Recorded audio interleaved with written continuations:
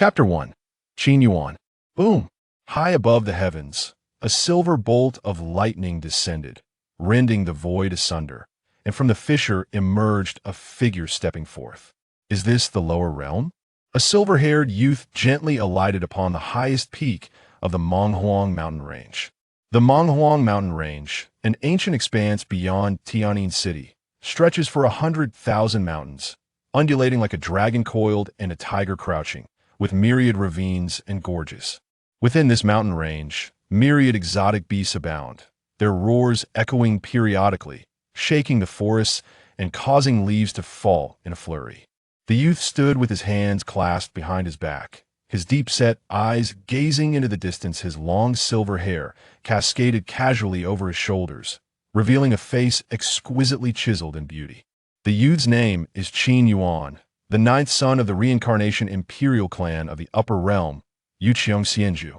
At the moment of his birth, it is said that an extraordinary phenomenon graced the entire reincarnation imperial clan. The sky was shrouded in multicolored celestial clouds, countless sage apparitions manifested, and the harmonious cries of dragons and phoenixes resounded, stirring the entirety of the Upper Realm. It was revealed that Qin Yuan possessed the rare and legendary chaotic celestial body. The chaotic celestial body ranks among the top 3 of the 3,000 physiques in the Upper Realm, capable of contending with such celestial bodies as the celestial dominance body. A fully realized chaotic celestial body could even suppress a great emperor, exhibiting unparalleled dominance. The entirety of the reincarnation imperial clan harbored boundless expectations for Qin Yuan. However, since his birth, he has never engaged in cultivation, for he held no interest in it, instead indulging in a life of revelry and sightseeing throughout the Upper Realm. Now, having reached the age of 18, his cultivation remains stagnant at the divine infant realm, a state he attained solely due to the innate prowess of his chaotic celestial body.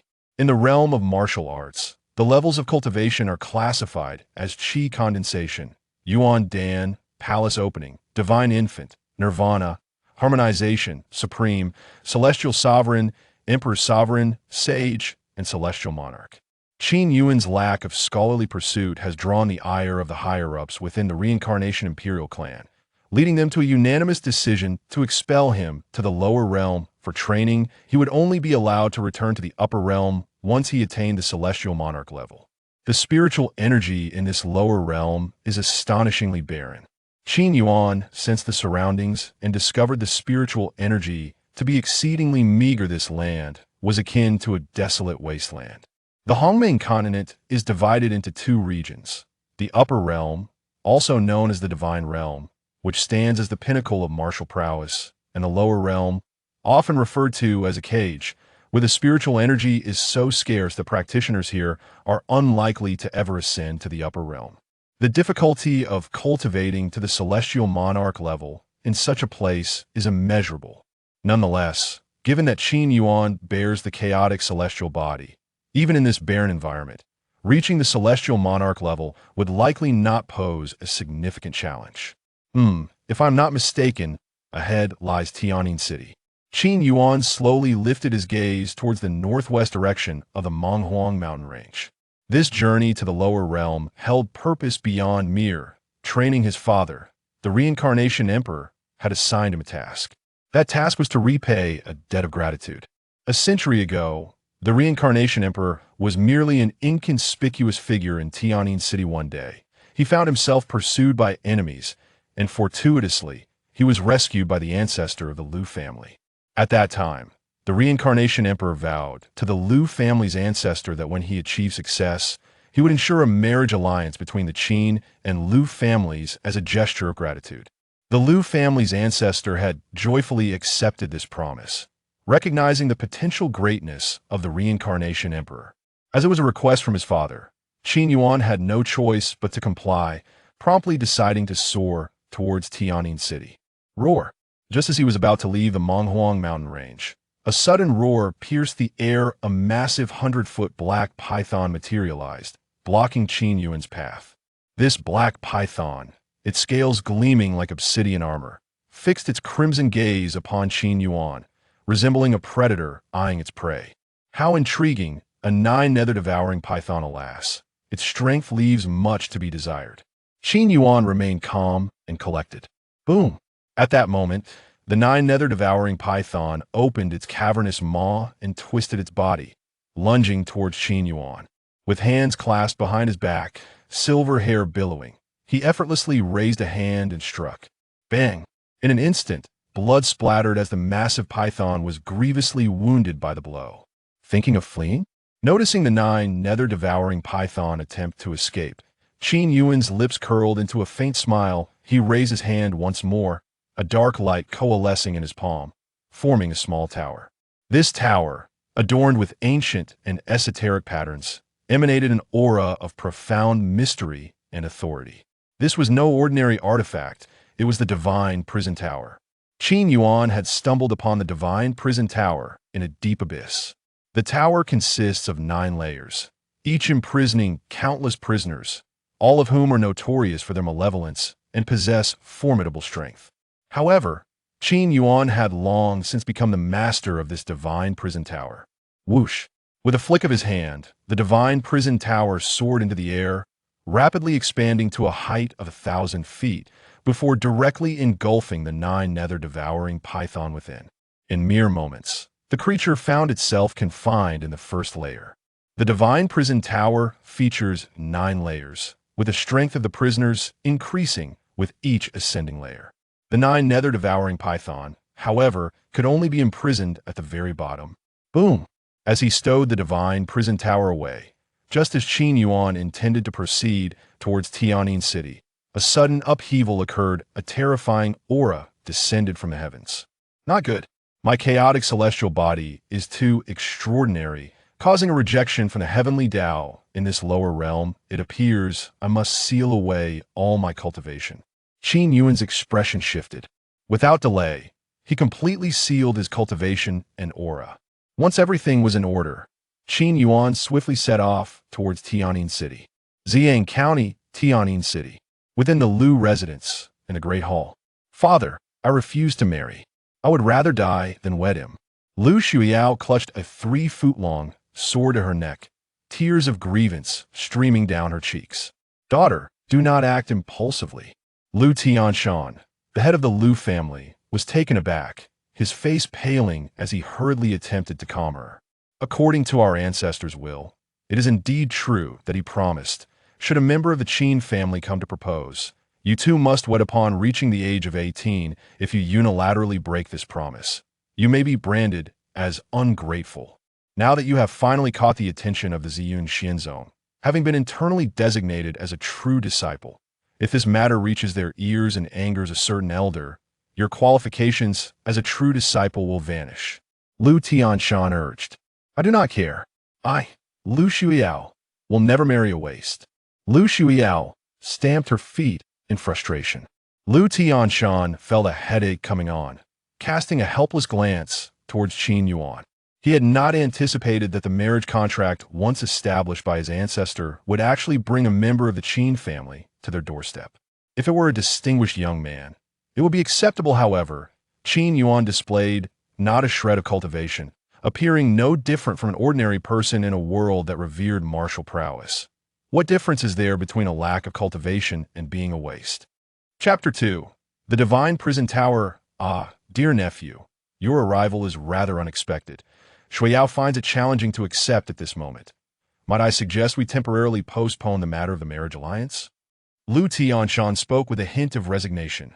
Lu Shuiyao, not only possessing unparalleled beauty, is one of the foremost beauties in Tianjin City, with countless talented young men vying for her hand. Moreover, Lu Shuiyao is endowed with the rare Ice Phoenix physique. And at just under 18 years of age, she has already reached the 9th level of the Yuan Dan realm, catching the attention of the elders from the Ziyun Xianzong, who intend to accept her as a direct disciple. It can be said that Lu Shuiyao's future is exceedingly bright. Qin Yuan remained silent, calmly savoring his tea, not even casting a glance at Lu Shuiyao, that is the 9th son of the reincarnation imperial clan from the upper realm. He had encountered women of all sorts of beauty, bearing the chaos immortal body and hailing from the reincarnation imperial clan. He had once been courted by numerous Sanuses seeking to marry him. To his surprise, upon arriving in this lower realm, he found himself looked down upon by the Lu family, which he found rather amusing. Were it not for repaying his father's debt of gratitude to the Lu family, he would have likely walked away without a second thought. After a long pause, Qin Yuan finally spoke. "Uncle, this is an order from my father, and thus I must fulfill it regardless of the circumstances. The matter of a marriage alliance cannot be delayed any further." Upon hearing this, the expressions of Lu Tianshan and the elders of the Lu family darkened. At that moment, Madame Lu Rushuang, seated beside Lu Tianshan, voiced her discontent. "Humph. To be frank, you are utterly unworthy of my daughter Xiao. Not only does she possess the rare Ice Phoenix physique, but she has also been accepted as a disciple by the Ziyun Xianzong. With her beauty and talent, she deserves to marry a true genius, not someone as useless as you." All the elders of the Lu family could not help but nod in agreement. Given Lu Shuyao's beauty and talent, marrying a wastrel would indeed be a tremendous waste, potentially dragging her down, and thus they would never agree to this union. Liu Xiao, too, regarded Qin Yuan with haughty disdain. How could such a wastrel be worthy of being her husband? "So, are you saying that the Lu family intends to call off the engagement?" Qin Yuan remarked, his tone indifferent. Instantly, Lu Tianshan and the others fell silent on one hand. This was a command from their ancestors, and they could not defy it on the other. Should word of the annulment reach Qin Yuan, it could tarnish Lu Shuyao's reputation. However, it was equally inconceivable for them to allow Lu Shuyao to marry Qin Yuan. After all, she was a phoenix from the heavens. How could she possibly wed a wastrel? "My husband, if it truly comes to that, let me take my place and marry him," Lu Rushuang suddenly suggested. At this moment, the gazes of everyone in the Lu family converged on an inconspicuous corner. There stood a slender girl in green, and upon hearing this, she appeared somewhat anxious as she stepped forward with the help of her servant. Qin Yuan looked up and beheld the girl in green, whose figure was graceful, resembling a classical beauty stepping out of a painting. Her skin was as delicate as mutton fat, and her appearance even surpassed that of Lu Shuyao. However, she was blind. This girl in green was Lu Shuyao's younger sister, Lu Qingyi. "Qingyi, our family has raised you for over a decade. It is time for you to repay the family. You shall marry young Master Qin in place of your sister. Do you understand?" Lu Rushuang's tone left no room for argument. "Qingyi, do you wish to marry this young Master Qin?" Lu Tianshan inquired solemnly. "I am willing, but I fear young Master Qin may not look kindly upon a blind girl like me." Lu Qingyi replied, her voice tinged with insecurity. "Young Master Qin, what do you think?" Lu Tianshan turned his gaze toward Qin Yuan. "Very well." Qin Yuan glanced at Lu Qingyi and nodded without hesitation. After all, it was about repaying a debt, and it mattered not whom he married. However, given Lu Shuyao's air of superiority, he found himself preferring Lu Qingyi instead. Though she was blind, Qin Yuan believed he could heal her with his abilities. Upon seeing Qin Yuan's agreement, a stir rippled through the hall. Clearly, they had not anticipated that he would consent to marry a blind girl. "Excellent. In that case, you shall wed in 5 days," Lu Tianshan exclaimed with delight. In a dilapidated courtyard, this was Lu Qingyi's chamber, yet the space was cluttered with firewood, resembling a servant's quarters. That it was evident that the Lu family had not treated Lu Qingyi well over the years. Not only because she was born of a concubine, but also due to her blindness. "Young Master Qin, you must leave quickly. The Lu family does not genuinely wish for you to marry me. They merely want to avoid the reputation of being ungrateful, that if I refuse to marry you, they will undoubtedly devise ways to eliminate you, as that would preserve my sister's reputation," Lu Qingyi whispered. Qin Yuan was taken aback. He had assumed Lu Qingyi was willing to marry him out of fear of being left alone, but it turned out she wished to protect him. A warm current surged through his heart.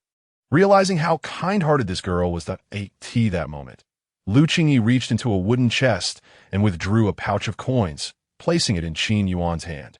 "Take this money and leave Tianyin City as far as you can. Go quickly." "And you?" Qin Yuan asked solemnly. "This is my home after all. Even if they treat me poorly, I cannot leave." "You must go now," Lu Qingyi urged. Qin Yuan felt a stir of emotion. He immediately returned the pouch, declaring, "I will not leave, that I will marry you, and my words are sincere." "Marry me? Don't jest. I am but a blind girl, destined only to burden you. You possess no cultivation, and the Liu family will surely mistreat you, even attempting to drive you away. Lu Qingyi shook her head. Oh, not worry. Your eyes can be healed. Tomorrow, I will restore your sight, Qin Yuan replied with a smile. Really? My eyes can be healed? Lu Qingyi asked in disbelief. Trust me, I can certainly heal your eyes. However, I need to procure some medicinal materials. Are there any places in Tianyin City where I can buy them? Qin Yuan inquired. The Tianlong Merchant Alliance, Lu Qingyi answered. The Tianlong Merchant Alliance? Qin Yuan was slightly taken aback, for the Tianlong Merchant Alliance was quite renowned, even a significant force in the upper realm, but he had not expected it to have a branch in the lower realm. It is getting late. You should rest. I will purchase the medicinal materials and heal your eyes, Qin Yuan said softly. Lu Qingyi nodded.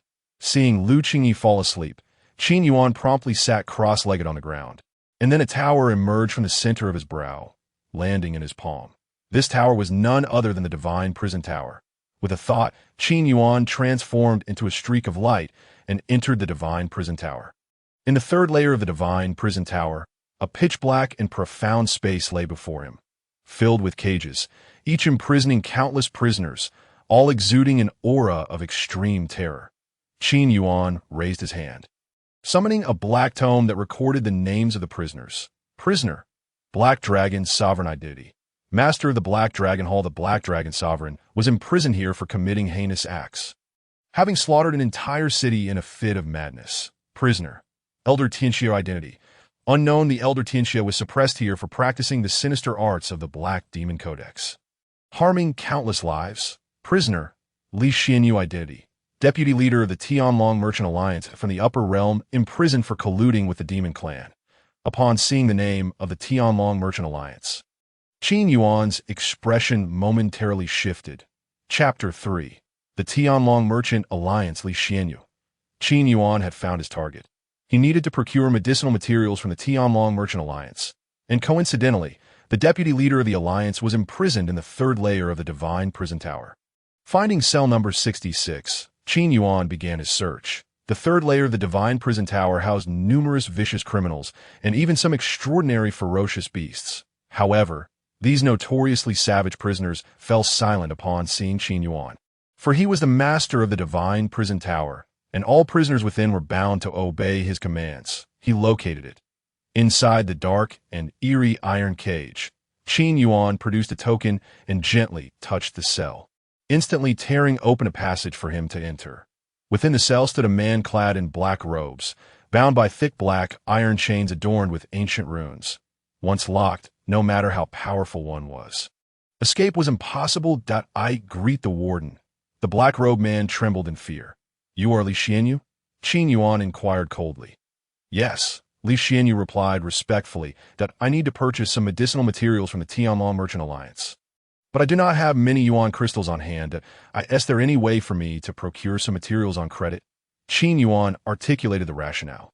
Regardless of whether it was the upper realm or the lower realm, procuring items necessitated the expenditure of yuan crystal. This yuan crystal served as both a cultivation resource and a medium of exchange. However, Qin Yuan had arrived in the lower realm in haste and was devoid of sufficient yuan crystal. Yes, indeed, Li Xianyu remarked, producing a token from within her robes and extending it towards him. Upon receiving the token, Qin Yuan examined it closely. The token gleamed in a resplendent purple-gold hue, with a lifelike golden dragon etched on its reverse side. This is the purple gold dragon token. As long as the warden possesses this token, no branch of the Heavenly Dragon Merchant Alliance would dare to treat you with indifference. Moreover, holding this token allows one to enjoy a 50% discount and even the privilege of purchasing on credit. Li Xianyu stated solemnly. Oh, Qin Yuan responded, intrigued. Our Heavenly Dragon Merchant Alliance possesses exclusive identity tokens ranging from the Iron Dragon token, Copper Dragon token, Silver Dragon token, and Gold Dragon token, culminating in the Purple Gold Dragon token, 5 tiers in total. The Purple Gold Dragon token represents the most esteemed clientele, accessible only to the leaders of the most formidable factions, Li Xianyu explained. The privileges associated with different tokens within the Heavenly Dragon Merchant Alliance are naturally distinct. The highest-ranking Purple Gold Dragon token symbolizes the utmost status, Furthermore, possessing this token grants one not only the most exalted treatment, but also the ability to make purchases on credit. Qin Yuan said nothing further, pocketing the token and departing from the divine prison tower. With this token, he could acquire the medicinal herbs needed to treat Lu Qingyi's affliction. Raising his gaze, Qin Yuan beheld Lu Qingyi, who lay soundly asleep upon a wooden platform. Although his desire to wed Lu Qingyi stemmed largely from a sense of gratitude towards her family's ancestors, he undeniably harbored a modicum of affection for this kind-hearted girl. Just wait, I shall fully restore your sight, and then grant you a grand wedding. I wonder if Lu Shuiyao will regret it by then. A faint smile graced Qin Yuan's lips that if Lu Shuiyao were to discover that he was the scion of the reincarnation imperial clan, and that at merely 18 years of age he had already attained the formidable realm of divine infant, she would likely be filled with regret that on the following day, Qin Yuan departed from the Lu residence early, making his way to the Heavenly Dragon Merchant Alliance to procure the necessary medicinal herbs. The Heavenly Dragon Merchant Alliance was renowned as the premier merchant organization in Tianjin City, offering an extensive array of herbs, weapons, and elixirs. After a brief inquiry, Qin Yuan soon arrived at the Heavenly Dragon Merchant Alliance. Before him stood an antique wooden pavilion, adorned with a golden plaque, upon which the words Heavenly Dragon Merchant Alliance were inscribed in an elegant script.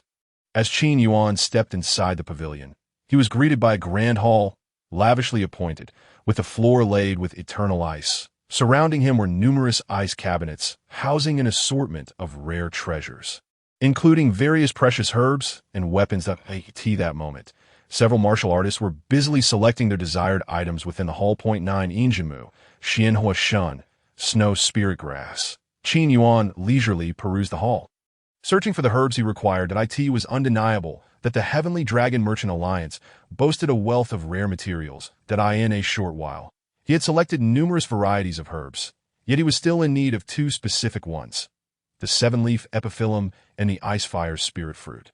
Young master, is there anything I can assist you with? At that moment, a graceful young woman clad in an elegant qipao approached him with a bright smile. That I require the seven-leaf epiphyllum, Qin Yuan stated directly. The seven-leaf epiphyllum? That is a third-tier herb, quite rare. However, it seems fortune is on your side, for our Heavenly Dragon Merchant Alliance happens to have one in stock. Please follow me, the qipao-clad woman replied, leading Qin Yuan to an ice cabinet. Inside, a blooming white flower glistened as if crafted from ice, its 7 leaves radiating a captivating fragrance, even through the icy barrier. This is the one. Please, could you retrieve it for me? Qin Yuan asked politely. The 7-leaf epiphyllum is priced at 100,000 yuan crystals. Are you certain you wish to proceed with the purchase? The woman in the qipao appeared somewhat astonished, given the considerable sum involved. Indeed, Qin Yuan affirmed with a nod. Just as the qipao-clad woman prepared to retrieve the herb, a voice suddenly interrupted from behind at a youth clad in white, elegantly wielding a folding fan, strode forward, flanked by 2 elderly men. Upon his appearance, a wave of murmurs rippled through the crowd, for this young man was none other than Lu Ming, the eldest son of the Lu family, the foremost among the 4 great clans of Tianjin City. I will take the 7-leaf epiphyllum, Lu Ming declared in a deep voice. I apologize, young master, but this 7-leaf epiphyllum has already been reserved by this gentleman, the qipao-clad woman replied, her expression awkward. You imbecile! Do you not recognize who I am? Lu Ming's countenance darkened as he produced a token from his robe. The silver dragon token? Upon seeing the silver token, the woman's expression shifted dramatically as she hurriedly bowed to Lu Ming. I'm terribly sorry. I did not realize that young Master Lu was a holder of the Silver Dragon token. The Silver Dragon token was a prestigious identity token within the Heavenly Dragon Merchant Alliance. Possessed only by the 4 great clans, not test my patience. Lu Ming's tone was menacing. Yes, the qipao-clad woman quickly complied, knowing she could not afford to offend the bearer of the Silver Dragon token. My good sir, there is a matter of precedence. I have already intended to purchase the 7-leaf epiphyllum, and thus it rightfully belongs to me. Qin Yuan interjected, unfazed. Who do you think you are? Are you blind? Do you not see the Silver Dragon token in my possession? Your status cannot possibly compare to mine. Lu Ming retorted disdainfully. Apologies, but our merchant association has regulations in place. Those who possess a token from our Heavenly Dragon Merchant Alliance are considered our most esteemed guests and receive priority treatment. Therefore, we can only sell the 7-leaf epiphyllum to young Master Lu, the Qipao-clad woman expressed regretfully. Did you hear that? How dare you attempt to vie with me for this item? Do you not know your own worth? Lu Ming said haughtily, reaching out to claim the 7-leaf epiphyllum. Wait, Qin Yuan swiftly intervened, a hint of mockery in his gaze as he added, I happen to possess a token from the Heavenly Dragon Merchant Alliance as well. You have one too? Lu Ming scoffed, unable to contain his derision, for the tokens of the Heavenly Dragon Merchant Alliance were not something just anyone could possess, in the entirety of Tianyin City. Only the 4 great clans held such tokens, and Lu Ming doubted Qin Yuan's ability to produce one. Without a word, Qin Yuan calmly opened his palm, revealing a purple gold dragon token that immediately levitated into view. Gasp! The sight of the purple gold dragon token left Lu Ming and the other patrons of the Heavenly Dragon Merchant Alliance aghast, their expressions filled with disbelief. Even the Qipao-clad woman stood frozen in place. The tokens of the Heavenly Dragon Merchant Alliance were categorized into 5 tiers: Iron Dragon Token, Copper Dragon Token, Silver Dragon Token, Gold Dragon Token, and the illustrious Purple Gold Dragon Token, representing the highest status. Lu Ming's Silver Dragon Token paled in comparison to the Purple Gold Dragon Token. Impossible! How could you possibly possess a Purple Gold Dragon Token? It must be a fake. Lu Ming's face turned ashen. The Purple Gold Dragon Token symbolized the most esteemed status within the Heavenly Dragon Merchant Alliance, a rarity possessed by only a few. Even among the 4 great clans of Tianyin City, only the Silver Dragon Token was attainable, leading Lu Ming to firmly believe that Qin Yuan's token was counterfeit. Surrounding onlookers murmured amongst themselves, clearly skeptical of the authenticity of Qin Yuan's Purple Gold Dragon Token. If it is real or not, the Heavenly Dragon Merchant Alliance can authenticate it, a man in a gray robe suggested. Please wait a moment while I summon an elder for verification, the Qipao-clad woman replied before disappearing into a dark chamber. Shortly thereafter, an elder clad in white emerged. Upon seeing the Purple Gold Dragon Token, the elder's expression shifted dramatically. How could a token of such caliber appear in Tianyin City? He immediately began the authentication process, utilizing a special artifact designed for verifying tokens. Moments later, recovering from his astonishment, the elder proclaimed, "This token is indeed a genuine Purple Gold Dragon Token." A wave of astonishment swept through the crowd. While Lu Ming's expression was one of utter disbelief, "It cannot be. How could he possibly be qualified to possess the Purple Gold Dragon Token?" Lu Ming's voice dripped with venom. "Young Master Lu, this Qin Yuan is a valued guest of our Heavenly Dragon Merchant Alliance. I must insist you speak with respect," the elder admonished. Lu Ming's countenance darkened in response. "Today, our Heavenly Dragon Merchant Alliance will solely attend to this Qin Yuan. I request that all others take their leave. Young Master Lu, from this day forth, our Heavenly Dragon Merchant Alliance shall no longer conduct business with your Lu family." The elder in the white robe spoke in a deep voice. Upon hearing his words, everyone present realized that the elder was evidently standing up for Qin Yuan. After all, Qin Yuan held the most prestigious Purple Gold Dragon Token of the Heavenly Dragon Merchant Alliance. "Let us depart." Lu Ming, now infuriated, could only grit his teeth and lead his companions away from the scene. "Young master, please follow me," the elder in the white robe said respectfully. Qin Yuan nodded and promptly followed the elder into the dark chamber. "Your esteemed presence truly brings great honor to our Heavenly Dragon Merchant Alliance. I am curious to know what you wish to purchase. I assure you that we will ensure your satisfaction."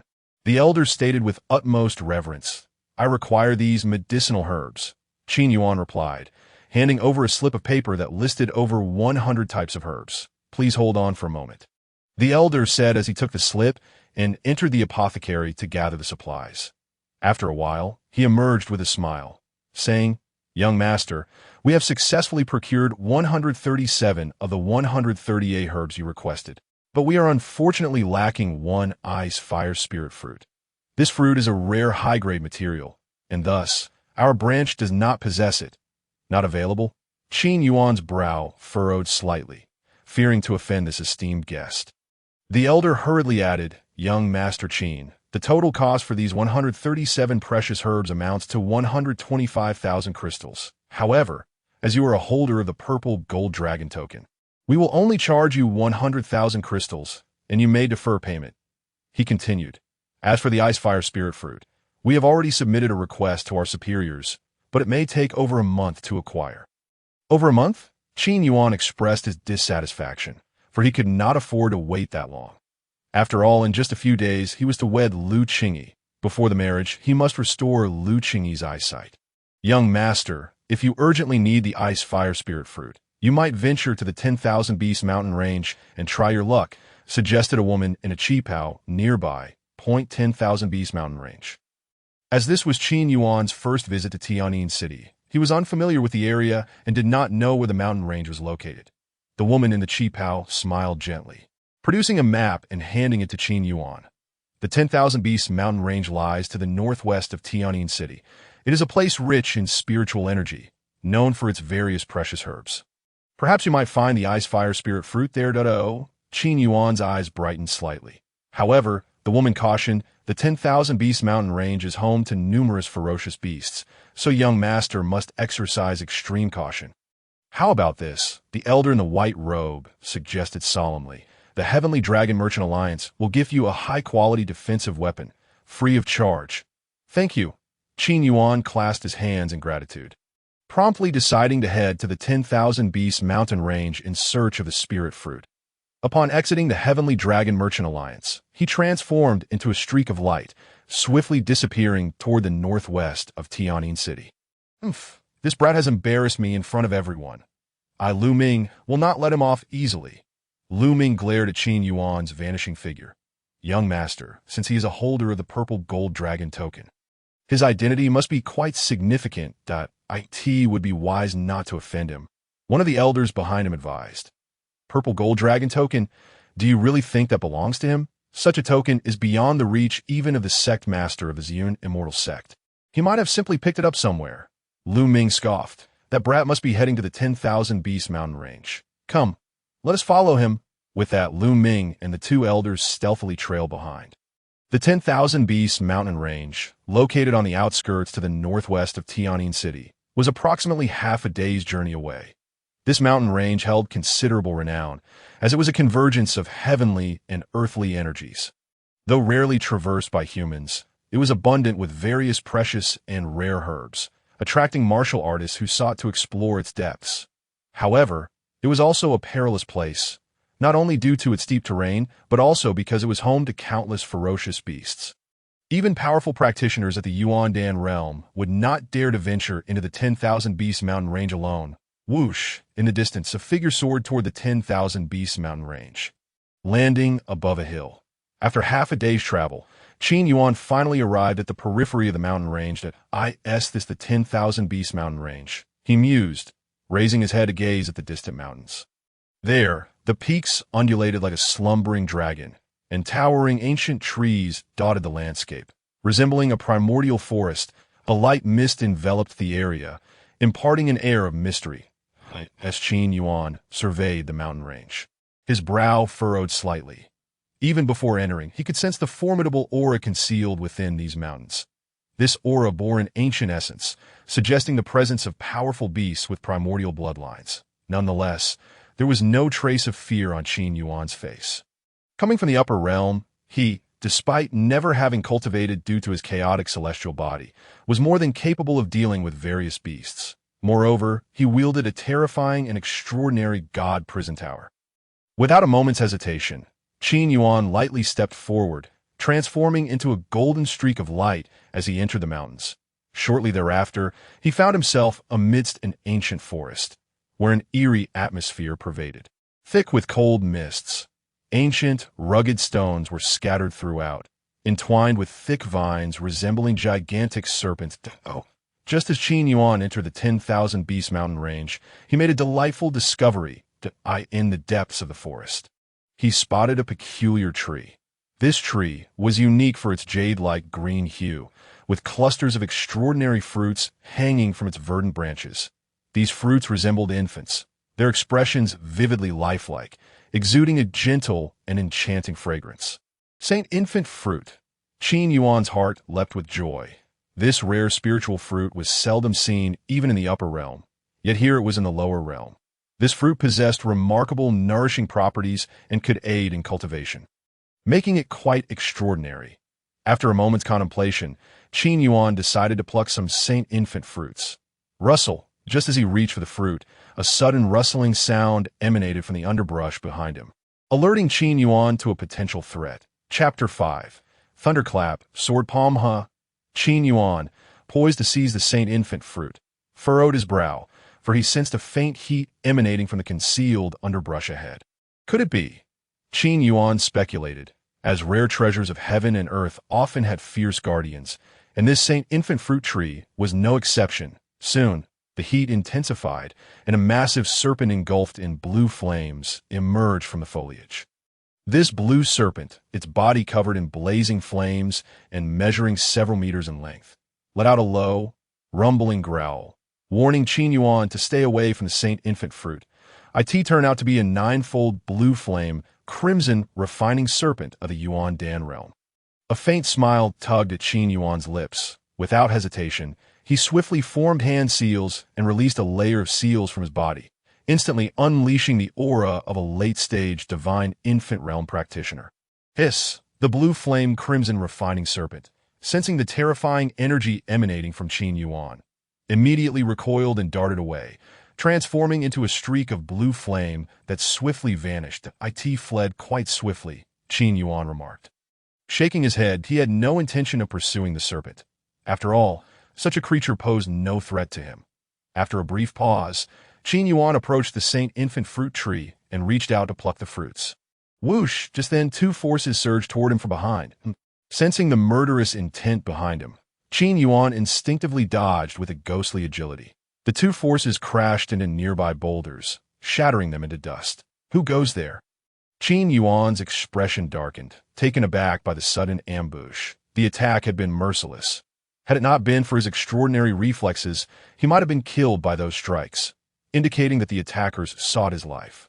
At that moment, three figures emerged from the mist behind him, led by Lu Ming, flanked by two elders of the Lu family. A sinister smile played upon Lu Ming's lips. Young master, it's the Saint Infant fruit.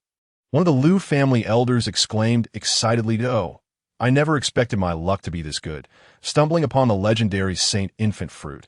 Lu Ming's eyes gleamed with fervor, but his expression quickly darkened as he turned his gaze toward Qin Yuan, saying, "Brat, did you think I wouldn't track you? You humiliated me today, and I shall ensure that you find no escape." Qin Yuan smiled calmly, taken aback by Lu Ming's narrow dash-mindedness. Tio think that he would secretly follow him and even plot to harm him merely because he had lost face in the Tianlong Merchant Alliance. "What are you laughing at?" Lu Ming asked with a dark expression. "I find it amusing that your Lu family, one of the four prominent families of Tianjin City, could produce such a petty and narrow-minded individual as yourself. Moreover, today may very well mark your own demise." Qin Yuan replied nonchalantly. "How arrogant!" Lu Ming retorted fiercely. "But soon you shall cease your laughter, as I will have you kneeling before me in tears." "Elders, why do you not incapacitate him?" he commanded ominously. Yes, with a thunderous stomp, Elder Lu Yi and Elder Lu Qin unleashed their formidable late-stage qi, surging forth with a menacing aura in an instant. The two elders darted towards Qin Yuan like phantoms, launching a fierce assault. Blazing palm, Elder Lu Qin bellowed, his internal energy erupting as scorching power converged in his palms, igniting them in flames. This blazing palm was a yellow-grade 9th-tier martial technique, reserved for the strongest of the elders. The martial skills of this world are generally categorized into 4 levels: heaven, earth, mysterious, and yellow, each further divided into 9 tiers. Although Elder Lu Qin's blazing palm was merely yellow-grade 9th tier, its might could rival that of mysterious grade techniques. As he struck, the blazing palm seemed to set the very air ablaze. Yellow-grade martial skills. Qin Yuan scoffed inwardly. As a prince of the Reincarnation Imperial clan, how could he regard such lowly techniques? Gathering his own energy in his palm, he effortlessly met the incoming fiery assault. Bang! The two palms collided, and instantly, the flames within Lu Qin's grasp dissipated rapidly, a powerful shock wave surging forth that shattered his bones. Crack! Ah! Elder Lu Qing screamed in agony, propelled backward like a bird with broken wings, crashing into a massive boulder and reducing it to dust, spitting blood. Elder Lu Qing was rendered incapacitated by a single strike from Qin Yuan. What? Witnessing this scene, Lu Ming's eyes widened in horror, his expression a mask of disbelief. Thunderous sword palm. Elder Lu Yi, now alarmed, did not hesitate to unleash his strongest technique. This thunderous sword palm was a mysterious grade martial skill. Among the most elite, even within the Lu family. Boom. As Elder Lu Yi struck, silver lightning flickered ominously upon his palm, coalescing into a silver lightning sword that shot forth with ferocious speed. Yet, Qin Yuan remained unfazed by this terrifying attack. With an air of ease, he released the aura of the divine infant realm from within him. Boom! The terrifying aura surged forth like a tidal wave, crashing toward Elder Lu Yi. Divine infant realm? Elder Lu Yi was struck with dread. This youth was a divine infant realm practitioner. Bang! The wave of energy shattered the silver lightning sword and slammed into Elder Lu Yi's chest, causing him to spit blood and stagger backward in disarray. It was at this moment that Lu Ming finally sensed the terrifying aura emanating from Qin Yuan, the divine infant realm. It's impossible. How could you possibly be a practitioner of the divine infant realm? Lu Ming's face turned pale. He knew that his father, the strongest member of the Lu family, had only just entered the divine infant realm. How could this young man, seemingly his age, have attained such a level? Surprised are we. Qin Yuan responded dismissively. He had little interest in cultivation, having spent 18 years in the upper realms without training. Yet, due to his extraordinary constitution, he had automatically broken through to the divine infant realm. Had he trained normally, he would likely be comparable to an imperial-level powerhouse by now. However, he remained oblivious to the fact that, in this realm of meager spiritual energy, reaching the divine infant realm at 18 was considered an extraordinary talent, as only the heads of the 4 prominent families in Tianyin City had achieved such a level. What did you just say? Were you not intent on killing me? Qin Yuan inquired with a smile, though Lu Ming's legs trembled with fear. Such a young practitioner of the divine infant realm was a being beyond his capability to provoke. No, even the entire Lu family could not afford to offend such a terrifying existence. I was wrong. Do not kill me. I was blind. Lu Ming pleaded desperately, the arrogance he once displayed evaporating entirely. However, a glimmer of murderous intent surfaced in Qin Yuan's icy gaze. Young master, run! Boom! At that moment, Elder Lu Yi lunged at Qin Yuan with reckless abandon. Yet Qin Yuan's palm struck down with ferocity. Bang! Elder Lu Yi had no time to scream before he exploded into a mist of blood. Lu Ming was left stunned. This silver-haired youth was truly terrifying. If you dare to kill me, my father will not let you off. He is also a late-stage practitioner of the divine infant realm. Lu Ming exclaimed, his voice trembling with fear. However, as soon as he finished speaking, a grotesque gash appeared on his neck, causing his head to tilt and his lifeless body to collapse into the grass. His eyes remained wide with terror, perhaps tinged with regret. Had he not been so arrogant and narrow-minded, he might have avoided such a needless demise today. He actually escaped. After killing, however, the fragrance emanating from the holy infant fruit is simply irresistible, stirring one's appetite. Thus, Qin Yuan could not help but take a taste, the moment the sweet juice slid down his throat.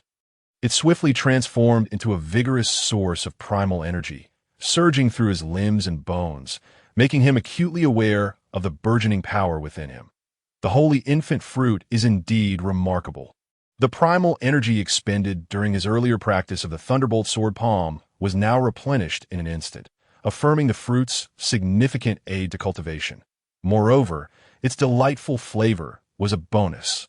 After devouring one holy infant fruit, Qin Yuan immediately scaled a tree with the agility of a lithe monkey.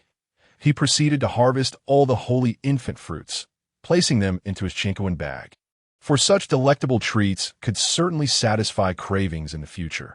Having finished gathering the holy infant fruits, Qin Yuan ventured deeper into the Myriad Beasts mountain range, searching for the Ice Fire Spirit Fruit.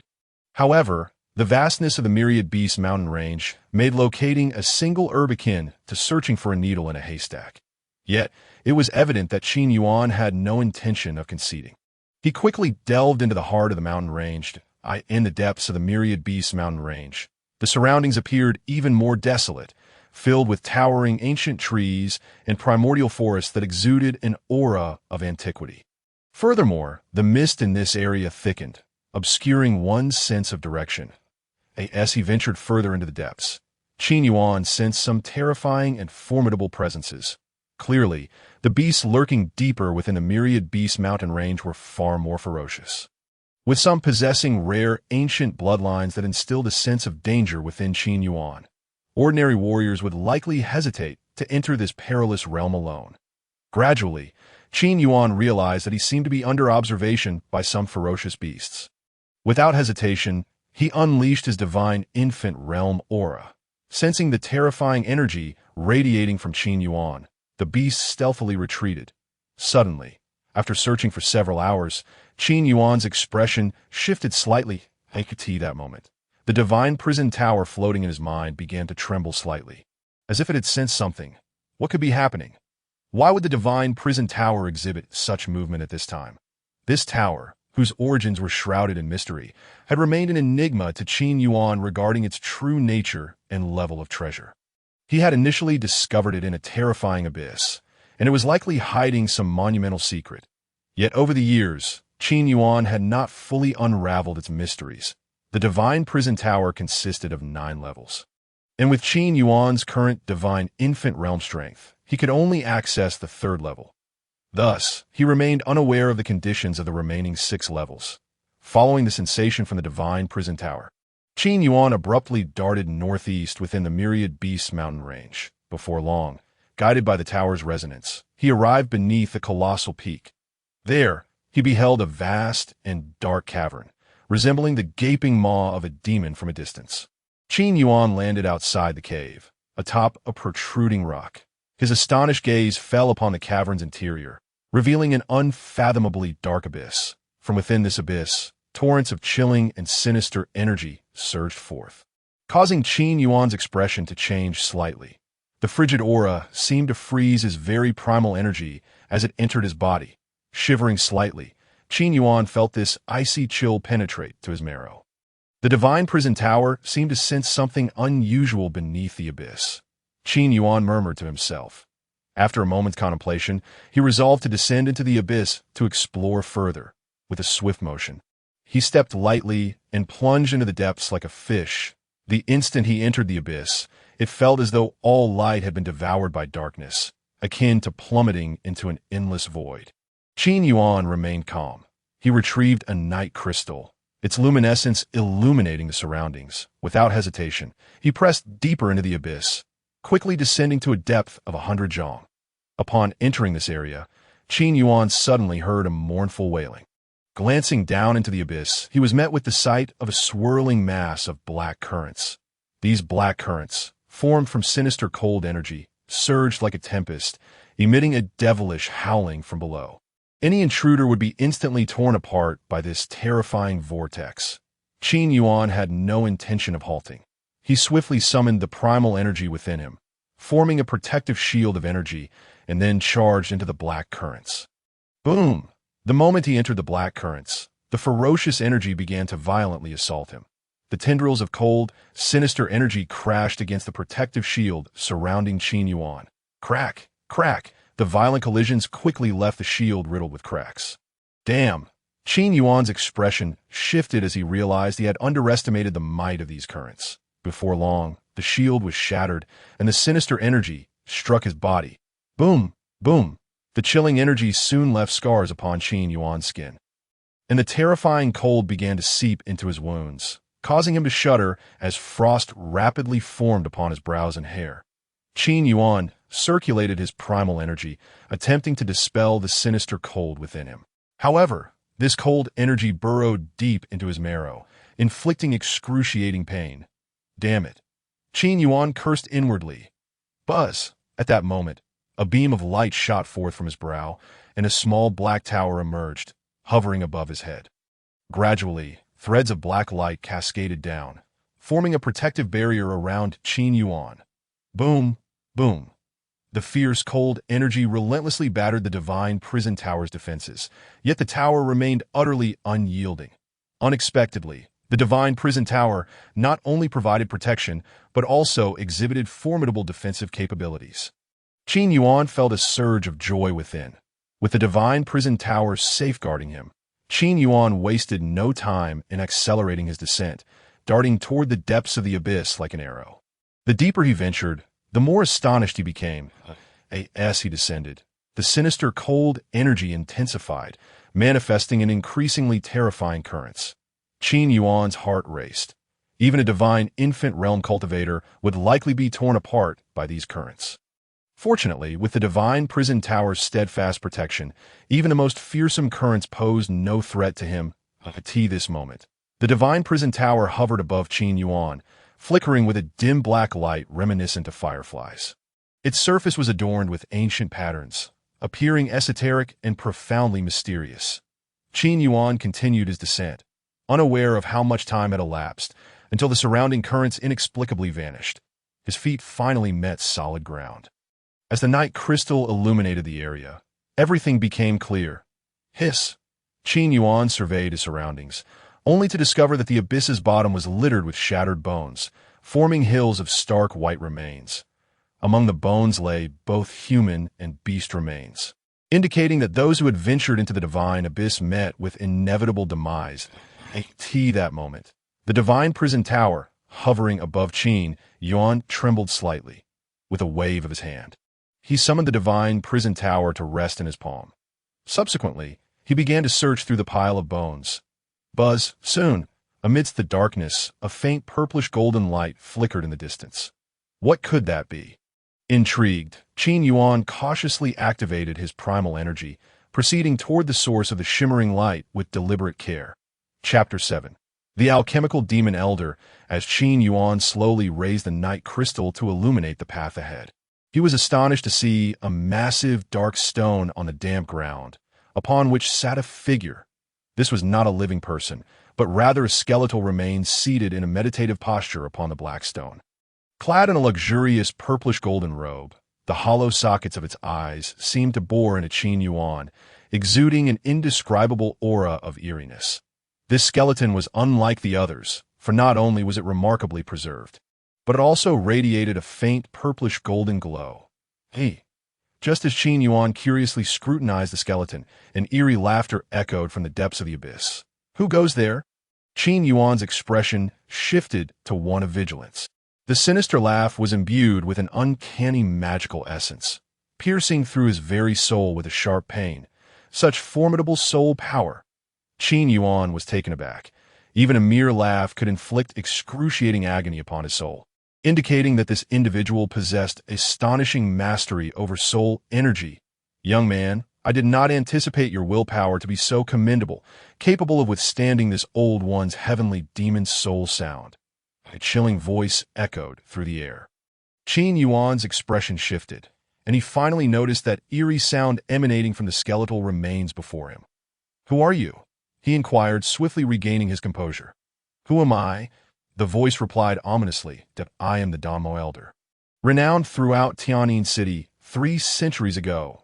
Danmo Elder. Qin Yuan furrowed his brow slightly. Since his arrival in the lower realm, he had not heard of this individual. However, from the title alone, it was evident that the Danmo Elder was likely an alchemist. It was no wonder that even after 300 years of demise, a fragment of his soul lingered on, for alchemists typically possessed formidable spiritual essences. Young man, your presence here today is indeed a stroke of fortune.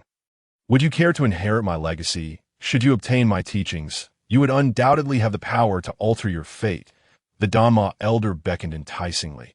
His voice seemed to carry a seductive allure, capable of ensnaring the weak-willed and leading them astray. Yet, evidently, such enchantments held no sway over Qin Yuan. Moreover, he had little interest in the Danmo Elder's inheritance. Who was he? He was the 9th prince of the reincarnation imperial clan from the higher realm. Having encountered even emperor-tier alchemists, how could he possibly be tempted by a mere Danmo Elder? Furthermore, Qin Yuan discerned that this Danmo Elder was likely not benign. Come closer, young man, that I shall impart all my knowledge and legacy to you without reservation. the Danma elder urged. Upon hearing this, Qin Yuan's eyes flickered with intrigue. He was curious to uncover the elder's true intentions. Thus, he boldly approached the skeletal remains of the Danma elder. "Sit down," the voice commanded, and Qin Yuan promptly settled himself opposite the skeletal figure. However, the moment he assumed his position, the hollow eye sockets of the skeleton suddenly ignited with a ghostly purple-black flame that in an instant.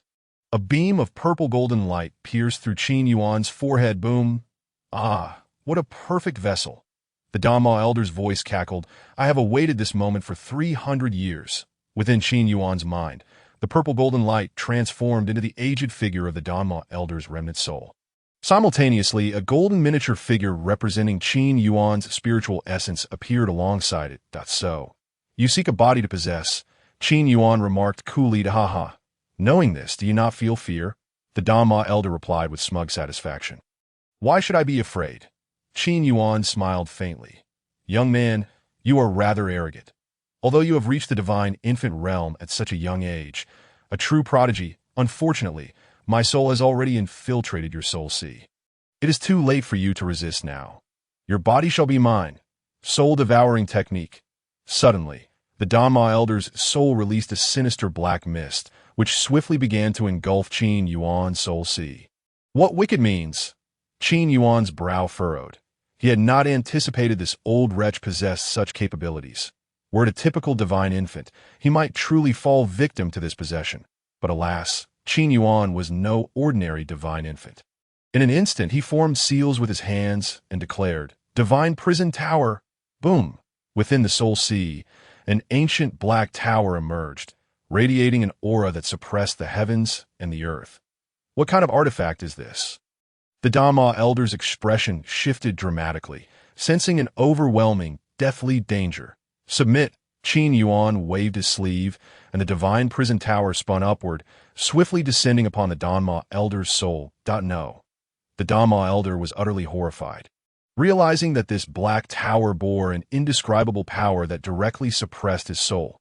Despite his desperate struggles, he was forcibly drawn into the divine prison tower.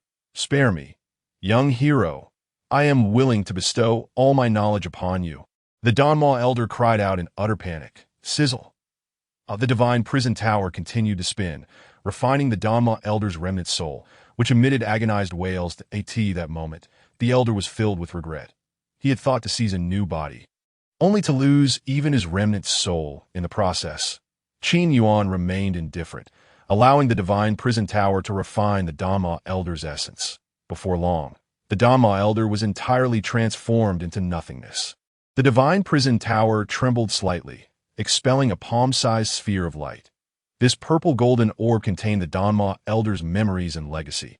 After a moment of contemplation, Qin Yuan seated himself to refine the orb. Several hours later, he slowly opened his eyes, having successfully assimilated the Danma elder's memories to third-grade alchemist. Qin Yuan murmured to himself. The Danma elder turned out to be a third-grade high-level alchemist. With this inheritance, Qin Yuan had acquired all the knowledge he needed. In other words, he could now consider himself an alchemist. How intriguing. I never expected to become an alchemist myself, Qin Yuan reflected with a hint of amazement. During his time in the higher realm, he had been rather idle and had little interest in cultivation, let alone becoming an alchemist. Now, having obtained the Danma elder's legacy, he found himself genuinely intrigued by the art of alchemy. To begin with, alchemy required both alchemical fire and an alchemical cauldron. After a moment's thought, Qin Yuan began to search the Danma elder's remains and soon unearthed a black cauldron. Is this the black magic cauldron? Qin Yuan mused. From the Danma elder's memories, he knew this cauldron had been forged from the bones of a black magic serpent, a beast with strength rivaling the Nirvana realm. However, due to the passage of time, the cauldron appeared quite worn. Very well, it will suffice for now. I can always find a better cauldron later. After speaking, Qin Yuan stowed the black magic cauldron into his cosmic bag. Now, I just need some alchemical fire. Qin Yuan thought to himself. With a cauldron in hand, he now sought the necessary fire. Alchemical fire came in various forms, such as rare heavenly flames or the fire found within the bodies of fire-type beasts. Once he exited this deep ravine, his first task would be to seek out beast fire. Regaining his focus, Qin Yuan continued to search beneath the ravine. However, after a meticulous search, he found nothing of particular note.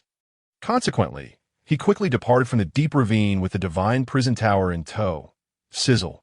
Yet, after Qin Yuan's departure from the silent depths, a thick, inky black mist began to seep from the ground, exuding an air of extreme malevolence and strangeness.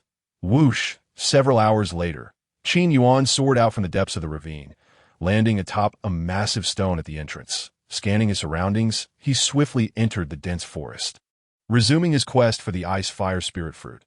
However, while searching for the Ice-Fire Spirit Fruit, he was also on the lookout for fire-type beasts. The 10,000 Beast Mountain Range should be home to numerous fire-type beasts. Generally speaking, these fire-type beasts possessed fire seeds within them, also known as beast fire, which serve as excellent alchemical fire. After some searching, Qin Yuan soon spotted a target. Roar! Deep within a thicket, a low growl reverberated. Following the sound, Qin Yuan quickly came upon a massive tiger beast. This tiger was robust, its body engulfed in crimson flames, exuding an imposing presence. A scarlet flame tiger, but only a second-tier beast, Qin Yuan remarked with disappointment. The ranks of beasts were generally categorized from 1 to 9 tiers. A first-tier beast equated to the Qi condensation realm, a second-tier beast to the Yuan Dan realm, a third-tier beast to the Palace opening realm, a fourth-tier beast to the Divine Infant realm, and a fifth-tier beast to the Nirvana realm. Sixth-tier beasts were called Beast Kings, while seventh-tier beasts were referred to as Beast Emperors. The Scarlet Flame Tiger before him was merely a low-level second-tier beast, comparable to the third level of the Yuan Dan realm. Such beasts typically did not exceed 100 years of age, and their beast fire was relatively weak, making them unsuitable for alchemy. Qin Yuan chose not to hunt the Scarlet Flame Tiger, but continued his search for other targets. He sought fire-type beasts of at least the 4th tier, as their internal beast fire would be nearing maturity, making them suitable for alchemical purposes. After another round of searching, Qin Yuan soon discovered a new target. Roar! Not far away, a massive beast engulfed in purple flames emerged, a 4th-tier purple flame demon lion. Chapter 8. Third-grade alchemist. Upon spotting his target, Qin Yuan's expression brightened with excitement. Deep within the forest, the formidable figure of the purple flame demon lion emerged, radiating a powerful aura, its rank reaching the mid-4th tier. Even a typical Divine Infant realm practitioner would likely hesitate to provoke it. Moreover, as a fire-type beast, the purple flame demon lion housed a fire seed within, making it ideal for alchemical fire. Roar! The emergence of Qin Yuan elicited a heightened sense of alertness from the purple fire demon lion, which immediately emitted a low, rumbling roar, seemingly warning Qin Yuan to maintain his distance. Boom! However, Qin Yuan exhibited not a trace of hesitation. Swiftly launching into action, his figure moved with the swiftness of lightning, delivering a powerful punch towards the purple fire demon lion. This strike shattered the air, its force approaching an astounding 10,000 pounds. Enraged, the purple fire demon lion raised its colossal paw and retaliated in kind, swiping towards Qin Yuan. Bang! The clash of man and beast occurred midair. Boom, boom, boom. Qin Yuan's fists danced with fury, the primal energy within him erupting forth, causing countless runes to manifest around him, while a barrage of domineering punches relentlessly struck the demon lion. Roar! The demon lion let out a desperate howl, then suddenly opened its massive jaws, unleashing a volley of purple fireballs. Whoosh, whoosh, whoosh! These purple fireballs carried an incredibly violent energy. Qin Yuan swiftly maneuvered to evade these fiery projectiles, which detonated upon impact with nearby ancient trees, leaving devastation in their wake.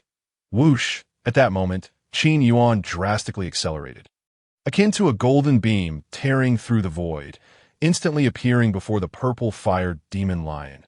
Thunderous, sword palm. Boom! Qin Yuan shouted within, his palm striking forth like a bolt of lightning. With a swift motion, he ascended the ancient tree, utilizing its branches and leaves to conceal his presence. As anticipated, a group of individuals soon arrived at the location. Chapter 9. The Pishio in the pitch-black depths of the night. Within the heart of the 10,000 Beast Mountain Range, the occasional roars of demonic beasts echoed through the This moment, Qin Yuan was concealed atop a tree, his gaze piercing through the gaps in the foliage. quickly spotting the arriving group.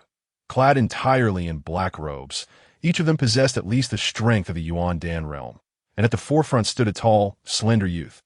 Behind him were two elderly men with gray hair, both of whom had attained the initial stage of the divine infant realm. Such a formidable assembly was indeed impressive, even in a modest place like Tianjin City. "Young master, the hour is late. Let us rest here for the night," one of the gray-haired elders suggested with a respectful gesture. The youth nodded slightly and ordered his subordinates to kindle a small campfire beneath the tree. Before long, a dozen individuals had settled around the flickering flames.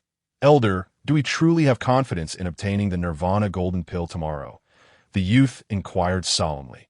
"Rest assured, we have calculated the timing perfectly.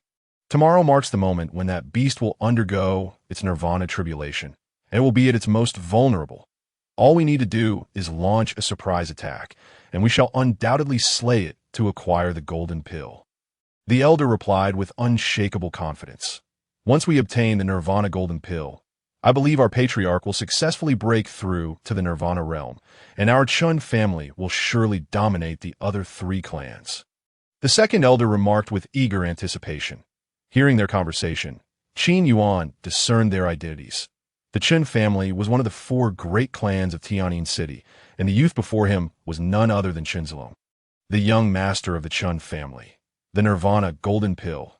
Qin Yuan's eyes glimmered with interest. Upon entering the Nirvana realm, both demonic beasts and humans would condense a Nirvana Golden Pill within their bodies, a treasure of immense value for cultivation.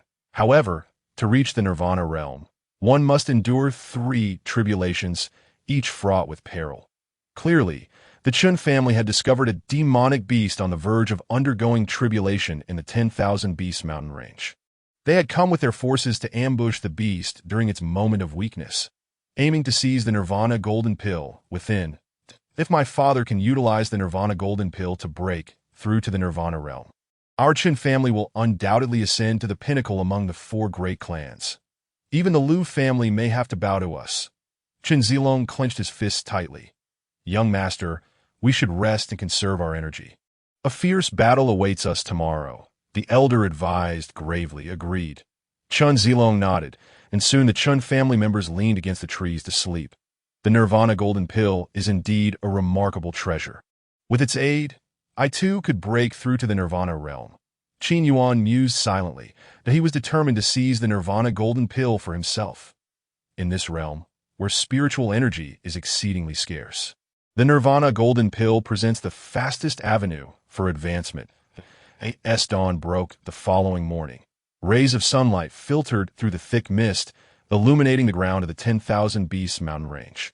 Roars shattered the tranquility of the forest. After a night of recuperation, the Chun family members rose, preparing for departure. "It seems everyone has rested sufficiently. If so, let us set forth without delay," Qin Zilong declared in a low voice. He retrieved a map from his bosom, meticulously comparing its details before leading the Chun family onward into the depths of the mountain range. Once the Qin family had disappeared from sight, Qin Yuan descended from the tree. A faint smile graced his lips as he cautiously followed in their wake. Under Qin Zilong's guidance, the Qin family ventured deeper into the 10,000 Beasts mountain range. After several hours of travel, they finally halted. "Young master, we are nearly there," the elder exclaimed excitedly. Qin Zilong peered in the distance and beheld a massive sinkhole emerging before them, located at the very center of the 10,000 Beasts mountain range. This sinkhole resembled a colossal pit where the earth had caved in, surrounded by dense, untamed forest. According to their intel, the demonic beast poised to undergo tribulation lay hidden beneath this vast sinkhole. Eagerly, the Chun family entered the sinkhole. Upon entering, they immediately felt a powerful and enigmatic aura enveloping them. Such an overwhelming presence could only belong to the Nirvana realm beast. The Chun family, wary of disturbing it, took refuge behind a large boulder. Unbeknownst to them, Qin Yuan had also arrived in pursuit. A low, resonant roar soon reverberated throughout the sinkhole, sending countless demonic beasts fleeing in terror. Qin Yuan concealed himself behind a massive black rock, and as he heard the thunderous growl, he cast his gaze toward the center of the pit, where the true form of the beast was revealed. This creature bore a resemblance to a lion, yet sported a silver horn upon its head, a tail akin to that of a dragon, and was covered in a thick coat of silvery fur. A Pixiu. Qin Yuan instantly recognized the creature. It was a Pixiu of Nirvana realm strength. From its aura, it was evident that it had already endured its second tribulation and was now facing the third. Should it succeed, it would evolve into a sixth-tier beast, ascending to the rank of a beast king.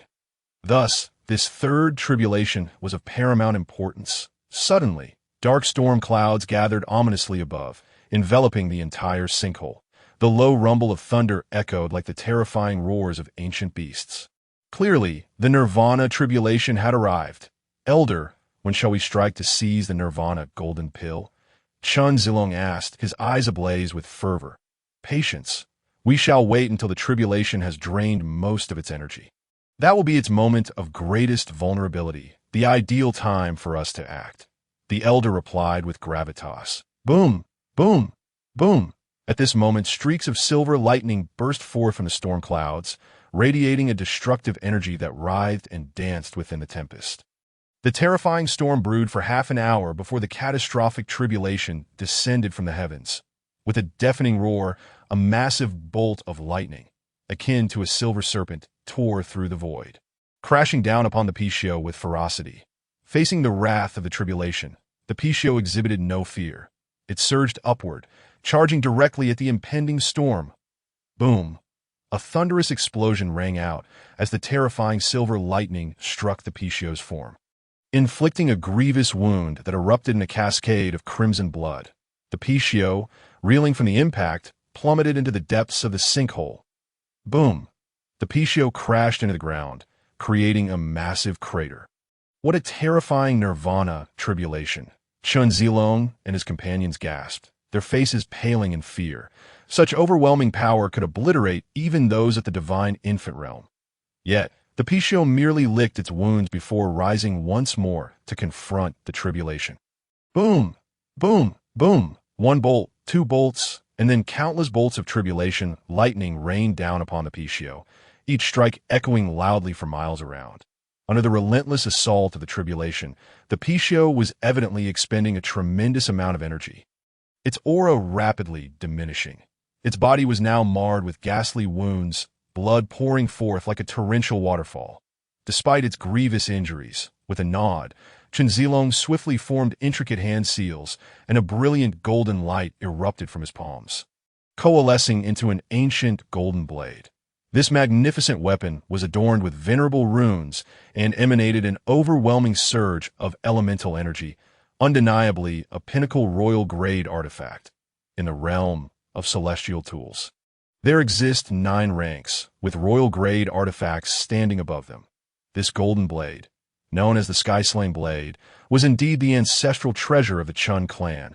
Drawing a deep breath, Chen Zilong channeled all his internal energy into the Skyslaying Blade. Instantly, the blade quivered violently, unleashing a terrifying surge of energy. Slash, he commanded as he wielded the Skyslaying Blade against the fierce Pixiu. Chapter 10. Nirvana Golden Pill with a powerful swing. Chen Zilong struck at the Pixiu. A blade of light infused with formidable power tore through the void and struck fiercely upon the creature's back. Thud! The golden blade left a savage gash, exposing flesh and bone, eliciting a pained roar from the Pixiu. Chen Zilong was taken aback. He had not anticipated the beast's ferocity, as even the Skyslaying Blade had failed to vanquish it. The Pixiu's furious howls filled the air, its crimson eyes ablaze with a murderous intent, clearly enraged beyond measure.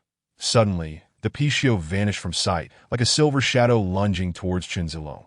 "Young master, be cautious," cried the 2 elders in alarm. Yet, the Pixiu's speed was astonishing, appearing before Chen Zilong in the blink of an eye.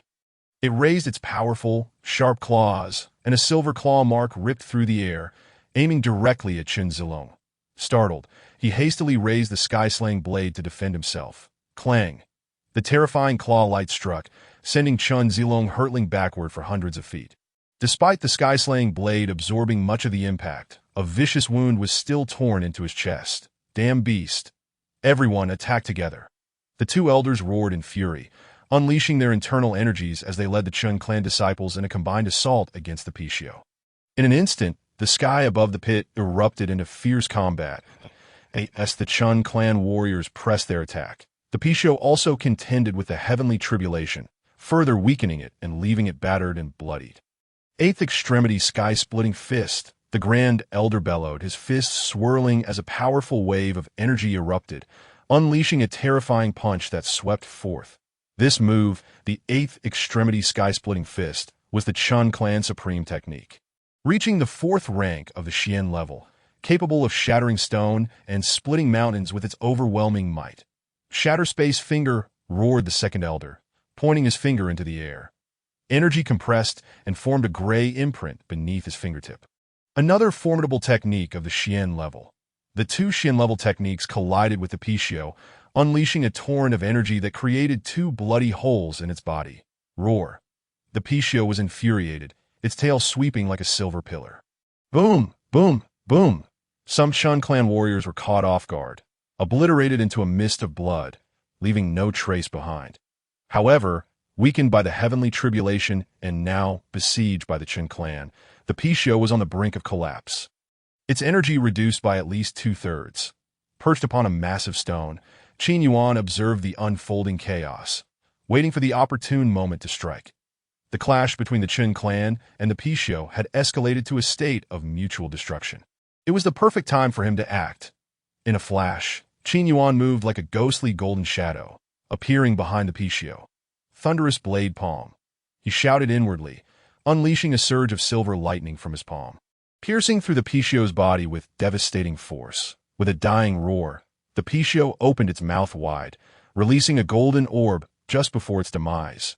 Nirvana Golden Pill. At the sight of the orb, Chun Zilong and the two elders' eyes gleamed with fervor. Yet, Qin Yuan swiftly drew the Nirvana Golden Pill into his grasp. Who are you to dare seize the treasures of the Chun clan? The Grand Elder thundered, his rage palpable. Chun Zilong and the others wore dark expressions, having paid a heavy price to severely wound the Pishio, only to see the Nirvana Golden Pill snatched away at the last moment. Whoever claims the Nirvana Golden Pill rightfully possesses it. The Chun clan has no claim here, Qin Yuan replied indifferently.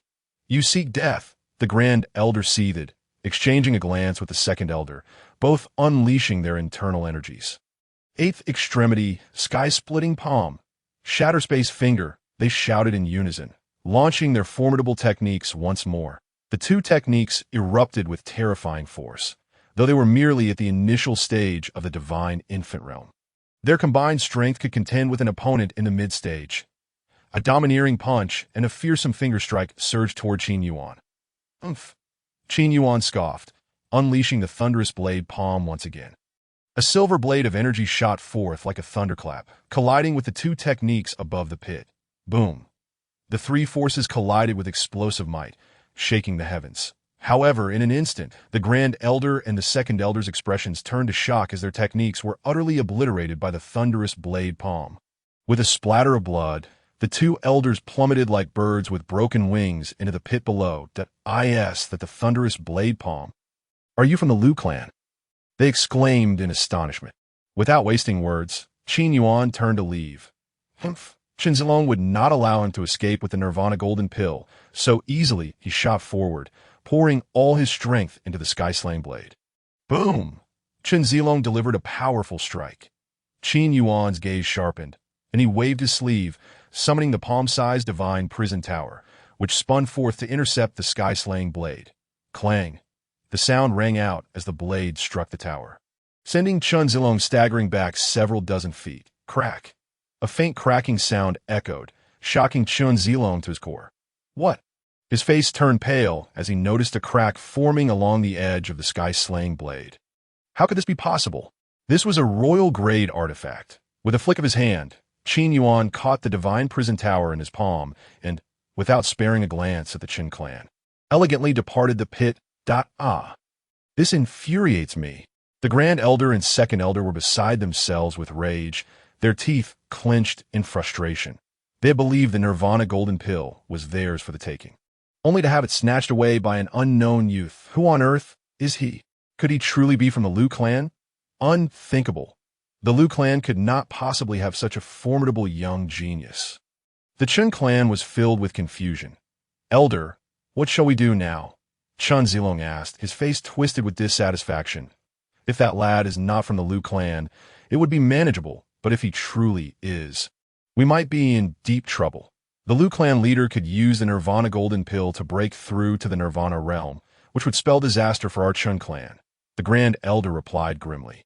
The rivalry between the Chen and Liu clans was long-standing. If the Liu clan were to produce a powerful Nirvana realm expert, it would be catastrophic news for the Chen clan. Yet, they could not be certain that the young man belonged to the Liu clan, as it seemed the Liu clan had no such prodigy. Let us return and report to the clan leader. With that, the Grand Elder and the others retreated from the pit in defeat. Whoosh! Once outside the pit, Qin Yuan swiftly made his way to a secluded cave. Boom! He pushed a massive stone to seal the cave's entrance. Then he took out the Nirvana Golden Pill, a thumb-sized golden orb glimmering in his palm, exuding a rich wave of elemental energy. This Nirvana Golden Pill was a treasure for cultivation, especially invaluable for those in the divine infant realm. Should this pill be placed at an auction, it would likely fetch a price of at least several 100,000 crystal coins. However, as a prince of the imperial lineage of the upper realm, Qin Yuan had seen countless treasures before. Thus, he did not feel particularly excited. Nonetheless, acquiring a Nirvana Golden Pill in this realm, where elemental energy was scarce, was indeed a rare feat. This Nirvana Golden Pill should aid me in breaking through to the Nirvana realm.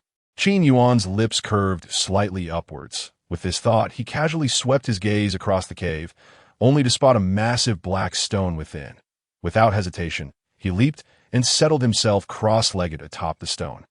Taking a deep breath, Qin Yuan opened his mouth and directly swallowed the Nirvana Golden Pill. Boom! As soon as the Nirvana Golden Pill entered his body, an immense surge of energy erupted forth. This golden energy was so pure that it swiftly transformed into a torrent of primordial force, rushing into his limbs and bones like a flood. Qin Yuan felt a surge of joy. The power of the Nirvana Golden Pill was vast and refined, exceeding his expectations. Immediately, he sat cross-legged on the stone like a meditative monk. Within his dantian, a bottomless vortex of absorption erupted, frantically drawing in the power of the Nirvana Golden Pill. What a pity! Having idled away my time in the upper realm, I have not cultivated a single technique. Had I known, I would have chosen a technique within the clan. Qin Yuan lamented inwardly. At this moment, he realized that his speed of absorbing the Nirvana Golden Pill's power was as slow as a snail. A powerful technique could significantly enhance the speed of energy absorption. However, Qin Yuan had not practiced any technique. Here in the lower realm, he likely wouldn't find any decent techniques that I in the upper realm. However, the Reincarnation Imperial clan possessed Imperial-level techniques, given his identity and status. Cultivating an Imperial-level technique would have been a breeze. Unfortunately, Qin Yuan had shown no interest in cultivation back then, thus disregarding those Imperial techniques altogether. Chapter 11. Alchemist Association. Inside the cave, Qin Yuan sat cross-legged like a meditative monk. The Nirvana Golden Pill within his dantian radiated rich, primordial energy. This energy surged into his limbs and bones, causing his internal strength to continuously ascend. This moment, his body even emitted a faint golden glow. The flesh within him greedily absorbed the power of the Golden Pill. However, since Qin Yuan had yet to cultivate any technique, the speed of absorption was rather slow. Yet, he remained patient, diligently refining the power of the Nirvana Golden Pill. Time flowed gradually, and the Nirvana Golden Pill grew smaller. As its power was continuously absorbed, its volume quickly diminished by 1/3. This moment, Qin Yuan felt a growing heat within his body, and ancient patterns began to surface upon his skin. Sensing his scorching skin, Qin Yuan knew he was nearing the opportunity to break through to the Nirvana realm. Buzz! Finally, as the power of the Nirvana Golden Pill continuously merged into his flesh, his body suddenly radiated a brilliant golden light. Boom! A potent aura erupted fiercely from within him. This aura unmistakably marked his entry into the early stage of the Nirvana realm. Did I succeed? Qin Yuan slowly opened his eyes. Looking down, he discovered his body resembled that of a golden deity. This the Nirvana golden body. Qin Yuan murmured to himself. The hallmark of the Nirvana realm is the cultivation of the Nirvana golden body. Once one steps into the Nirvana realm, the strength of their physical body is immensely amplified, rendering it as resilient as steel. This is the Nirvana golden body. Qin Yuan clenches fists, feeling an overwhelming surge of power coursing through him. Boom! He suddenly unleashed a punch, and the massive stone sealing the cave entrance was instantly shattered into dust. At this moment, Qin Yuan carefully examined his internal condition.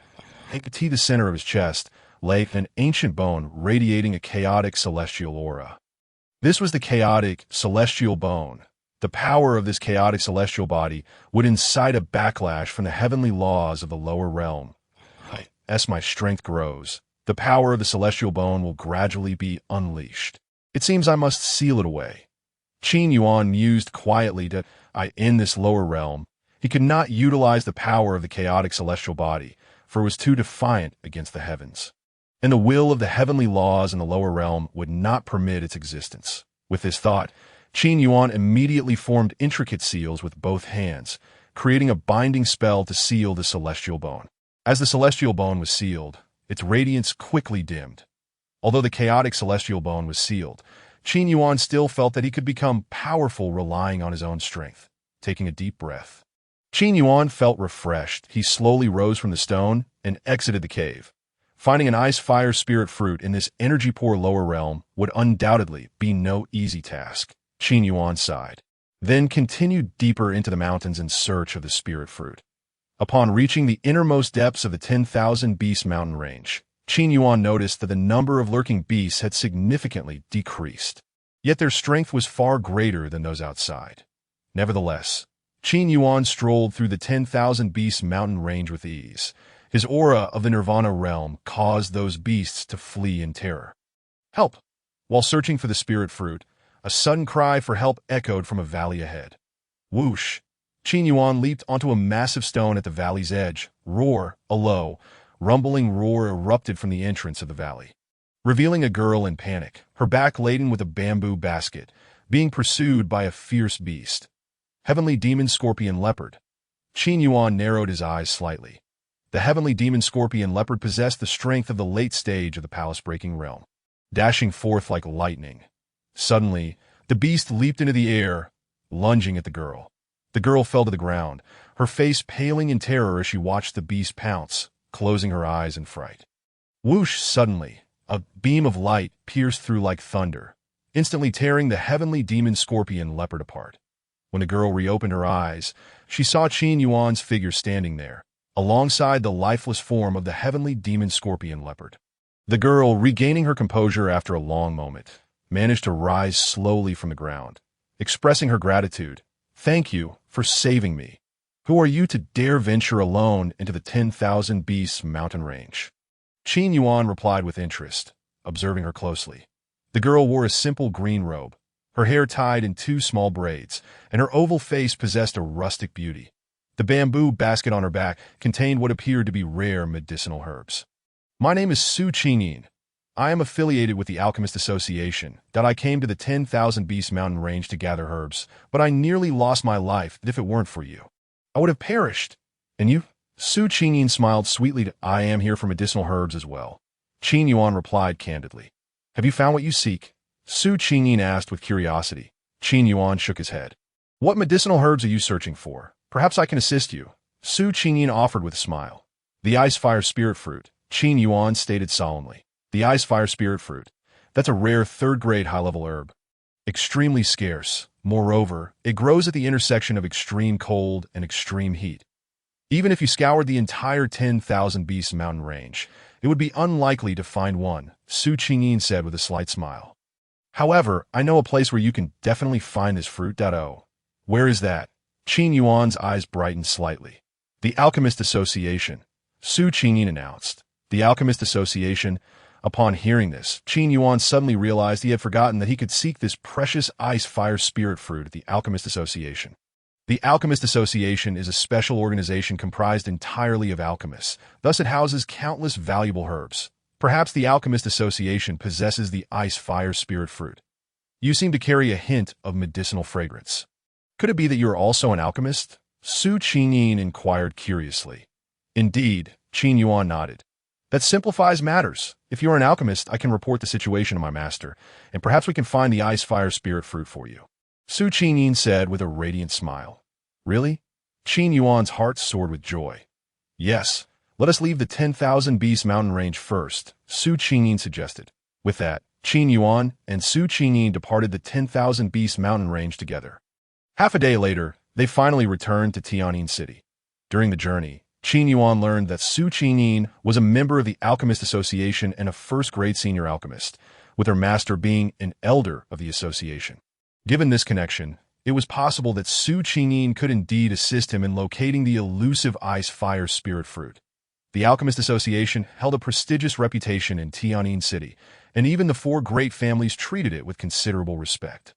After all, when the four families required the concoction of medicinal pills, they often had to pay a handsome price to hire alchemists from the association, bestowing alchemists with an exalted status. The headquarters of the Alchemist Association was situated in the northern part of Tianyin City, where a series of stately black palatial structures adorned with luxurious classical decorations stood. Soon, the two arrived at the headquarters of the Alchemist Association. Let us proceed. Under Su Qingyin's guidance, Qin Yuan stepped into a grand black hall. At that moment, the hall was filled with numerous figures, all clad in alchemist robes, with badges hanging from their chests. In the center of the hall stood several alchemical platforms, where some individuals were diligently engaged in alchemical processes. Nearby, three stern-looking elders observed attentively. They were conducting assessments for the Alchemist Association, and passing this assessment would grant one an Alchemist Identity Badge. One should not underestimate this badge. Possessing it ensured generous treatment wherever one went. Su Qingyin whispered, Qin Ge, are you not an alchemist as well? Why not give it a try? You might be fortunate enough to pass the assessment. Qin Yuan paused, taken aback that, is it really possible for me? Of course, however, the chances of passing are quite slim. Come, I will assist you in signing up for the assessment. With that, Su Qingyin led Qin Yuan to an elder, where he registered for the assessment. However, due to the high number of participants, they had to wait in line for their turn. Li Xian, the quality of the Xianling Dan is subpar. Assessment failed. Chao Shui, the Sanqing Dan meets the standards. Awarding a first-grade intermediate alchemist badge. Lu Tong, the Tian Han Dan's quality is inadequate. Assessment failed.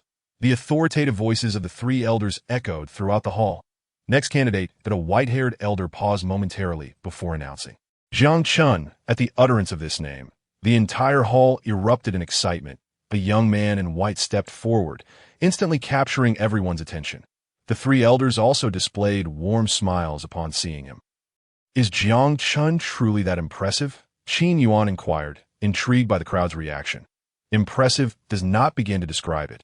He is the most gifted alchemist in all of Tianyin City, having reached the rank of second-grade intermediate alchemist at just 19.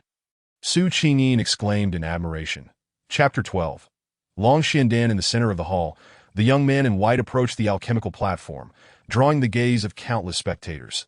This young man was none other than Jiang Chun, the eldest son of the prominent Jiang family, one of the four great families of Tianyin City.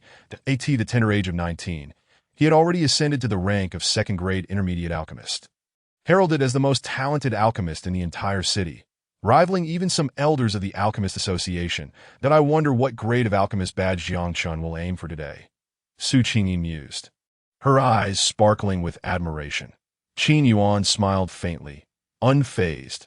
While Jiang Chun's accomplishments were commendable for the lower realms, such talent would be considered rather mediocre in the higher realms. Before the alchemical platform, Jiang Chun calmly retrieved an alchemical furnace along with the necessary ingredients. With a flourish, he summoned flames with his hand. The fire he conjured was an icy white, appearing frigid yet emanating a palpable heat upon closer inspection. It is the heavenly spirit cold flame. The crowd buzzed with excitement. This flame was said to have been extracted from a powerful Xian Bing python, rivaling the strength of a deity's infant form, and was regarded as one of the finest beast flames. All eyes were fixed on Jiang Chun, who, like a star amidst the moonlight, shone brightly. After summoning the alchemical fire, Jiang Chun initiated the first step of the alchemical process, purification. His movements were fluid and graceful, captivating the onlookers. His mastery over the flames was evident, as he maintained the temperature at an optimal level. The medicinal ingredients were enveloped in the alchemical fire, beginning the purification process. Under the intense heat, they soon transformed into crystalline medicinal liquid that a rich aroma wafted through the hall. The three elders nodded in approval, recognizing Jiang Chen's adeptness in alchemy. Truly a prodigy in the art of alchemy. Countless spectators felt a sense of awe at Jiang Chen's remarkable performance. Engrossed in his work, Jiang Chen deftly manipulated the furnace, the flames dancing elegantly in response to his commands. His soul force surged forth, enveloping the furnace. Not bad at all. His soul force has reached the late stage of the spiritual realm. Qin Yuan mused to himself. Soul force is categorized into realms such as mortal, spiritual, and celestial, each with early, mid, and late stages. Jiang Chen's soul force had already reached the late stage of the spiritual realm. Since there are no specialized cultivation methods for soul force, it primarily grows through the absorption of rare treasures, making its advancement quite challenging. The hall was filled with the mingling sense of intense flames and rich medicinal aromas as Jiang Chen showcased his alchemical techniques, leaving the audience in awe. Several hours later, Jiang Chen finally completed the final step of condensing the pill. As the furnace opened, a dazzling light erupted, revealing a golden pill hovering above. Heavens! Is that the Yuhua Dan? In that instant, the hall erupted once more into a frenzy. Even the three assessment elders widened their eyes in astonishment.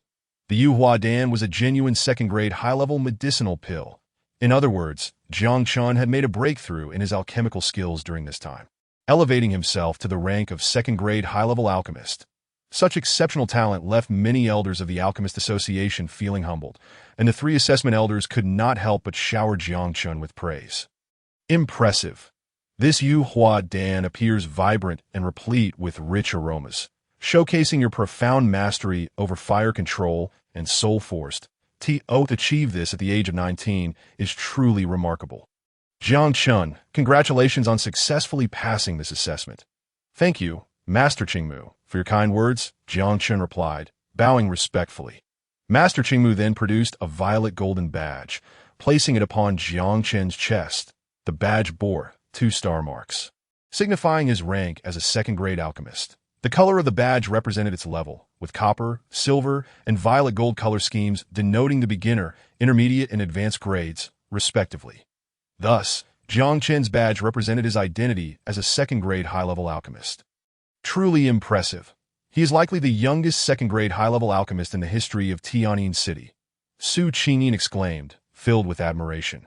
The other alchemists also gazed at Jiang Chen with envious eyes, as his achievement at such a young age was nothing short of extraordinary. Next, Feng Ding, Master Qingmu announced, glancing at the roster. Following this, a young man clad in gray stepped forward to accept his assessment. Esteemed elder, I wish to concoct a first-grade intermediate medicinal pill, the Xianling Dan. Feng Ding proclaimed, very well. The assessment consists of 2 steps. The first involves selecting ingredients from the apothecary, and the second is the alchemical process itself.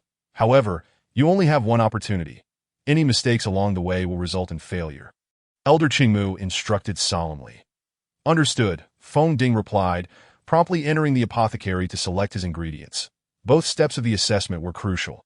The first tested the participants' ability to identify materials, while the second evaluated their alchemical skill, including technique, fire control, and mastery of soul force. Moments later, Feng Ding hastily began the alchemical process. However, due to his somewhat inadequate fire control skills, an explosion unexpectedly occurred in the alchemical furnace. Feng Ding, unfortunately, did not pass this assessment. Next, one by one, the alchemists entered the Grand Hall. The levels of these alchemists varied significantly. Approximately 70% failed the examination, with only a mere 30% succeeding. This clearly indicates that the alchemical assessment of the Alchemist Association is not easily passed. Lu Tongyu has successfully passed the assessment as a primary alchemist. Tang Qingqing did not pass this alchemical assessment. Qin Xian did not pass this alchemical assessment. Next, Qin Yuan. Elder Qingmu called out the name. Yet there was no response in the hall. Hey, it's your turn. Su Qingyin hurriedly tugged at Qin Yuan's robe. It turned out he had dozed off while watching It's my turn. Qin Yuan yawned, stretched his limbs, and then walked forward. What level of alchemist are you assessing for? Elder Qingmu inquired solemnly to At this moment. All the alchemists present turned their gazes towards Qin Yuan. Su Qingyin was also curious. What level would this fellow aim for? After a brief contemplation, Qin Yuan replied, I will be assessing for a primary level 3 alchemist, the Longxian pill. What? Heavens above, did I hear that correctly? He actually intends to assess for a level 3 pill. Heavens, could he be trying to attract attention? He looks younger than Jiang Chun. Is his alchemical skill truly superior to Jiang Chen's? Unsurprisingly, Qin Yuan's words stirred a great commotion throughout the hall. Has this fellow lost his mind? Su Qingyin wore an awkward expression. Just trying to show off. There's no way he could surpass young Master Jiang Chun. Beside her, an elder from the Jiang family couldn't help but scoff. Jiang Chun, standing nearby, wore a disdainful expression. After all, he was the most talented alchemist in Tianyin City. How could another alchemical genius possibly emerge? The three assessment elders exchanged glances, their brows furrowed in disbelief. Clearly, they did not believe that this young man could concoct a level 3 pill. Moreover, the Longxian pill is known to be one of the most difficult to refine among the primary level 3 pills. The alchemical assessment is a serious matter. Are you certain you are not joking? One of the assessment elders, with a stern face, questioned. What? Is it not permissible to assess for a level 3 alchemist here? Qin Yuan replied, puzzled out. Of course, it is allowed. But are you sure you can produce it? With such high aspirations at such a young age, your future is destined to be unremarkable. The elder's tone was harsh, seemingly angered. It is worth noting that the three of them had dedicated decades to alchemical studies and had only just reached the intermediate level of a level 3 alchemist. They naturally found it hard to believe that this young boy could concoct a level 3 pill. Since it is permissible, let us not waste time. Let us begin. Qin Yuan yawned. The faces of the three assessors turned pale. Very well, according to the rules, he is indeed eligible for the level 3 assessment. Therefore, let us proceed. Elder Qingmu relented. How arrogant, attempting to refine a level 3 pill. I shall see how he manages to save face later. Jiang Chun thought to himself with a smirk. Meanwhile, the onlookers were evidently eager to see how Qin Yuan would embarrass himself.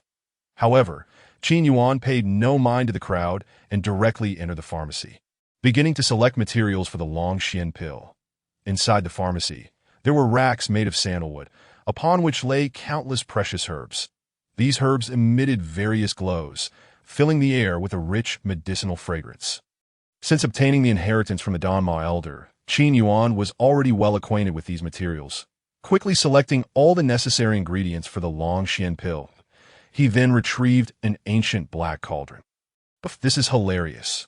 How could he possibly attempt to refine a primary level 3 pill with such a shabby cauldron? Chapter 13. The offering elder, As Qin Yuan took out the cauldron.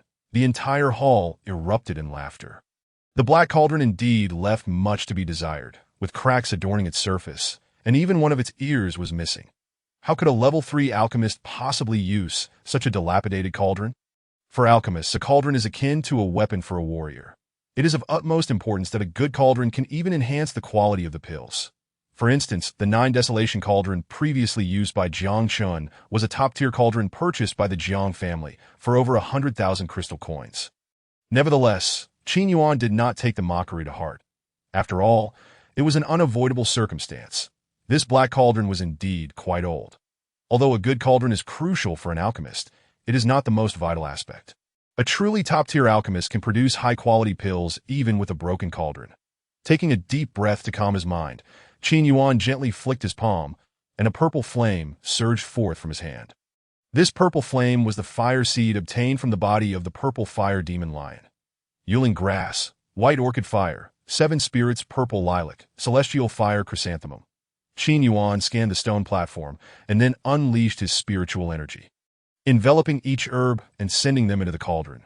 Subsequently, his hands danced gracefully, manipulating the flames to begin refining these herbs. Whoosh! The purple flame, like a fiery serpent, slithered into the cauldron, rapidly refining the herbs. Under the scorching heat of the flames, the herbs quickly melted into pools of medicinal liquid. Qin Yuan's hands moved with a light and agile grace, while the alchemical fire under his control continuously transformed. For the more delicate herbs, he chose to use a gentle flame. For older herbs, he applied a fierce flame. This meticulous approach was seamless, achieving the most perfect refining effect. The entire refining process was executed without a hint of hesitation. And his control over the flames was exceptionally skilled that in that moment, the previously curious alchemists in attendance witnessed a swift change in their expressions. Even the three assessment elders could not help but display looks of disbelief. My goodness, what an exquisite fire control technique. Such mastery is simply extraordinary. Furthermore, his refining method is remarkably unique. The resulting medicinal liquid is devoid of any impurities. How is this possible? Could he truly be a level 3 alchemist? Everyone was astounded. The alchemical skills demonstrated by Qin Yuan were simply too exquisite. Such a level of alchemy could not be achieved without decades of experience. His skills surpassed Jiang Chen's, Elder Qingmu stated solemnly. Meanwhile, the two assessment elders who had previously mocked Qin Yuan were now so shocked they could not utter a word at that moment. Qin Yuan waved his sleeve, and the purple flames swiftly divided into 5 separate flames. What is he planning? Is he attempting to refine multiple herbs simultaneously? The three elders' expressions changed. Sure enough, the purple flames split into 5 smaller flames, swiftly enveloping 5 herbs, extracting them simultaneously. Wow! At that moment, the entire hall erupted in astonishment. And even Jiang Chen's pupils constricted in shock. Simultaneously extracting multiple herbs requires an exceptionally high level of fire control. Even ordinary level 3 alchemists would not dare to attempt such a feat. For without superior fire control, the herbs could easily be burnt to ashes. Yet, Qin Yuan not only succeeded but did so with finesse. In no time, 5 crystalline pools of medicinal liquid hovered in midair. The entire hall fell into a stunned silence. Even Jiang Chun, who had previously been the center of attention, was now overshadowed. However, Qin Yuan remained oblivious to the commotion and reactions of the surrounding alchemists. At this moment, he was entirely engrossed in the alchemical process, unaffected by the environment around him. His hands continued to dance, and the refined medicinal liquid flowed into the cauldron, while his spiritual energy surged forth. Causing the cauldron to operate vigorously, the cauldron churned. An intense fragrance filled the air. Meanwhile, the 3 assessment elders observed in silence. Their faces reflected astonishment. The disdain they once held had long since vanished. And it was clear that Qin Yuan's alchemical skills had earned their respect. What a prodigious talent! I never expected that within Tianyin City there could be such a young level 3 alchemist. Elder Qingmu exclaimed in admiration. Indeed, we were blind. We failed to recognize this young man's extraordinary alchemical talent. The other elders nodded slightly in agreement that at this moment, Qin Yuan had entered the final stage of condensing the pill. With a gentle wave of his palm, he sent all the medicinal liquid into the alchemical cauldron. At that moment, flames surged fiercely, scorching fiercely to eliminate the moisture from the liquid, with copious steam continuously rising from the cauldron. Suddenly, a faint cracking sound emanated from the cauldron. This is bad. The cauldron, aged and worn, was struggling to withstand the onslaught of steam and fire, teetering on the brink of cracking. Elder Qingmu's expression shifted. This black magic cauldron, already riddled with fissures, appeared unable to endure the relentless assault of steam and flames. Was it about to explode?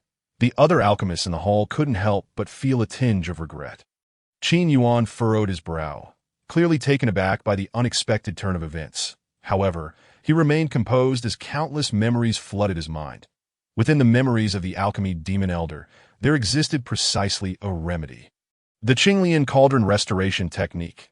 Qin Yuan called out in a deep voice, swiftly forming hand seals that inscribed an ancient pattern into the cauldron. At that moment, a translucent blue lotus began to bloom, enveloping the entire cauldron within its embrace. The cauldron, which was on the verge of explosion, was now firmly secured by the blue lotus. This maneuver astonished even the 3 elders, who had not anticipated that Qin Yuan could devise such an ingenious remedy in such a critical moment. Truly remarkable. Such exquisite alchemical skills were unprecedented in our experience. The entire hall erupted into a clamor of awe, with all the alchemists gasping in amazement. Time passed, and soon 3 hours had slipped away. Qin Yuan swiftly formed seals with his hands, inscribing a complex and profound mark into the cauldron, which then gently descended onto the stone platform. Elders, please take a look, Qin Yuan said calmly, with a clang. The cauldron was gently lifted, and a stream of golden light burst forth from within, that a deep dragon's roar resonated from within the cauldron. Following that, a golden pill floated up from the cauldron. Gasp! Upon seeing the Longshin pill, everyone, including the three elders, inhaled sharply. The surface of this Longshin pill bore intricate alchemical patterns. Heaven's grace! A pill of such quality, countless individuals were left speechless. The quality of medicinal pills naturally varied, and any pill adorned with patterns was deemed to be of the highest grade. Indeed, it bore the patterns. The three elders examined the Longshin pill closely and confirmed the intricate patterns covering its surface. Congratulations, you have successfully passed the assessment for a junior third-grade alchemist, Elder Qingmu said solemnly. With that, Elder Qingmu produced a bronze 3-star badge. The entire hall erupted in fervor. A young third-grade alchemist was a rarity not just in Tianyin City, but throughout Xiang Prefecture. Good heavens, he is actually a third-grade alchemist. Su Qingyin found herself momentarily dazed. Meanwhile, in the crowd, Jiang Chun appeared to be struck by a devastating blow, his demeanor lost in a daze. He had believed himself to be the most talented alchemist in Tianyin City. Yet today, a prodigy even more extraordinary had emerged. His pride was utterly shattered. Qin Xiaoyu, might I impose upon you with a humble request? Elder Qingmu inquired amiably. Oh, pray tell. Qin Yuan replied with a hint of confusion, and I would like to invite you to join the Alchemist Association as a revered elder. Elder Qingmu stated sincerely. Heavens! Elder Qingmu wishes to invite him to join the Alchemist Association and grant him an elder position. The hall buzzed with envy from countless alchemists upon hearing this proclamation. This is the pinnacle of honor. Many alchemists yearn to join the association, let alone attain the status of elder. However, Qin Yuan did not immediately acquiesce. Instead, he inquired, what benefits would there be in becoming a revered elder of the Alchemist Association? Indeed, there are benefits that as a revered elder, you would receive thousands of elemental crystals each month, and should you require any medicinal materials, they could be purchased from the association at a 50% discount. Additionally, being an elder of the Alchemist Association would afford you a certain degree of influence, compelling other factions to think twice before acting against you. Elder Qingmu explained solemnly to be honest, Elder Qingmu, I came here seeking a specific medicinal ingredient, the Ice Fire Spirit Fruit, that if that is the case, I accept the position of revered elder, Qin Yuan said with a smile. That is splendid news. The Ice Fire Spirit Fruit you require. I shall have someone procure it for you right away. Elder Qingmu exclaimed joyfully. Chapter 14. Good Qing, thank you, Elder Qingmu. Qin Yuan clasped his hands in gratitude. In truth, he held little interest in becoming a revered elder of the Alchemist Association, but hearing of the numerous benefits, he felt no reason to refuse. After all, as an alchemist, having access to substantial discounts on medicinal materials in the future was indeed advantageous. This young man, one could only wonder from which prestigious family he hails. Achieving the status of revered elder at such a young age is truly remarkable. At such a tender age, he is already a third-grade alchemist.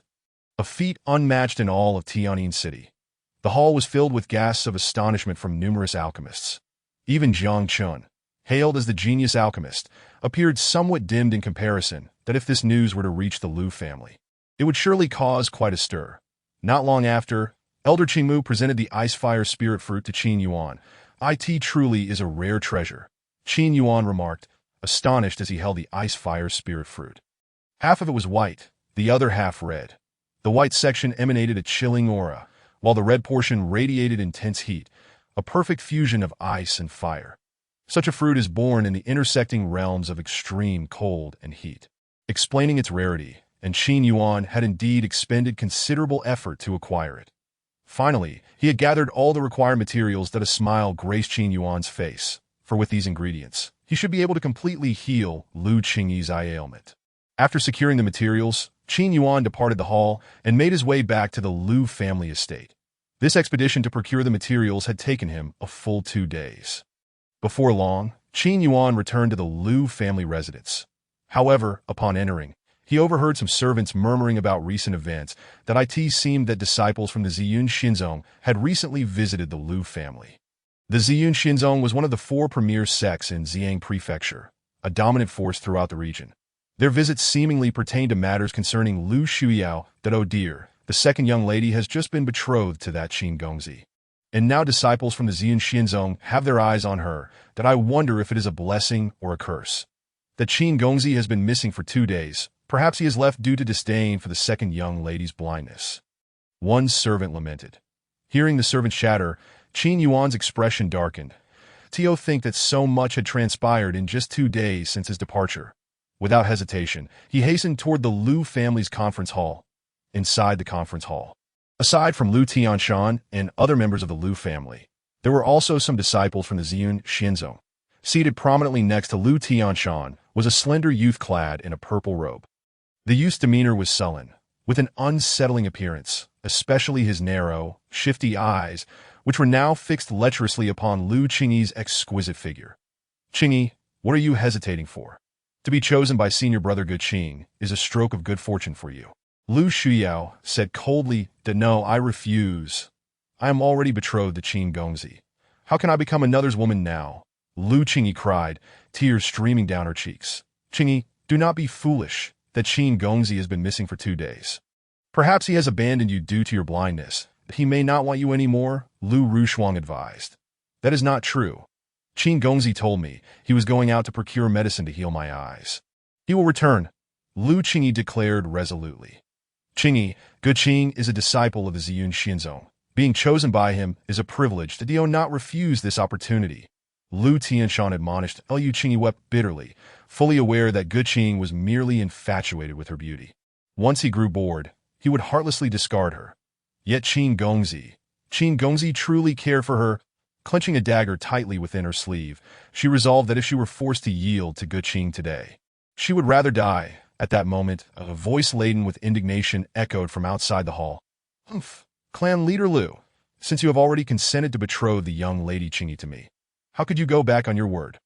Qin Yuan pushed open the bronze doors and strode confidently into the hall. Qin Gongzi.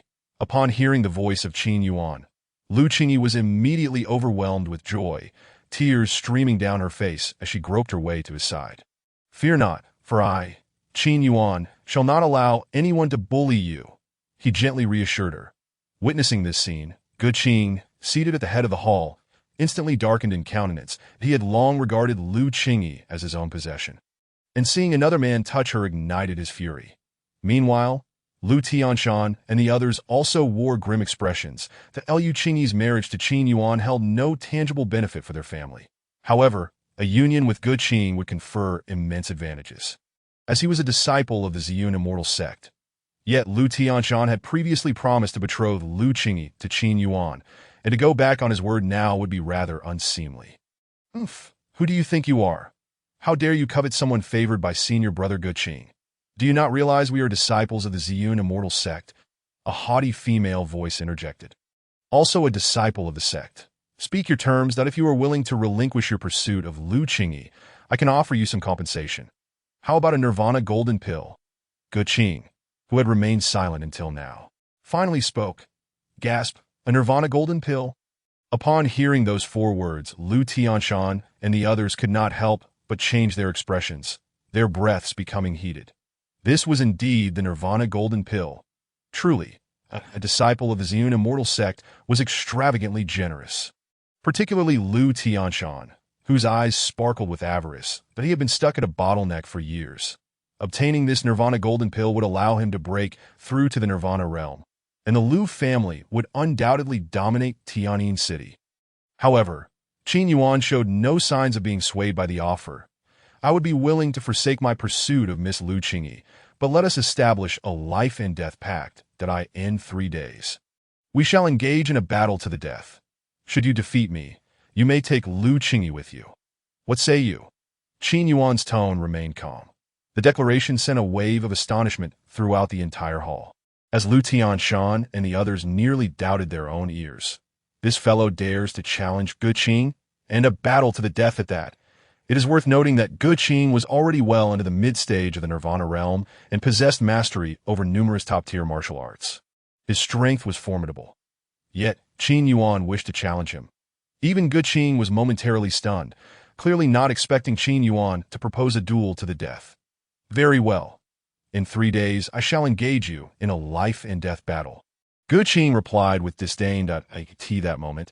He resolved to utterly cripple this ignorant youth. In truth, it would be for the best if he perished. This way, Qingyi could smoothly wed senior brother Guqing." Lu Xiao secretly snickered to herself. "Qingyi, let us depart." Without uttering another word, Qin Yuan took Lu Qingyi and exited the grand hall in the back courtyard, within a small dilapidated house. "Young Master Qin, you must leave at once. While there is still time, flee as far as you can. Guqing is a disciple of the Ziyun immortal sect. He will surely kill you." Lu Qingyi implored anxiously. "What? Do you lack faith in your husband?" Qin Yuan replied with a faint smile. But Lu Qingyi remained troubled. "Have no fear to be by the way. I have gathered the medicinal herbs and can help cure your eye ailment. Just wait." With that, Qin Yuan produced all the herbs and began to brew them in a pot. Soon, a rich fragrance of medicine permeated the entire room. "Drink this, and after a good sleep, your eyes will be healed," Qin Yuan said gently. "Is that truly so?" Lu Qingyi asked, incredulous. "Do you not trust me?" "I believe." Lu Qingyi finished the medicine and promptly lay down upon the bed, drifting into a deep slumber. "In 3 days, I shall battle that Guqing. Alas, I cannot utilize the power of the chaos immortal body. Otherwise, I could easily crush him. For now, I must rely solely on my own strength." Qin Yuan mused to himself. Qing had long been in the mid-stage of the Nirvana realm, and his true combat prowess likely rivaled that of the late stage. Yet, although Qin Yuan had only just entered the Nirvana realm, defeating Guqing was not entirely impossible. He needed to further enhance his abilities. With a thought, Qin Yuan opened his palm, and the Divine Prison Tower materialized in his hand. This Divine Prison Tower not only housed the most vicious of criminals, but also possessed various functions on each level. Qin Yuan shrank his form and swiftly entered the first level of the Divine Prison Tower. This first level appeared as a pitch-black, deep space. However, its time flow differed from that of the outside world. Spending a month in this first level equated to merely a day passing outside. This was the wondrous aspect of the first level of the Divine Prison Tower. If one practiced there for 100 days, only 3 days would have elapsed in the outside world. After pondering for a moment, Qin Yuan moved on to the second level of the Divine Prison Tower. The second level housed countless prisoners in addition to containing stronger foes, there were also 8 mysterious black, giant eggs within this space, each adorned with intricate, esoteric patterns. Qin Yuan could only speculate what peculiar entities were sealed within those eggs. He did not linger and quickly ascended to the third level of the Divine Prison Tower. The third level of the Divine Prison Tower featured a colossal divine tree, its trunk resembling jade and radiating a greenish glow. Hanging from its jade-like branches were golden orbs of light. This tree was known as the Martial Dao Divine Tree. Each orb of light contained a sealed martial technique. Chapter 15. Cultivating Martial Techniques. The third level of the Divine Prison Tower was illuminated by the radiance of a magnificent divine tree, its branches laden with golden fruits. This divine tree was the unparalleled treasure of the upper realm, the Martial Dao Divine Tree. Each golden fruit suspended from the tree contained a powerful martial art sealed within. Even a single technique from these fruits would be enough to stir countless powerful beings into a frenzy for possession in this lower realm. With my current strength, surpassing Guqing is not insurmountable. However, my repertoire of martial techniques is too limited. It seems I must master several more techniques to enhance my chances of victory, Qin Yuan murmured to himself. Although he was the esteemed 9th young master of the Reincarnation Imperial clan from the upper realm, he had squandered his years in idleness, neglecting to cultivate any martial arts. The only technique he mastered was the Thunderbolt Palm, which he had seized from an elder of the Lu family. Fortunately, the third level of the Divine Prison Tower housed the Martial Dao Divine Tree, making it relatively easy for him to cultivate martial techniques. After a moment's contemplation, Qin Yuan settled beneath the Martial Dao Divine Tree to commune with its spirit. Only with the tree's permission could he gain access to the martial techniques sealed within its branches. Moments later, the branches of the Martial Dao Divine Tree swayed gently, and 3 palm-sized fruits floated forth. "Why are they so small?" Qin Yuan frowned slightly as he looked at the 3 fruits, which appeared diminutive compared to most others on the tree, emanating only weak fluctuations of elemental power. Clearly, the martial techniques contained within these three fruits were of ordinary caliber. Do not be greedy. These three martial techniques are sufficient for you to defeat your adversaries, an ancient voice echoed in Qin Yuan's mind. Belonging to the spirit of the martial Tao divine tree. Very well, Qin Yuan conceded, accepting the tree's words, and promptly opened the first golden fruit. The fruit opened. A beam of golden light shot into Qin Yuan's brow. Boom! In that instant, Qin Yuan felt a searing pain in his mind, followed by the manifestation of ancient characters in his consciousness. Heavenly Gang Shattering Cloud Finger. Qin Yuan's spirit jolted. Within this first fruit lay a finger technique. The Heavenly Gang Shattering Cloud Finger was a 9th-tier yellow-level martial art. Though classified as yellow-level, its power rivaled that of profound-level techniques. This finger technique was incredibly domineering, capable of shattering gold and splitting stone with just a flick of the fingers. Capable of breaking an opponent's bones in combat. After a moment's reflection, Qin Yuan proceeded to open the second golden fruit. A violent tumult surged through his mind, followed by the emergence of more ancient characters. 4B Seal Technique. The martial technique contained within this second fruit was the 4B Seal Technique. This technique was rated at the 6th tier of the profound level and consisted of 4 moves. The Azure Dragon Seal, the White Tiger Seal, the Vermilion Bird Seal, and the Black Tortoise Seal. Among these, the Black Tortoise Seal was primarily defensive, while the other 3 focused on offense. The Azure Dragon Seal was particularly potent, making this 4B Seal technique far superior to the Thunderbolt Palm of the Liu family. Qin Yuan mused inwardly. After hesitating for a moment, Qin Yuan then opened the final golden fruit. Roar! As the last fruit opened, a deep dragon's roar echoed forth. Northern Dipper Dragon Swimming Steps. Ancient characters materialized. This final martial technique was, astonishingly, a movement technique. Qin Yuan expressed his surprise, cultivating the Northern Dipper Dragon Steps. His figure moved with the grace of a true dragon, exhibiting remarkable speed and an unpredictable agility, embodying an exceptionally profound martial art. With the Tian Gang Shattered Cloud Finger, the 4B Seal Technique, and the Northern Dipper Dragon Steps, complemented by the Liu family's Thunderblade Palm, it seemed more than sufficient to surpass Ge Qin. The corners of Qin Yuan's mouth curled slightly upward from this point onward. He merely needed to dedicate himself to the cultivation of these 3 martial techniques. However, he only had 3 days to perfect all 3 techniques within this brief period was evidently no simple task. Nevertheless, Qin Yuan naturally had a strategy in mind. Soon, he returned to the first level of the Divine Prison Tower, where the passage of time differed from that of the outside world. 30 days on this first level equated to just 1 day outside. In other words, if Qin Yuan trained for 90 days on the first level, only 3 days would have elapsed in the outside world. Ample time for him to master these 3 martial techniques. Boom! Qin Yuan activated his elemental force and immediately began practicing the 3 martial techniques according to the mental instructions in his mind. The elemental force within him erupted forth, swiftly concentrating at his fingertips. Before he thrust both fingers forcefully into the void ahead. Whoosh, whoosh, whoosh, his fingers pierced through the air like lightning, carrying a fierce wind. The elemental force condensed at his fingertips was sufficient to penetrate even solid rock. To cultivate the Tian Gang Shatter Cloud Finger, one must first develop formidable fingertip strength. This process necessitated repeatedly thrusting his fingertips into hard stones. Qin Yuan gathered a multitude of rocks, all composed of solid granite.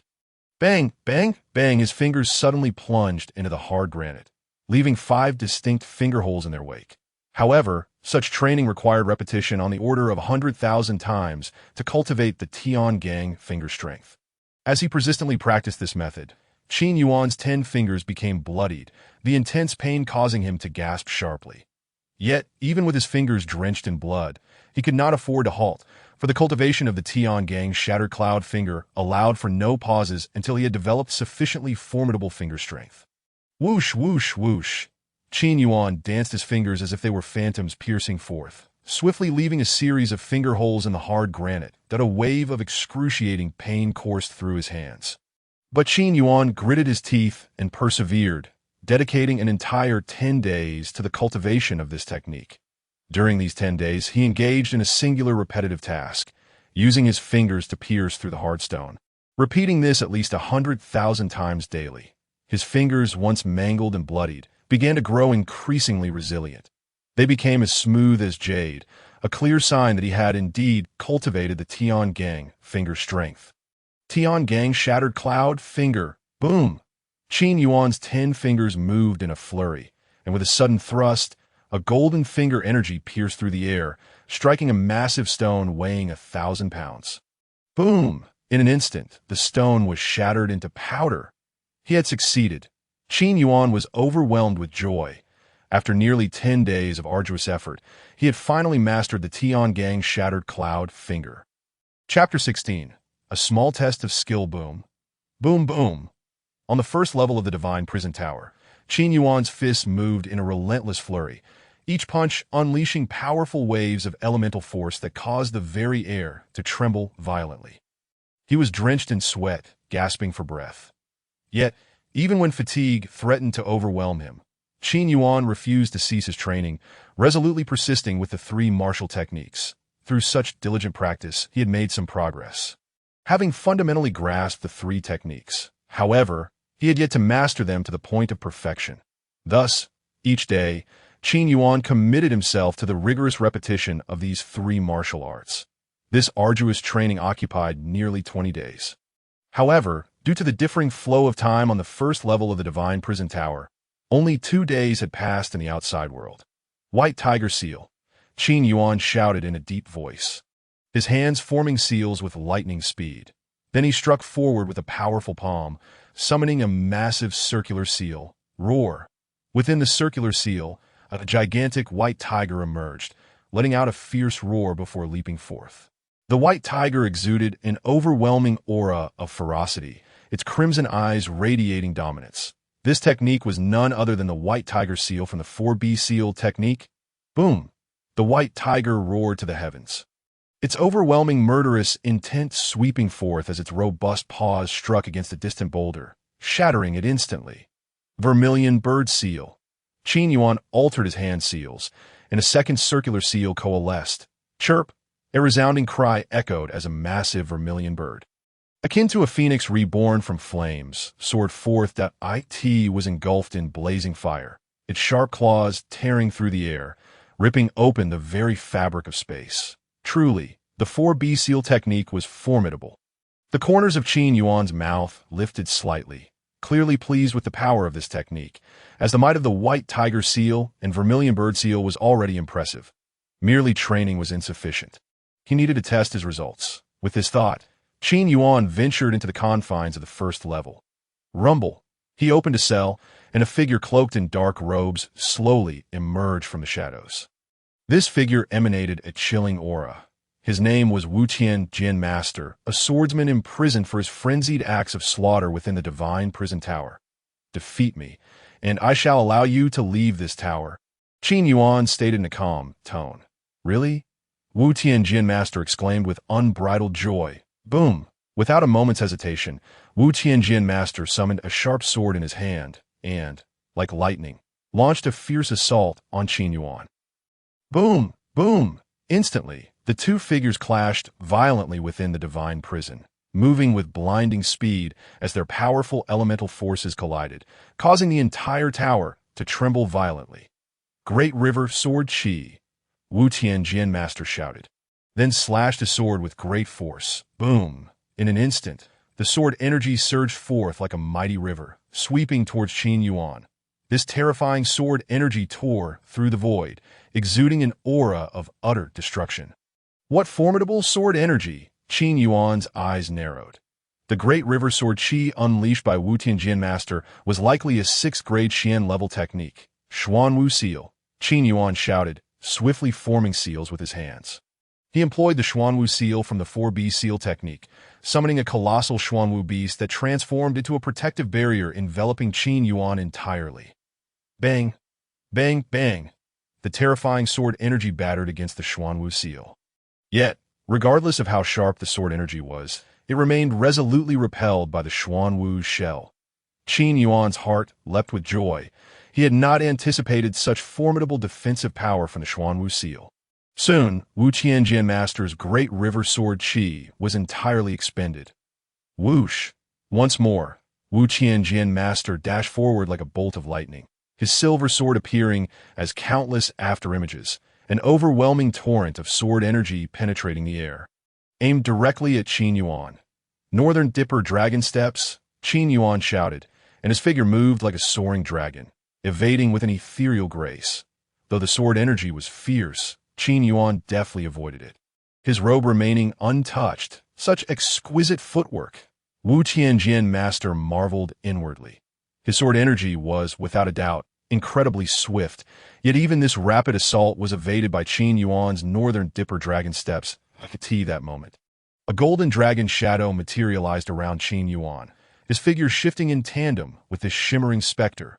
Sky-cleaving sword technique, Wu Tianjian master called out, conjuring forth a massive luminous sword above him. This sword radiated brilliance, emanating an aura of terrifying sword energy. The sky-cleaving sword technique was indeed a pinnacle Xian-level martial art. Wu Tianjian master waved his hand, sending the colossal sword, imbued with devastating sword energy, crashing down towards Qin Yuan. White Tiger Seal. Without hesitation, Qin Yuan unleashed the 4B seal technique, summoning a circular light seal before him. Roar! A massive white tiger leaped forth from the seal, exuding an aura of slaughter, its roar causing the very air to tremble, radiating a blinding white light. Boom! The white tiger ascended, colliding with the enormous sword light. Bang! In an instant, the clash of white and golden light erupted. The white tiger's massive, razor-sharp claws struck fiercely against the sword, producing a resounding crack. What? Wu Tianjian master's expression changed dramatically. The crack swiftly spread along the sword, and before long, the blade shattered completely. The white tiger surged forward like an unstoppable force towards Wu Tianjian master. I concede. The master of the Wu Tian sword gasped in terror. Just as the ferocious white tiger was about to tear him apart, it was swiftly summoned back by Qin Yuan. However, at this moment, the master of the Wu Tian sword had already turned as pale as a ghost. He had been defeated. Once again, the master of the Wu Tian sword was confined within a dark and desolate prison. To his astonishment, after merely 20 days of cultivation, his progress had been astonishingly significant. It seemed that defeating Ge Qing would certainly be within his grasp. A smile crept on Qin Yuan's lips. Having cultivated 3 martial techniques, his strength had undoubtedly experienced a tremendous enhancement. Chapter 17. The Life and Death Battle. This divine prison tower served as an exceptional training ground. Qin Yuan mused to himself. Within the divine prison tower were countless prisoners, all possessing formidable power. For instance, the previous master of the Wu Tian sword was a powerful adversary at the Nirvana realm. Here in the tower, Qin Yuan could engage in combat with these formidable foes, using them as sharpening stones to continuously enhance his combat prowess. It is only through the trials of battle that one can achieve the greatest improvement. After spending over 20 days within the tower, Qin Yuan's progress was clearly evident. Gradually retracting his elemental energy, he swiftly exited the divine prison tower. Upon opening his eyes, he found himself back in the small, dilapidated room. Young Master Qin. Upon seeing Qin Yuan's figure, Lu Qingyi's face broke into a radiant smile. Has your eye ailment healed? Qin Yuan replied with a slight smile. Yes. Lu Qingyi nodded gently. After consuming the herbs brewed by Qin Yuan, her eye condition had been fully cured. At this moment, her eyes sparkled brightly, and when she caught sight of Qin Yuan's face, a sudden blush crept onto her cheeks, despite having imagined Qin Yuan's countenance countless times in her mind. The reality of seeing him still stirred her heart. This young man, with his sword-like brows and starry eyes, stood tall and striking, exuding an extraordinary charm. However, the thought of Qin Yuan's impending life-and-death battle with Ge Qing cast a shadow of concern over her features. What's wrong? Qin Yuan inquired immediately. Young Master Qin, could you possibly forego tomorrow's duel? I understand you mean well, but I cannot bear to see you risk your life. If you were to perish, I would not wish to live on alone. Lu Qingyi implored, biting her lip in her eyes. This was a duel destined for defeat, considering Ge Qing was a disciple of the Ziyun immortal sect, wielding numerous formidable martial techniques. Qin Yuan had no chance of victory. Over the years, she had experienced the fickleness of human emotions within the Lu family. and Qin Yuan was the only one who had genuinely treated her with kindness. She could not bear the thought of him losing his life. "Do not worry, since I have promised to marry you. How could I allow Ge Qing to take you away?" Qin Yuan replied with a calm smile. Although his initial promise to marry Lu Qingyi was a means of repaying the Lu family's kindness, he gradually found himself developing feelings for her due to her kind heart and remarkable beauty. "I end tomorrow's life and death battle. It will be I who survives," Qin Yuan declared with unwavering determination. Were it not for his own sealing of the chaos immortal body, he would not fear, even if faced with 10 Ge Qings, that of course, even with the sealing of the chaos immortal body's power, Qin Yuan was confident he could still surpass Ge Qing. Soon, the third day arrived. Rays of morning sunlight cascaded down upon the earth, giving it the appearance of being gilded in gold. The Lu family's martial training ground today became the most anticipated and bustling place. This was because it would serve as the venue for the life and death duel between Ge Qing and Qin Yuan. Early in the morning, numerous members of the Lu family gathered at the training ground, nearly filling it to capacity. Though the battle had yet to commence, everyone believed the outcome was already decided. After all, Ge Qing was an inner disciple of the Ziyun immortal sect, possessing many powerful martial techniques, and he had already entered the mid-stage of the Nirvana realm. Even in the entire Tianyin city, it was impossible to find an opponent who could match him. Young Master Ge, I believe today's battle will surely lead to your victory. That boy truly does not know the heights of heaven and depths of the earth, daring to challenge you. He is simply seeking his own demise," Lu Tianshan exclaimed with a beaming smile.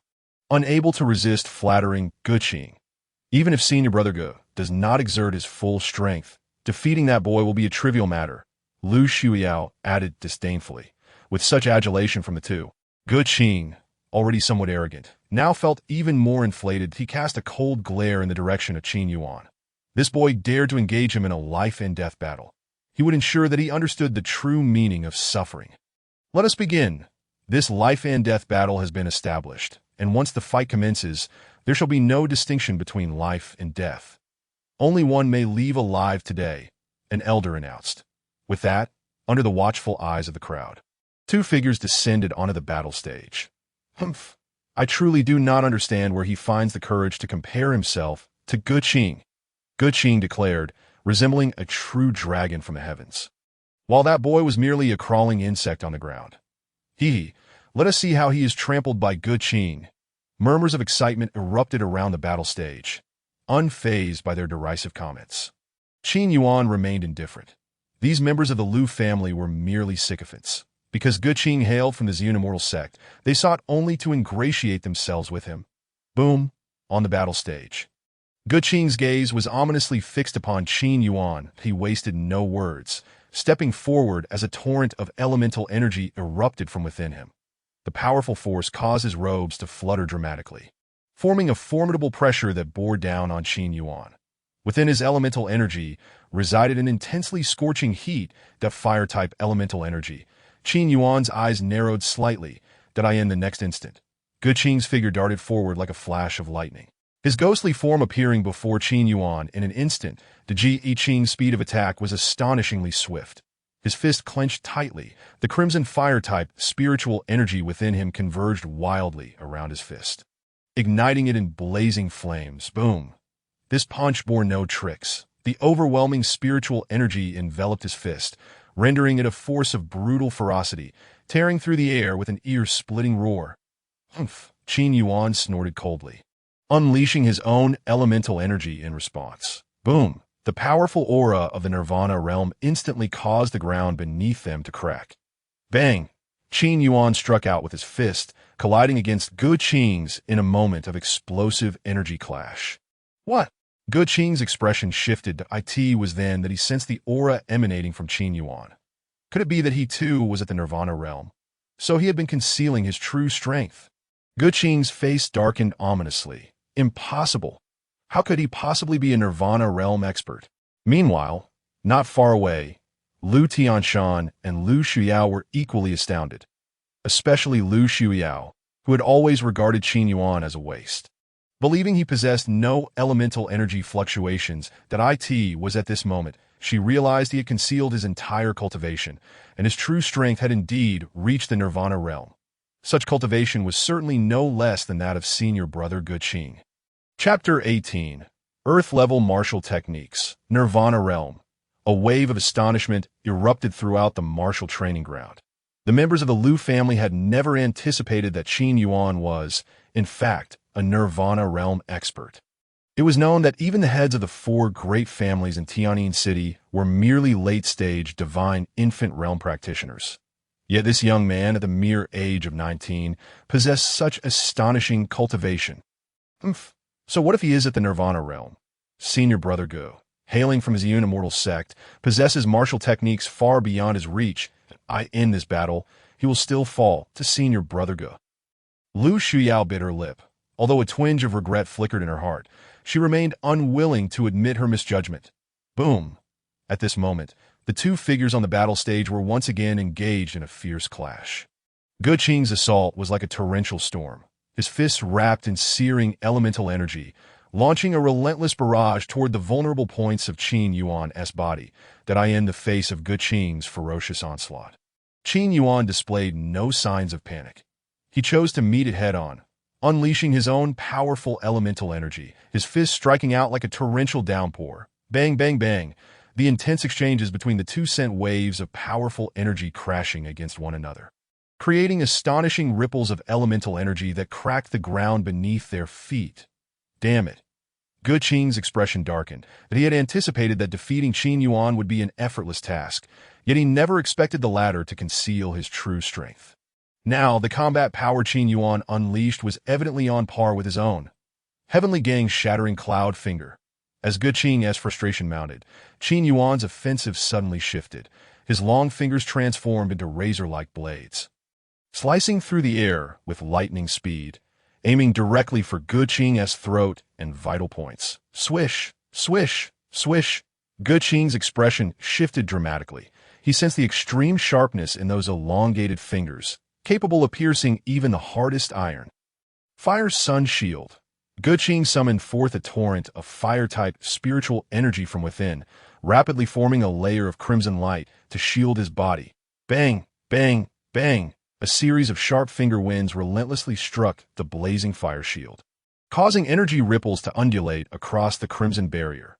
Qin Yuan pressed his fingers together, summoning the power of the Tiangang Broken Cloud to its utmost limit, before suddenly directing another jab at the fire shield. Boom! This strike pierced through the defenses of the fire shield, leaving a gaping wound on Guqing's left shoulder. Damn it.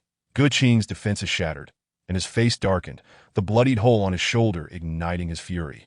In a fit of rage, Guqing unleashed a torrent of fire element energy, engulfing his body in raging flames. The searing heat radiated outward, transforming the very air into a stifling furnace. That it was evident to all that Guqing had been thoroughly provoked. Fiery Heaven's Palm. Guqing bellowed, swiftly raising his palm, as surging crimson flames coalesced in his palm, rapidly forming a colossal fiery imprint. This fiery imprint, ablaze with ferocious flames, emanated waves of violent energy. This technique, Fiery Heaven's Palm, was undeniably a third-tier profound skill. Die boom. Guqing slammed his palm down, and the terrifying fiery imprint, charged with chaotic energy, tore through the void, aimed directly at Qin Yuan. Thunderous sword palm. Qin Yuan shouted internally, his palms moving swiftly as elemental energy transformed into arcs of silver lightning, which quickly converged to form a silver sword aura in his palm. This thunderous sword palm was also a third-tier profound skill. Break, boom! With a decisive chop, Qin Yuan's silver sword aura cleaved through the air, colliding violently with the massive fiery palm. Bang! The two techniques clashed fiercely in the center of the square, unleashing an explosion of powerful energy that rippled outward. The shockwave fractured the ground beneath them. In the center, after a brief moment of stalemate, the fiery palm was torn apart by the silver sword aura. North Dipper Dragon Step. Swish! At this moment, Qin Yuan launched a ferocious offensive against Guqing, executing a marvelous movement technique, his body resembling a golden dragon as he swiftly maneuvered towards Guqing. His figure was elusive and rapid, appearing as mere afterimages in his assault on Guqing. Qin Yuan clenched his fists tightly, unleashing his elemental energy, as a barrage of formidable punches shattered the air, raining down upon Ge Qing. Coupled with the North Dipper Dragon Step, Qin Yuan's offensive became utterly unpredictable. Bang, bang, bang. Fierce punches came from the left, then the right, then the front, and finally from behind, leaving Ge Qing utterly flustered and momentarily at a loss. You insolent fool. Qin Yuan's ghostly movements and unpredictable onslaught ignited Ge Qing's rage. Yet Qin Yuan's assault grew, increasingly relentless, the North Dipper Dragon Step yielding unexpected results. Bang! The ferocious pace of the attack caught Ge Qing off guard, and a massive fist swept across, landing heavily on Ge Qing's chest. Uft! Ge Qing let out a muffled groan, blood spewing forth as he was sent flying, clearly reeling from the impact. Wow! At that moment, the crowd erupted in astonishment, all eyes wide with disbelief, unable to fathom that Ge Qing had sustained the first injury. Don't be hasty. Senior brother Ge Qing hasn't shown his full strength yet. Lu Xiao gritted her teeth, her voice laced with bitterness. Meanwhile, Ge Qing staggered to his feet, veins bulging on his forehead, clearly incensed. As a disciple of the Ziyun immortal sect, his pride was immense. Yet he found himself bested by a mere youth in a small town like Tianyin City. This was intolerable. The price for provoking me is death. Today you shall witness the might of Earth-tier martial skills. Boom! Ge Qing slowly ascended into the air, his inner power erupting, flames swirling around him as even the air ignited in a blaze, unleashing a terrifying wave of energy. The crimson flames raged around him, a sight to behold. Great Flame Demon Sword. Whoosh! In an instant, a tempest of fire gathered in the sky, transforming into a colossal red sword. Such a terrifying aura. Could it be an Earth-tier martial skill? At that moment, the square erupted into a frenzy of commotion. Earth-tier martial skill? Senior brother Ge Qing's ultimate technique is an Earth-tier martial skill. This time, I shall see how he counters Ge Qing's lethal strike. Lu Shuyao sneered that it was well known that the family techniques of the four great families of Tianyin City were merely profound tier, the Earth-tier martial arts. This high-level skill could only be wielded by top-tier forces like the Ziyun immortal sect. Martial arts are classified into four ranks: Heaven, Earth, Profound, and Yellow. Earth-tier martial arts are second only to Heaven-tier, and such high-tier skills are rare even in the entire Ziyang Prefecture. That a single Earth-tier martial skill could incite fierce competition among countless strong warriors. Boom! A wave of scorching and terrifying elemental energy erupted as a massive red flame sword hovered above Ge Qing's head. This giant sword blazed with furious flames, its fearsome energy causing the air to boil. This martial skill was none other than Ge Qing's Great Flame Demon Sword, rated as a second-tier Earth skill. Under the might of the Great Flame Demon Sword, to die would be an honor. Ge Qing declared with arrogance. Boom! As soon as he spoke, Ge Qing's palm slashed forward, and the massive flame demon sword cleaved through the void, descending upon Qin Yuan. Azure Dragon Seal.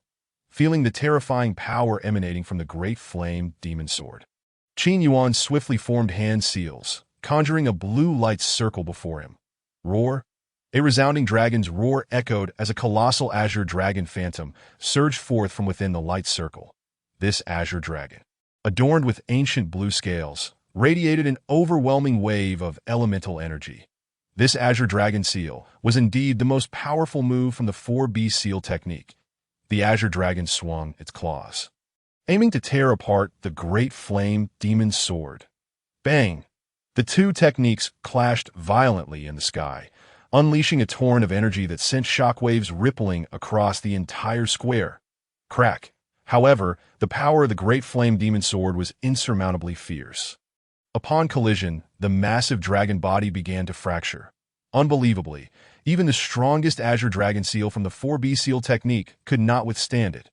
White Tiger Seal.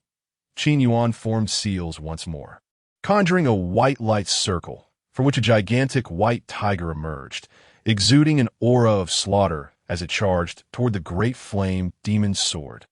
Boom!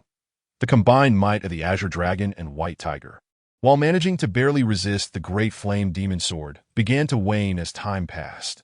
Qin Yuan furrowed his brow, realizing that even the combined forces of the Azure Dragon Seal and White Tiger Seal could not withstand the great flame demon sword. The might of Earth-tier martial skills was indeed terrifying. Crack. At that moment, the powers of the Azure Dragon and White Tiger reached their limits, cracks spreading across their forms. What to do? The highest martial arts Qin Yuan possessed.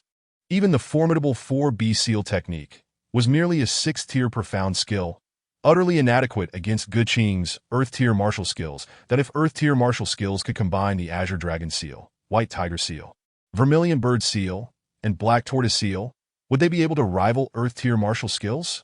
Qin Yuan's gaze flickered. With this thought in mind, Qin Yuan resolved to go all out. Azure Dragon Seal, White Tiger Seal, Vermilion Bird Seal, Black Tortoise Seal, roar. 4 colossal divine beasts manifested around Qin Yuan. The 4 seals merged into one. Qin Yuan executed the hand seals, forcibly combining the 4 beast seals. Suddenly a massive wheel appeared in the sky, and the 4 divine beasts were drawn into the wheel. Within the wheel, the Azure Dragon, White Tiger, Vermilion Bird, and Black Tortoise each occupied a quarter of the space. The wheel began to spin, and soon the 4 powers fused into one, releasing an extremely terrifying wave of energy. Boom. The wheel, fused with the 4 divine beasts, spun in the sky, distorting the very fabric of the void with its overwhelming energy. This energy fluctuation had undeniably reached the level of Earth-tier martial skills. I did it! Qin Yuan's expression brightened. To his surprise, forcibly merging the powers of the 4 divine beasts had indeed elevated this martial skill to the realm of Earth-tier martial skills. Earth-tier martial skills. Ge Qing's pupils constricted in disbelief. Impossible. How could anyone in this desolate place master Earth-tier martial skills? Not only Ge Qing, but Lu Shuiyao and the rest of the Lu family, along with the other disciples of the Ziyun immortal sect, were left speechless with shock. How could this fellow possibly be proficient in Earth-tier martial skills? This was Earth-tier martial skills. Across the entirety of Xiang County, those possessing Earth-level martial skills are exceedingly rare. Allow me to test whether the Earth-level martial technique I have devised can indeed surpass your flame demon sword. A slight smirk played upon Qin Yuan's lips. Boom! At that moment, a rotating wheel, infused with the essence of the 4 divine beasts, began to spin, mercilessly tearing through the void, and violently collided with the formidable flame demon sword. Bang! A resounding explosion echoed as the 2 Earth-level martial arts clashed, unleashing a terrifying energy that caused the very fabric of space to collapse, resulting in the square erupting in chaos. The wheel continued its relentless rotation, its luminous depictions of the 4 divine beasts striking with relentless force against the flame demon sword. Yet under the onslaught of the wheel, the blade of the flame demon sword began to fracture, crack. A fine fissure appeared upon the blade's surface, and it swiftly spread, soon covering the entirety of the flame demon sword in a web of cracks. Impossible! Ge Qing exclaimed in disbelief. However, as the wheel continued its merciless assault, the flame demon sword shattered into countless pieces. Boom! In the instant of the sword's destruction, Ge Qing felt as though he had been struck by a tremendous force. Blood spurting from his mouth as he was sent flying to the ground. Ge Qing has been defeated. Upon witnessing this scene, Lu Shuiyao and the others turned pale. They could scarcely fathom that Ge Qing would fall at the hands of Qin Yuan. Yet, the wheel remained unrelenting, continuing its assault on Ge Qing. He sought to eliminate Ge Qing. Insolent swish, swish, swish. Outside the square, disciples of the Ziyun sect rushed forth, positioning themselves before Ge Qing. Subsequently, a dozen figures converged their energies, forming a colossal barrier to shield him. Bang! However, the moment the wheel collided with the barrier, the combined efforts of the disciples shattered it, causing them to spew blood and be hurled backwards. Chapter 20. Annihilation. Cries of anguish rang out as the disciples of the Ziyun sect were violently thrown about, blood spilling forth as if they were petals scattered by the wind. Witnessing this spectacle, Lu Shuiyao and the others were struck by horror, never having anticipated the sheer might of Qin Yuan. Impossible! Lu Shuiyao's gaze became distant. When Qin Yuan had come to propose marriage, she had held herself in high regard, looking down upon him. Yet now, she realized how profoundly he had concealed his true capabilities. The very man she had dismissed as unworthy was meant to be her ideal partner, now forever beyond her reach. Consequently, a twinge of regret began to fester within her. In the center of the square, Qin Yuan approached Guqing, his expression betraying no hint of emotion. Amidst the ruins, a disheveled figure struggled to rise. Guqing's complexion was as pale as a sheet, his aura utterly depleted, clearly devoid of the strength to continue fighting. Yet, upon meeting the murderous gaze of Qin Yuan, Guqing trembled in terror, exclaiming, "I concede, concede. We have signed a contract of life and death. This battle is one where either you perish or I do. How can you concede?" Qin Yuan's tone was as frigid as ice. "I am willing to offer compensation." Guqing's visage was ashen. "What compensation?" Qin Yuan's eyes narrowed slightly to that moment. Guqing reached into his sleeve, but as he lowered his head, a glint of sharpness flashed in his eyes. Swish, swish, swish. Suddenly, a myriad of poisoned silver needles shot forth from his sleeve, launching at an incredible speed. However, Qin Yuan had long been on high alert, swiftly channeling the Xuanwu seal, summoning a massive Xuanwu divine beast before him. Ding, ding, ding. The poisonous needle struck the shell of the Xuanwu like a torrential downpour. Is this your compensation? Qin Yuan's expression darkened ominously. Had Guqing truly presented a legitimate compensation, perhaps he might have spared his life.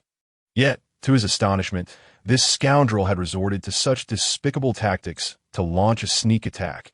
Had he not been vigilant, he might have already succumbed to the poison needles. With this realization, the murderous intent in Qin Yuan's gaze intensified. "You dare to kill me? I am a disciple of the inner sect of the Ziyun Xian sect. If you lay a finger on me, the Ziyun Xian sect will not let you go." At that moment of failure, Guqing invoked the name of the Ziyun Xian sect, clearly attempting to intimidate Qin Yuan. After all, the Ziyun Xian sect was a colossal entity, a dominant force within Ziyang County.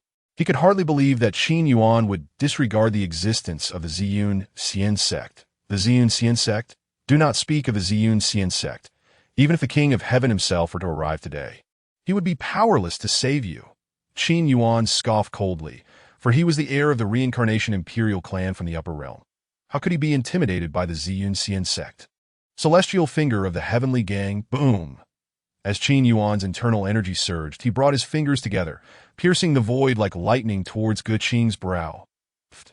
The fierce gust of his fingers struck Guqing's forehead amidst his terror-filled gaze, instantly creating a gaping wound from which blood flowed freely. Guqing's voice was abruptly silenced. He could scarcely believe that Qin Yuan, aware of his status as a disciple of the Ziyun Xian sect, still dared to strike him down. Lu Shuyao and the others, upon witnessing Guqing's lifeless body sprawled on the ground, were left in shock, engulfed in a profound silence. Has he lost his mind? Lu Shuyao's hands trembled uncontrollably. Ji Qing was a disciple of the Ziyun Xian sect. Who would dare to kill him in Ziyang County? Once the Ziyun Xian sect was provoked, the repercussions would be immeasurable. Guqing. The remaining disciples of the Ziyun Xian sect were equally stunned at the sight of Guqing's demise. Their sect was a top-tier power within Ziyang County. Who would dare to challenge such a behemoth? Yet here, someone had the audacity to slay Guqing. Qin Yuan remained unfazed. After all, Guqing had attempted to assassinate him with poison needles, clearly wishing to end his life, hence he had to perish. There was no mercy to be had. Boom, boom, boom. Instantly, a dozen disciples of the Ziyun Xian sect surrounded Qin Yuan, their formidable energies the Grand Elder lamented, tears unshed. The entirety of the Lu family lay amidst a gruesome scene. Scattered corpses littering the ground, and a thick stench of blood permeated the AI. Lu Tianshan's complexion was ashen. Should the Ziyun Xianzong unleash their wrath, it would surely spell doom for the Lu family. After all, they bore a certain degree of responsibility for this affair. "Father, do not panic, that I have a plan to safeguard our family," Lu Shuyao spoke with a somber tone. "What plan?" Lu Tianshan inquired hastily. "It is quite simple, that we shall report this incident to the Ziyun Xianzong and firmly insist that it was Qin Yuan who committed murder in pursuit of treasure. By doing so, the ire of the Ziyun Xianzong will not extend to our Lu family." Lu Shuyao replied coldly, "Murder for treasure. If we can cast this blame upon Qin Yuan, then the fury of the Ziyun Xianzong will be directed at him." Upon hearing these words, the eyes of Lu Tianshan and the others gleamed with a sinister light. To preserve the Lu family, They had no choice but to slander Qin Yuan as a murderer and thief.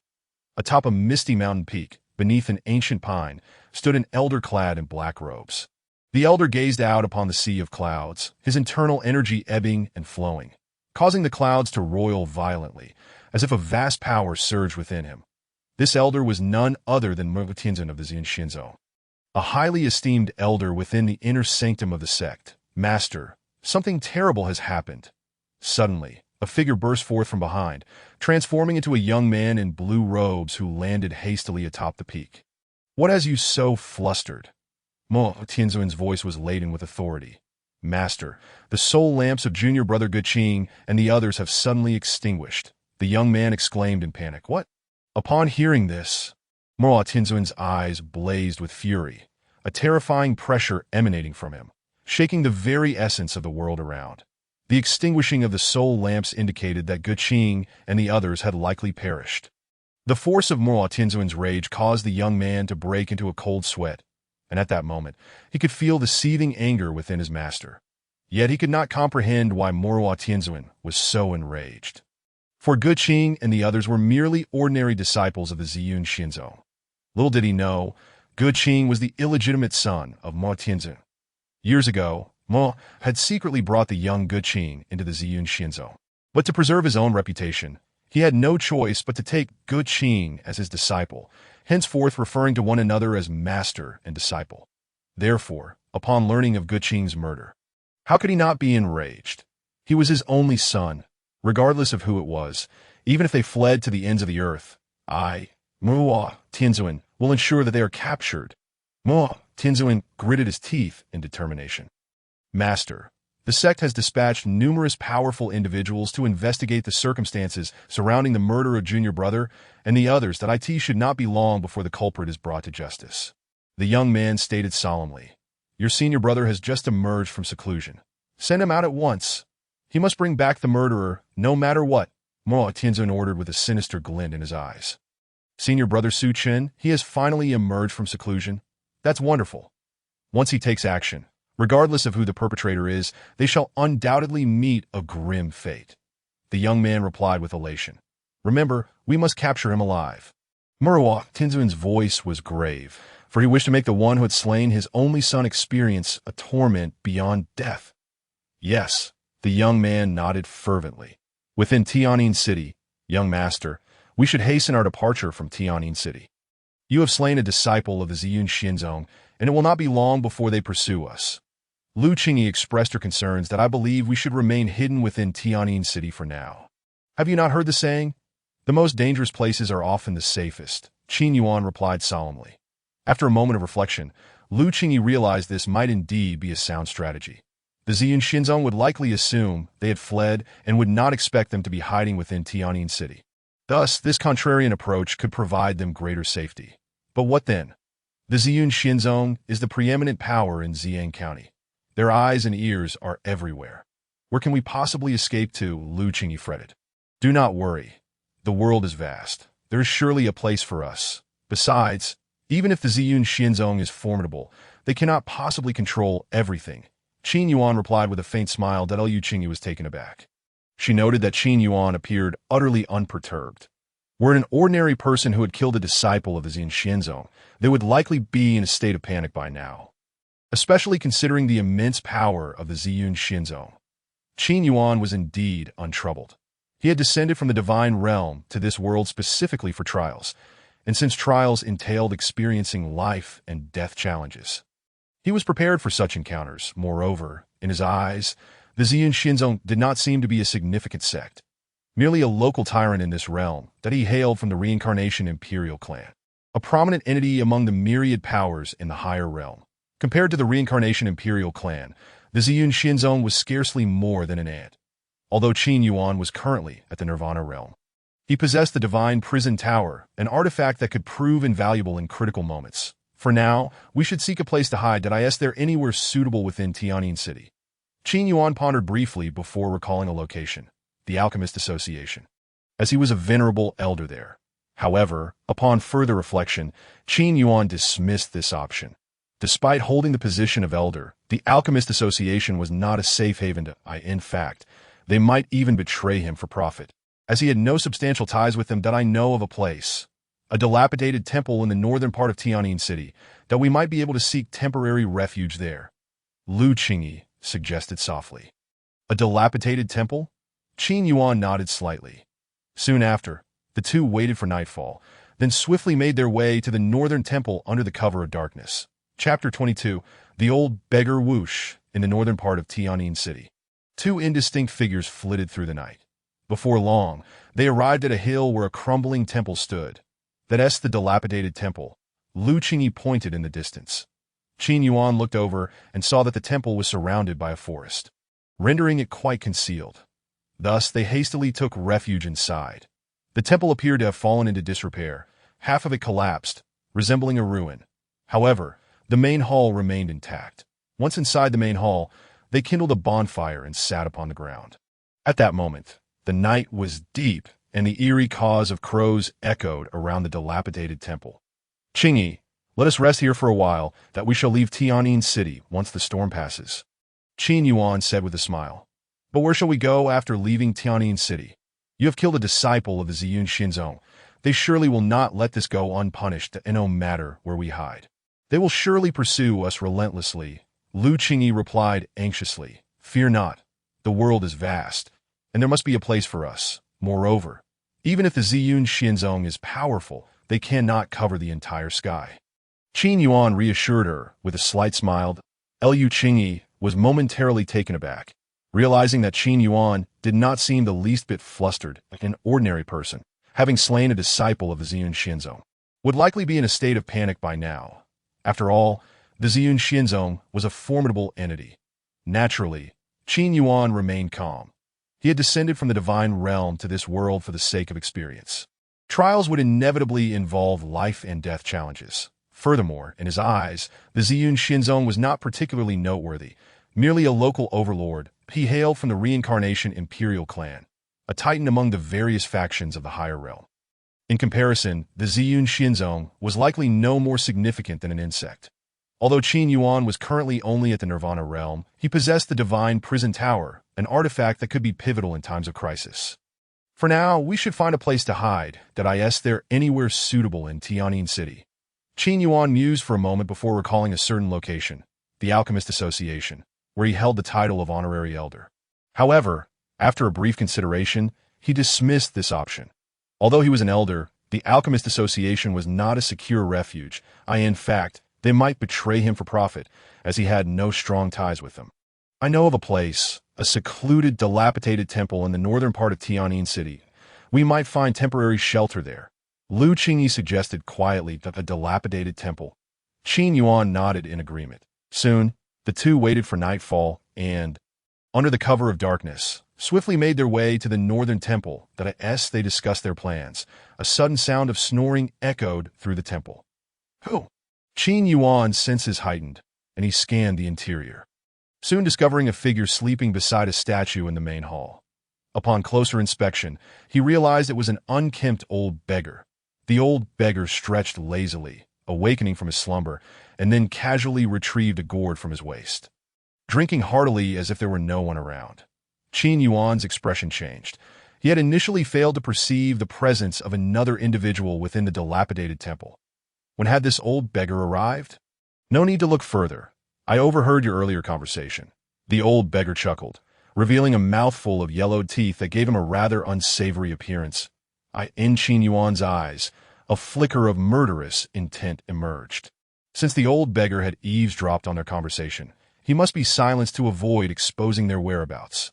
With a swish, Qin Yuan's figure flashed, and his internal energy surged as his fingers, sharp as blades, lunged toward the old beggar's chest. However, the old beggar merely yawned lazily, and his form became as elusive as a specter, causing Qin Yuan's attack to miss entirely. Qin Yuan's expression shifted. White tiger seal. With a roar, Qin Yuan formed a spell with his hands, conjuring a white light circle, from which emerged a massive, ferocious tiger that lunged at the old beggar with its claws bared. Surely, the beggar would be torn apart by the white tiger. Yet the old beggar picked up a stone from the ground and flicked it with his finger. Bang! Instantly, the white tiger was pierced through by the stone. What? Qin Yuan gasped in astonishment. Who was this old beggar to so effortlessly shatter his white tiger seal? Yet, there was no sign of energy emanating from the beggar, making him appear as an ordinary mortal. What could this mean? After a brief contemplation, Qin Yuan deduced a singular possibility. The old beggar must possess a cultivation level so high that it eluded detection. Could this seemingly disheveled and unkempt old man truly be a recluse of great prowess? You two little imps have disturbed my pleasant dreams, and yet you think to silence me. The old beggar shook his head, though his words bore no reproach. Esteemed elder, we apologize for any offense. Please do not take it to heart. Lu Qingyi quickly interjected that, I overheard that you have slain members of the Ziyun Xinzong? The old beggar queried. Indeed, venerable one. Qin Yuan nodded in affirmation. Huh. Well done. The people of Ziyun Xinzong deserve to perish. The old beggar laughed heartily.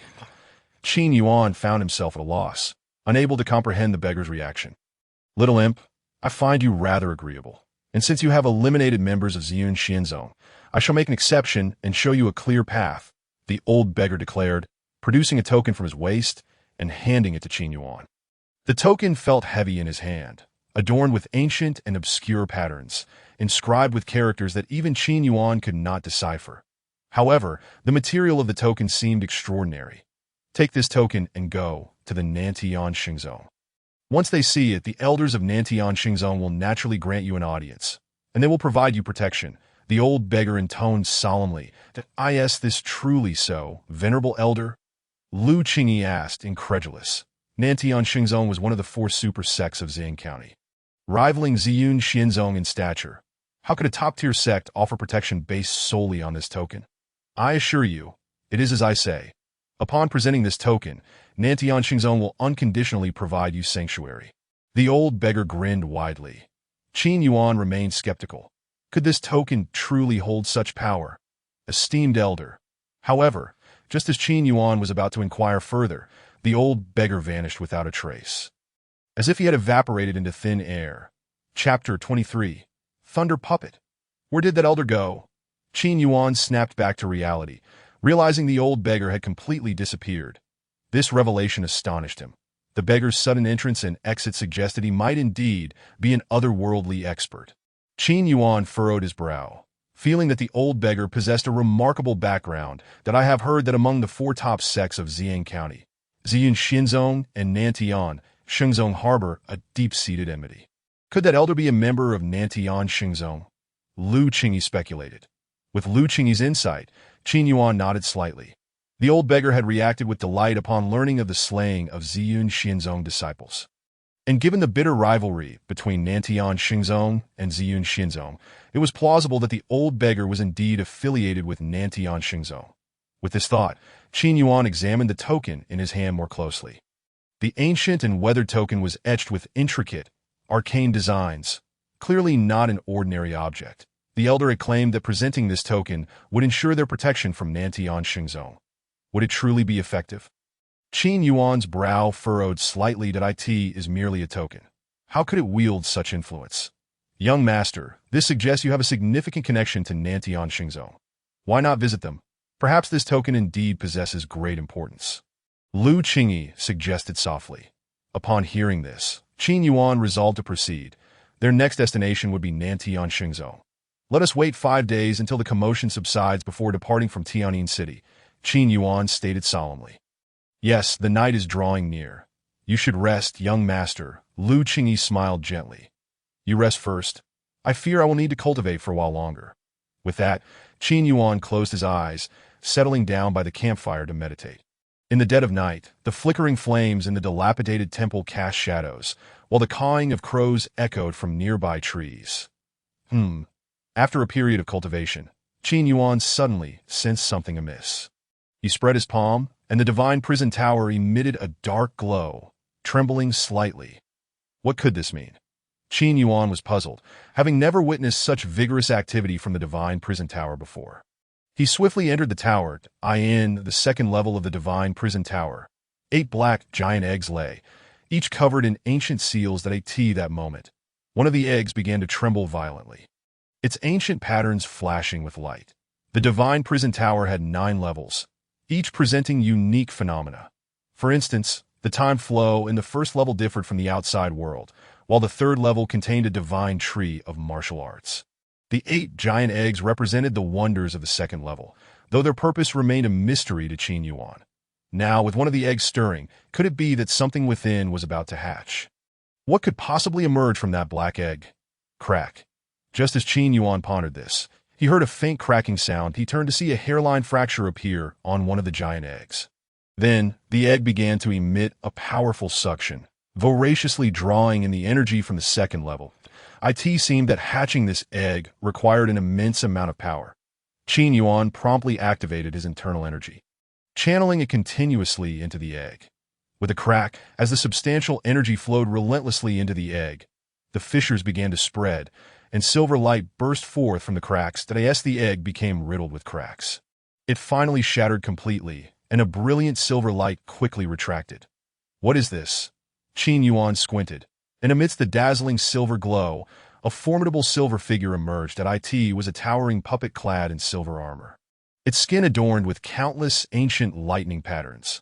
Its eyes appeared devoid of any emotional fluctuation, hollow and lifeless. A puppet. Qin Yuan was taken aback. "Master, I am the Thunder Puppet," the silver figure intoned solemnly. Thunder Puppet? Qin Yuan was even more astonished. This was indeed a puppet, and a low-intelligence Thunder Puppet at that. Who would have expected that a Thunder Puppet was sealed within this black giant egg? In this world, various secret methods were employed to craft puppets, and Thunder Puppets seemed to belong to a higher echelon of such creations. It was said that Thunder Puppets could absorb lightning energy or devour lightning attribute treasures to continually evolve. Qin Yuan murmured to himself. Yet the methods to forge Thunder Puppets had been lost for thousands of years. He had not anticipated obtaining one. With such a puppet, it was akin to gaining a powerful guardian. This Thunder Puppet was indeed a priceless treasure. As long as it consumed enough lightning attribute treasures, its strength could be significantly enhanced. In the upper realm, there was a faction known as the Tian Puppet Sect, which had once created a Thunder Puppet. It was said that this Thunder Puppet absorbed a vast quantity of lightning treasures, allowing its power to surpass the reincarnation realm, thereby establishing the Tian Puppet Sect's formidable reputation. This Thunder Puppet appears somewhat weak. I must devise a way for it to absorb lightning energy, as it may become my invaluable aid in the future, Qin Yuan thought to himself, from the aura emanating from the Thunder Puppet. It seemed to possess only the strength of the Yuan Dan realm. However, if it could consume abundant lightning energy or absorb lightning attribute treasures, its power would surely escalate rapidly when faced with the relentless pursuit of the Ziyun Shinzong. Perhaps this Thunder Puppet could prove to be of some utility. Consequently, Qin Yuan carefully stored this Thunder Puppet within his Qianquan bag. He then turned his gaze towards the remaining 7 black giant eggs, pondering what might be sealed within them. However, the 7 black eggs remained completely still, indicating that the time to break their seals had not yet arrived.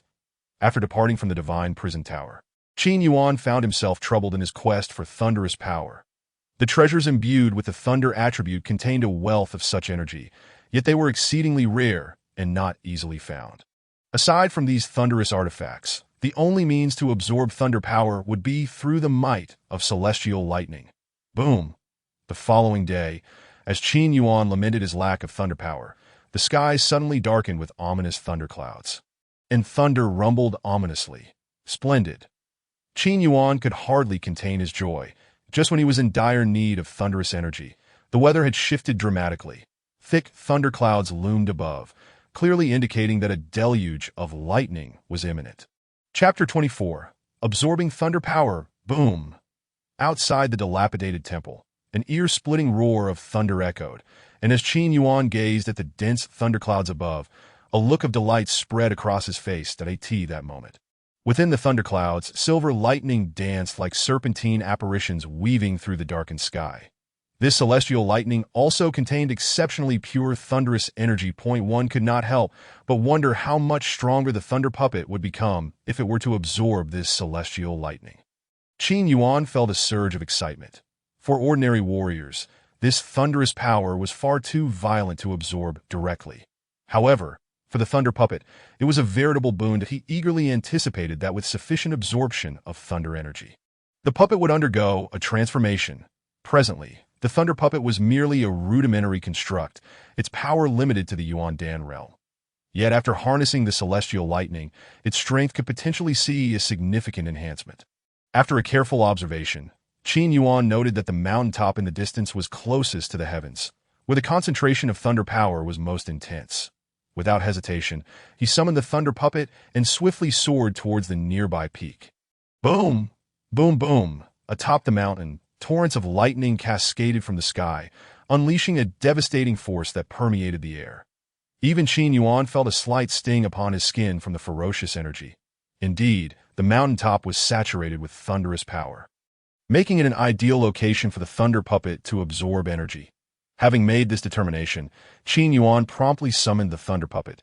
The puppet then settled into a meditative posture atop the peak, silver patterns shimmering across its skin, pulsating with energy. Soon, the celestial lightning seemed to respond to an unseen call, striking relentlessly upon the Thunder Puppet's form. Boom, boom, boom. The lightning above resembled a monstrous serpent awakened from slumber. Revealing its fearsome fangs, thick bolts of lightning tore through the void, crashing down upon the Thunder Puppet with unyielding ferocity that in an instant, a blinding flash of thunder erupted, causing the puppet's form to tremble slightly as the destructive energy battered against it. The puppet became enveloped in a cocoon of silver lightning. Yet at that moment, the Thunder Puppet suddenly unleashed a powerful suction. Whir. The violent lightning energy surrounding it was voraciously drawn into its body, as if the puppet were a bottomless abyss. Greedily consuming the thunderous power, this energy surged within. Qin Yuan could sense the puppet's aura rising at an astonishing rate. Sizzle, sizzle. Bathed in the lightning, the Thunder Puppet remained as still as a statue, while countless tiny bolts of lightning entwined its form. These minuscule sparks infiltrated the puppet's skin, continuously pouring into its core. Inside, a torrent of thunder energy flowed, as the puppet absorbed the raging celestial power with the insatiable appetite of a sponge. Qin Yuan's eyes widened in astonishment. The violent thunder energy, which ordinary warriors found nearly impossible to refine, was effortlessly devoured by the Thunder Puppet. Rumbling, it seemed as though the puppet possessed an extraordinary magnetic attraction to the thunder, drawing in storm clouds from a 10-mile radius towards its head. Before long, the power of the celestial lightning intensified, becoming increasingly overwhelming. Alarmed, Qin Yuan's expression shifted. He sensed that the thunder energy was escalating, and if he ventured too close, he too might attract the wrath of the lightning. Swiftly, he retreated 300 feet away. Above, the thunderstorm grew ever more terrifying as bolts of lightning rained down upon the nearby forest. In an instant, ancient trees were reduced to charred remnants, and the ground surrounding the Thunder Puppet appeared riddled with craters that in no time. The entire area resembled a battlefield, scarred and desolate. Qin Yuan's expression darkened. The ferocity of the celestial lightning was beyond his expectations that an ordinary warrior, merely approaching, would likely be obliterated. Yet, the Thunder Puppet stood unwavering, continuously absorbing the lightning's onslaught. That was unfathomable what material this puppet was crafted from, as it could withstand such violent energies. Qin Yuan was secretly astounded. That moment, the Thunder Puppet was entirely engulfed in a torrent of thunder. The celestial energy flowed in unceasing waves, transforming the area around the puppet into a shimmering sea of silver. The lightning had even coalesced into a liquid form, creating a silvery, thunderous slurry. Time passed imperceptibly as Qin Yuan observed from a distance. He could only vaguely make out a blurred silhouette within the silver lightning. Yet he could distinctly sense that the puppet's aura was rapidly ascending. Clearly, with the aid of the celestial lightning, the Thunder Puppet's strength had been significantly enhanced. However, to what extent remained uncertain, compelling him to patiently await the outcome. Unbeknownst to him, 3 days had slipped by. During this time, as the Thunder Puppet absorbed vast amounts of celestial lightning, the storm clouds above began to show signs of waning. The clouds gradually dispersed, and Qin Yuan recognized that this training session was nearing its conclusion. Soon, the clouds parted, revealing a clear sky. The celestial lightning had entirely vanished, and the silver glow enveloping the Thunder Puppet swiftly dissipated. Finally unveiling its form, this moment, the Thunder Puppet appeared considerably more resplendent. especially the intricate patterns adorning its body, which seemed to have grown even more refined. Then the puppet opened its eyes and rose slowly. Boom! Suddenly, an indescribable aura of power erupted from within. A formidable force radiated outward in waves, spreading across the surroundings. Hiss! The late stage of the Nirvana realm? Qin Yuan's eyes widened in shock, and he couldn't help but inhale sharply. After 3 days of absorbing celestial lightning, the Thunder Puppet's strength had surged dramatically, leaping from the Yuan Dan realm, even surpassing the Baigong realm, to the late stage of the Nirvana realm. In just 3 short days, the Thunder Puppet had ascended 2 significant realms. Qin Yuan's lips twitched involuntarily. The puppet's rate of advancement was truly astonishing, achieving 2 major realms in merely 3 days. It was well known that for an ordinary warrior to progress from the Yuan Dan realm to the late stage of the Nirvana realm would require years of arduous cultivation. Yet the Thunder Puppet merely absorbed celestial lightning for 3 days, resulting in such a monumental enhancement. Truly, it was terrifying beyond measure. Chapter 25. A Hefty Bounty. This Thunder Puppet was indeed a rare treasure. A testament to the long-lost advanced puppets, IT only needed to absorb sufficient thunderous energy to enhance its power significantly. Qin Yuan was inwardly astounded. He had not anticipated that in just 3 days. The Thunder Puppet, having absorbed a vast amount of thunder energy, would leap from the Yuan Dan realm to the late stage of the Nirvana realm, a rate of advancement that made even Qin Yuan feel embarrassed. It could be said that this Thunder Puppet required no cultivation. It simply needed to absorb thunderous energy to continually elevate its prowess. Of course, as the puppet's strength increased, so too would its demand for thunder energy. Ordinary celestial lightning would likely no longer suffice. Unless, of course, one could locate some extraordinary celestial thunder or thunder attribute treasures. Curious about the combat prowess of this Thunder Puppet, Qin Yuan was struck by inspiration and decided to test its capabilities. With that thought in mind, he summoned the Yuan force within him, and in an instant his figure shot forth, delivering a powerful punch. Boom! The punch struck the Thunder Puppet with tremendous force, creating shockwaves that reverberated through the air. Sizzle, sizzle! At that moment, the thunder energy within the puppet erupted rapidly. Silver lightning flickered across its form as its silver hair danced wildly, and the violent energy coalesced upon its fist. Bang! The Thunder Puppet retaliated with a punch of its own. The 2 figures colliding in the sky like meteors crashing together. In the fleeting moment of 2 fists colliding, the entire mountain peak trembled violently, reverberating with the force of their tremendous energy that surged outward in all directions. Under the immense impact, both figures were simultaneously propelled backward. Whoosh! Qin Yuan was thrust back several dozen zhang, while the Thunder Puppet only staggered back a few paces. What formidable strength! Qin Yuan inhaled sharply, realizing he had fallen at a disadvantage in this confrontation. At that moment, arcs of lightning still danced around his fist, causing a slight stinging sensation. The Thunder Puppet's punch was infused with a ferocious lightning power, which had severely disadvantaged Qin Yuan during their clash. White Tiger Seal! Qin Yuan exclaimed with a low growl, immediately invoking the White Tiger Seal from the 4B Seal technique that a white circle of light materialized. And then a colossal phantom of a white tiger emerged from within, charging forth with earth-shattering steps that IT carried with it an overwhelming aura of slaughter, heading straight for the Thunder Puppet. The White Tiger, thundering through the heavens, roared as it shook the mountains. However, the thunderous power within the Thunder Puppet erupted, enveloping it in a silvery, lightning glow. The Thunder Puppet clenched its fist, producing a hollow sound. Heavenly Thunder Fist. Above, silver lightning gathered frantically, swiftly coalescing into a massive silver fist. Boom! This gigantic silver fist struck fiercely toward the oncoming white tiger. Bang! In an instant, the white tiger shattered. Hiss! Qin Yuan was momentarily dumbfounded, never expecting that this Thunder Puppet could execute martial techniques. Usually, low-level puppets lack any intelligence and cannot perform martial arts skills. Yet the Thunder Puppet was exceptional. It could wield martial techniques. Truly a high-level puppet. Qin Yuan clicked his tongue in amazement. Unfortunately, the secret method to forge Thunder Puppets had been lost for thousands of years. Otherwise, if he could create more thunder puppets, he would likely be invincible in the world that it stood, apart from the one thunder puppet in the upper realm's heavenly puppet sect. The one in Qin Yuan's possession was the second of its kind in existence. The thunder puppet from heavenly puppet sect was said to be a treasure of the sect, with strength comparable to the reincarnation realm. If the thunder puppet he possessed could absorb more lightning power, perhaps it could attain such formidable strength in the future. Qin Yuan couldn't help but feel a sense of anticipation.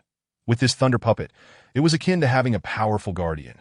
Moreover, with this thunder puppet accompanying him on the journey to the Southern Celestial Sacred Sect, he need not worry about being isolated and unsupported should he encounter members of the Ziyun Immortal Sect. However, he decided to refrain from using this thunder puppet lightly, as such a treasure would undoubtedly attract covetous eyes. Qin Yuan muttered to himself. With that thought, he stored the thunder puppet within his Qinquan bag.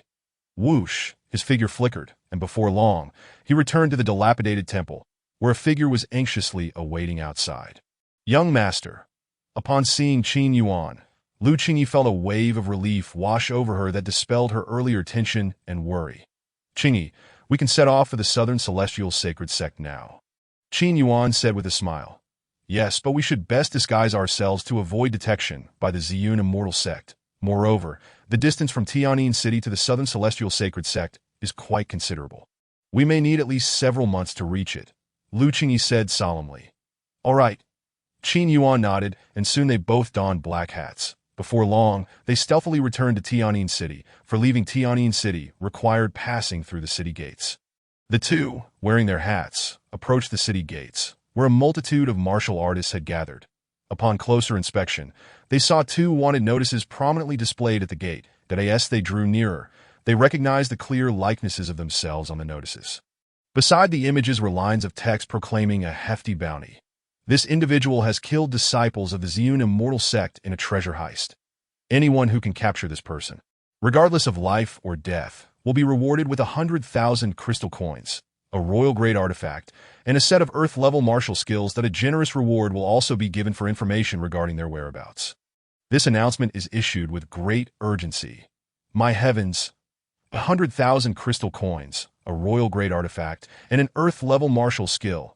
It seems the Ziyun Immortal Sect is truly willing to spend lavishly. Such an opportunity is not to be missed. If we can capture that Qin Yuan, we would strike it rich. This kid dares to kill even the disciples of the Ziyun Immortal Sect.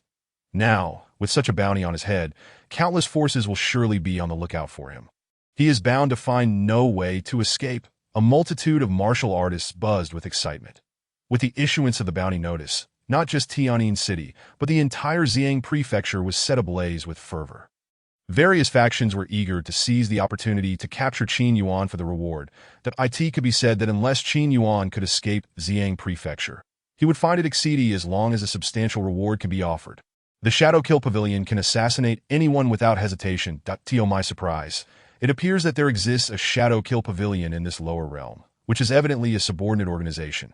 Indeed, even if you are aware that we are members of the Shadow Kill Pavilion. What of it?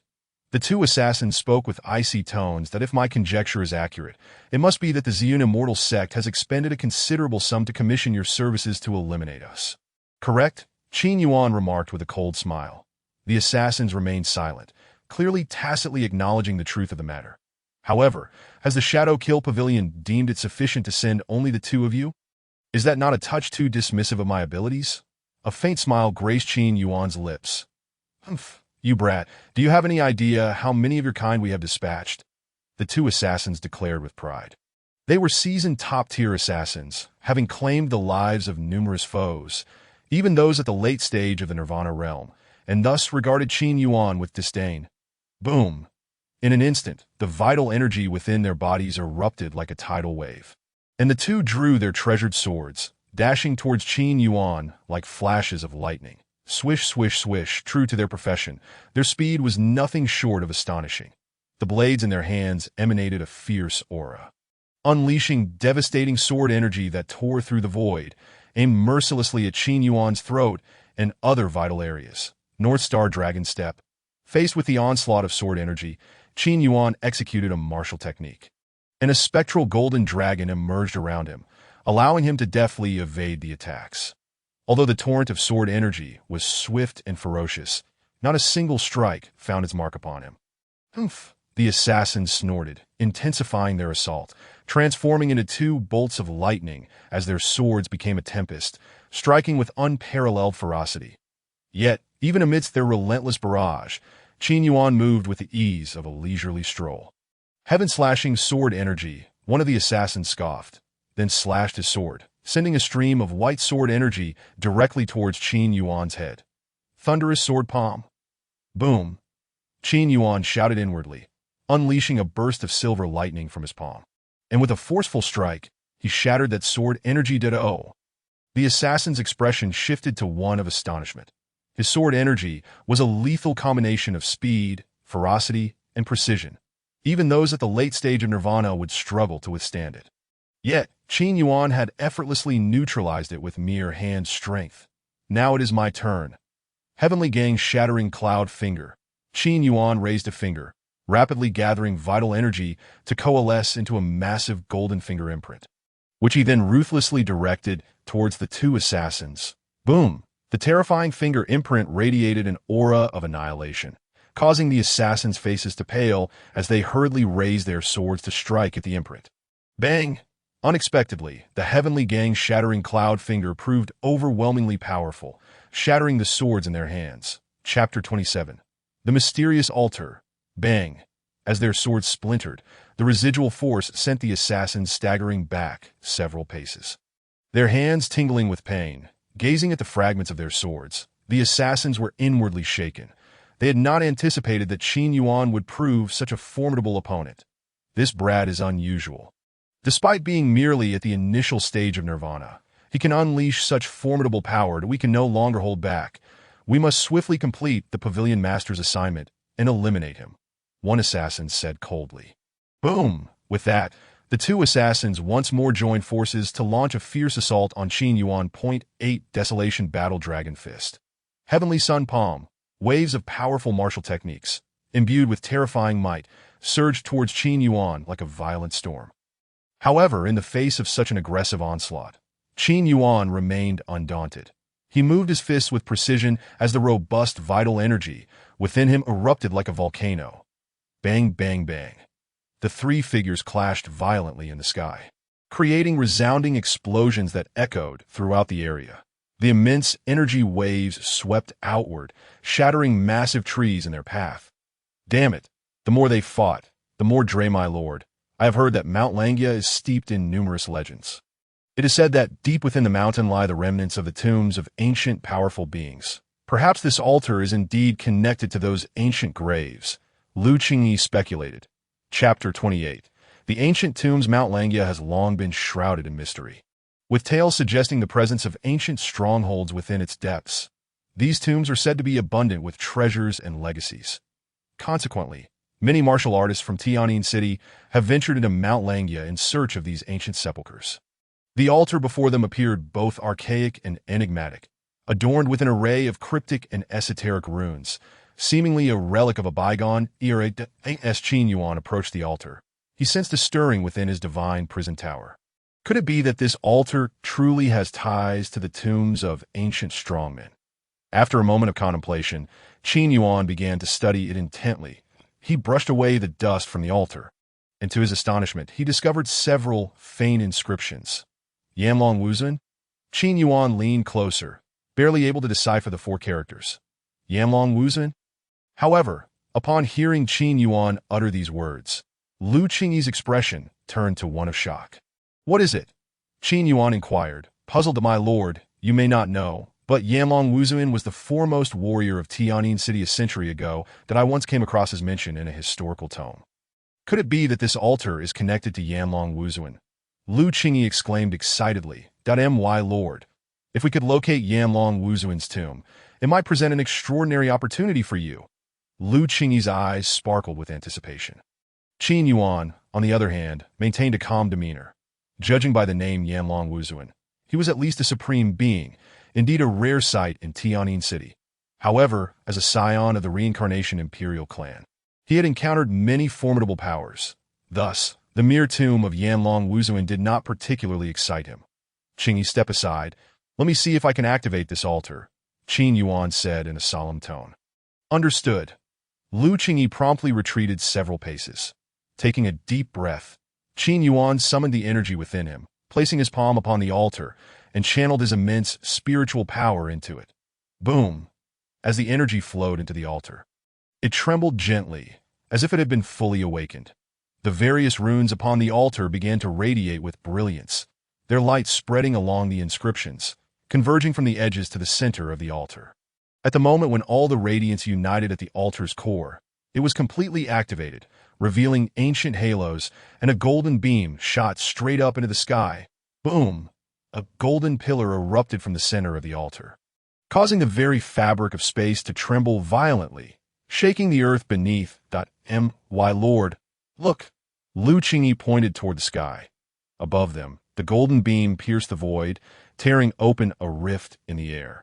From within the dark fissure, streaks of golden light suddenly burst forth, accompanied by an indescribable oppressive force emanating from the crack, the aura of a supreme being.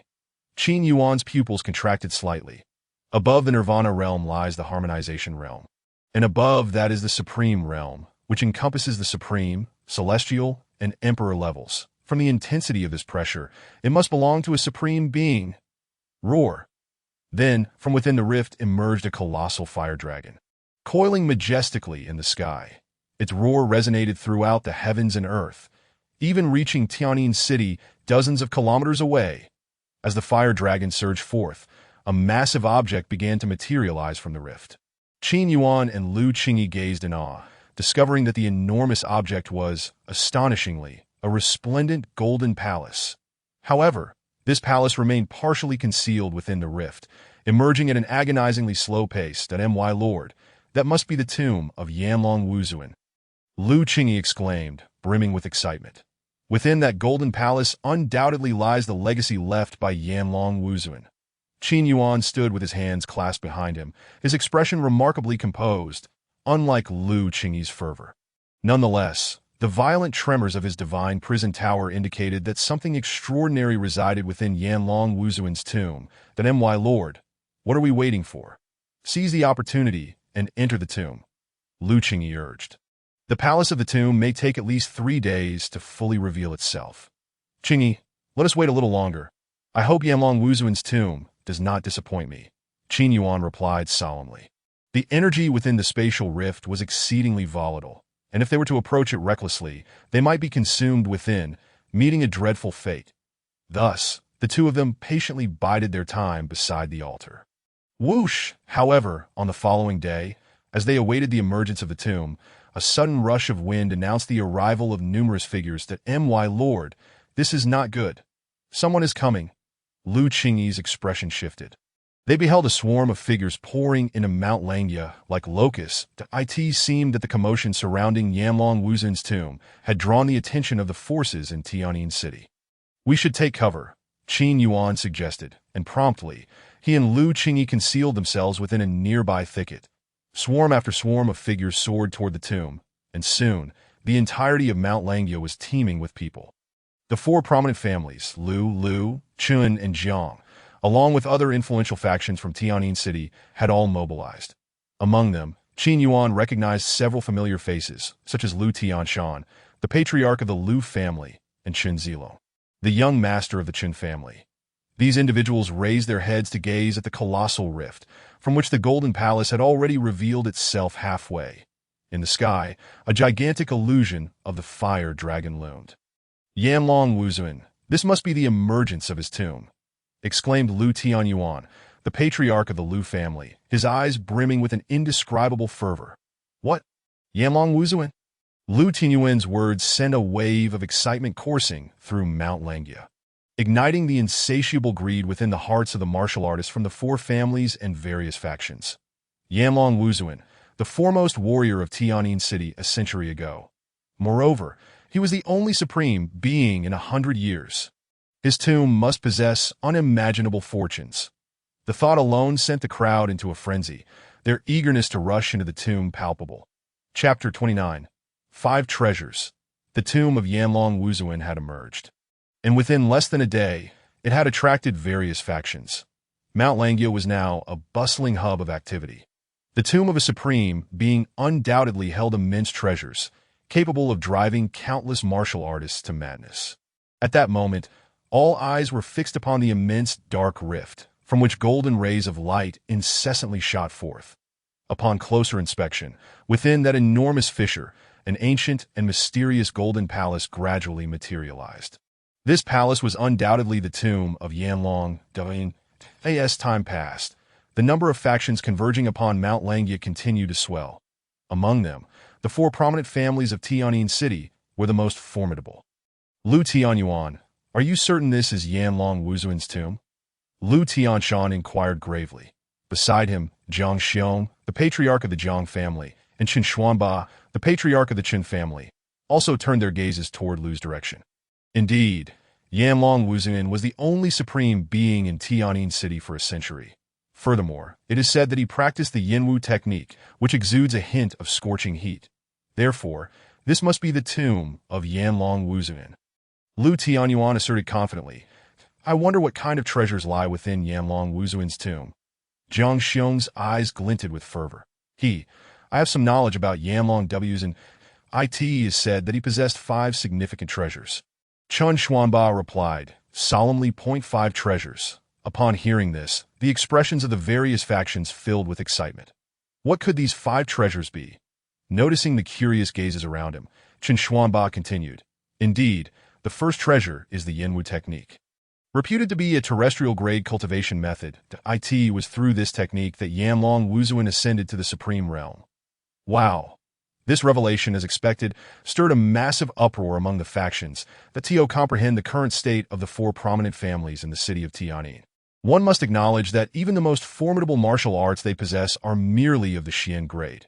The Earth grade martial arts, when observed across the entirety of Ziyang County, are considered the pinnacle of techniques. The mere existence of an Earth grade martial art would incite a frenzy among countless factions eager to seize it.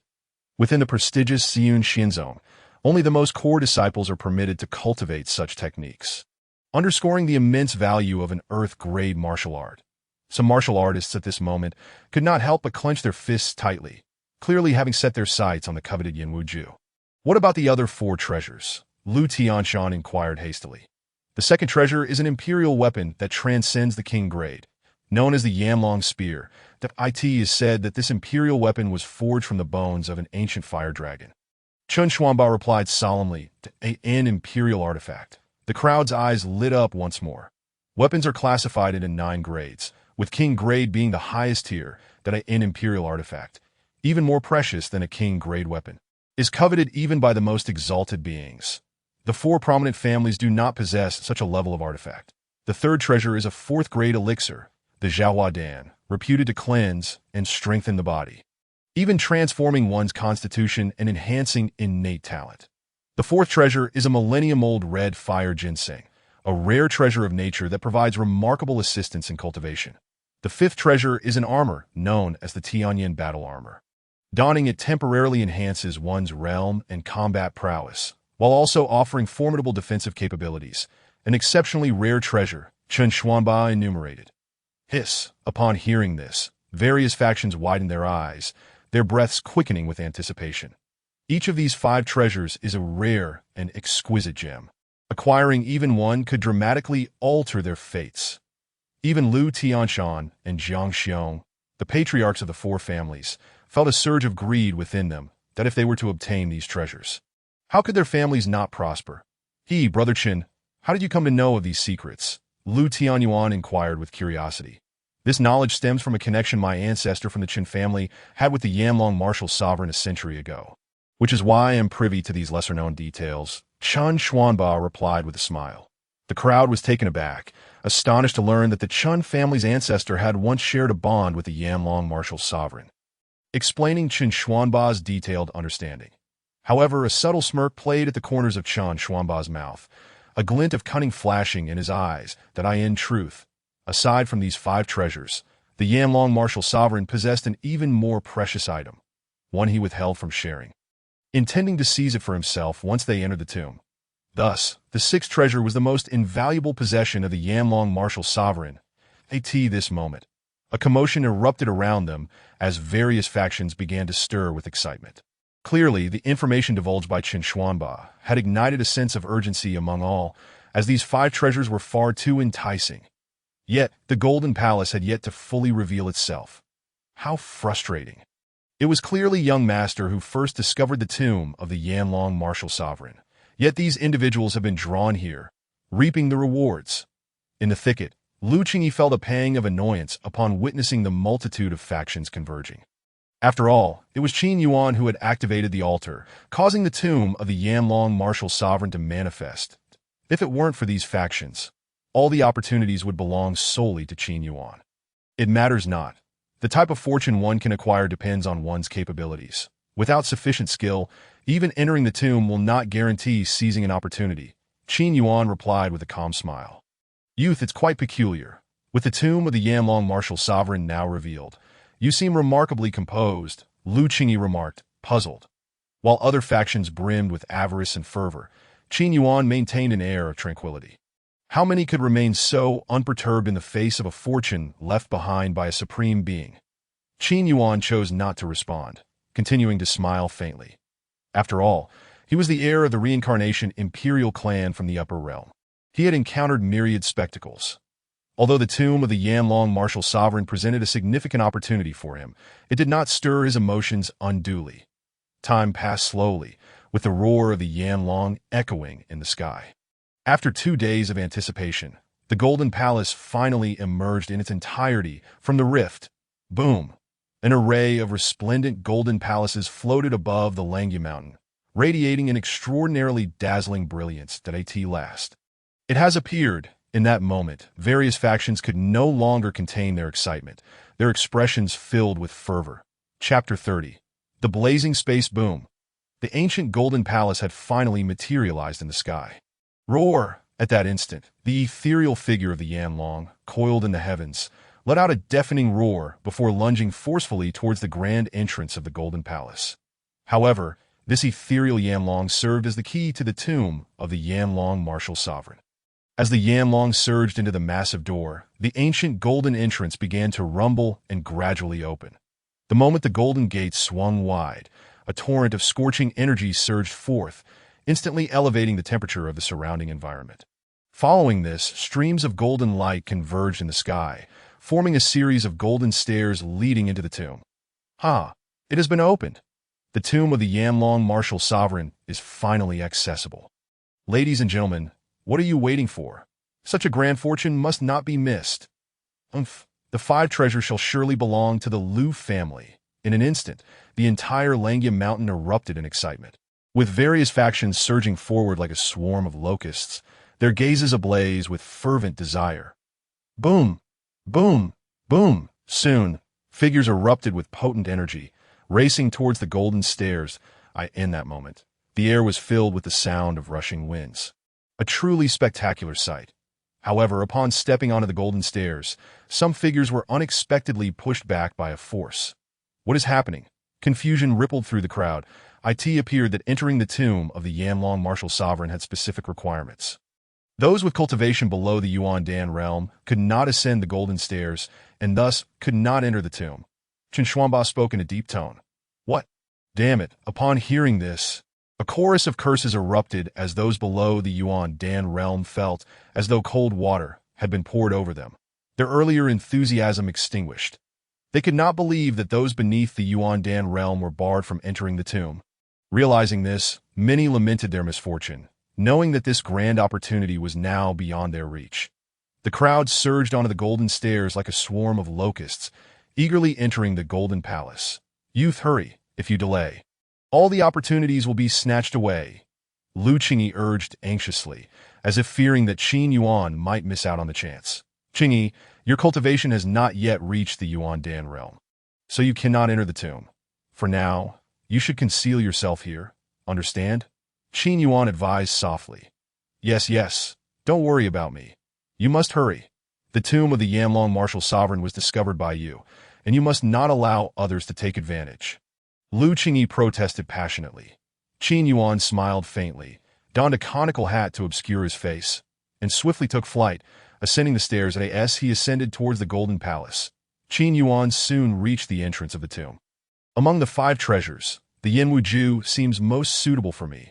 Qin Yuan mused that he had indeed heard Qin Xuanba's earlier words, and among these 5 precious treasures, the earth-grade martial art was what he desired most. With this thought, Qin Yuan stepped confidently into the grand entrance of the Golden Palace.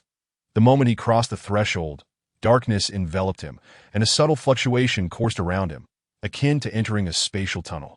However, this sensation was fleeting. As the spatial disturbance subsided, Qin Yuan opened his eyes to find himself within the tomb. Qin Yuan surveyed his surroundings, momentarily taken aback, as he discovered that the Golden Palace contained a considerably expansive space. Before him lay a vast world of magma, the molten rock churning beneath his feet, a wave of intense heat permeating the air. Moreover, the spiritual energy within this tomb was infused with a fiery essence. At this moment, the chatter from various factions echoed around him, all hovering above the blistering magma. "There is a path," a voice called out.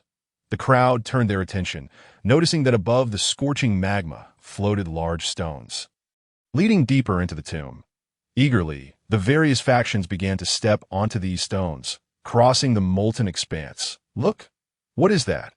As the crowd tread upon the colossal stones, traversing above the molten lava, a disciple from the Bloodblade sect suddenly exclaimed in alarm.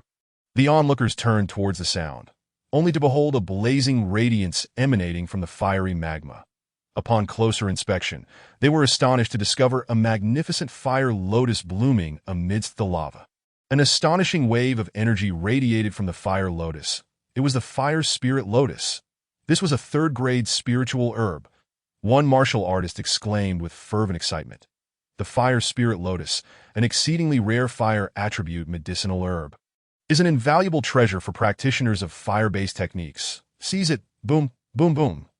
Instantly, powerful surges of energy erupted, as over a dozen figures shot forth like lightning towards the fire spirit lotus. Qin Yuan glanced over, his brow furrowing slightly, for he keenly sensed a concealed aura lurking near the fire spirit lotus.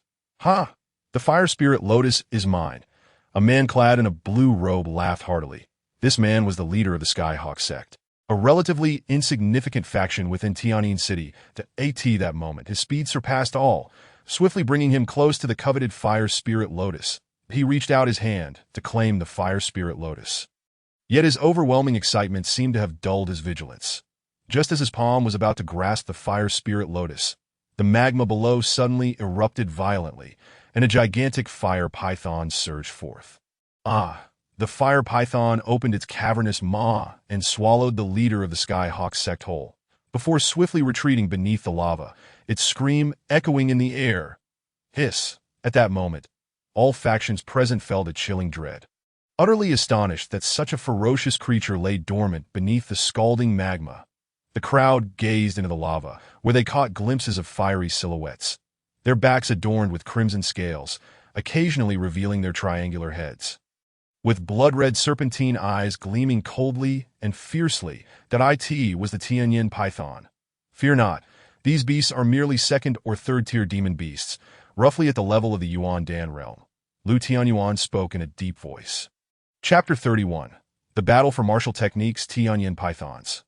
Upon hearing Lu Tianyuan's words, the crowd suddenly realized. The Tianyin python is a fire attribute demon beast, typically lurking within lava, adept at ambush tactics. And most are comparable to 2nd or 3rd-tier demon beasts at the Yuan Dan realm. A mere Tianyin python dares to obstruct my claim to the fire spirit lotus. A disdainful snort echoed, as a figure radiating formidable energy surged towards the fire spirit lotus. This figure was none other than Chen Zilong, the scion of the esteemed Chen family. Chen Zilong leaped onto the lava, rapidly approaching the fire spirit lotus. However, just as he drew near, 2 Tianyin pythons erupted from the searing magma with a thunderous roar. The Tianyin pythons launched their surprise attack, but Chen Zilong merely snorted coldly, swiftly drawing a magnificent sword from his waist. This sword gleamed a brilliant red gold, etched with countless mystical runes. Indeed, it was a 9th-grade spiritual weapon. Whoosh! Chen Zilong swung the sword with great force, unleashing a flurry of sharp golden sword lights that struck the 2 Tianyin pythons mercilessly. Thud, thud, thud. The Tianyan pythons, their bodies marred by deep, gaping wounds from the sword lights, let out anguished roars before rapidly sinking back into the molten lava. Qin Zilong grasped the fire spirit lotus and stowed it away. Witnessing this scene, all factions looked on with envy, yet dared not make a move against Qin Zilong. To discover such a treasure upon entering the tomb was enough to ignite the fervor of everyone present. It seemed that this tomb harbored numerous opportunities. Let us proceed. After securing the fire spirit lotus, the crowd continued to tread upon the colossal stones, delving deeper into the tomb. These massive stones, suspended above the lava, formed a pathway leading into the tomb, and thus the crowd followed this route further in. Qin Yuan, donning a black hat, trailed behind the group, remaining unrecognized as they ventured deeper. They soon spotted further traces of fire spirit lotuses amidst the lava. Boom! Boom! Boom! In an instant, a fierce struggle erupted among the factions vying for these precious fire spirit lotuses. Qin Yuan's gaze swept across the scene, and he caught sight of another fire spirit lotus not far away. This fire spirit lotus, being a third-grade spiritual item and a fire attribute treasure, held little value for Qin Yuan, who had already ascended to the Nirvana realm. However, knowing how beneficial these fire spirit lotuses would be for Lu Qingyi's cultivation, he resolved to take it. Step aside. That fire spirit lotus belongs to my Qingba sect. Just as Qin Yuan approached, a figure shot towards him. A burly man wielding a silver knife aimed a fierce strike at Qin Yuan's head. Oof! Qin Yuan snorted coldly, raising his hand effortlessly, gathering energy upon his fingertips before unleashing it with a swift thrust. Clang! His fingers pierced through the air like lightning, landing a decisive blow on the silver knife, creating two gaping holes through it. Hiss! The man from the Qingba sect gasped in shock at the sight of the holes in his silver knife. That it's a misunderstanding. A misunderstanding. The burly man was drenched in cold sweat, realizing he had encountered a formidable opponent. His silver moon mad knife was a 7th-grade spiritual weapon, yet it had been pierced through by Qin Yuan's fingers. Aware that he was no match for this individual, the man hastily abandoned his attempt to seize the fire spirit lotus and retreated. Qin Yuan stepped onto the lava, swiftly plucking the fire spirit lotus. He retrieved a wooden box, carefully placing the fire spirit lotus inside, with the intention of gifting it to Lu Qingyi once outside. After a series of fierce battles, many martial artists perished within the lava, and the faction suffered considerable losses in their bid to claim the fire spirit lotus. Yet this was merely the beginning of their journey into the tomb. The ensuing conflicts would likely grow even more intense. The crowd continued to tread upon the colossal stones, delving further into the depths of the lava. The deeper they ventured into the tomb, the more they felt the temperature rising to an unbearable level, prompting many martial artists to channel their energy to resist the heat. Qin Yuan remained silent, quietly following behind the others. What is that? Suddenly, a voice cried out in shock. The crowd turned their gaze, only to discover a massive stone island hovering above the lava. Standing upon this island were several figures. Upon closer examination, they realized these were bronze puppets. These bronze puppets, forged entirely of bronze, were adorned with intricate runes, appearing both peculiar and mysterious. As they beheld the bronze puppets, the crowd exchanged bewildered glances, clearly perplexed by the enigma surrounding these constructs. Zilong, go investigate what secrets these bronze puppets hold. Qin Xuanba spoke in a grave tone. Understood. Boom. Without hesitation, Qin Zilong dashed towards the island. As he set foot on the island, one of the bronze puppets opened its cold eyes and swiftly launched an attack on him. Bang, bang, bang. In an instant, the two figures engaged in a fierce battle, the bronze puppet's steel-like body exhibiting formidable strength. However, Qin Zilong was equally powerful, and after a fierce struggle, he managed to shatter the bronze puppet with a single punch. Ha! As the bronze puppet fell, a scroll tumbled out from within it.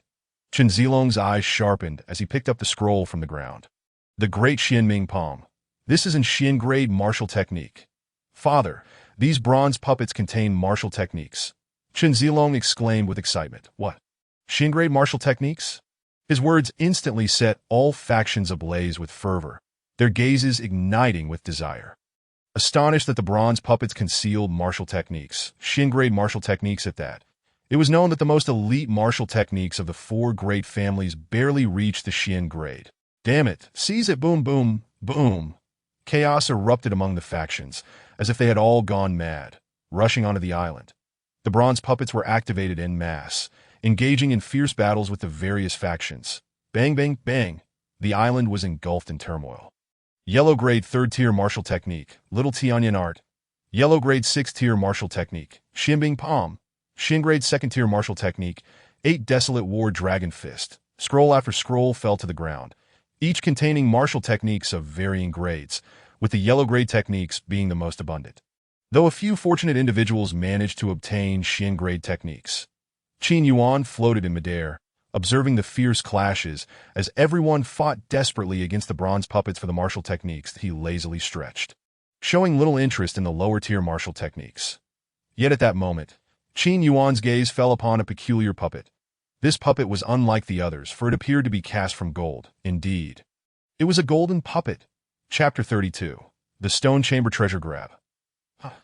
Qin Yuan's gaze sharpened. Initially, he had no intention of seizing martial techniques. Yet at this moment, he suddenly discerned a golden puppet that stood out remarkably. This golden puppet was evidently of a superior tier compared to the other bronze puppets. Could it be that within this golden puppet lies a greater fortune or perhaps an earth-grade martial technique? Contemplating this, Qin Yuan immediately darted towards the stone island. Appearing before the golden puppet in an instant as he drew near, the golden puppet seemed to be activated, unleashing a formidable surge of elemental energy. Boom! Without uttering a single word, the golden puppet unleashed a ferocious punch aimed directly at Qin Yuan's head, its fist imbued with golden elemental energy, akin to a raging golden python, creating shockwaves that reverberated through the air. Qin Yuan's expression shifted slightly, and he swiftly crossed his arms to shield himself. Bang! The sound of a muffled impact echoed as Qin Yuan was sent flying backwards, his internal energy tumultuously roiling, and a sharp pain coursed through his arms. What incredible strength! Qin Yuan was taken aback, astonished by the golden puppet's ferocity. Boom! However, the golden puppet offered him no respite, its heavy steps rapidly closing the distance once more, launching into a fierce onslaught like a tempest. Boom, boom, boom. The golden puppet's fists rained down relentlessly, each strike infused with overwhelming power. Yet, Qin Yuan remained undaunted, his own elemental energy surging forth in response. The two figures collided violently at the center of the island. Thunderous sword palm. Clang, clang, clang. Qin Yuan's palm struck like lightning, enveloped in turbulent, thunderous energy, akin to a thunder sword cleaving through the puppet's form. Soon, Qin Yuan identified the golden puppet's weakness. Despite its brute strength, it lacked any intelligence and was both cumbersome and slow. Thus, Qin Yuan decisively employed the North Dipper Dragon Step, his figure darting around the golden puppet like a specter, delivering surprise strikes with his palms. After a fierce barrage, the golden puppet was finally rendered inoperative. Bang! Qin Yuan's punch shattered the puppet's chest, causing an object to tumble out. Upon closer inspection, Qin Yuan discovered that the fallen object was not a scroll, but rather a golden token. What is this? Qin Yuan picked up the token, his brow furrowing slightly. He had anticipated finding Earth-grade martial techniques within the golden puppet, yet he was met with profound disappointment, acquiring merely a golden token instead. This golden token appeared to be forged from a unique material, possessing a substantial feel, adorned with intricate flame patterns. Quite peculiar indeed. After a brief examination, Qin Yuan was unable to ascertain the nature of the token. Without hesitation, he stowed the golden token into his Qinkuan bag. Before long, over 100 puppets on the Stone Island had been thoroughly destroyed by various factions. Many martial artists wore expressions of ecstatic joy, clearly having obtained satisfactory martial treasures from within these puppets. Among them, several martial artists had acquired rare Xin-grade martial techniques, a level of mastery typically exclusive to the 4 great families of Tianyin City. Haha, truly worthy of the tomb of the Flame Dragon Martial Sovereign. We have scarcely entered and already reaped such bountiful rewards. I fear that deeper within the tomb lie even greater opportunities. Lu Tianyuan exclaimed, clutching a dark red scroll, his expression brimming with elation. This dark red scroll was also a precious Xian-grade martial technique. Not far off, the Lu Jiang, and Qin families from the four great families similarly celebrated their acquisition of Xian-grade martial techniques.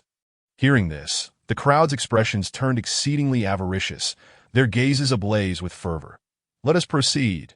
With that, the group continued to traverse the floating stones above the lava, step by step advancing deeper into the tomb. In no time, they reached the edge of the lava. Before them lay a path of blazing red flame stones. Upon entering the flame stone path, they were met with a labyrinth of routes. Various factions surged into the flame stone path like a horde of locusts, immediately commencing their search for treasures. Soon, they discovered a series of sealed stone chambers within the flame stone path. Let's open and see, boom. Without hesitation, the martial artists unleashed their elemental energies against the stone doors of the chambers. Though the doors were crafted from a special material and were quite sturdy, the collective onslaught shattered them to pieces. Buzz! As the doors exploded, a blinding light erupted from within the chambers, rendering all present momentarily blinded. What treasures lie within? The crowd rubbed their eyes, peering into the chamber only to find dazzling pills suspended within. They gasped in unison. Heaven's pills? So many pills. Each faction stood dumbstruck, for within the chamber floated a golden river composed of thousands upon thousands of precious pills. At that moment, the crowd resembled country bumpkins. Having never witnessed such a bounty of rare medicinal pills, seized them. In an instant, countless martial artists' eyes glowed crimson, akin to frenzied beasts as they charged into the chamber, frantically snatching the precious pills. This pill is mine. To hell with you. You seek death. Boom, boom, boom. As they vied for the pills, fierce clashes erupted among the factions, leading to chaos within the chamber, reminiscent of wolves fighting over a meal. Puff, puff, puff. Ah! Cries of despair echoed from within the chamber, blood splattering against the walls as bodies were trampled beyond recognition in the turmoil. However, some astute martial artists, having secured a few pills, wisely retreated from the chamber.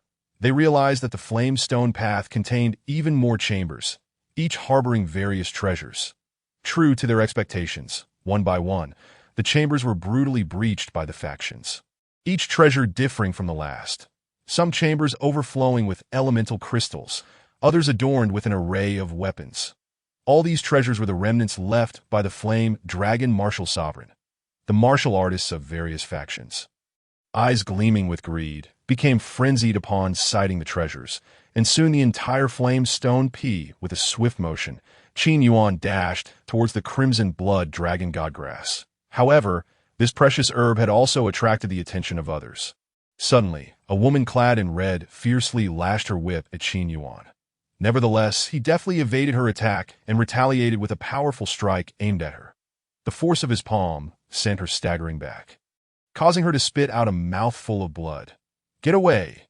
This blood dragon god grass belongs to me, bellowed a burly man wielding a fearsome axe, his voice resonating in the air. Yet, Qin Yuan was undeterred by the intimidation, promptly claiming the coveted herb for himself. Seeking death, the burly man, enraged, unleashed a terrifying aura from his axe and swung it down towards Qin Yuan with ferocity. With a decisive motion, Qin Yuan raised his hand to meet the axe, producing a sharp metallic clang as the impact reverberated. The man was thrown back several yards, his axe shattered into pieces. The burly man, aghast, realized the terrifying power Qin Yuan possessed. You are formidable, faced with Qin Yuan's prowess. He hesitated to contest further, gritting his teeth as he turned to scavenge the remaining herbs, allowing Qin Yuan to secure the blood dragon god grass. As more individuals flooded into the stone chamber, the valuable herbs were swiftly depleted. Unfortunately, during the frenzied scramble, 1/3 of these precious herbs were destroyed. Without a moment's pause, Qin Yuan exited the stone chamber, continuing his quest for other opportunities and treasures. However, several chambers had already been plundered, leaving nothing but emptiness behind. The fiery passageway was littered with countless corpses, evidence of the martial artists who had lost their lives in the pursuit of wealth. The air was thick with the stench of blood. Navigating the winding fiery corridor, Qin Yuan pressed deeper, encountering numerous traps and hidden mechanisms along the way. Fortunately, his exceptional skills allowed him to evade these dangers. Suddenly, a delightful surprise awaited him. He discovered an untouched stone chamber. However, this chamber appeared distinct, for while others bore stone doors, this one was adorned with an unusual black bronze door, intricately etched with ancient, mysterious patterns. Intuitively, Qin Yuan surmised that great treasures lay beyond that door. With a surge of energy, he channeled his spiritual power and unleashed a mighty strike upon the bronze door. Yet, to his astonishment, it remained completely still. How could this be? His strikes could easily shatter ordinary materials. Yet after several attempts, he was still unable to breach the door. In desperation, he resorted to a powerful earth-tier martial technique, summoning a colossal white tiger that lunged at the bronze door. The impact was deafening, causing the entire chamber to tremble as debris fell from above. "Why won't it budge?" he exclaimed, dumbfounded that even the white tiger strike failed to yield results. As he placed his hand upon the bronze door, he discerned its unique composition. Any force exerted upon it was mysteriously absorbed, rendering brute strength ineffective. That moment, he sensed a presence as a golden token flew from his Chinkoan bag. Could this token be the key to the bronze door? Elated, Qin Yuan recognized the token as the one he had previously obtained from the golden puppet. Chapter 34. Golden Flame, Sacred Lion gazing at the golden token in his hand. Qin Yuan felt a surge of excitement as it radiated warmth, seemingly resonating with the bronze door. This token might indeed be the key. After a brief moment of contemplation, he infused his Yuan power into the token. As the energy flowed into it, the token erupted with dazzling light, projecting a beam of golden radiance that integrated with the bronze door. A stream of light traced along the intricate patterns, illuminating the door until all markings were revealed. With a resounding rumble, the bronze door trembled violently before finally beginning to creak open. As the door swung ajar, an indescribable ancient aura rushed forth, accompanied by a searing heat. Qin Yuan's eyes glimmered with intrigue. The door was so extraordinary that it required a special token to unlock it. Surely, something of great significance lay within. With determination, he stepped forward into the bronze door's threshold. Upon entry, he found himself in a vast black palace, grander than the previous chambers. Supported by towering black stone pillars, in the center of the hall stood a magnificent lion statue, its mouth clutching a scarlet scroll that pulsed with intense heat. An earth-level technique. Qin Yuan's heart raced with anticipation. The energy emanating from the scroll suggested it was at least an earth-level technique, possibly the legendary flame martial arts. Previously, Qin Xuanba had mentioned that the flame dragon martial sovereign possessed a technique known as the flame martial arts. A top-tier skill at the earth level, it was highly likely that this scroll was indeed that very technique. However, Qin Yuan did not rush to seize it. He carefully surveyed the surroundings for any traps or hidden mechanisms. Such a priceless treasure surely wouldn't be left unguarded. After thorough examination, he found no signs of danger and cautiously approached the lion statue, extending his hand to retrieve the scarlet scroll. That moment, the entire stone hall trembled violently. The lion statue's eyes snapped open, and its massive paw lunged towards Qin Yuan. Alarmed, he instinctively countered with a powerful strike. The collision sent him hurtling backward, and he gasped. Realizing he had underestimated the statue's strength, the lion statue seemed to awaken.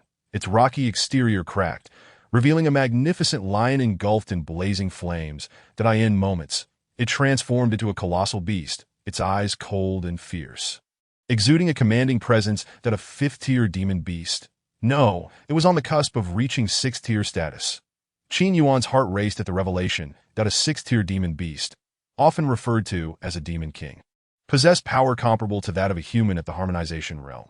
Yet this fiery lion was still a step away from that pinnacle, barely qualifying as a near sixth-tier beast, akin to a half-step into the harmonization realm. Realizing the formidable guardian of the scroll was such a powerful creature, Qin Yuan surmised that this golden flame sacred lion might be the flame dragon martial sovereign's demon companion. To obtain the flame martial arts, he would need to defeat this fearsome lion. Before he could strategize further, the enraged golden flame, sacred lion unleashed its assault, opening its massive jaws to conjure a barrage of golden fireballs. With a swift motion, Qin Yuan activated the North Dipper Dragon Step, evading the onslaught of fireballs as they detonated upon impact with the ground, creating deep craters. Qin Yuan was taken aback by the lion's overwhelming strength. Realizing it surpassed him by an entire realm, Qin Yuan, like a fleeting shadow, instantaneously moved behind the golden flame sacred lion. Thunderous blade palm. Boom! Qin Yuan launched a surprise attack, his palms swirling with primordial energy. As silvery arcs of electricity flickered in his palms, coalescing into a shimmering silver sword light that struck fiercely towards the golden flame sacred lion. However, the speed of the golden flame sacred lion was astonishing. It abruptly turned around, its fiery paw, ablaze with raging flames, came crashing down. Bang! As their palms collided, the thunderous sword energy in Qin Yuan's hands shattered instantly, and a formidable force surged forth, causing him to be repelled several feet away. How formidable! Qin Yuan's expression changed as he glanced at his hands, which were now scorched a bright crimson. Clearly, his palms had been burned by the golden flames during the clash with the golden flame sacred lion. Roar! Boom! The golden flame sacred lion lunged once more, its flaming claws seemingly capable of tearing through the very fabric of reality, launching a ferocious assault upon Qin Yuan. Boom! Boom! Boom! In an instant, the two figures engaged in a fierce battle within the Grand Hall. The golden flame sacred lion, known for its savagery, unleashed a relentless barrage of attacks, each wave more ferocious than the last. Were it not for Qin Yuan's exceptional prowess, even a typical Nirvana realm practitioner would have succumbed swiftly under such pressure. Yet, Qin Yuan displayed no signs of retreat. Instead, he countered with equal ferocity, engaging the golden flame sacred lion in a titanic clash. Chapter 35. The Thunderous Automaton's Might. Boom! Within the stone hall, the fierce confrontation between man and beast erupted like two colliding beams of light, unleashing powerful energy waves that caused the very floor to crack and splinter. Roar! The golden flame sacred lion howled at the heavens, its entire form engulfed in flames as its colossal fiery claws tore through the air, striking towards Qin Yuan with great force. With a swift move, Qin Yuan evaded, but the fiery paw crashed down upon a stone pillar, shattering it to pieces. Qin Yuan was internally astonished. The golden flame sacred lion was exceedingly formidable. Should its claws connect with his flesh, he would surely be reduced to a mere puddle of gore. Faced with a beast whose strength was perilously close to the 6th tier, even Qin Yuan dared not underestimate it that moment. The golden flame sacred lion suddenly opened its massive maw, drawing in primordial energy and searing heat from the surroundings, forming a colossal ball of molten lava. The terrifying energy waves radiating from this immense lava sphere made even Qin Yuan's scalp tingle with apprehension. Boom! The golden flame sacred lion expelled the massive lava fireball, which screamed through the air, distorting space itself. Thunderous blade palm. Hiss, hiss. Qin Yuan swung his palms, gathering silvery currents of electricity that transformed into a blade of silver energy. Break for me! Bang! The thunderous blade palm slashed down, colliding with the molten sphere. However, to Qin Yuan's astonishment, the lava ball crushed the silver energy blade effortlessly. His pupils constricted as he realized the sheer terror of the lava sphere. Black tortoise seal! Buzz! At once, Qin Yuan summoned the black tortoise seal from the 4B seal technique, conjuring a colossal shadow of the black tortoise before him, forming a protective barrier. The massive lava sphere struck the black tortoise's back, causing a tremendous shockwave that shattered the very ground beneath them. Fortunately, the defensive power of the black tortoise seal was extraordinary. Even as the lava sphere continued to batter against it, the seal managed to hold firm. White tiger seal. Roar! Qin Yuan formed hand seals, summoning forth a white light circle, which materialized into a fierce white tiger. The white tiger, exuding an aura of slaughter, charged forward with earth-shaking strides to engage the golden flame sacred lion. Bang! The two colossal beasts clashed violently within the stone hall, leaving chaos in their wake as countless stone pillars crumbled to the ground. However, the power of the white tiger seal was evidently insufficient to contend with the golden flame sacred lion. Vermilion bird seal. Chirp! Qin Yuan once again formed hand seals, summoning a blazing vermilion bird. Bathed in flames, the vermilion bird's claws tore through the air as it joined the fray. Yet, even with the combined might of the white tiger and vermilion bird, they still could not suppress the golden flame sacred lion. Azure dragon seal. Qin Yuan bellowed, once more invoking the mightiest azure dragon seal. Roar! A massive azure dragon, enveloped in an aura of terror, surged forth towards the golden flame sacred lion. Boom! Boom boom! The azure dragon, vermilion bird, and white tiger, the three divine beast spirits, joined forces to engage in a fierce battle against the golden flame sacred lion, finally managing to suppress its momentum, albeit with great difficulty. Enraged, the golden flame sacred lion struck the ground with its massive paw, creating a tremendous pit from which a crimson orb floated up that the fire spirit pearl. Qin Yuan's eyes narrowed slightly. The fire spirit pearl, a treasure imbued with the essence of fire, could only be born in places rich with fiery energy. This is bad. Qin Yuan sensed the gravity of the situation and dashed forward, aiming to seize the fire spirit pearl. However, the golden flame sacred lion inhaled deeply, swallowing the orb whole. Boom! After devouring the fire spirit pearl, the flames enveloping the golden flame sacred lion intensified, and its aura surged exponentially. Bang! With a single swipe, the golden flame sacred lion shattered both the white tiger and vermilion bird, then lunged at the azure dragon, its sharp teeth fracturing the dragon's body. Damn it! Qin Yuan's brow furrowed. After consuming the fire spirit pearl, the golden flame sacred lion's strength had soared. The azure dragon, vermilion bird, and black tortoise spirits lay in tatters, and now the golden flame sacred lion charged once more towards Qin Yuan. Swish, swish, swish! The golden flame sacred lion lashed out with its claws, leaving deep gashes in the air. Qin Yuan summoned the black tortoise seal again, yet this time, his seal was shredded by the claws. It seemed he had no choice but to unleash the thunderous automaton and test its mettle against the golden flame sacred lion. Qin Yuan mused inwardly that he was uncertain of the thunderous automaton's true strength, as it had never engaged in battle before. Boom! With a flick of his sleeve, Qin Yuan summoned the thunderous automaton from his spatial pouch. Hiss! Hiss! The thunderous automaton, clad in silver armor, crackled with violent lightning, exuding an aura of dominance and strength. Master, what are your commands? It spoke in a cold tone. Destroy it, Qin Yuan commanded. Understood. Boom! In an instant, the thunderous automaton transformed into a bolt of lightning, shooting forth, while the golden flame sacred lion leapt into the air. The two figures collided midair. Bang! At the moment of impact, a powerful shockwave erupted, and to Qin Yuan's astonishment, one figure was sent hurtling back, crashing into the ground and creating a massive crater. Hiss! Qin Yuan was left speechless. For lying in the deep pit was none other than the golden flame sacred lion. With a single punch, only one punch, and the thunderous automaton had defeated the golden flame sacred lion. This was astonishing. Qin Yuan was dumbfounded. Though he was aware of the thunderous automaton's formidable combat strength, he had not anticipated it to be this overwhelming, knocking down the golden flame sacred lion with merely a single blow. It was worth noting that the golden flame sacred lion had just consumed a fire spirit pearl, greatly enhancing its power, yet it still could not withstand the thunderous automaton strike. Roar!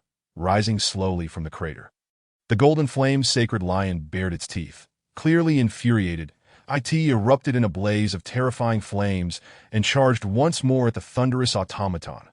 Bang, bang, bang! The two figures engaged in a fierce struggle within the stone hall, resembling a clash between lightning and flame, unleashing cataclysmic energy. Boom! The golden flame sacred lion was once again sent flying by a punch from the thunderous automaton, crashing into a sturdy stone pillar and shattering it. Chapter 36. Lu Tianyuan. Bang! Within the stone hall, a cacophony of colossal sounds reverberated as the thunderous automaton battled the golden flame sacred lion. Yet, to everyone's astonishment, the golden flame sacred lion was utterly no match for the thunderous automaton. At this moment, the golden flame sacred lion was being struck repeatedly by the thunderous automaton's punches, its enormous body being sent hurtling back with each blow, crashing against the stone walls, blood splattering everywhere. Witnessing this scene, Qin Yuan couldn't help but click his tongue. It was a near one-sided affair.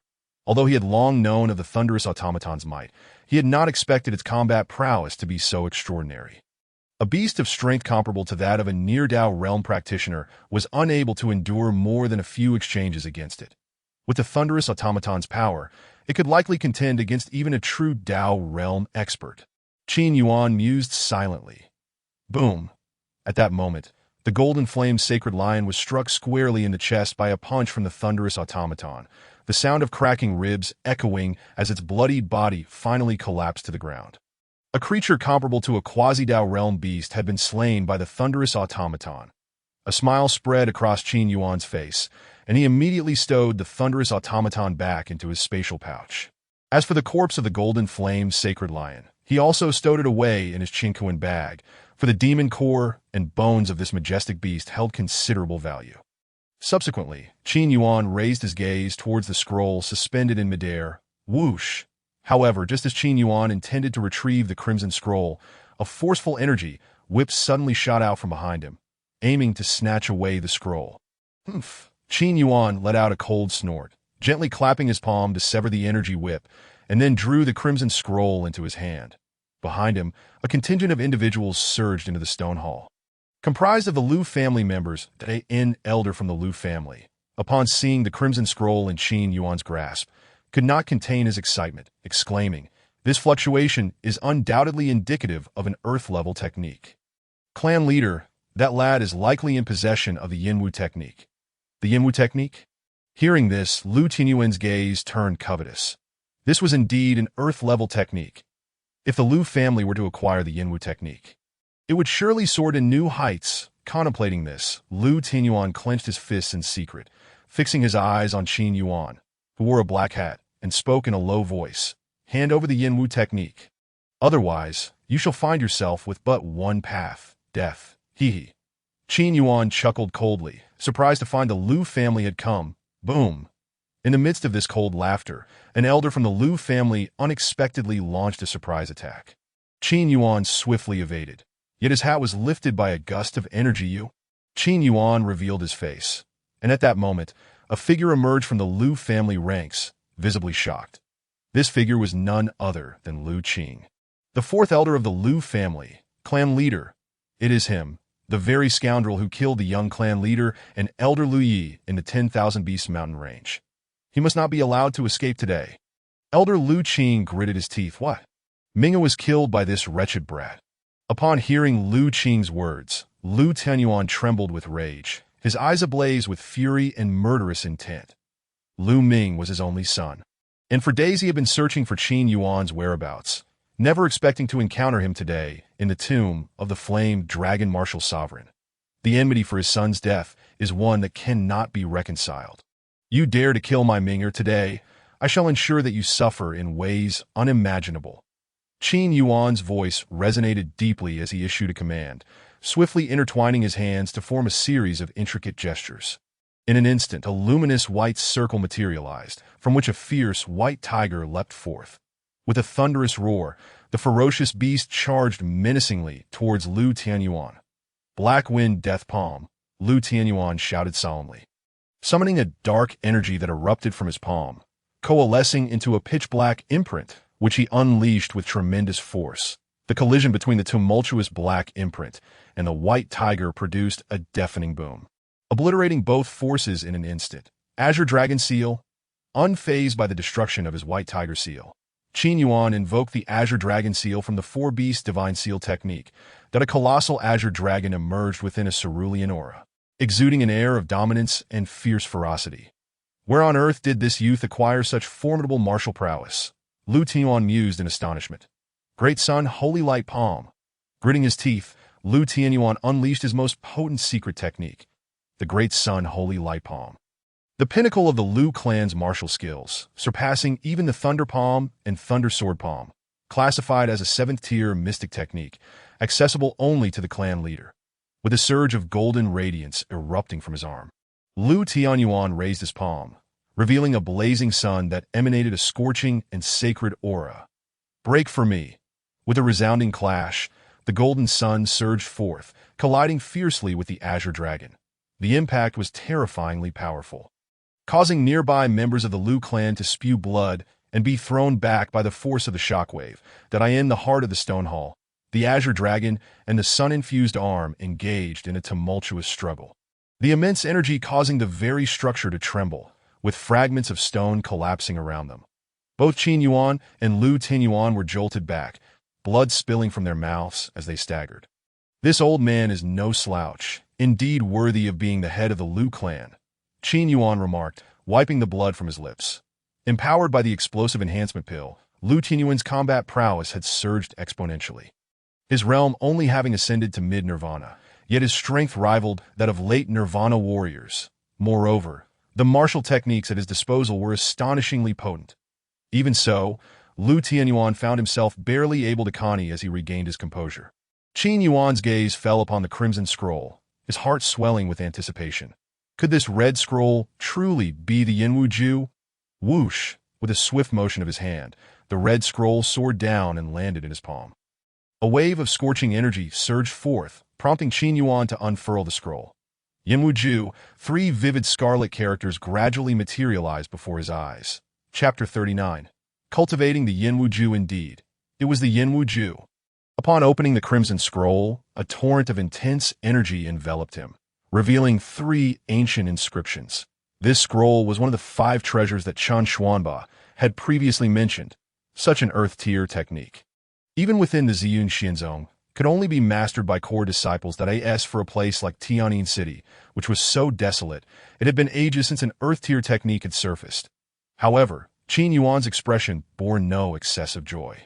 After all, had he been in the upper realm, he would have regarded such a level of technique with disdain that in the Reincarnation Imperial clan, one could find imperial-grade techniques like the Reincarnation Emperor's scriptures. Alas, this was the lower realm. In this resource-scarce lower realm, an earth-tier technique was already considered an exceedingly rare pinnacle of cultivation. Only premier sects like the Ziyun Xianzong possessed techniques of this caliber. He would make do with cultivating it. Qin Yuan smiled broadly and began to meticulously study the cultivation methods inscribed on the scroll. Due to his lack of a cultivation technique, his rate of absorbing elemental energy was exceedingly sluggish. Thus, the urgent task at hand was to cultivate the Yinwu Ju. The Yinwu Ju was profoundly intricate. For an ordinary person, it would likely take several days to fully comprehend. Yet after merely a brief perusal, Qin Yuan had grasped the essence of the Yinwu Ju entirely. The crux of cultivating the Yinwu Ju lay in the establishment of the yin veins within his body.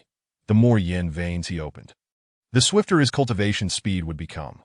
Furthermore, once the yin veins were established, a wave of scorching energy, known as Yinwu True Qi, would manifest within him.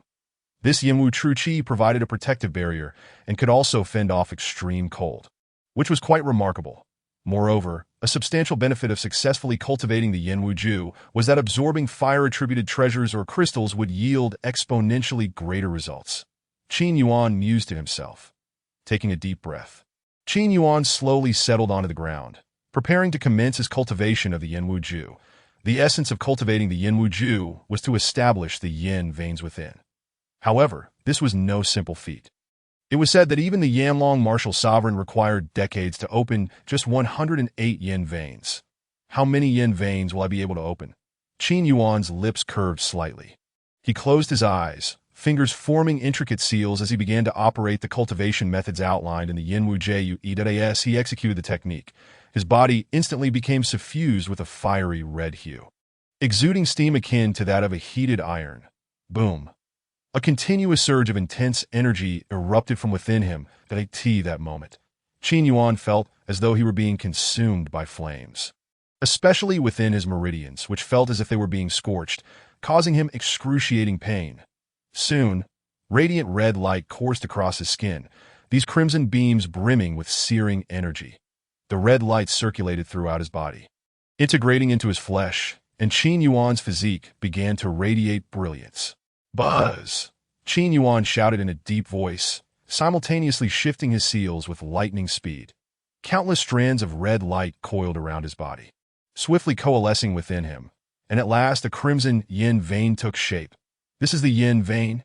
Qin Yuan thought, secretly elated, that he focused intently and sensed a crystalline, resplendent red thread forming within his meridians. This red vein resembled flowing magma, constantly emitting waves of extreme heat. The first yin vein had been effortlessly condensed by Qin Yuan.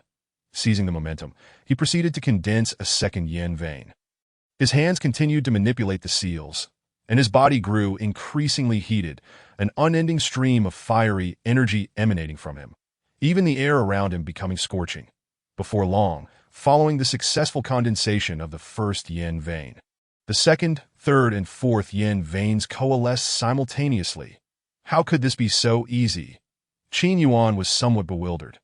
According to the scroll, the process of condensing yin veins was supposed to be excruciatingly arduous. Yet, Qin Yuan had achieved it with effortless grace. Could it be due to the chaotic celestial body? Indeed, that must be the case. Although Qin Yuan had sealed the chaotic celestial veins, the influence of the chaotic celestial body was still subtly affecting him. His innate talent for cultivation would surely be extraordinary, allowing for the effortless cultivation of these yin veins. Without pausing, Qin Yuan continued to condense even more yin veins. With each yin vein that formed within him, he could distinctly feel his body transforming into a furnace, radiating intense heat and energy. Moreover, this blazing energy transformed into a crimson gas. This is Yinwu True Qi. Yinwu True Qi is a type of supreme, unyielding energy, possessing formidable defensive capabilities while also being able to repel the frigid chill of the world. Time passed incrementally, and Qin Yuan lost track of how long had elapsed to attain this moment. The rate at which his yin veins were condensing accelerated dramatically, allowing him to successfully form a new one in mere minutes. 120. After an indeterminate duration, Qin Yuan discovered that he had successfully condensed a total of 120 yin veins. If the Yanlong martial sovereign were present, he might very well be struck dumb with astonishment. After all, the Yanlong martial sovereign had spent decades opening only 108, while Qin Yuan had surpassed that in just a few short hours. Such talent was incomparably superior to that of the Yanlong martial sovereign, Dao. However, upon reaching the 120th yin vein, Qin Yuan noticed a sudden increase in the difficulty of condensing further veins. He attempted repeatedly to form the 121st, but after several hours, still could not succeed. This is peculiar. It seems that 120 is indeed the limit. To break through to 121 will likely take several days, if not months, Qin Yuan silently speculated. After a moment of contemplation, Qin Yuan decided to halt his cultivation. After all, 120 was more than sufficient. If he were to continue, the time required would likely increase exponentially, and he certainly could not afford to waste such time. Boom. Qin Yuan activated the Yin Wuju, and the 120 yin veins within him unleashed a powerful suction force, drawing in the elemental energy of the world like a torrential flood. Truly, this is an earth-tier technique. Qin Yuan felt immense satisfaction. After cultivating the Yin Wuju, his rate of elemental energy absorption during cultivation had increased 100-fold. Chapter 40. Mechanisms. Having cultivated the Yin Wuju, Qin Yuan could distinctly feel that his body resembled an insatiable abyss, voraciously absorbing the elemental energy of the world. This was the power of an earth-tier technique. Of course, from Qin Yuan's perspective, he would not particularly regard this Yin Wuju with high esteem, but in the lower realm, finding an earth-tier technique was already a rare achievement. Sensing his body, Qin Yuan realized he had successfully opened 120 yin veins. These scarlet veins, akin to magma, flickered with intense red light. Additionally, a wave of true energy meandered within him. Hiss! Qin Yuan slowly raised his hand, a wisp of crimson true energy rising from his palm. Is this the Yinwu True Qi? Qin Yuan murmured that he could sense that this wisp of Yinwu True Qi contained an overwhelming power of utmost yang and rigidity, along with protective qualities. Furthermore, it could repel the chilling forces of the world. In summary, this Yinwu True Qi was an invaluable treasure. Moreover, it could merge with his elemental energy, making it even more formidable. Returning to his senses, Qin Yuan cast a sweeping glance across the stone hall. After enduring fierce battles, the hall had nearly been reduced to ruins, appearing precarious and on the verge of collapse. Whoosh! Without hesitation, Qin Yuan darted out of the stone hall, re-entering the fiery stone passage. He surveyed the labyrinthine paths, noting numerous corpses strewn across the ground. Clearly, intense battles had erupted here, as various factions fought fiercely over treasures. As Qin Yuan ventured deeper into the tomb along the fiery stone passage, he encountered numerous stone chambers, all of which had been thoroughly plundered. Within this fiery stone passage, each stone chamber was rumored to house treasures, yet all had been stripped bare by the ravenous factions. Akin to a pack of starving wolves, observing the empty stone chambers before him, Qin Yuan did not linger. pressing onward into the deeper recesses of the tomb. Previously, Chen Xuanba mentioned that within the tomb of the Flame Dragon Martial Sovereign, there exist a total of 5 treasures. Thus far, he has only acquired a single volume of the Flame Martial Art, and he has no intention of overlooking the remaining 4 artifacts. Half an hour later, Qin Yuan finally emerged from the fiery stone path, arriving at the heart of the Flame Dragon Martial Sovereign's tomb. At this moment, a vast expanse of darkness loomed ahead, resembling an abyss. Above this inky chasm, a series of red stone pillars floated, arranged in 2 parallel rows. Clearly, to delve deeper into the tomb, one must traverse these red stone pillars, surrounding the dark abyss. Over 100 martial artists lingered. What is there to fear? They are merely stone pillars, exclaimed a man in gray robes, who then soared into the air and landed upon one of the pillars, treading carefully on the red stones. He attempted to cross the abyss. However, inadvertently, he stepped on a pillar that suddenly sank. Swish, swish, swish. This is bad. There are traps. From the darkness, countless sharp arrows shot forth, instantly piercing the gray-robed man. Hiss. Witnessing this scene, various factions in Tianyin City collectively gasped in horror. It seems these red stone pillars concealed hidden mechanisms, and stepping on one could lead to unpredictable dangers. A gray-haired elder solemnly remarked. Traps? Upon hearing this, the expressions of the crowd grew grave. They had not anticipated that these red pillars were rigged with traps. Undoubtedly left by the Flame Dragon Martial Sovereign. To cross these pillars is to reach the core area of the tomb, where 5 treasures of great legacy await. Even if there are traps, they cannot deter us, Chen Xuanba declared earnestly. Upon hearing of the 5 treasures, the eyes of all factions ignited with fervor. They would brave even the most perilous of paths for such rewards. With that, Chen Xuanba led his family members to step onto the floating stone pillars, and at that moment, the various factions followed suit. Qin Yuan, however, did not join them. He was keenly observing the patterns of the pillars and strategizing on how to evade the traps. Oh no, a trap? As expected, Chen Xuanba and his group soon triggered a mechanism. Boom! Suddenly, the surrounding void trembled violently, and dark red beams of light flickered into existence, swiftly coalescing into a crimson fire cauldron. Is that a formation? Chen Xuanba's expression changed dramatically. The mechanism they triggered was, in fact, a terrifying flame cauldron formation. At that moment, hundreds of people found themselves ensnared within the crimson cauldron as flames erupted within. Cries of agony echoed, and some weaker martial artists were instantly engulfed by the inferno, reduced to nothingness. Quick, join forces to break this formation, Chen Xuanba shouted. Boom, boom, boom. Chaos erupted within the cauldron as various factions frantically unleashed their energies against the infernal vessel. A bunch of brutes, Qin Yuan scoffed coldly. To navigate this trap formation requires a measure of wisdom. Brute force will only ensnare one in peril. Surveying the scene, Qin Yuan noted that there were 2 rows of red pillars. Chen Xuanba had ventured onto the left row, leaving him with no choice but to proceed along the right row. Yet, there were surely traps on the right as well. How could he identify and avoid them? An idea struck him. After a moment's contemplation, he gathered some small stones from the ground and tossed them onto the first stone pillar. When the stones landed, there was no reaction. He proceeded to throw stones onto the second, third, and fourth pillars. The moment a stone struck the 4th pillar, a faint energy fluctuation emanated from it. This indicated that the 4th pillar likely concealed a trap. By employing this method, he could ascertain which pillars were rigged. In that case, he merely needed to leap over the treacherous pillars behind Qin Yuan. Some more composed martial artists, who had refrained from blindly following Chen Xuanba, were enlightened by his approach. Qin Yuan grinned, then stepped onto the stone pillar. Through his method of testing, he had identified the pillar's hiding traps. Following his lead, several martial artists embarked upon the same path. Chapter 41. The Purple-Clad Maiden Swish.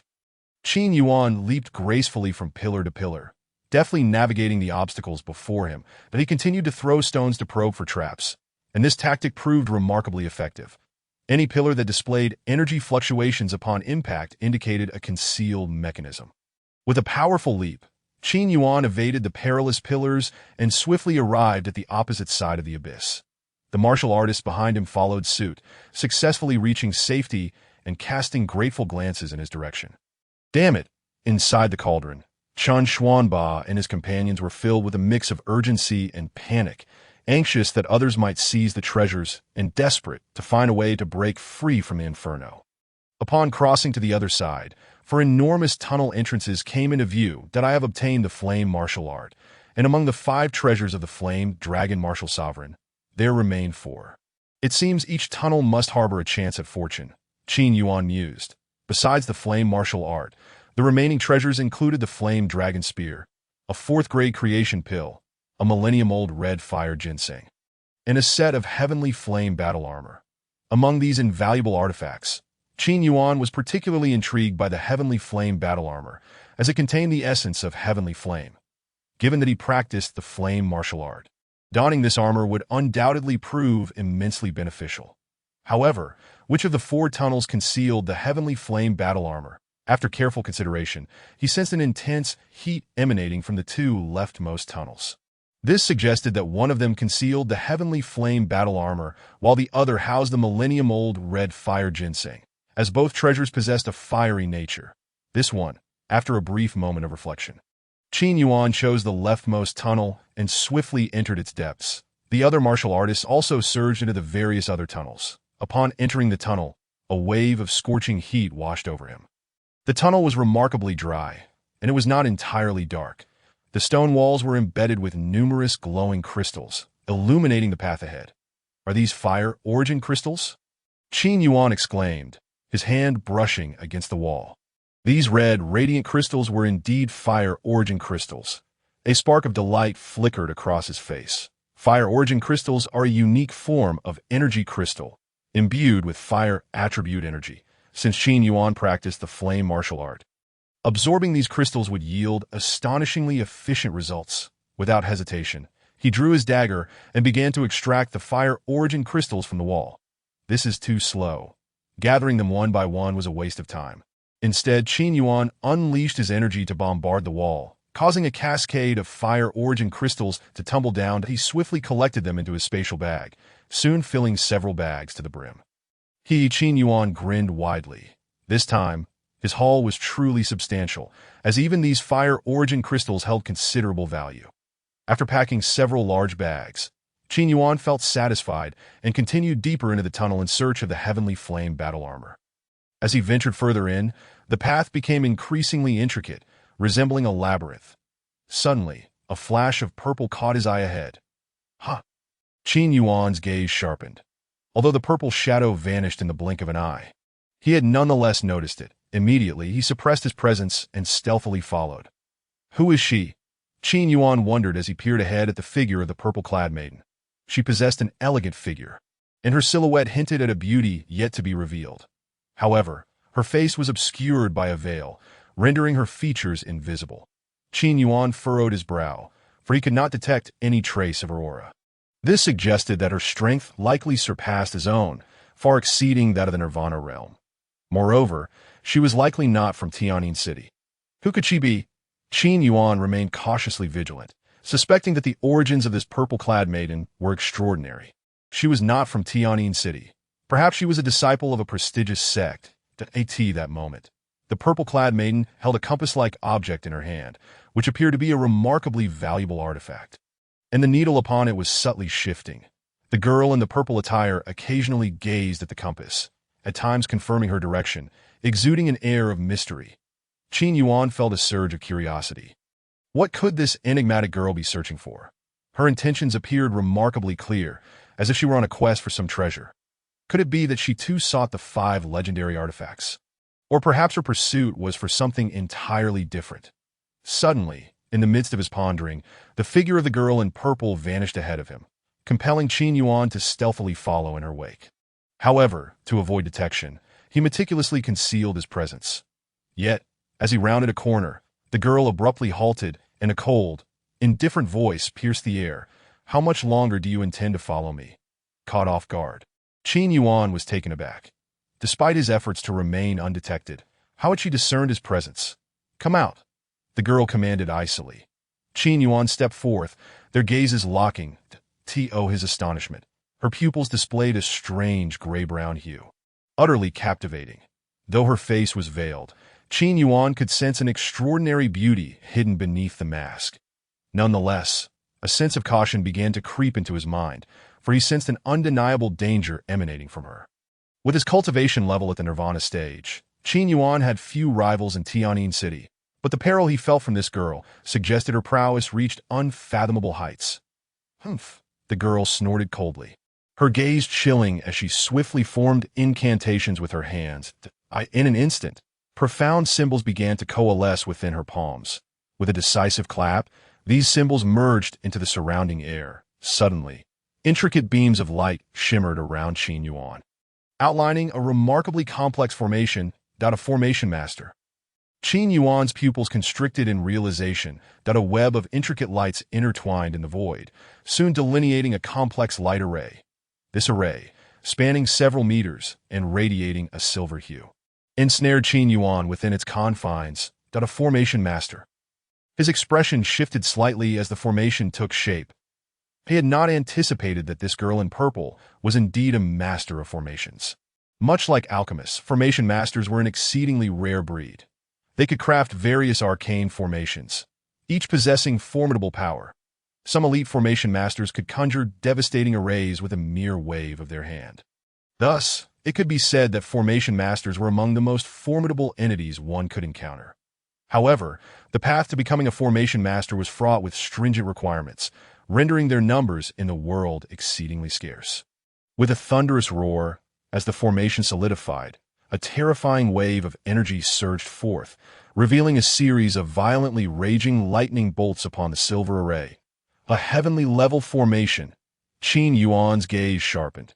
The ranks of formations were categorized into spirit, heavenly, royal, and emperor levels. A heavenly level formation possessed the capability to obliterate any Nirvana stage cultivator with ease.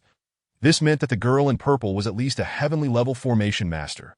After setting up the array, the girl cast a fleeting glance at Qin Yuan before vanishing around a corner. That moment, the formation she had laid out activated, and the roar of thunder echoed through the air. Suddenly, a massive bolt of lightning, several meters in size, tore through the void, striking towards Qin Yuan with overwhelming force. Boom! The colossal bolt seemed to harbor an explosive energy. Sensing the imminent danger, Qin Yuan activated his flame martial art, unleashing a surge of crimson energy, and retaliated with a punch aimed at the lightning. Bang! The collision between his fist and the bolt erupted with a tremendous sound, sending Qin Yuan reeling backward. His arms tingling to that moment. The lightning on the array converged, transforming into a gigantic lightning dragon. Roar! The silver lightning dragon, enveloped in ferocious bolts, surged toward Qin Yuan with colossal energy. Boom, boom, boom! The terrifying dragon unleashed its razor-sharp claws at Qin Yuan, who swiftly executed the Northern Dipper Dragon step, evading like a phantom. Yet the frenzied bolts unleashed by the silver dragon relentlessly bombarded him. 4 B Seal technique. Without hesitation, Qin Yuan summoned his most powerful martial arts technique, conjuring the Azure Dragon, White Tiger, Vermilion Bird, and Black Tortoise into a colossal wheel. Boom! The wheel, imbued with the powers of the 4 divine beasts, spun and collided with the silver lightning dragon, instantly shattering it into fragments. Had he succeeded? A glimmer of joy crossed Qin Yuan's face. However, before he could revel in his triumph, the power of the array surged again, this time summoning 6 lightning dragons. Roar! The 6 silver lightning dragons, each pulsating with terrifying energy, were akin to Nirvana stage peak cultivators, striking fear into his heart. Truly, a heavenly level formation. Qin Yuan's expression darkened. Breaking this formation proved to be even more challenging than he had anticipated. This array harbored immense thunderous power. Perhaps the thunder puppet could dismantle it. An idea sparked in his mind. Immediately, Qin Yuan summoned the thunder puppet, which rushed towards the 6 lightning dragons. Boom, boom, boom! The thunder puppet clashed fiercely with the 6 dragons, absorbing their lightning strikes and rendering them immune to the onslaught. In no time, the 6 dragons were annihilated, their remnants absorbed into the puppet. Yet, just as the 6 dragons fell, 12 new lightning dragons materialized. What a wondrous formation! This array seemed to possess an endless cycle. No matter how many lightning dragons were defeated, they could multiply exponentially, rendering the formation virtually unbreakable. Qin Yuan's expression turned grave. That it appeared that he must destroy the formation's core to succeed. He murmured to himself. Seizing the opportunity amidst the battle between the Thunder Puppet and the 12 dragons, he seated himself at the formation's center and closed his eyes. Gradually, his spiritual energy enveloped the area. Seeking the formation's crucial core, found it. Qin Yuan opened his eyes, astonishment lighting his features that he had indeed located the formation's core through his meticulous sensing. Rising slowly, he focused on the 12 lightning dragons. Realizing that the core lay within one of the dragon's eyes, swish, Qin Yuan shot forth, his fingers piercing towards the eye of the dragon. The moment his fingers penetrated the dragon's eye, the operating formation swiftly halted, beams of light fracturing in rapid succession, until the entire formation finally crumbled into nothingness. Seeing the array dissipate, Qin Yuan felt an immense sense of relief wash over him. Who exactly was that girl in purple? What could she possibly be seeking within the tomb of the flame dragon martial sovereign? Qin Yuan mused to himself, a nagging feeling suggesting that the origins of the girl were far from ordinary. Determined, he resolved to continue tracking her trail. Venturing deeper into the tunnel, he soon discovered that the girl had vanished without a trace. Within the tunnel, Qin Yuan proceeded cautiously. Before long, he noticed a flickering crimson light deep within the passage. Simultaneously, an extreme wave of scorching energy surged forth. What could that be? Qin Yuan felt an overwhelming curiosity. That moment, the 120 flame veins within him reacted violently, as if sensing something extraordinary. Could it be? Qin Yuan hastened towards the source of the light. Not long after, he entered a small cavern, its walls embedded with crimson fire essence crystals. In the center stood an ancient, massive stone platform. With a hum, a radiant glow began to emanate from the stone platform. What was that? Raising his gaze, Qin Yuan beheld an astonishing sight. Suspended above the ancient stone platform was a fiery red armor. This armor exuded an aura of majesty, elaborately adorned with ancient patterns, emanating waves of intense heat. The heavenly flame battle armor? Qin Yuan's expression brightened with elation. In a wondrous flame, veins reacted so intensely. They had sensed the presence of the heavenly flame battle armor. He had truly found it. Chapter 43. The main tomb room, gazing at the armor radiating a searing energy upon the stone platform. Qin Yuan could scarcely contain his joy. This fiery red armor was precisely what he had been searching for. The heavenly flame battle armor. This armor, rumored to have been forged by the flame dragon martial sovereign from dozens of fire attribute treasures, could significantly enhance combat prowess for a limited time when worn. Moreover, the heavenly flame battle armor contained pure heavenly flame energy, complementing the cultivation of the flame martial art, making it an ideal fit for Qin Yuan. However, Qin Yuan was not overwhelmed by surprise, for he did not rush to seize the heavenly flame battle armor immediately. Such a precious artifact could hardly be left here carelessly by the flame dragon martial sovereign. It was likely that there were mechanisms or traps nearby, or perhaps formidable guardians. In any case, obtaining this heavenly flame battle armor would undoubtedly prove to be a daunting task. After a moment's contemplation, Qin Yuan decided to first test for any traps or mechanisms. He employed the same method again, picking up a few pebbles from the ground and flicking them around the stone platform. But unfortunately, there were no unusual occurrences around the platform. This indicated that there were no traps present in the vicinity of this stone platform. Nonetheless, Qin Yuan remained uneasy. He summoned the Thunder Puppet, intending to send it to retrieve the heavenly flame battle armor. Boom! The Thunder Puppet stomped its foot and shot towards the stone platform like a bolt of lightning. However, as it approached the stone platform, countless ancient runes suddenly manifested throughout the cave.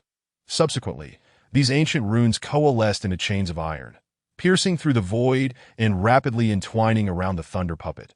The puppet's hands and feet were ensnared by these chains, leaving it suspended in midair. Roar! The Thunder Puppet emitted a deep growl, struggling fiercely. However, the strange runes on the chains sealed away the puppet's internal power. And no matter how hard it struggled, it could not break free from the chain's restraint. Indeed, there were mechanisms and traps. Seeing the Thunder Puppet ensnared, Qin Yuan's pupils constricted. Had he recklessly rushed forward to claim the treasure earlier, it would have been he who was captured by the chains. These golden chains could seal away one's inner force. Once ensnared, even the strongest would find it impossible to escape. Qin Yuan mused silently. Even the formidable thunder puppet could not extricate itself from the golden chains. What to do? Qin Yuan furrowed his brow. The runes on the chains possessed the power to seal everything, proving to be extraordinarily formidable that he wondered if his divine prison tower could withstand these chains. After a moment's deliberation, Qin Yuan summoned the divine prison tower, a pitch-black edifice that landed in the palm of his hand. Swish! Holding the divine prison tower aloft, Qin Yuan shot it towards the stone platform. Just then, the runes within the cave reformed, transforming into golden chains that shot forth, resembling invisible hands reaching out to ensnare Qin Yuan. Humph!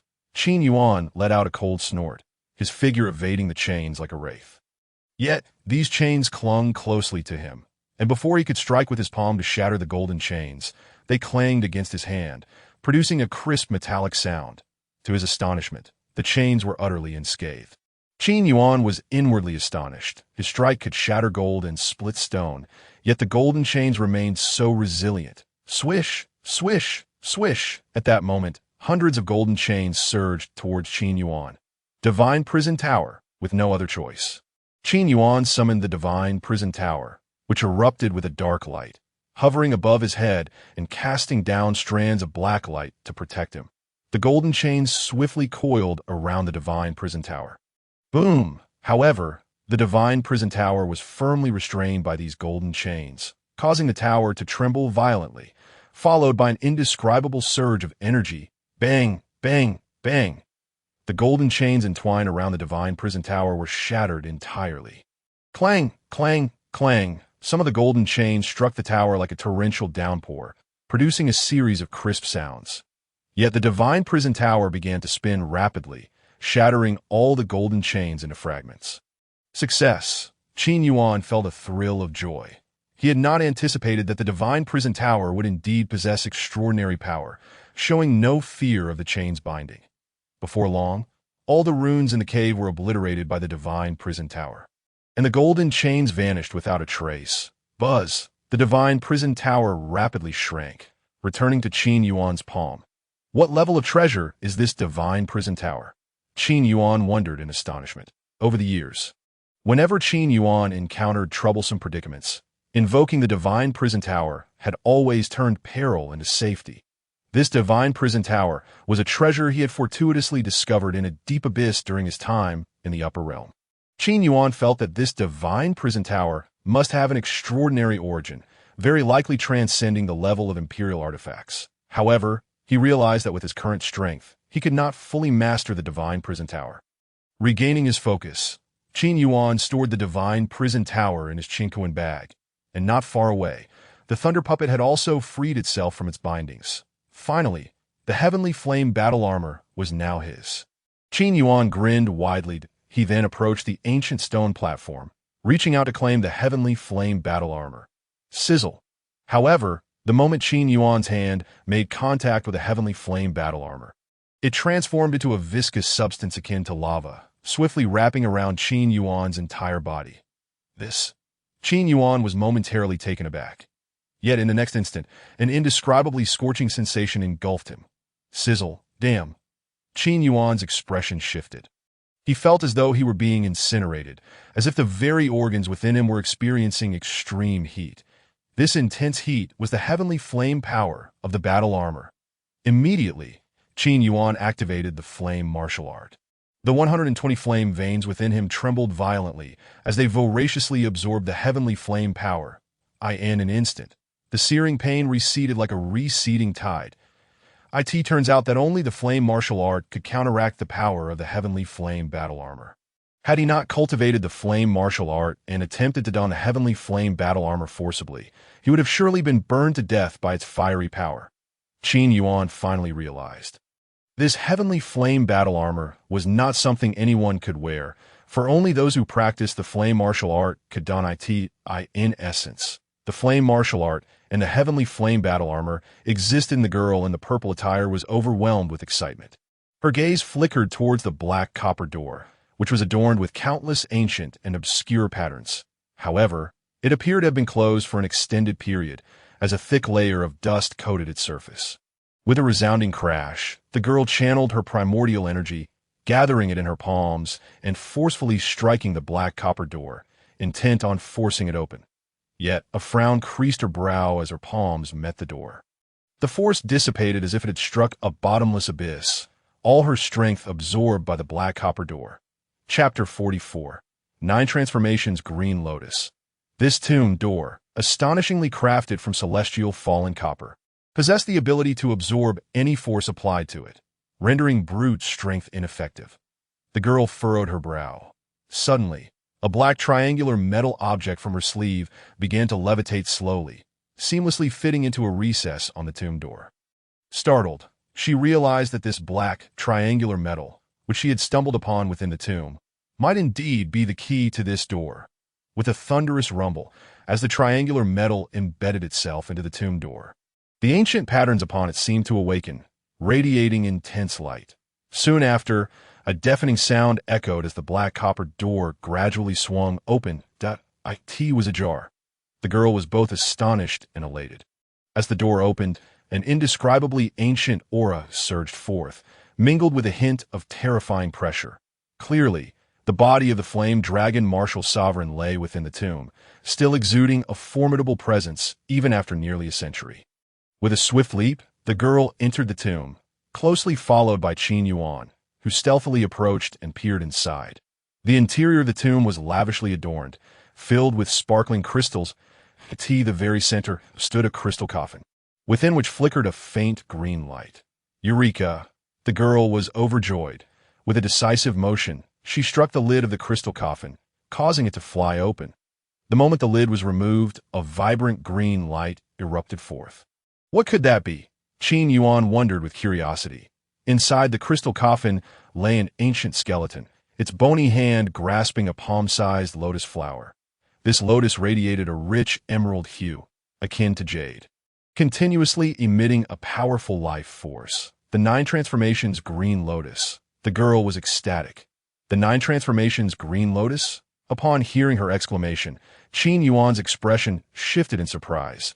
The very item she sought was indeed the 9 Transformations Green Lotus. This rare divine herb was said to possess the miraculous ability to resurrect the dead, capable of reviving any being as long as their physical form remained intact, regardless of the severity of their injuries. Such a divine herb would surely entice even the most supreme of warriors. Thus, the most precious treasure within the tomb of the flame dragon martial sovereign was not the 5 other artifacts, but rather the 9 Transformations Green Lotus. Understanding dawned upon Qin Yuan. With a graceful leap, the girl approached the coffin, unable to contain her excitement. She extended her hand to retrieve the 9 Transformations Green Lotus. However, the moment her fingers brushed against it, the skeleton within the coffin erupted with a surge of powerful energy, striking her forcefully. Bang! She was sent reeling, blood spurting from her mouth as she crashed against the stone wall. What just happened? Her expression darkened. Suddenly, a crimson shadow rose from the coffin, morphing into an ethereal figure. This apparition was a man clad in a red robe, appearing to be around 30 years of age. He exuded a fierce aura, with a dragon-shaped mark on his forehead that radiated an imposing presence. The flame dragon martial sovereign. Qin Yuan blurted out, "No, it was merely a remnant spirit of the flame dragon martial sovereign." Yet, even as a spirit, the oppressive force emanating from him was terrifying, distorting the very fabric of space around him, while legacy is reserved for those destined to inherit it. Little girl, you are not one of them. Hence I cannot bestow the 9 Transformations Green Lotus upon you, the flame dragon martial sovereign declared with authority. Not one of the destined. The girl's expression darkened, after enduring countless hardships to find the 9 Transformations Green Lotus. She was now confronted with the harsh truth of being deemed unworthy. Then may I ask, who is this destined individual? She asked through clenched teeth. Surely, there could be no one else here aside from her. The flame dragon martial sovereign contemplated for a moment, then turned his gaze towards the tomb entrance, commanding, "Come in." Upon hearing this, Qin Yuan stepped into the tomb. "Did I TS you?" The girl's pupils contracted in shock upon seeing Qin Yuan. Wasn't he trapped within her formation? How could he possibly emerge unscathed? Impossible. The Nine Heavens Thunder Spirit formation she had set up was not something even a harmonization realm expert could easily break. And he was merely at the Nirvana realm. How could he have escaped? Junior pays respects to you, esteemed one. Qin Yuan bowed. Indeed, you have cultivated the flame martial arts I created and obtained the celestial flame battle armor. You share a significant connection with me. Thus, I shall grant you the 9 transformations Green Lotus. However, before doing so, I hope you can fulfill a wish of mine, the Flame Dragon Martial Sovereign stated solemnly. Esteemed one, please speak, Qin Yuan replied respectfully. Without uttering a word, the Flame Dragon Martial Sovereign waved his sleeve lightly, and a letter floated into Qin Yuan's hand. This letter contains my wishes that I hope you can assist me in fulfilling them. He said calmly that I will do my utmost. Qin Yuan nodded slightly. Very well, I shall grant you the 9 transformations Green Lotus. With that, the Flame Dragon Martial Sovereign waved his hand gently, and the emerald green 9 transformations Green Lotus floated gracefully into Qin Yuan's palm. The sight of the 9 transformations Green Lotus in Qin Yuan's hand ignited the girl's fury. After all her efforts to open the tomb and find the lotus, this brat had effortlessly taken it from her. It was infuriating. At that moment, the spirit of the Flame Dragon Martial Sovereign seemed to exhaust its energy, gradually dissipating. As the spirit vanished completely, the terrifying pressure enveloping the tomb also began to fade away. Quickly hand over the 9 transformations Green Lotus. Seeing the spirit dissipate, the girl gritted her teeth, her gaze filled with malice as she glared at Qin Yuan. Chapter 45. The Water of Disaster Diverted. The girl was in a frenzy. After finally locating this place, the 9 transformations Green Lotus was now in the hands of this boy without any effort on his part, and she would not let this go easily. Miss, the 9 transformations Green Lotus was entrusted to me by the Flame Dragon Martial Sovereign himself. Why should I hand it over to you? Qin Yuan retorted dismissively, promptly placing the lotus into his spatial bag. You. The girl gritted her teeth, her icy gaze brimming with murderous intent. The 9 transformations Green Lotus was immensely valuable to her, and today, regardless of the cost, she would seize it, since you insist on courting death. I shall oblige. With a fierce flick of her finger, a beam of purple light imbued with lethal intent shot towards Qin Yuan. Qin Yuan's expression shifted slightly, and he quickly pivoted, his foot striking the ground as he retreated. Simultaneously, he activated the flame martial arts within him, conjuring a fiery red shield of energy before him. Bang! The purple light struck the red shield violently, tearing through it as Qin Yuan was sent staggering back several dozen steps. A harmonization realm great perfection. Regaining his balance, Qin Yuan's eyes widened in astonishment. He had not anticipated the girl's strength to be so formidable. The gap between the Nirvana realm and harmonization realm great perfection was not to be underestimated. Unless he forcibly unsealed the chaotic immortal body, he would surely be no match for her. Humph! The girl snorted coldly, her figure resembling a streak of purple lightning as she swiftly approached Qin Yuan. Sensing the urgency, Qin Yuan did not dare to underestimate her and fully mobilized his primordial energy. Purple mist palm. With a resounding roar, the confrontation escalated. The girl clad in purple unleashed a powerful strike. Her hands radiating a rich violet glow, with torrents of purple elemental energy enveloping her palms.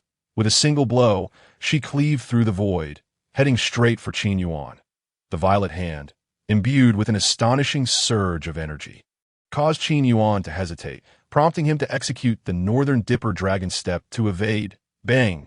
The violet palm print landed on the coffin of the Flame Dragon Martial Sovereign, instantly shattering it into fine powder. Attempt to escape?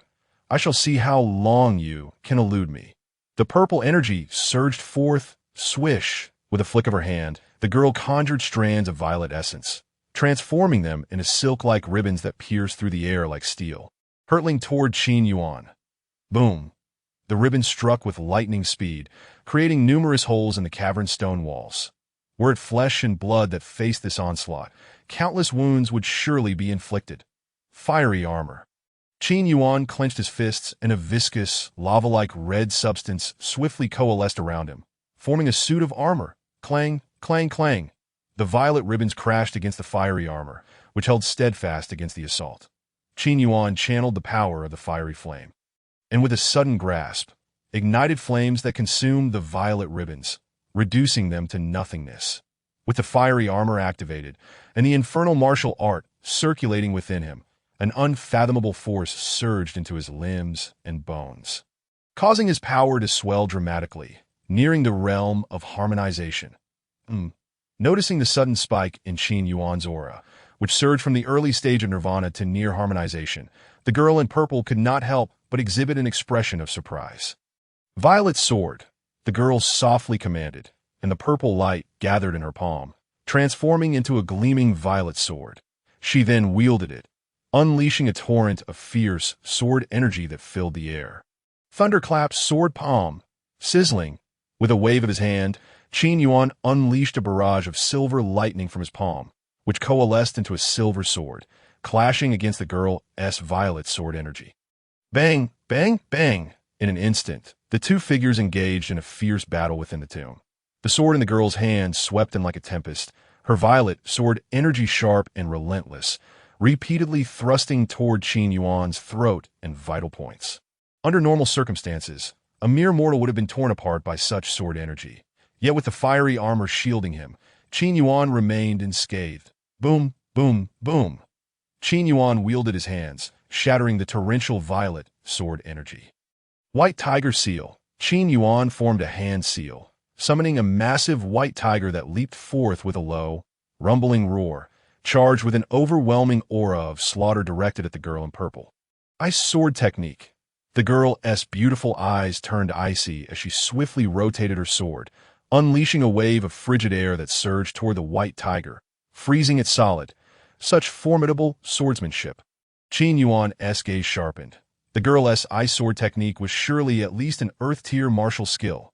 Swish, swish, swish. The girl wielded her sword, conjuring a tempest of icy winds, which carried sharp ice needles formed from condensed elemental energy.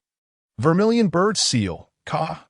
Qin Yuan altered his hand seal, summoning a blazing vermilion bird that soared forth. Whoosh, whoosh, whoosh. The vermilion bird unleashed a torrent of flames, igniting a fierce clash between fire and ice, creating a breathtaking spectacle of dual elements. Boom! The collision of fire and ice resulted in a massive explosion, sending both figures recoiling several paces. Infuriating. The girl in purple bit her lip, clearly unprepared for the tenacity of Qin Yuan. Yet, just as she was about to strike again, a commotion erupted outside the tomb. That we found it. This is the main tomb chamber of the Flame Dragon Martial Sovereign. How did it open? As the commotion escalated, a multitude of figures surged into the chamber. They were none other than members of the four great families and various factions from Tianyin City. Upon entering, Chen Xuanba and his companions beheld Qin Yuan and the girl in purple. Alongside the shattered remnants of the coffin at that moment, Qin Yuan's gaze flickered, and a sudden realization struck him, prompting him to address the girl in purple with a stern command. Little Demoness. Hand over the 9 transmutation green lotus at once. What? The 9 transmutation green lotus. At this revelation, the various factions erupted in fervor, particularly Chen Xuanba, whose eyes gleamed with avarice, knowing full well that the 9 transmutation green lotus was the most precious treasure among the Flame Dragon Martial Sovereign's horde. Hand over the 9 transmutation green lotus. Boom!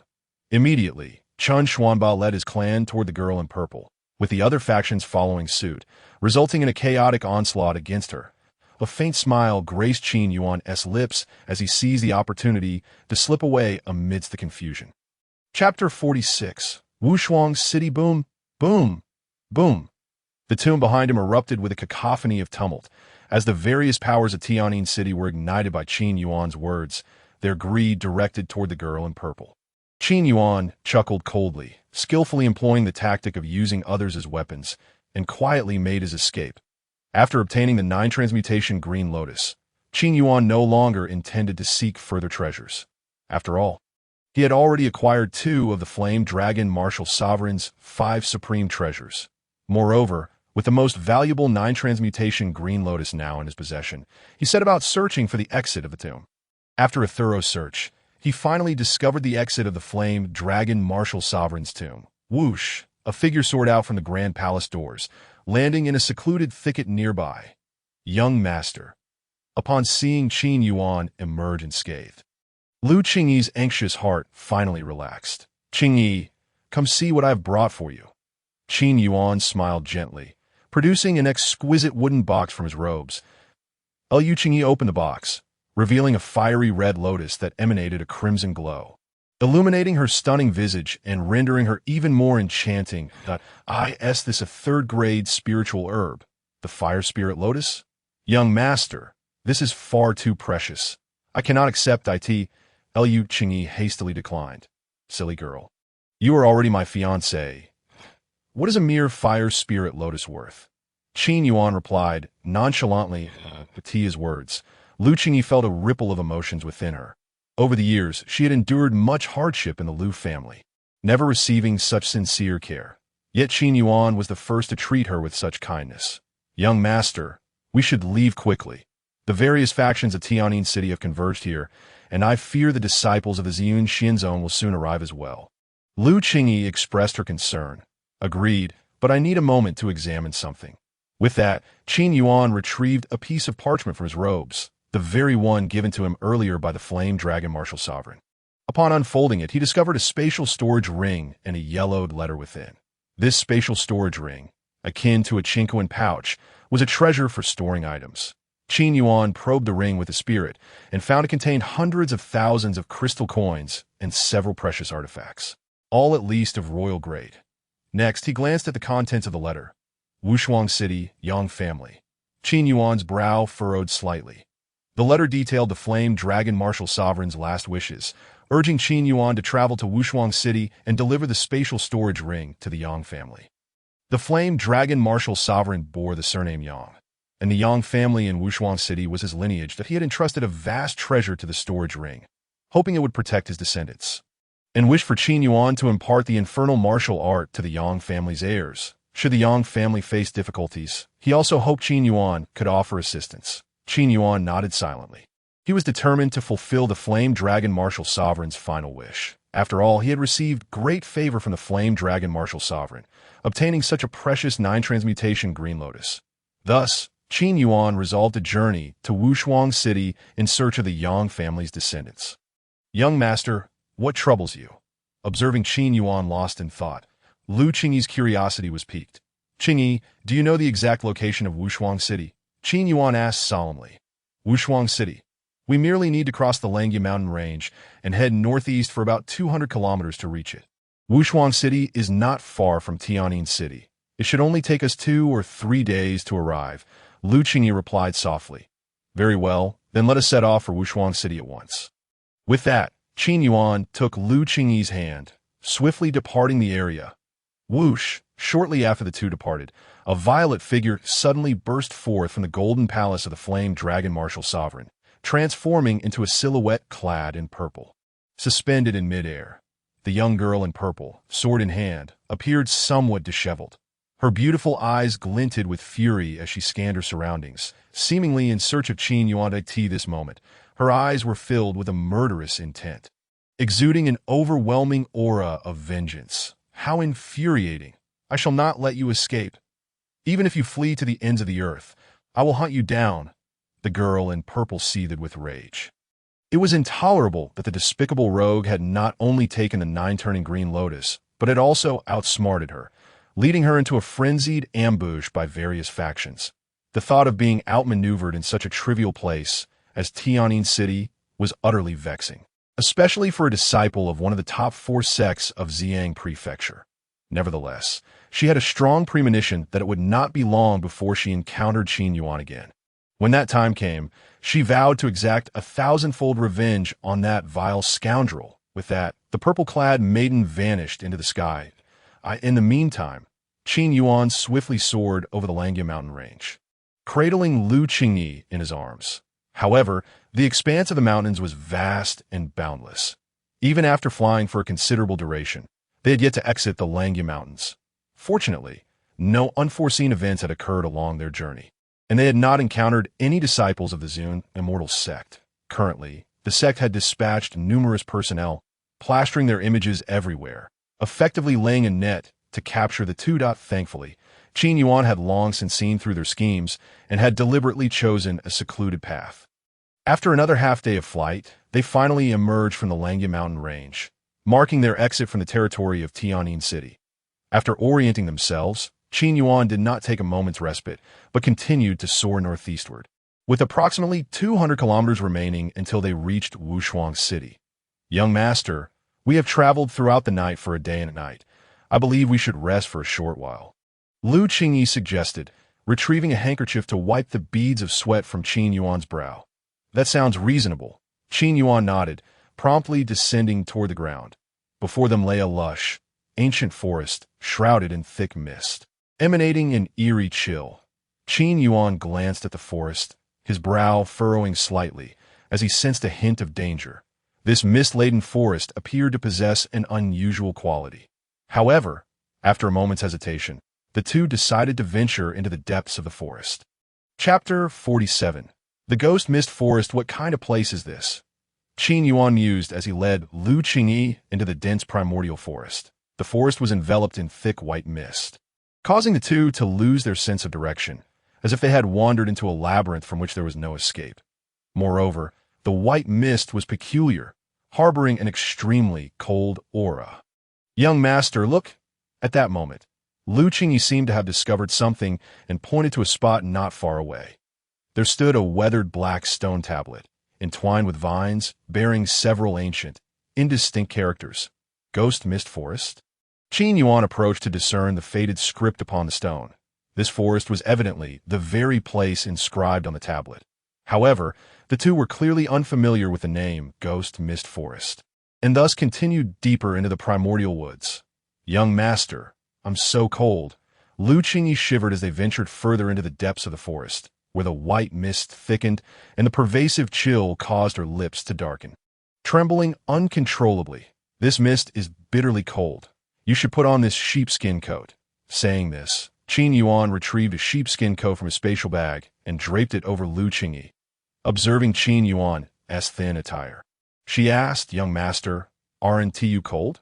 I'm not cold, Qin Yuan replied, shaking his head, yet he found it odd that he felt no chill at all. After a moment's contemplation, he quickly realized the reason. It must be due to his cultivation of the flame martial art. Within him resided a surge of scorching true qi, which swiftly dispelled any coldness that entered his body. Thus, he remained entirely impervious to the frigid atmosphere. Yet, even with the thick sheepskin coat, Lu Qingyi continued to shiver uncontrollably, for the pervasive chill was too intense. Once inhaled, it clung to the body like a parasite. Qingyi, that fire spirit lotus might help alleviate some of the cold, Qin Yuan suddenly suggested, prompted by his words. Lu Qingyi produced a wooden box, retrieving the fire spirit lotus and cradling it in her hands. Instantly, the lotus's searing energy surged into her body, gradually warming her, restoring some color to her pale complexion. As they ventured deeper into the forest, they arrived beneath a massive banyan tree. Qin Yuan kindled a small fire beneath the tree and said, Qingyi, you must be hungry. Shall I search for something to eat nearby while you wait here? MHM, Lu Qingyi nodded lightly. However, Qin Yuan was reluctant to leave her alone, so after a moment's thought, he summoned a thunder puppet to guard her side. Once everything was arranged, he swiftly vanished into the depths of the thicket. Within the ancient forest, wild underbrush thrived everywhere. Qin Yuan scanned his surroundings, searching for something to satiate their hunger. He then activated his spiritual senses, quietly probing the forest in all directions. Soon, Qin Yuan detected a faint disturbance. In a nearby valley, he sensed the presence of a creature, likely a beast of some kind. Moreover, the aura was quite formidable. It could very well belong to a beast with ancient bloodlines. The thought of delicious beast meat spurred him onward into the valley. Upon entering, the beast, sensing an uninvited guest, let out a low, furious roar, seemingly issuing a warning to Qin Yuan. Yet instead of being intimidated by the beast's roar, Qin Yuan pressed on without hesitation. Before him lay a massive cavern within the valley, emanating a fierce aura. Upon closer inspection, he discovered a gigantic creature coiled within a white-striped demon leopard. Qin Yuan's heart leaped with joy.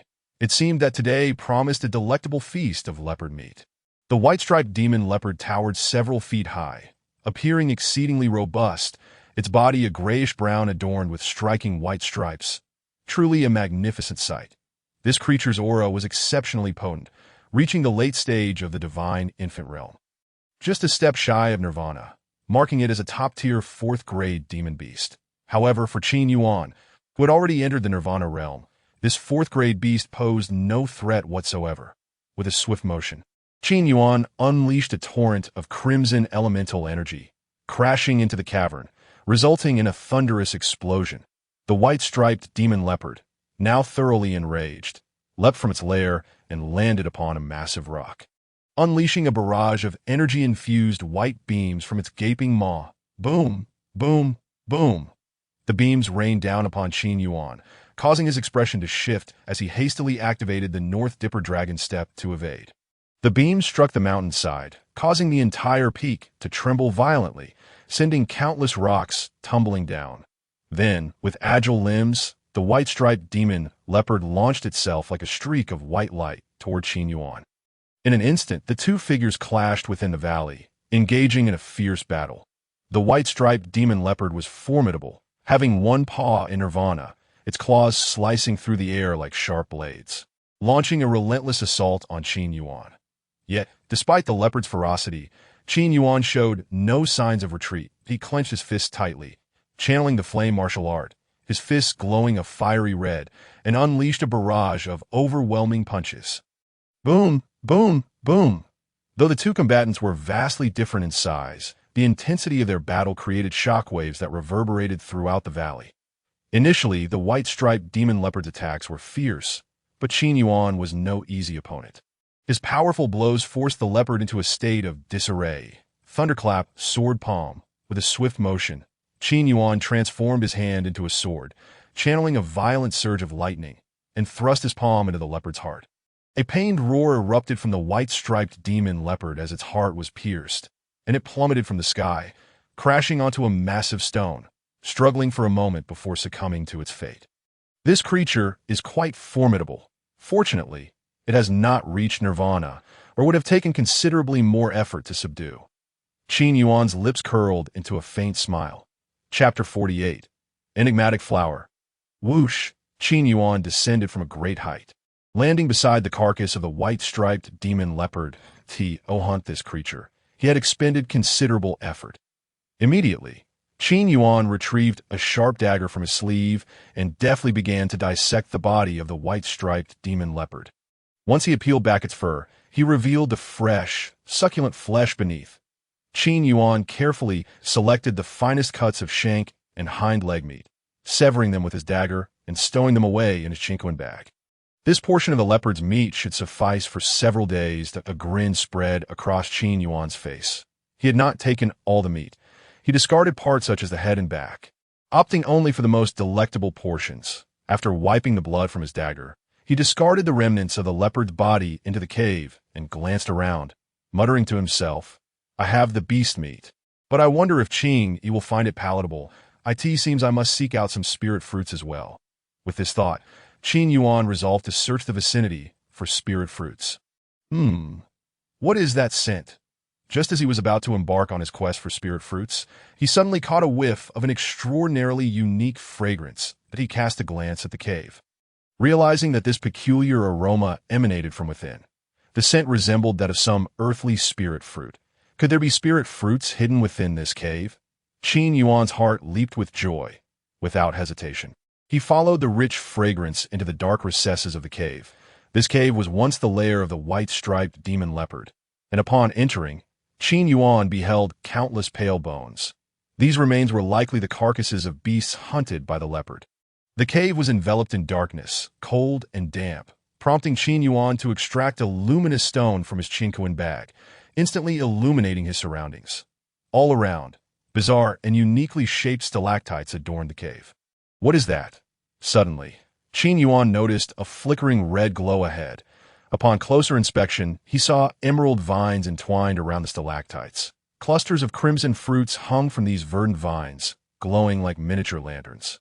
Pulsating with light, that blood Bodhi fruit. Qin Yuan's expression brightened with excitement. The blood Bodhi fruit is an exceedingly rare spirit fruit, renowned for its healing properties and its ability to enhance cultivation. Wait.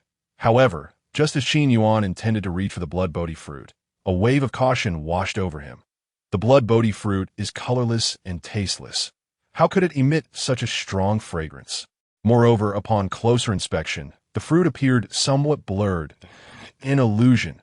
Qin Yuan quickly realized, and with a swift motion, he unleashed a strand of elemental energy toward the blood Bodhi. Bang! In an instant, the spot where the blood Bodhi was rooted warped, and the fruits vanished without a trace. That a thick white mist enveloped the area, revealing a black flower. This flower was of considerable size, resembling a basin, its petals bristling with sharp fangs, exuding an eerie and sinister aura. Enigmatic flower. Qin Yuan's expression shifted slightly. The enigmatic flower is a grotesque and malevolent entity capable of exuding a peculiar fragrance, conjuring illusions based on the thoughts of those nearby. The blood Bodhi he had seen earlier was merely a fabrication of its deceptive powers. At that moment, the black, enigmatic flower quivered slightly, releasing a cloud of white mist that enveloped him. Qin Yuan, caught off guard, inhaled the mist, instantly feeling his vision blur, as if he were intoxicated, the world spinning around him. A malevolent entity, Qin Yuan hastily covered his mouth and nose, drawing a dagger with the intent to destroy the enigmatic flower. However, as he approached, the flower's ghastly visage broke into a sinister grin. Boom! Ah! A piercing scream echoed through the dark cave as Qin Yuan clutched his head in agony. The moment he neared the enigmatic flower, his mind felt as if it had been struck by lightning, causing an excruciating rending sensation in his very soul. A soul attack. Qin Yuan's expression turned grave. This enigmatic flower could actually launch a soul assault. Hiss! Qin Yuan inhaled sharply, astonished that such a seemingly innocuous flower could possess such terrifying abilities. Had he not been vigilant, his soul might have been torn apart by its attack. However, it seemed that the flower's soul attack was contingent upon proximity. It could only unleash its deadly assault when one was sufficiently close. Rubbing his temples, Qin Yuan felt a splitting pain coursing through his head. This malevolent creature must be destroyed, he thought resolutely, for he was unaware of what other sinister tricks the enigmatic flower might possess beyond its soul attack. Vermilion bird seal, chirp. Qin Yuan formed a hand seal, summoning a crimson circle of light, from which a flaming vermilion bird emerged, flapping its wings within the cave, unleashing an overwhelming surge of heat. Squeak! The enigmatic flower emitted a sound akin to a wailing infant, seemingly terrified of the searing flames, as it expelled clouds of white mist toward the vermilion bird. Yet the bird retaliated with fierce flames. Hiss! The flames collided with the mist, dissipating it in an instant. As the mist cleared, the intense fire unleashed by the vermilion bird engulfed the entire enigmatic flower. Squeak! Within the blazing inferno, the enigmatic flower emitted a wretched scream, its cries infused with a haunting melody that caused the cave to tremble violently.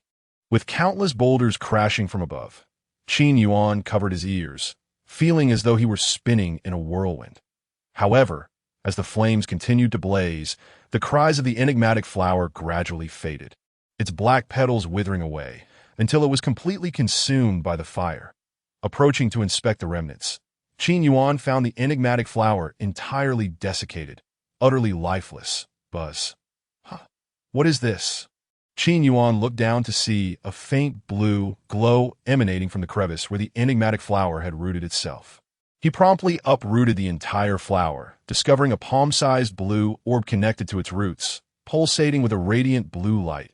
That moment, Qin Yuan felt an overwhelming urge from his soul to absorb this blue orb. Chapter 49. Heavenly Fire Gate. What is this? Qin Yuan mused, puzzled that he held the blue orb in the palm of his hand, scrutinizing it closely. The orb resembled a viscous liquid, emanating a subtle energy that radiated from within. This energy wave stirred a frenzied excitement within Qin Yuan's soul, as if it yearned to absorb it. Moreover, this blue liquid appeared to possess a life of its own, slowly undulating in his palm. Could this substance have restorative properties for soul energy? Qin Yuan wondered in amazement. His intuition suggested that this viscous blue liquid was an extraordinary treasure, likely capable of enhancing his soul power.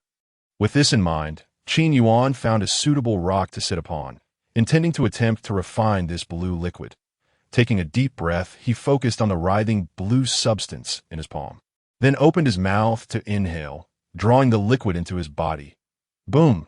As the blue liquid entered him, it instantly transformed into a surge of blue energy, coalescing towards Qin Yuan's head before flowing like a torrent into his soul sea.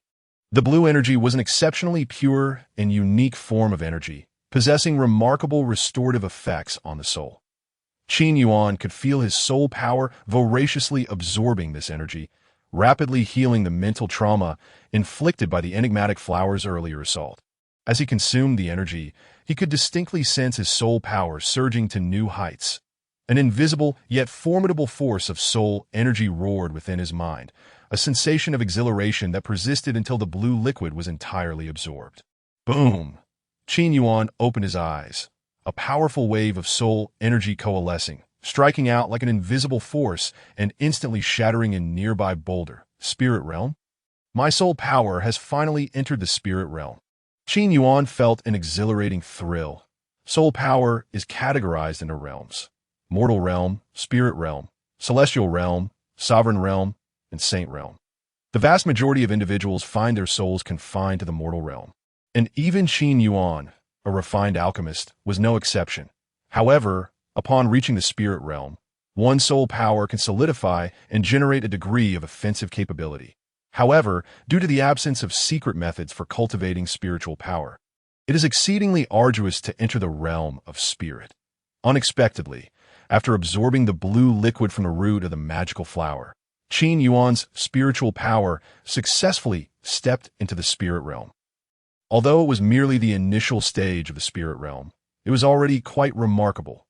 What a pity this peculiar blue liquid is so scarce. Otherwise, it could have further refined my spiritual power. Qin Yuan mused quietly.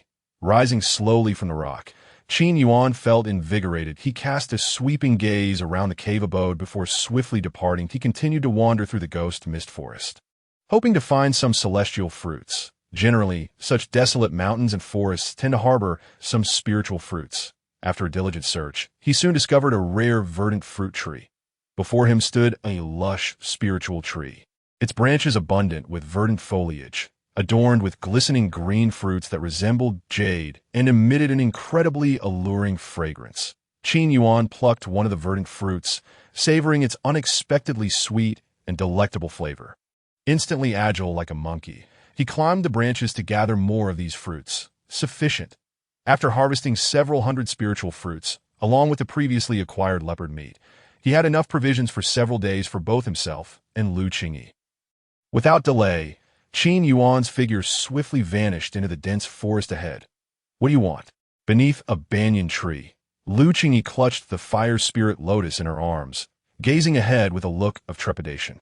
She had been waiting for Qin Yuan's return when, unexpectedly, a group of individuals arrived at that moment. A dozen figures appeared before her, all clad in black robes, wielding sharp blades stained with fresh crimson blood.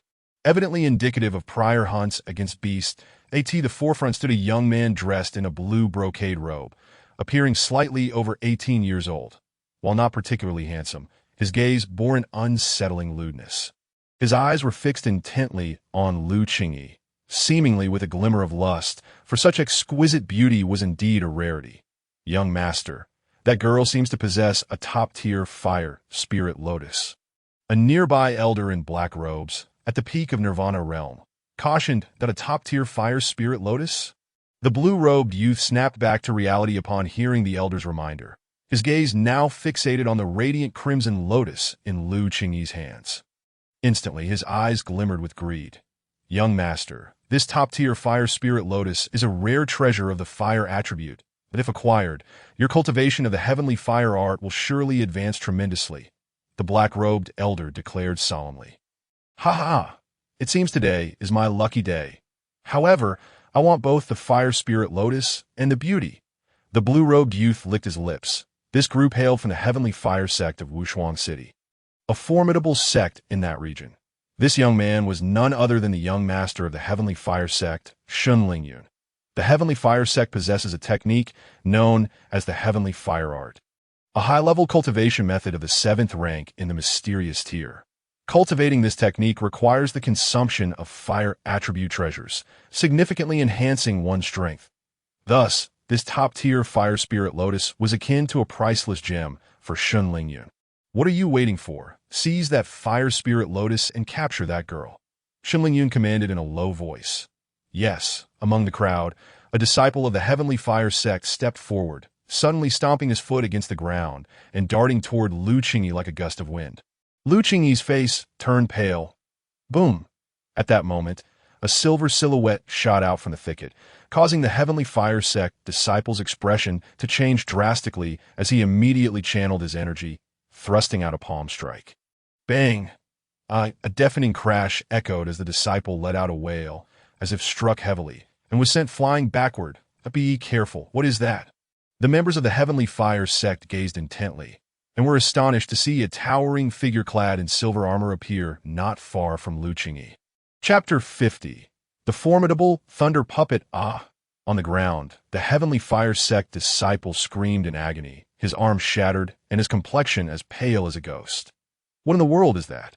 The remaining disciples of the Heavenly Fire Sect were taken aback upon witnessing their comrade's sudden incapacitation. As they focused their gazes, they saw a figure resembling a statue, clad in silver armor, crackling with silver lightning. Its expression was void of emotion, resembling a cold puppet. Young master, it's a puppet, the black-robed elder exclaimed, astonished. What? A puppet? Shun Lingyun was immediately taken aback. Indeed, this puppet appears to be quite formidable. Its strength is likely comparable to that of the Nirvana realm, the black-robed elder replied gravely. Upon hearing this, Shun Lingyun's gaze shifted, filled with a glimmer of greed. It was well known that a puppet with strength akin to the Nirvana realm was an invaluable treasure. If he could obtain this puppet, it would be equivalent to having a powerful guardian. What are we waiting for? Quickly capture that puppet for me. Shun Lingyun's eyes gleamed with fervor. Understood. Swish, swish, swish. In an instant, the black-robed elder and a dozen disciples of the Heavenly Fire Sect surged forward, encircling the thunder puppet. Among them, the black-robed elder was the most powerful, having reached the peak of the Nirvana realm, while the other disciples were mostly at the divine infant realm. Attack! The black-robed elder commanded. Boom! Boom, boom! Immediately, figures erupted with powerful energy fluctuations, weapons in hand, launching a fierce assault on the thunder puppet that the assault commenced. The thunder puppet unleashed a surge of lightning, then retaliated with a punch aimed at the Heavenly Fire Sect disciples. Bang! Bang! Bang! With a sweeping punch, the thunder puppet unleashed a torrent of thunderous energy, sending several disciples of the Heavenly Fire Sect flying through the air. Beast, do you dare to resist? The black-robed elder bellowed, his peak Nirvana realm aura surging forth as he conjured a swirl of crimson energy in his palm, unleashing a fierce strike. Heavenly Fire Divine Palm, boom! A massive fire palm, radiating extreme heat, tore through the void and struck the thunder puppet. Sizzle, sizzle. The thunder puppet clenched its fists, unleashing a barrage of violent silver lightning. The thunder coalesced into a silver lightning fist, colliding with the fire palm. Bang! The clash of techniques produced a deafening roar, causing numerous disciples of the Heavenly Fire Sect to spurt blood, each one sent tumbling backward. The overwhelming energy shock wave shattered nearby trees in half. Damn it! How could this puppet be so powerful? The black-robed elder was also knocked back several paces, his expression one of utter shock, despite the puppet being merely at the initial stage of the Nirvana realm. Its combat prowess was astonishing enough to leave even the black-robed elder trembling. Form a formation. The black-robed elder shouted again. Yes, swish, swish, swish. A dozen disciples of the Heavenly Fire Sect swiftly surged forth, simultaneously forming hand seals, which soon coalesced into a massive crimson array. This array was a grand heavenly fire formation. All the disciples infused their energy to fully activate it. Boom! With a tremendous rumble, a terrifying wave of energy radiated outward, trapping the thunder puppet within the crimson array. Concentrate the heavenly fire. The black-robed elder, positioned at the center, commanded, and the array's energy rapidly converged, forming massive fire orbs. Boom, boom, boom. These fire orbs emanated terrifying energy fluctuations, crushing through the void with a thunderous roar, directly charging toward the thunder puppet. Sizzle. The thunder puppet stood resolute in midair, its silver hair billowing, as violent lightning erupted from its armor. Bang, bang, bang with a single punch. The thunder puppet shattered the incoming fire orbs. The black-robed elder's expression changed drastically, clearly not anticipating the thunder puppet's strength to be so formidable. Instantly, he altered his hand seals and shouted, "Heavenly fire, slashing demon sword." Swish, swish, swish, the energy of the formation, under the black-robed elder's control, surged ceaselessly above his head, instantly transforming into a colossal crimson sword. This enormous red sword burned fiercely, its surface adorned with ancient patterns. Even a harmonization realm expert would likely retreat in fear upon beholding this sword. Slash! With a fierce wave of his hand, the black-robed elder summoned a terrifying crimson lightsaber that tore through the fabric of space itself. Descending violently upon the thunder puppet, confronted by such a formidable strike, the power of thunder within the puppet erupted explosively, enveloping its form in radiant lightning, while its long silver hair danced wildly, resembling an indomitable thunder emperor, exuding an overwhelming dominance. Subsequently, it concentrated all its thunderous might into its fist, launching a powerful blow towards the blazing, demon-slaying sword. Boom! As the thunder puppet's fist collided with the sword, a cataclysmic wave of energy surged forth. The clash of thunder and flames created a spectacular display of lightning and fire, illuminating the entire forest with an endless brilliance. Crack! What? At that moment, the flaming sword began to crack under the pressure, fissures spreading across its blade, causing the black-robed elder's pupils to constrict in alarm. Boom! Ultimately, the fire sword shattered into fragments. Boom, boom, boom. The thunder puppet swept its fist across the formation, causing several disciples of the Heavenly Fire sect to spew blood and be flung backward in disarray. As the grand array of Heavenly Fire collapsed instantaneously, puffed, even the black-robed elder was forced to spurt a mouthful of blood. Useless, a bunch of worthless fools. Witnessing this scene, Shun Lingyun felt a surge of frustration. How could so many powerful individuals fail to subdue a mere puppet? However, the more formidable the puppet's combat prowess appeared, the more insatiably greedy Shun Lingyun became. He was determined to seize this puppet at all costs. Young master, this puppet's battle strength is exceedingly formidable. Continuing this fight may lead to mutual destruction, the black-robed elder remarked, his complexion pale. "Humph. Allow me to handle this," Shun Lingyun retorted coldly. Chapter 51. The encounter. You must not be careless. Young master, this puppet is exceptionally powerful, the black-robed elder warned gravely. "Fear not. I refuse to believe it can escape my binding immortal rope." Shun Lingyun smirked slightly, revealing his palm, for which a golden light coalesced into a long golden rope. This rope was inscribed with countless ancient runes, constituting a remarkably potent magical artifact. Go. Swish! Shun Lingyun formed a seal, and the binding immortal rope shot forth like a beam of golden light, swiftly enveloping the thunder puppet. Binding it tightly, roar. The thunder puppet, ensnared, thrashed violently, unleashing torrents of furious lightning from within. Under the onslaught of the thunderous force, the seemingly resilient binding immortal rope began to fray and snap. What? Shun Lingyun's pupils shrank to pinpricks. He had not anticipated that even the binding immortal rope would fail to contain this puppet. At that moment, Shun Lingyun hastily retrieved a talisman from his cosmic bag. With a flick of his hand, the talisman shot forth like a streak of light, rapidly adhering to the thunder puppet's chest. Instantly, the power within the puppet seemed to be sealed, rendering it immobile. This puppet is now immobilized by my binding talisman. Shun Lingyun could not suppress his laughter. Truly, young master is wise, the black-robed elder quickly flattered. Not far away, Lu Qingyi, witnessing the thunder puppet rendered motionless, turned pale with fright, gripping the fire spirit lotus tightly in her hands. She resolved to flee. This precious lotus, a gift from her master, must not fall into the hands of this scoundrel. Trying to escape? Noticing Lu Qingyi's intent to flee, Shen Lingyun's gaze turned icy.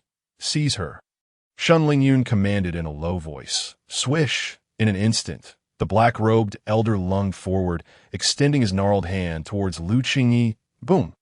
However, at that moment, a surge of elemental energy erupted from the depths of the forest, hurtling towards the black-robed elder. The elder's expression shifted as he hastily dodged, the crimson energy beam smashing through a massive tree with a resounding crash. "Who goes there?" The sudden turn of events caused the black-robed elder to exclaim. His voice laced with fury. From within the forest, a figure emerged slowly. "Master." Upon seeing Qin Yuan, Lu Qingyi's eyes filled with tears of joy. "Oh, what? Oh, not be afraid." Qin Yuan gently reassured her. He raised his gaze to assess the members of the Heavenly Fire sect, then glanced at the immobilized Thunder Puppet, quickly grasping the situation. "Is it not rather impolite to attack my wife without any provocation?" Qin Yuan spoke in a calm tone, yet beneath it lay a simmering wrath. So this little lady is your wife. Yet, with your initial stage of Nirvana realm strength, you hardly have the qualifications to speak to me like that, Shen Lingyun boasted arrogantly. "Humph. You cannot afford to offend the Heavenly Fire sect.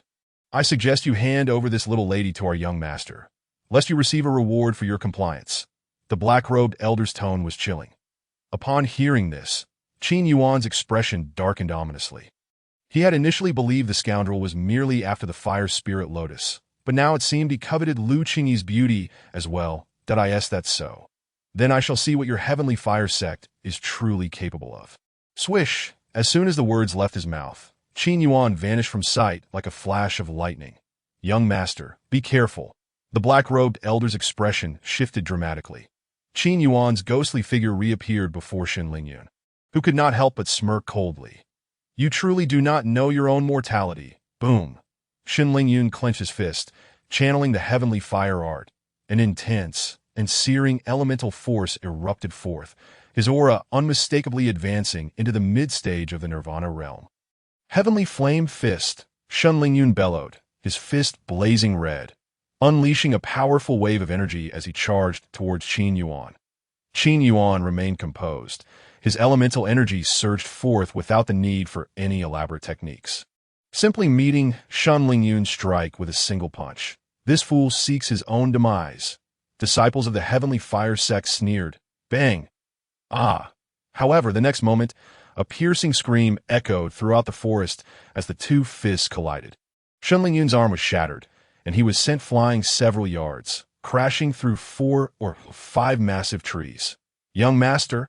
The disciples of the Heavenly Fire sect were momentarily stunned before rushing to assist Shen Lingyun. How was this possible? Shen Lingyun's realm had reached the mid-stage of the Nirvana realm, surpassing this brat by a level, yet he was utterly defeated by Qin Yuan's single punch as he was helped to his feet. His right arm was shattered, and the excruciating pain contorted his face. Shen Lingyun's gaze turned sinister. During their exchange, he had sensed the elemental energy within Qin Yuan, which was identical to his own fire-type energy. Yet, despite being the same elemental type, Qin Yuan's energy far surpassed his own by countless measures. For Qin Yuan's power was derived from the Flame Dragon Martial Sovereign's flame martial art, stronger than the Heavenly Fire sect's Heavenly Fire art. "Kill him! Kill him now!" Shen Lingyun bellowed in a frenzy. "You little brat! How dare you offend our young master? Today, I shall ensure you have no place to rest in death." The black-robed elder's tone was menacing. Boom! With that, the black-robed elder unleashed his elemental energy, causing the ground to shatter, then leaped forward explosively. Flame Demon Palm. The elder raised his hand, a black flame igniting fiercely in his palm, its terrifying heat radiating outward. He then struck towards Qin Yuan's chest. Humph! Qin Yuan let out a cold snort, channeling the flame martial art within him, and swiftly engaged the black-robed elder in combat. Boom! Boom! Boom! The two figures clashed violently within the forest. A flurry of palm shadows dancing as the black-robed elder unleashed a relentless and ferocious assault with his black flame palms. Yet, in the face of such onslaught, Qin Yuan showed no signs of retreat or fear. His fists sweeping outwards, generating explosive shockwaves that shattered the air itself. Damn it! As the fierce battle raged on, The black-robed elder soon found himself horrified. He realized that although Qin Yuan's realm was inferior to his combat power was terrifyingly formidable, especially the elemental energy surging within him, robust and unyielding, leaving the black-robed elder momentarily at a loss. Useless fools. Why aren't you making a move? The black-robed elder, retreating step by step, urgently shouted at the disciples of the Heavenly Fire sect. Chapter 52. The True Essence of the Sun. Boom, boom, boom. At the elder's command, the disciples of the Heavenly Fire sect erupted with powerful elemental energy. Surrounding Qin Yuan like a pack of wolves, sunlight palm, flame fist, dragon's claw, the disciples unleashed astonishing martial techniques, their combined might forming a tremendous wave of energy, all aimed at Qin Yuan. Boom! The terrifying energy impact caused the ground to crack, splitting open like a massive serpent, while trees along the path were reduced to ruin. Humph! Azure Dragon Seal! Roar! Qin Yuan swiftly formed hand seals, and before him, a cerulean aura materialized. Suddenly, the resounding dragon's roar echoed as an ancient azure dragon. Its body adorned with shimmering scales burst forth from the luminous circle. It extended its formidable claws, ruthlessly tearing through the air. Bang! In an instant, the dragon's talons effortlessly shattered the amalgamated energies of the disciples of the Heavenly Fire sect, followed by a sweeping arc of azure light that sent numerous disciples flying, resulting in a scene of carnage. Deaths and injuries abound, a veritable tableau of despair. White Tiger Seal. Roar! Qin Yuan's incantation shifted once more, and a ferocious white tiger, exuding an aura of slaughter, leaped directly into the ranks of the Heavenly Fire sect disciples. The white tiger opened its massive maw and began to savagely bite at the disciples of the sect. Puffed! In that moment, countless disciples were left mangled and bloodied, their agonized cries resonating throughout the forest. Witnessing this scene, a black-robed elder and Shun Lingyun were both stricken with fear, their faces turning ashen. They had not anticipated that this young man would be so merciless, decimating over half of the Heavenly Fire sect's disciples in one fell swoop. The forest was now littered with dismembered bodies, and a pungent, acrid scent of blood began to permeate the air. Qin Yuan slowly raised his head, his icy gaze locking on Shun Lingyun. What do you intend to do? If you dare to kill me, my father will not spare you. Are you aware that my Heavenly Fire sect is a top-tier force in Wushuang City? Shun Lingyun's body trembled, his complexion pale from fear. Young master, let it go. Lu Qingyi urgently urged as Qin Yuan prepared to strike. They had already offended too many factions. Antagonizing the Heavenly Fire sect further would be akin to adding fuel to the fire, especially given the sect's immense power in Wushuang City. Qin Yuan furrowed his brow that he had initially intended to show no mercy to Shun Lingyun, but since Lu Qingyi had interceded on his behalf, he reluctantly decided to spare him. For the moment, the you wish to live. Then procure 500,000 yuan crystals. What? You demand 500,000 yuan crystals? Even if I were sold, I could not possibly amass such a sum. Shun Lingyun gritted his teeth. The astronomical figure was beyond his means. Even the vast resources of the Heavenly Fire sect would struggle to gather such a quantity in a short time frame. Then how much do you possess?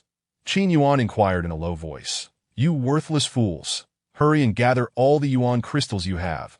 Shun Lingyun's expression darkened as he barked at the black-robed elder. The elder rummaged through the spatial bags of several Heavenly Fire sect disciples, his face turning grim as he reported, Young master, we have only managed to collect 80,000 yuan crystals. 80,000 is far too little. I require at least 150,000. Not a single one less. If you cannot meet this demand, I will not allow you to leave here alive. Qin Yuan's tone was laced with impatience. At that moment, Shun Lingyun bit his lip, retrieving an object from his spatial bag. How about I use this treasure as collateral? Qin Yuan's eyes brightened as he beheld a palm-sized red essence stone in Shun Lingyun's hand, radiating a dazzling and intense glow. This true sun essence. The realization struck him. True sun essence was an exceedingly rare fire attribute treasure, its value immeasurable. Very well, it's a deal. Qin Yuan accepted with enthusiasm, promptly stowing the true sun essence away. That moment, Shun Lingyun's expression twitched, as if his heart were bleeding. That piece of true sun essence had been acquired by his father at an auction for nearly 1,000,000 yuan crystals. Its immense worth had made him reluctant to use it, and now it had fallen into the hands of this young man. The thought ignited a blazing fury within him that we're leaving. Xin Lingyun turned away, leading the remaining disciples of the Heavenly Fire sect from the scene. True sun essence. My true sun essence. Damn it. I will not let this little brat off easily. He shall pay dearly for this. In the depths of the forest, Shen Lingyun roared in frustration, venting the rage that consumed him. Young master, that brat has taken your true sun essence and slaughtered many of our disciples. If we report this to the sect leader, I am sure he will take action, and that young man will definitely not escape unscathed. The black-robed elder spoke solemnly. Indeed, once my father intervenes, that brat will surely be reduced to ashes. Xin Lingyun's eyes glinted with venomous hatred. Beneath the banyan tree, a campfire blazed brightly, with succulent leopard meat sizzling above it, the flames causing the meat to exude a tantalizing aroma. Wow, it smells so good, Lu Qingyi exclaimed, eagerly slicing off a piece of leopard meat to taste. Young master, you seem rather displeased. What troubles you? Lu Qingyi observed Qin Yuan's furrowed brow. Qingyi, we should not have let the disciples of the Heavenly Fire sect go earlier, Qin Yuan replied solemnly. Had it not been for Lu Qingyi's plea for mercy, he would have undoubtedly eradicated them all, and now he felt a pang of regret. Why is that? Lu Qingyi asked, puzzled. If we spare them, they are unlikely to be grateful. Instead, they will seek revenge. That is human nature. If we venture into Wushuang City, we may face the wrath of the Heavenly Fire sect, Qin Yuan articulated. Young master, it is my fault for underestimating the situation. Perhaps we should reconsider going to Wushuang City. The Heavenly Fire sect is a formidable force there. We could easily find ourselves in peril. Lu Qingyi expressed her concerns. That need not be a worry. How formidable can the Heavenly Fire sect truly be? Rest assured, I have my methods. Moreover, I have promised Master Yanlong that I would seek out the Yang family in Wushuang City. I cannot go back on my word, Qin Yuan replied with a smile. Very well, Lu Qingyi nodded slightly. For now, let us not dwell on it too much. Eat some meat to replenish our strength, that I also pick some spirit fruits. Come and taste their flavor. Chapter 53, Breakthrough in the Dead of Night. The moonlight shone brightly. Beneath the banyan tree, the campfire crackled with warmth, dispelling the chill of the forest. After satisfying their hunger, Lu Qingyi curled up and fell into a deep slumber. Qin Yuan sat cross-legged by the fire, glancing at Lu Qingyi before shedding his sheepskin coat and gently draping it over her. After a moment of contemplation, Qin Yuan retrieved the true sun essence, cradling it in his palm. The essence, roughly the size of a fist, radiated a deep crimson hue, its surface somewhat coarse, resembling ordinary fire yuan crystals. However, Qin Yuan knew that this true sun essence was far more precious, imbued with an energy that dwarfed that of standard fire yuan crystals. It was said that the true sun essence was a unique crystal formed after absorbing the sun's power over tens of thousands of years, for martial artists practicing fire attribute techniques.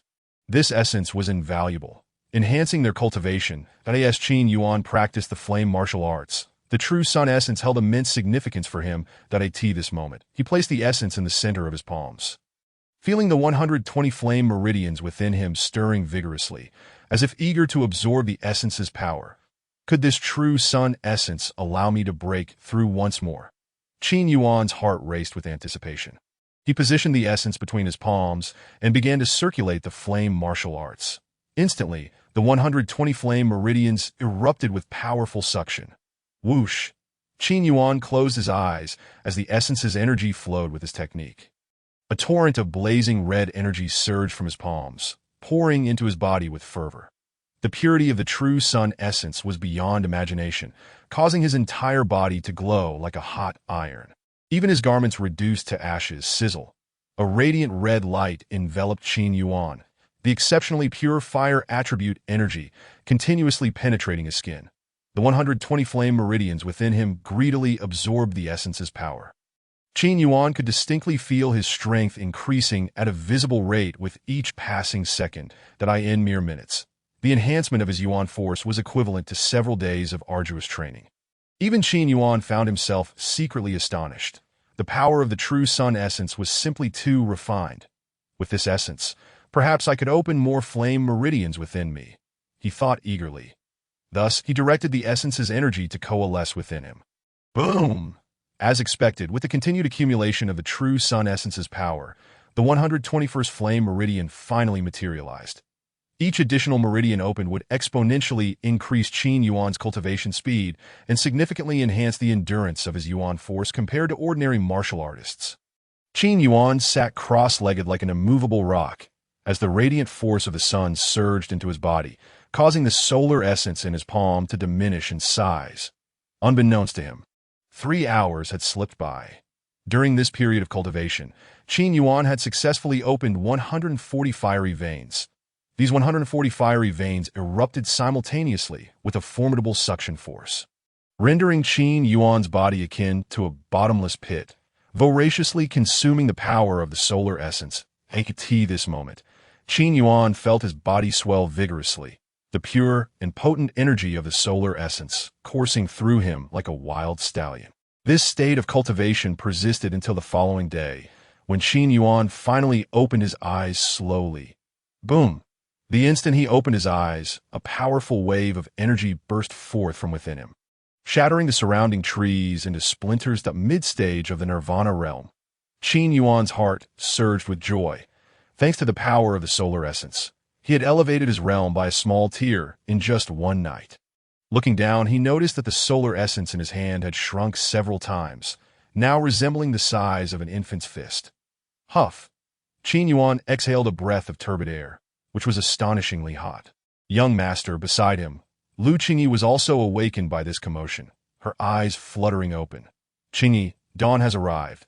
Let us continue our journey and strive to reach Wushuang City today, Qin Yuan said with a smile. Lu Qingyi nodded in agreement. Thus, the two resumed their exploration deeper into the ghost fog forest. However, as they ventured further into the forest, the mist thickened, and before long, they found themselves lost, unable to find their way out even after several hours of wandering. How peculiar, Qin Yuan furrowed his brow. The ghost fog forest was truly enigmatic, resembling a labyrinth that left them utterly bewildered. Suddenly, as Qin Yuan pondered, he sensed a faint fluctuation of elemental energy emanating from ahead. Let us investigate. Without hesitation, the two stealthily made their way toward the source. Not far ahead, in a mist-shrouded clearing, they spotted several horse-drawn carriages, surrounded by dozens of martial artists clad in azure robes. Scattered across the clearing were numerous slain magical beasts, and the air was thick with the scent of blood. Ha! Our haul this time is indeed substantial. We have collected over a dozen beast cores alone, worth several thousand crystal coins. Coupled with these beast bones and meats, we shall surely exchange them for a considerable amount of elemental crystals. One of the azure-robed men chuckled. Father, our luck this time is truly remarkable, remarked a young woman in her early 20s, deftly slicing beast meat with a dagger. Oh, there's beast meat to eat, exclaimed a lively girl of about 12, her excitement palpable, with her two playful pigtails. Her innocent and melodious voice instantly elicited laughter from the crowd, momentarily dispelling their fatigue. Before long, as they finished processing the beast meat and loaded it onto the carriages, a middle-aged man suddenly changed his expression, gazing into the depths of the forest, and shouted, "Who goes there?" His authoritative voice immediately tensed the others, who grabbed their weapons that moment. Two figures emerged slowly from the white mist. Chapter 54. The Yang Family? As the onlookers watched with bated breath, a man and a woman stepped forth from the fog. Noticing their tense demeanor, Qin Yuan clasped his hands in a gesture of respect and explained, "Esteemed ones, I apologize. I harbor no ill intentions, that I merely strayed into this ghost fog forest and lost my way." Upon hearing Qin Yuan's words, the group gradually lowered their weapons, though their wariness lingered. They sensed a faint trace of bloodlust emanating from him. The middle-aged man scrutinized Qin Yuan and said, "Young brother, you do not appear to be a martial artist from Wushuang City, do you?" "Indeed, we hail from Tianwang City and are traversing the ghost fog forest on our way to Wushuang City. However, this forest is laden with mist, and I wonder if you might assist us in finding our way out. If you can guide us, I would be willing to offer you a reward," Qin Yuan elucidated. However, he refrained from disclosing his origin from Tianjin City, instead mentioning the nearby Tianhuang City. After all, they were currently being hunted by the Xenomortal sect. And it would be prudent to conceal their true identities? Absolutely not. We never escort strangers with unknown backgrounds. You ought to find your own way out, a young woman, holding the hand of the little girl, interjected coldly. Yet the little girl quickly chimed in, "Sister, they look so pitiful. If we don't help them, they'll surely be devoured by wild beasts or, what do you know, bringing along such strangers is a burden for us. Especially since we must traverse Black Wind Ridge. Do you have any idea how perilous that place is? We absolutely cannot take them," the young woman retorted firmly. "Qing, do not be rude," the middle-aged man admonished. He then turned to Qin Yuan with an apologetic expression and continued, "Young brother, I sincerely apologize. My daughter speaks rather bluntly, that we can indeed offer you a ride, but our group must pass through Black Wind Ridge, which may present certain dangers that if you do not mind these risks, you are welcome to join us. What say you, father?" Upon hearing that her father had agreed to allow them to accompany, the young woman was about to protest, but was silenced by a gesture from her father, leaving her discontented and sulking. "Thank you, esteemed brother," Qin Yuan said, hastily bowing that quite all right. If that is the case, please board the carriage to be by the way. I am Yang Tianxiong, and these are my two daughters, Yang Qingqing and Yang Ruor. May I know how to address you, young brother? The middle-aged man inquired. You share the surname Yang? Upon hearing this, Qin Yuan's expression subtly shifted. His journey to Wushuang City was precisely to seek the Yang family. The people before him also bore the Yang surname and hailed from Wushuang City. Could it be that they were the Yang family he sought? What a remarkable coincidence. Young brother, what troubles you? Yang Tianxiong asked curiously. Nothing, I am surnamed Qin. Qin Yuan replied with a smile. Unwilling to even reveal your name. I suspect you are not a good person. Yang Qingqing remarked disdainfully. Ho, young friend Qin, since it is thus, let us journey together, Yang Tianxiong said, motioning for Qin Yuan and Lu Qingyi to board the carriage. Father, you always enjoy being the nice guy. I see that neither of them are good people. And if we encounter trouble while passing through Black Wind Ridge, just wait and see how you handle it.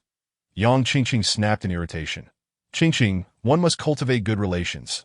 Your kindness today may yield help in the future. Yang Tianxiong advised earnestly that I won't listen. I won't listen. Yang Qingqing stubbornly declared as she boarded the carriage. Let us depart.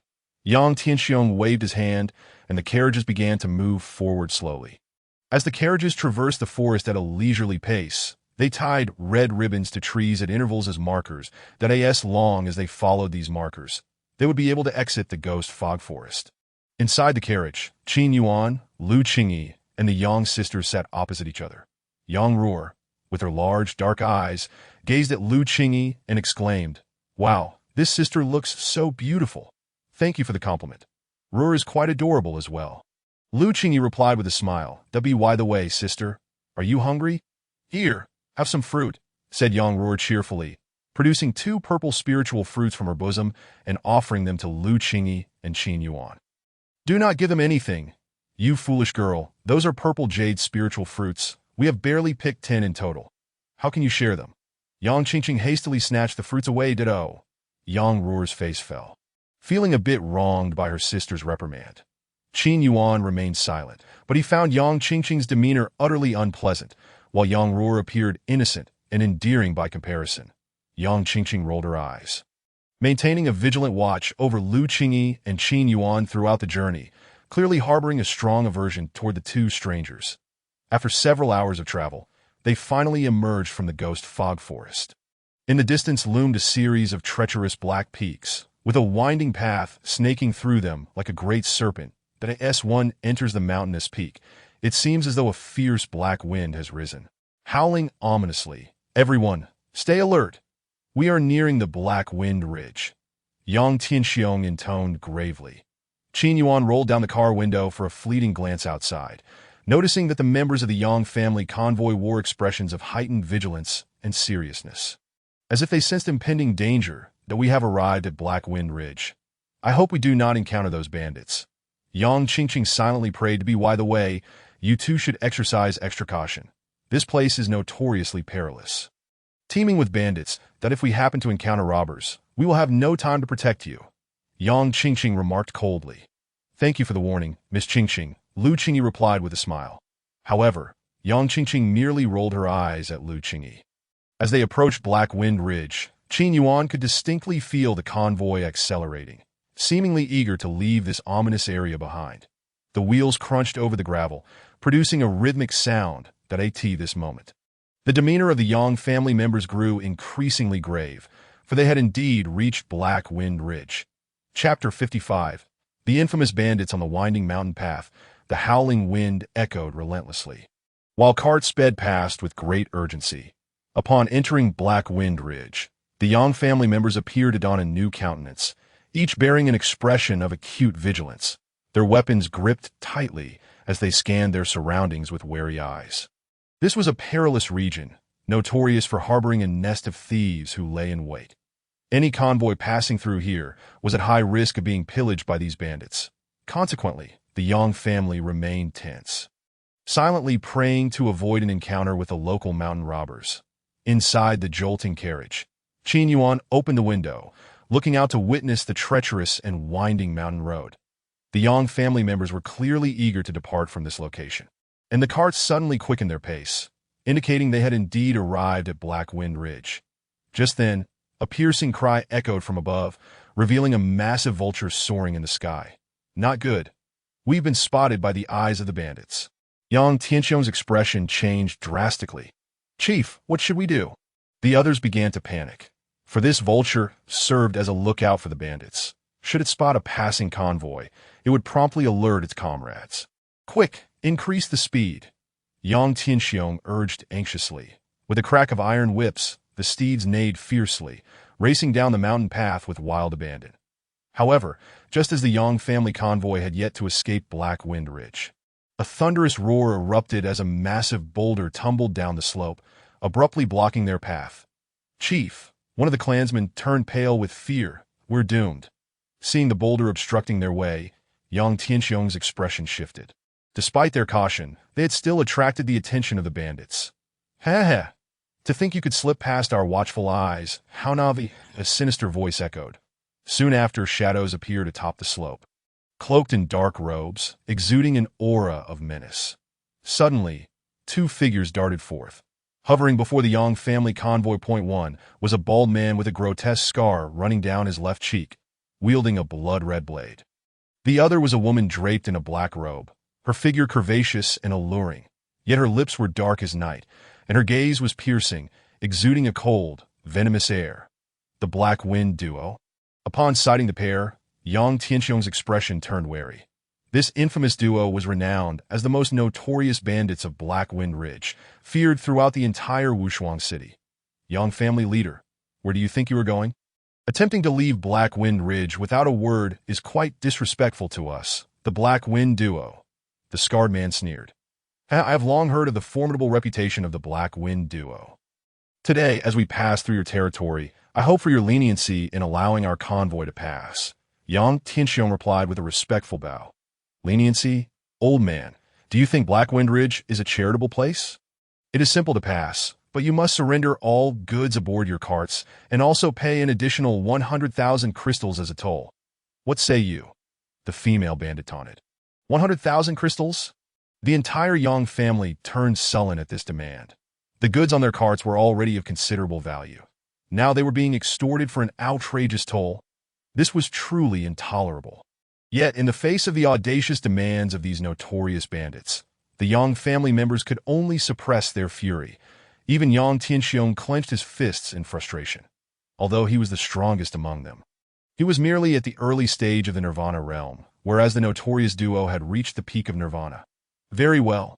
I can part with the goods on the carts, but can we negotiate the toll down to 50,000? Yang Tianxiong gritted his teeth. "Old man, you are not in a position to bargain with us. 100,000 crystals is non-negotiable. Otherwise, we shall slaughter your entire Yang family today," the bald man declared ominously. Sighing in resignation, Yang Tianxiong ultimately tossed a storage bag forward, stating, "Here is 100,000 crystals, chief." The other clan members were filled with righteous indignation. This sum represented the majority of the Yang family's wealth. "Ha ha! Old man, you have finally come to your senses." The bald man laughed heartily, but then his gaze fell upon one of the carts, and he pointed his blade toward it, barking, "Everyone from that cart." Get down! From the cart emerged Yang Qingqing, Yang Ruier, and Qin Yuan. Upon seeing the four descend, the bald man licked his lips, his eyes gleaming with lustful intent. "Old man, I have changed my mind. Simply paying the toll of 100,000 crystals is insufficient. You must also hand over that young girl to us." "Haha, I have a particular fondness for such delicacies." "Absolutely not." Upon realizing the bald man had set his sights on Yang Ruier, Yang Tianxiong was consumed with rage. These bandits were utterly depraved, even targeting such a young girl. "You are shameless," Yang Qingqing cried, swiftly positioning herself protectively behind Yang Ruier, seething with anger. Qin Yuan's eyes glinted with a hint of murderous intent. He had encountered many a rogue, but never had he seen such unscrupulous individuals who would cast their eyes on a girl as innocent as Yang Ruier. "Since you refuse, then you shall meet your demise. Kill them!" With a command from the Black Wind duo, a swarm of bandits descended from the slope, weapons drawn, charging toward the Yang family convoy. "Damn it! Our Yang family does not raise cowards, even in death. We shall make these bandits pay dearly." The Yang family members rallied, their spirits ignited in an instant. Both sides clashed fiercely, the sounds of weaponry and energy colliding, filling the air with powerful waves of force. However, the bandits of Black Wind Ridge were ruthless killers, and the Yang family found themselves unable to withstand their ferocity. "Humph!" Yang Tianxiong snorted coldly, unleashing a torrent of energy as he brandished a crimson war spear. Charging directly toward the Black Wind duo. "Foolish mortal." The duo sneered, and a fierce battle ensued. Chapter 56. The first strike. Boom! Boom! Boom! On the narrow mountain path, the Yang family and the bandits of Black Wind Ridge erupted into a fierce melee. The clashing of weapons and the tumultuous energy exchanges echoed incessantly as both sides engaged in a chaotic struggle. Nevertheless, facing the ruthless bandits, the Yang family members exhibited remarkable fighting prowess. Kill! The Yang forces surged forth, wielding their weapons with fervor, for they had no option but to fight with all their might for survival. "Heh, these young girls are quite appealing. We could take them back to serve as our wives." A lewd laugh rang out as a man clad in a tiger skin coat led a dozen figures to confront Qin Yuan and the others. "Tiger Commander, that little girl is meant for the king. As for the other two, we shall each take one." A lean bandit could no longer contain his desires, his gaze burning with lust. "Shameless." Yang Qingqing gritted her teeth, drawing forth a whip from her cloak and engaging the Tiger Commander in combat. With a flourish, Yang Qingqing wielded the whip, which lashed through the air like fiery serpents toward the Tiger Commander. "Oomph!" The Tiger Commander scoffed, releasing a surge of formidable energy, the tiger's roar fist, with a thunderous roar. The tiger leader unleashed a powerful punch, transforming into a ferocious black tiger that instantly shattered the long whip held by Yang Qingqing. This was dire, as she beheld the approaching black tiger. Yang Qingqing's complexion turned ashen. Just then, as the black tiger drew near, a figure suddenly appeared before her, lightly extending two fingers, causing the black tiger to explode into fragments. Yang Qingqing's eyes widened in disbelief. The figure before her was none other than Qin Yuan. "Miss Qingqing, please step back," Qin Yuan said calmly. Be careful. This fellow is a formidable opponent at the late stage of the divine infant realm." Yang Qingqing warned. "Kid, are you attempting to play the hero and rescue the damsel in distress? I fear you lack the capability for such a feat." The tiger leader sneered, underestimating Qin Yuan's true strength due to his youthful appearance. "Prepare to meet your end." With a resounding boom, the tiger leader struck with a punch, channeling nearly all his strength, the air itself vibrating with a low hum. Yet, Qin Yuan merely raised his palm and gently swatted at the tiger leader. Bang! A sickening sound of bones breaking echoed as the two collided, and the tiger leader let out a pained scream, his body hurtling backward as if struck by a colossal force, smashing into a boulder. Yang Qingqing's eyes widened in astonishment, unable to comprehend the scene unfolding before her. The tiger leader had been defeated by Qin Yuan with a mere slap? How could this be? She had never imagined this young man possessed such formidable power. "Big brother is amazing," Ruier exclaimed, her face filled with admiration. I'm sorry." Yang Qingqing lowered her head, feeling an overwhelming sense of shame as she recalled her earlier harshness towards Qin Yuan, who had now come forth to save her. Miss Qingqing, I believe our priority should be to unite against the enemy, Qin Yuan said with a gentle smile, displaying a magnanimous spirit, unaffected by her previous coldness. Yang Qingqing nodded, plunging back into the fray. Boom, boom, boom. Qin Yuan lifted his gaze towards the skies above Black Wind Ridge, where three figures were engaged in a fierce battle, unleashing waves of potent energy fluctuations. Haha, Yang Tianxiong, cease your futile resistance, or the Yang family will face total annihilation, the scarred man declared ominously. With your initial stage of the Nirvana realm, you are no match for us too, that if this continues, you will surely meet your demise. The woman in black scoffed. Pah. Yang Tianxiong gritted his teeth, vowing not to surrender to these bandits, even if it meant the destruction of the Yang family. Since you refuse to relent, do not blame us for being merciless. Black Wind Destruction Palm. The scarred man bellowed, raising his palm as a swirling black wind coalesced before him, forming a sinister black palm print, exuding a terrifying aura. Dark Moon's jade hand. The woman in black shouted, her palm glowing as it transformed into a radiant white, releasing a palpable sense of danger. These techniques, Black Wind Destruction Palm and Dark Moon's Jade Hand, were their signature moves, reaching the 5th rank of the mysterious tier. Flame Dragon Fist. Yang Tianxiong roared, flames erupting around him as he summoned fire elemental energy that engulfed his form. His fist turned a blazing crimson, radiating an intense heat. As Qin Yuan observed the fire elemental energy surrounding Yang Tianxiong, his expression shifted dramatically, that if he was not mistaken, Yang Tianxiong was employing the techniques of the Flame Dragon Martial Sovereign. This meant that the Yang family were indeed descendants of the Flame Dragon Martial Sovereign. Roar! Yang Tianxiong struck out, summoning a furious flame dragon that surged towards the infamous duo, while their Black Wind Destruction Palm and Dark Moon's Jade Hand met the infernal beast head-on. Bang! The three formidable techniques collided in the sky, unleashing an indescribable brilliance that illuminated the entire Black Wind Ridge. This is bad. Qin Yuan furrowed his brow. Although the Flame Dragon Fist was inherently more powerful, Yang Tianxiong's lower cultivation level prevented him from unleashing its full potential. Conversely, the infamous duo had stepped into the late stage of the Nirvana realm, giving them the upper hand in this confrontation. As expected, the fierce clash in the sky saw the flame dragon's might wane, until it ultimately shattered with a crack. This is not good. Yang Tianxiong's face paled. Bang! In an instant, the flame dragon exploded. Yang Tianxiong, today marks your demise in Black Wind Ridge after the flame dragon's demise. The infamous duo struck with their palm techniques, the Black Wind Destruction Palm and Dark Moon's Jade Hand, bearing down upon Yang Tianxiong. His pupils constricted in despair.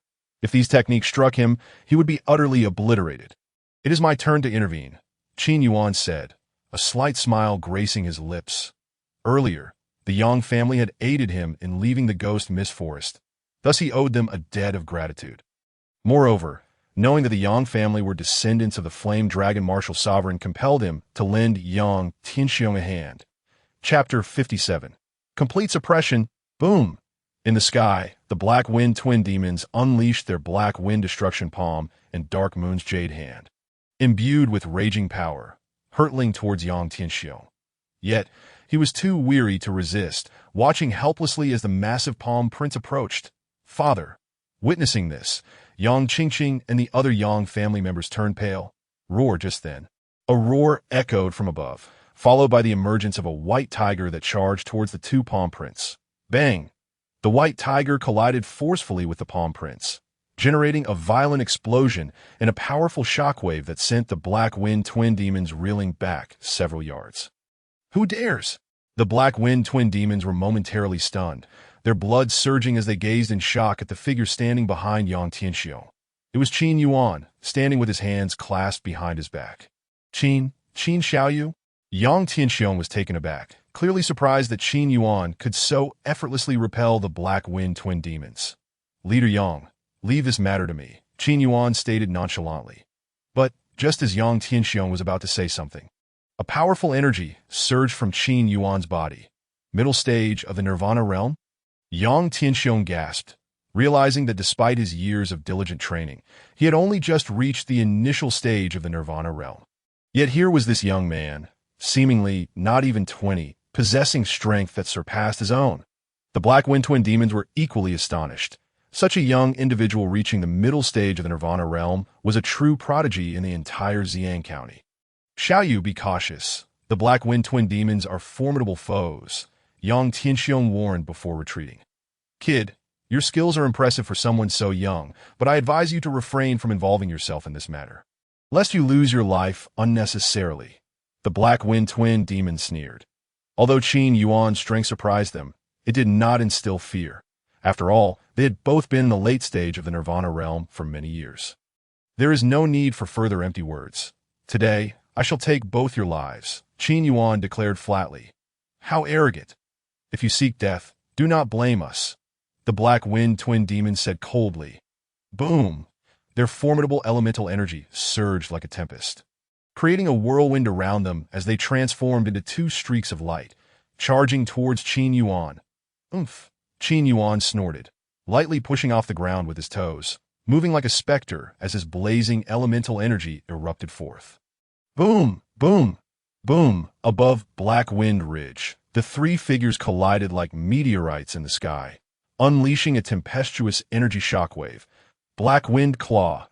The bald man shouted, his black claws enveloped in sinister winds as they tore through the air, aiming for Qin Yuan's vital points. However, Qin Yuan swiftly executed the exquisite Northern Dipper Dragon Step, his form moving like a dragon, evading the ferocious attacks of the Black Wind Claw without a single brush against his garments. Moon Shadow Slash!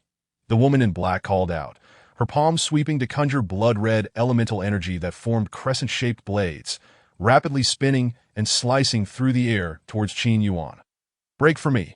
Qin Yuan remained unafraid, channeling the inferno martial art within him, gathering scorching energy into his fist. Bang! He struck out, shattering the blood-red crescents. What? The woman in black was taken aback, for his blood-colored moonblade was extraordinarily sharp, capable of tearing through even stone. Yet this youth astonishingly shattered the moonblade with his bare hands. Watch out! The bald man shouted as Qin Yuan executed the North Dipper Dragon Step, moving with such incredible speed that he appeared in an instant behind the woman in black. Delivering a powerful punch to her back, bang! The woman in black let out a cry of anguish as Qin Yuan's fist struck her, sending her flying. You little brat! Allow me to demonstrate the might of my black-killing celestial fist. The bald man, enraged, unleashed the black elemental force within him, causing his fists to radiate terrifying fluctuations. He swung his fists violently towards Qin Yuan. Boom! Boom! Boom! In the sky, the two figures intertwined like lightning, unleashing waves of ferocious wind. The bald man had pushed the power of the black-killing celestial fist to its utmost, with each punch exploding the very air itself, a force that any ordinary warrior would surely find insurmountable. Yet Qin Yuan remained unfazed. The fiery martial arts technique within him erupted, and 140 fiery veins unleashed searing power, retaliating with his own punches. His fists harbored an energy of utmost yang, perfectly countering the yin energy of the black-killing celestial fist that in that moment. The Black Wind duo began to retreat in defeat. White Tiger Seal, Vermilion Bird Seal, Azure Dragon Seal roar. The three-headed divine beasts unleashed a surge of wildly violent energy, launching a fierce assault against the Black Wind duo, leaving them in utter disarray. Heavens! The Black Wind duo was being thoroughly suppressed. Witnessing this scene, the Yang family erupted into a clamor of astonishment. At that moment, Yang Qingqing wore an expression of disbelief. She could hardly fathom that the youth she had mocked so harshly possessed such formidable strength. Yang Tianxiong was equally shocked, for he knew that the Black Wind duo was at a higher cultivation level than Qin Yuan. Yet the current outcome was beyond his expectations. They were being forcefully overwhelmed by Qin Yuan, that I shall finish you with a single strike. For Beast Seal Technique, unite. Qin Yuan formed hand seals, and an ancient wheel appeared in the sky. On the wheel, ancient patterns of the Azure Dragon, Vermilion Bird, White Tiger, and Black Tortoise appeared in succession, slowly rotating, emanating an indescribable, dreadful energy. Earth Tier Martial Technique.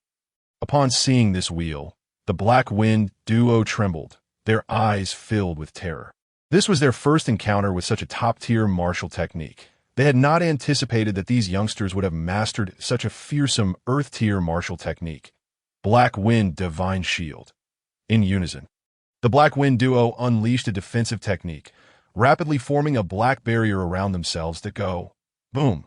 The ancient will spun forth, crashing heavily against the black barrier. Chapter 58. Linglong Square Whoosh. The ancient wheel whirled through the skies above Black Wind Ridge, carrying an unexplainable sense of oppression, and struck the black barrier formed by the black and white duo with tremendous force. Bang! In an instant, a colossal sound erupted, and the eyes of the black and white duo widened in shock. They were horrified to see cracks appearing on the black barrier before them.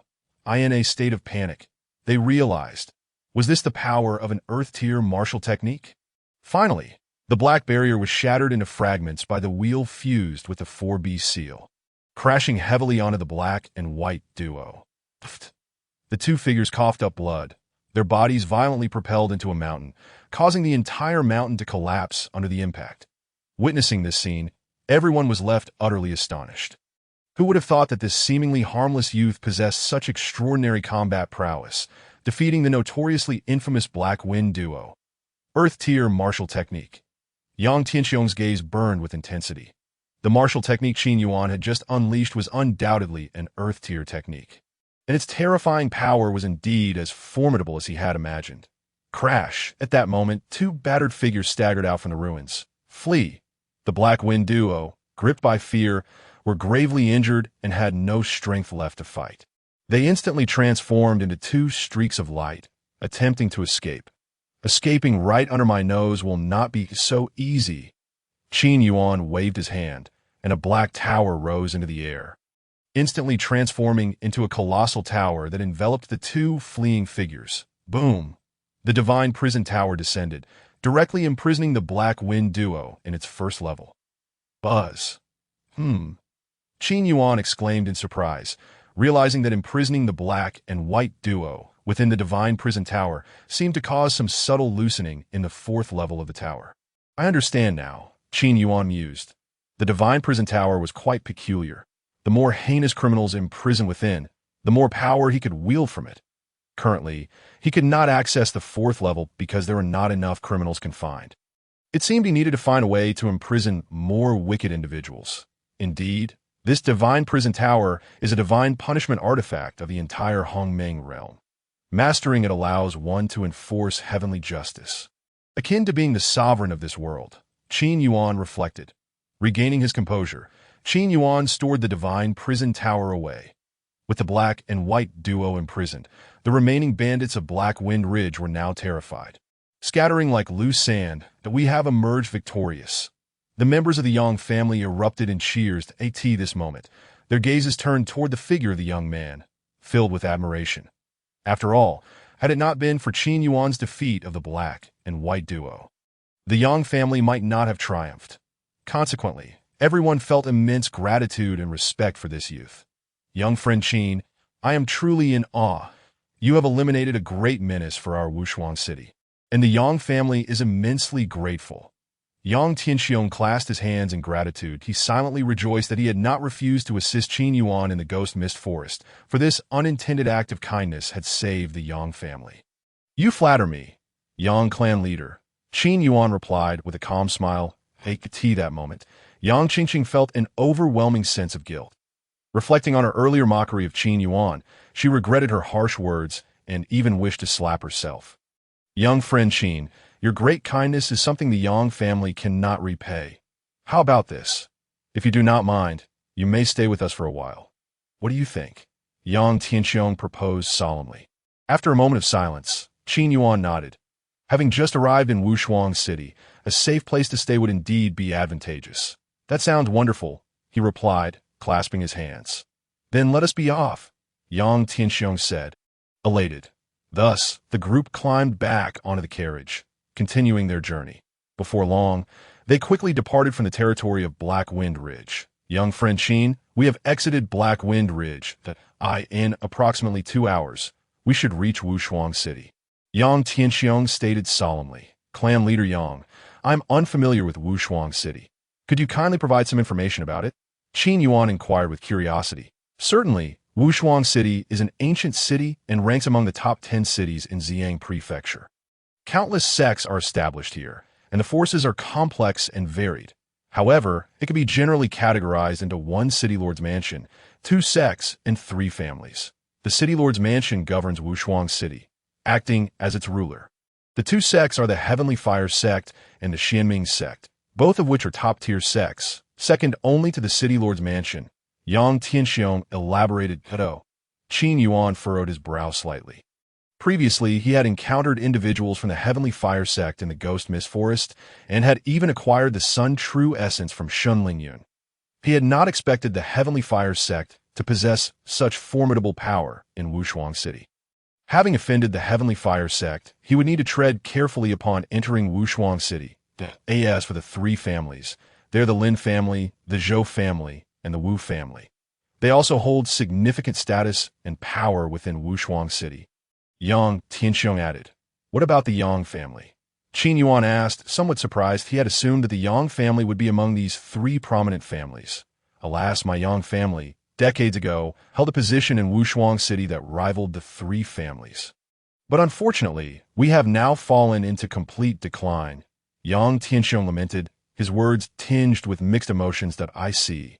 Qin Yuan did not respond further, still uncertain whether the Yang family before him was indeed the descendants of the Flame Dragon Martial Sovereign. The carriage sped along swiftly, and soon, 2 hours had passed. In the distance, the outline of a colossal city emerged upon the vast plains. From afar, the ancient and gigantic city resembled a primordial beast lying low, exuding an overwhelming aura of grandeur. Young friend Qin, our carriage is nearing Wushuang City, Yang Tianxiong announced. Yang Tianxiong responded with a smile. Qin Yuan rolled down the car window, his gaze drifting towards the ancient city in the distance. This unparalleled city, in comparison to Tianyin City, appeared even more grandiose and magnificent, truly deserving of its place among the top 10 cities of the entire Ziyang Prefecture. At this moment, a formidable magical formation hovered above the sky, resembling an inverted bowl, securely enveloping the entire unparalleled city within its bounds. Anyone attempting to intrude forcefully would likely be obliterated by this formation. Shortly thereafter, Qin Yuan, accompanied by the Yang family's carriage, entered the heart of the unparalleled city. Upon entering, the cacophony of voices greeted him, as streets crisscrossed before his eyes, all spacious and orderly. The thoroughfares were bustling with a throng of people, creating an atmosphere of extraordinary liveliness. Qin Yuan couldn't help but marvel. This unparalleled city was far more prosperous than Tianyin City. In every alley and thoroughfare, countless martial artists traversed, their presence a testament to the vibrancy of the place. With even Yuan Dan realm experts being a common sight, it was worth noting that in Tianyin City, Yuan Dan realm experts were considered masters. Yet here in the unparalleled city, they were quite ordinary. Before long, the carriage reached the center of the unparalleled city. That moment, as Qin Yuan peered outside the window, he suddenly noticed a gathering of numerous martial artists in front of a pavilion, creating a scene of remarkable fervor. Xuanqi Pavilion? Qin Yuan mused, glancing up to see a resplendent golden plaque hanging above, boldly inscribed with the words Xuanqi Pavilion. Patriarch Yang, what sort of place is Xuanqi Pavilion? And why are so many martial artists congregating here? Qin Yuan inquired with curiosity. The Xuanqi Pavilion is a specialized establishment for forging weapons. Its master is a 4th-grade artifact smith, which is why a multitude of martial artists visit daily. Seeking his assistance in crafting suitable weaponry, Yang Qingqing explained with a smile. So, it's an artifact smith, Qin Yuan acknowledged, enlightenment dawning upon him. Artifact smiths, much like alchemists and talisman masters, are exceedingly rare professions. They possess the ability to forge weapons, imbuing them with power and spirit. Thus their status rivals that of alchemists. Take Xuanqi Pavilion, for instance. Daily, a steady stream of martial artists pays visits. However, to have the pavilion master forge a weapon for you, one must be prepared to offer an exorbitant fee. Even a casual weapon crafted by the pavilion master could fetch tens of thousands, or even hundreds of thousands, of yuan crystals at that moment. Qin Yuan's gaze flickered with interest, as he too wished to request the pavilion master to forge a weapon. However, this weapon was not for himself, but rather to create a suitable weapon for Lei Kuei. With an appropriate weapon in hand, Lei Kuei's combat prowess would likely see a substantial enhancement. Patriarch Yang, are there any places in the unparalleled city where one can purchase goods? Qin Yuan asked with curiosity. Of course, the unparalleled city boasts the largest trading market, known as Linglong Fangshi. Whether it be elixirs, martial skills, or rare treasures, you can generally find them there. Oh, you need to purchase something, young friend Qin? Yang Tianxiong queried, puzzled. Indeed, I need to procure some items, so I wish to visit Linglong Fangshi. Qin Yuan nodded. He intended to gather materials for crafting weapons for Lei Kui. In that case, let Qingqing accompany you to Linglong Fangshi. Yang Tianxiong suggested solemnly. Come, I shall guide you through Linglong Fangshi. It is the most vibrant place in the entire unparalleled city, Yang Qingqing said with a bright smile. Soon after, Qin Yuan, Lu Qingyi, and Yang Qingqing disembarked from the carriage. Under the guidance of Yang Qingqing, the trio headed towards the northern part of the unparalleled city. Due to the city's vastness, they walked for a full half-hour before finally arriving at the bustling and prosperous Linglong Fangshi. Chapter 59. Wine Spirit Butterfly. We have arrived. This is Linglong Fangshi. What do you think? Doesn't it seem lively? Yang Qingqing beamed with a smile. It is indeed bustling, Qin Yuan remarked, glancing towards the entrance of Linglong Fangshi, where a steady stream of people flowed in and out. The sounds of haggling could be heard from afar, clear to their ears. Let us go. Under Yang Qingqing's lead, Qin Yuan took Lu Qingyi's hand, and the three entered Linglong Fangshi. Upon stepping inside, they were greeted by a sea of figures and merchants seated on the ground, displaying a variety of goods. Some sold herbs, others various elixirs and weapons. There was an abundance of everything. Qin Yuan was somewhat taken aback. Linglong Fangshi appeared rather unpretentious, lacking opulence. Yet the items for sale were anything but ordinary. Second-grade Heavenly Spirit Pill, today only 8,000 yuan crystals. Don't miss this opportunity. Yellow-tier martial skill, Iron Sand Palm, unparalleled power, only 3,000 yuan crystals, guaranteed fair trade. Here it comes. Don't miss my Frostblade, an ice-type artifact, a must for those cultivating ice techniques. As they entered the market, the trio was enveloped by the various calls of vendors. Qin Yuan, Lu Qingyi, and Yang Qingqing wandered among the stalls, occasionally stopping to admire the goods on display. Before long, Qin Yuan found himself halting at a stall selling martial skills. Young brother, are you looking to purchase martial skills? These techniques are sourced from an ancient relic, and their power is exceptional. You mustn't let this chance slip by.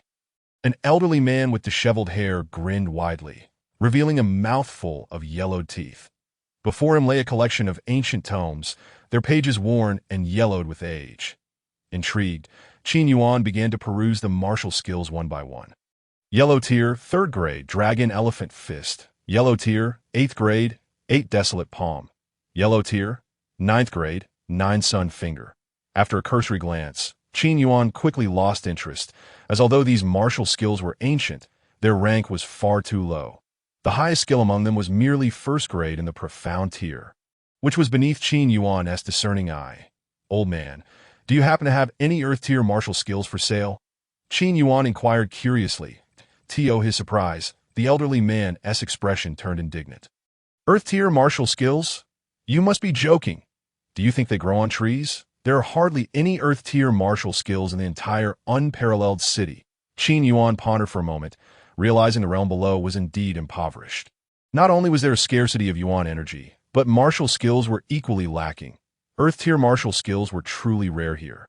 However, in the upper realms, Earth tier martial skills were far more common, with even plenty of heavenly tier skills available. Shaking his head, just as Qin Yuan was about to leave the stall, he suddenly spotted a dark, unremarkable iron plate tucked in a corner. Qin Yuan exclaimed softly, retrieving the iron plate for closer inspection. He noticed some faint, ancient inscriptions barely visible on its surface.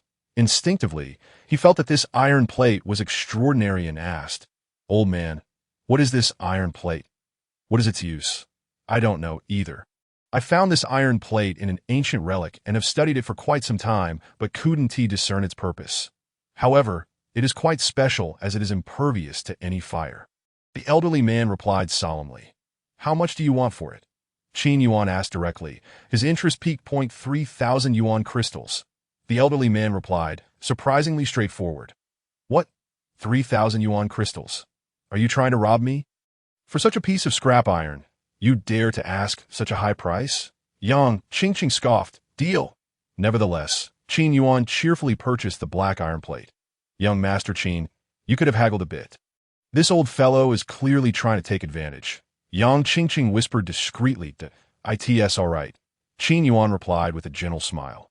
His intuition told him that the value of this black iron plate likely far exceeded 3,000 yuan crystals. Meanwhile, Lu Qingyi wore a contemplative expression, believing in Qin Yuan's judgment. The iron plate must possess some unique quality. Let us go. After settling the payment of 3,000 yuan crystals, the trio departed from the stall. Hee, what a big fool.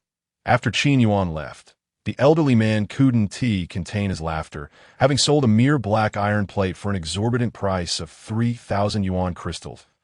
They continued. The trio arrived at another stall selling weapons.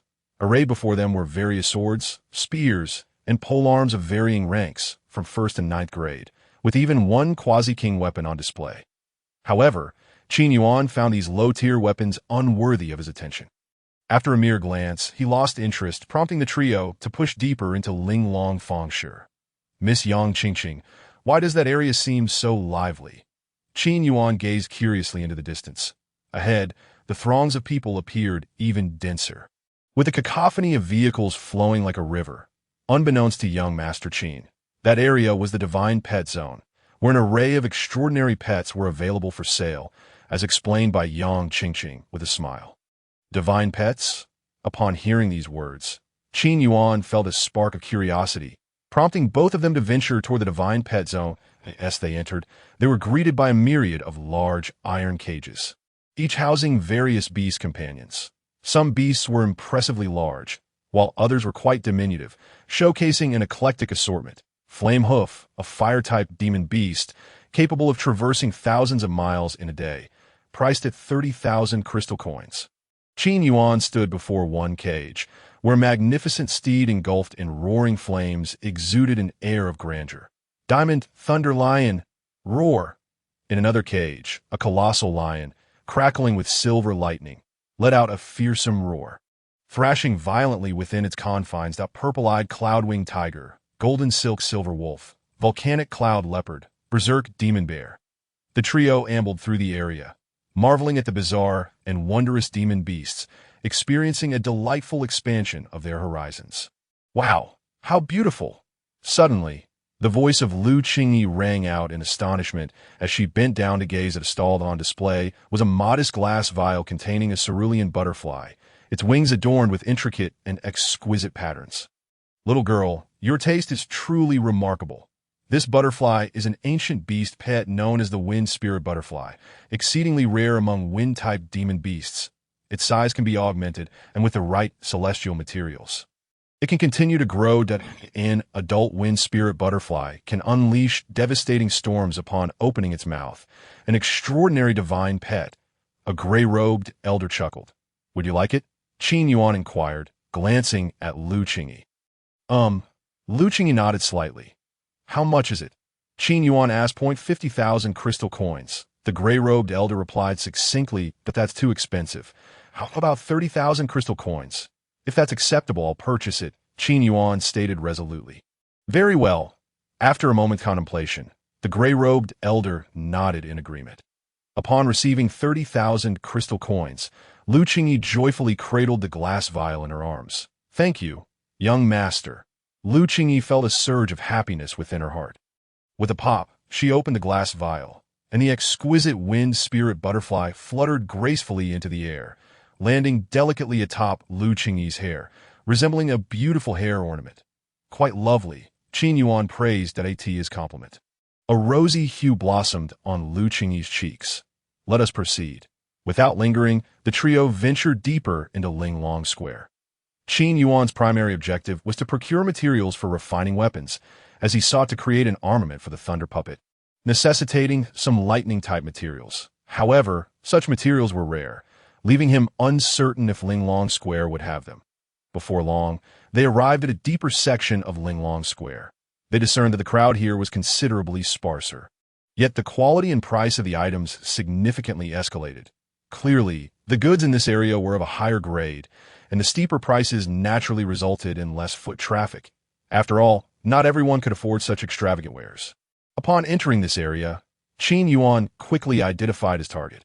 How much for this Thunderfall iron? He pointed to a palm-sized silver ingot on a stall, which seemed to emanate a faint trace of lightning power. This young brother should understand that such a piece of Thunderfall iron requires thousands of years to form by continuously absorbing thunderous energy. Hence its hefty price tag, that I can only sell it for at least 30,000 crystal coins. Any lower, and there's no point in discussion, a black-robed man replied. I'll take it, Qin Yuan declared without hesitation, immediately purchasing the Thunderfall iron. Splendid, the middle-aged man exclaimed, clearly delighted. The transaction was swift, and as Qin Yuan obtained the Thunderfall iron, he felt a quiet joy, knowing that this material was ideal for weapon crafting.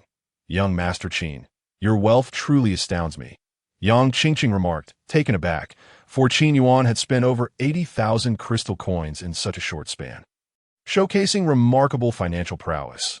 Let us move on. Having secured the Thunderfall iron, they continued exploring the various sections of the square. However, Linglong Square was vast, and, after several hours of wandering, they had yet to explore it entirely. During this time, Qin Yuan acquired a few more lightning-type materials. Young Master Qin, Linglong Square is divided into eastern and western sections that we've completed the eastern area. Now, let's explore the western section, as I've heard the offerings there are even more comprehensive. Yang Qingqing suggested with a smile. Very well. Qin Yuan nodded in agreement. Thus, they proceeded toward the western section of Linglong Square, where the atmosphere was evidently more vibrant, bustling with even greater prosperity than the eastern area. As they surveyed the scene, they found themselves amidst a veritable sea of people, almost unable to advance. Miss Qingqing, I have a question that I hope you can clarify, Qin Yuan inquired in a hushed tone. What is your question? Yang Qingqing asked, intrigued that in such a crowded place as Linglong Square, is it not common for disputes or thefts to occur? Qin Yuan expressed his concern, having observed the apparent absence of altercations despite the thronging crowd. Young Master Qin, you may not be aware, but Linglong Square is governed by the City Lord's mansion. Who would dare to cause trouble here? Yang Qingqing replied with a smile. That I see, Qin Yuan remarked. Enlightened that it became clear that the backing of the City Lord's mansion deterred ordinary warriors from causing disturbances, lest they invite dire consequences. That the trio conversed while navigating through the bustling crowd. They finally arrived at a relatively less crowded area. Here, opulent crystal display cases showcased a variety of rare treasures. That it was evident that this was the high-end section of Linglong Square, where the goods were priced exorbitantly, thus attracting fewer visitors. After all, not everyone could afford such costly items. Qin Yuan briefly surveyed the offerings, noting that even the lowest prices commenced at 10,000 crystal coins. As they continued to peruse, Qin Yuan suddenly paused, his gaze sharpening as he focused on a display case. Behind the crystal facade, he spotted a palm-sized orb shimmering with a silver hue, pulsating with electric energy. Young Master, what has caught your attention? Lu Qingyi observed closely, noting the change in Qin Yuan's demeanor. That a lightning-type treasure. Qin Yuan's eyes glimmered with excitement. As he approached the orb, he sensed the thunder puppet stirring with vigor. Such a strong reaction could only indicate that the item was indeed a lightning-type treasure. Young brother, your discerning eye is commendable. This is indeed a rare lightning-type treasure known as the Annihilation Thunder Pearl, containing an exceptionally potent and pure lightning energy, a lean elder explained. The Annihilation Thunder Pearl. I must have it, esteemed elder. What is its price? Qin Yuan asked eagerly, knowing this pearl could potentially enhance the thunder puppet's strength. Not a penny less than 50,000 crystal coins. The lean elder extended his hand. 50,000 crystal coins? Is that not excessively steep? Yang Qingqing exclaimed in disbelief. Naturally. This is a lightning-type treasure, exceedingly rare. That I came upon this Annihilation Thunder Pearl purely by chance. Miss this opportunity, and you may never see another. The lean elder chuckled. Qin Yuan pondered for a moment. He indeed lacked crystal coins at present. However, he recalled the spatial ring gifted by Yanlong Wuzuan, containing 100,000 crystal coins. Yet those funds were intended for the Yang family. After some deliberation, he resolved to withdraw 50,000 crystal coins now, intending to repay the amount later from future sales of elixirs, that I will buy it. Qin Yuan decisively declared, recognizing the rarity of the lightning-type treasure, which he might not encounter again. Immediately, he retrieved 50,000 crystal coins from the spatial ring, leaving Yang Qingqing momentarily speechless at the display of wealth. Here you go. The exchange was swift, and the lean elder, having received the payment, gently placed the Annihilation Thunder Pearl into Qin Yuan's palm. Roar! However, just as the Extinction Thunder Pearl was placed in Qin Yuan's palm, a sudden, deep beastly roar echoed from behind. The unexpected sound startled the three individuals, causing the Extinction Thunder Pearl to fall from their grasp and tumble to the ground. The IT rolled swiftly until it came to a stop before a lion beast, which then devoured it whole. Witnessing this scene, the expressions of Qin Yuan and his companions turned instantly rigid. My apologies. My Thunder Lion has just swallowed your treasured Thunder Attribute Gem. Now, how much shall I compensate you? A soft, effeminate voice emerged, revealing a long-haired youth leading a silver Thunder Lion, Wu Qing. Upon seeing the androgynous youth, Lu Qingqing immediately recognized his identity. This Wu Qing, without a doubt, hailed from the Wu family, one of the three prominent families in Wushuang City. You did that on purpose, didn't you? Qin Yuan's countenance darkened slightly. Indeed, I acted with intention, for the Extinction Thunder Pearl is highly beneficial to my Thunder Lion. So, how much will you accept as compensation? Wu Qing replied nonchalantly that if compensation is to be given, then I demand 1,000,000 crystal coins. How does that sound? Qin Yuan's expression remained grim. 1,000,000 crystal coins. Why don't you go and rob a bank? Wu Qing couldn't help but chuckle coldly that I offer you two choices. Either compensate me with 1,000,000 crystal coins, or I will dissect this Thunder Lion and retrieve the Extinction Thunder Pearl. Choose wisely. Qin Yuan's voice was low and firm. You little brat, don't push your luck. Offering to compensate you at the original price is already showing you my goodwill. Do you not know who I am? Wu Qing's tone was aggressive. Qin Gongzi, let it go to AT this moment. Yang Qingqing urgently conveyed a message to Qin Yuan, hoping he would choose to avoid further conflict. After all, Wu Qing was from the powerful Wu family, and they were not to be trifled with. Yet, how could Qin Yuan swallow this humiliation? This scoundrel had clearly intended for his Thunder Lion to consume the Extinction Thunder Pearl, since he refused to offer compensation.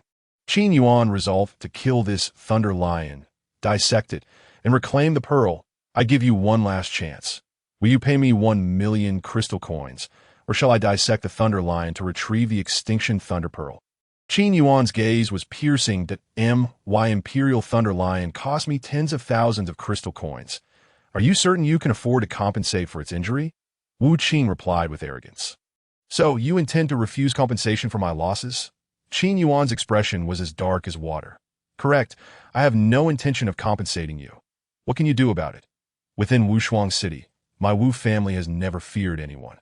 I advise you not to overstep your bounds. Should you offend my Wu family, you may find yourself begging for mercy. Wu Qing sneered. Qin Gongzi, let it go. The Wu family holds immense power in Wushuang City. It is best we avoid conflict with him. Yang Qingqing hastily transmitted her thoughts. As one of the three prominent families in Wushuang City, the Wu family possessed deep roots, and avoiding trouble was clearly the wisest course of action. However, Qin Yuan had no fear of the Wu family. After all, he had already offended the Ziyun immortal sect, so how could he fear this meager Wu family? In that case, I will personally retrieve what belongs to me. With a flash, Qin Yuan dashed towards the Imperial Thunder Lion. Truly an ignorant fool. Seeing Qin Yuan charge towards the Imperial Thunder Lion, a glint of coldness passed through Wu Qing's eyes, but he immediately stepped forward, unleashing his formidable elemental force, gathering it into a punch that he hurled forward. Boom! The punch was overwhelmingly powerful, even causing the air to explode with a low, ominous roar as the punch hurtled toward Qin Yuan. He merely sidestepped, allowing the fist to graze past his face. In an instant, Qin Yuan reached out, seizing Wu Qing's wrist. and executed a shoulder throw, sending Wu Qing crashing into a nearby stall. Bang! The impact shattered a crystal counter. Roar! At that moment, the enraged Imperial Thunder Lion lunged at Qin Yuan. Employing the Beta Yulong step, Qin Yuan dodged the lion's assault like a flickering golden shadow, swiftly drawing a dagger and slicing fiercely at the creature's abdomen. Thud! A gaping wound appeared on the Imperial Thunder Lion's belly, blood gushing forth as it let out a pained roar. Yet, Qin Yuan paid no heed, directly plunging the dagger into the lion, reaching into its stomach to retrieve the Extinction Thunder Pearl. You dare to kill my Imperial Thunder Lion? Wu Qing, rising in a disheveled state, was consumed with rage at the sight of his beloved beast lying in a pool of blood. This Imperial Thunder Lion had cost him tens of thousands of crystal coins. How could this insolent wretch have slain it with a mere dagger? I will make you pay for this. Wu Qing's eyes burned with fury. Seize him!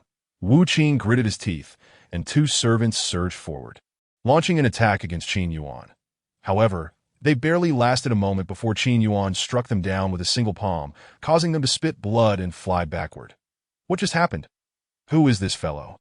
How dare he kill Wu Qing's beast? Does he not understand the Wu family's power? Murmurs spread among the onlookers. This lad is finished. Wu Qing will not let this go. The fierce battle quickly drew numerous martial artists to watch. Yang Qingqing was frantic, yet she could only stand helplessly at the side. Meanwhile, Wu Qing was seething with rage, his aura erupting violently, revealing that he had entered the early Nirvana realm. Divine Seal Technique. Annihilation Divine Seal. Wu Qing formed hand seals, and a peculiar ripple appeared in his palms. With a forceful clap, a blood-red ancient seal emerged, radiating a terrifying energy that sent nearby martial artists scurrying for safety.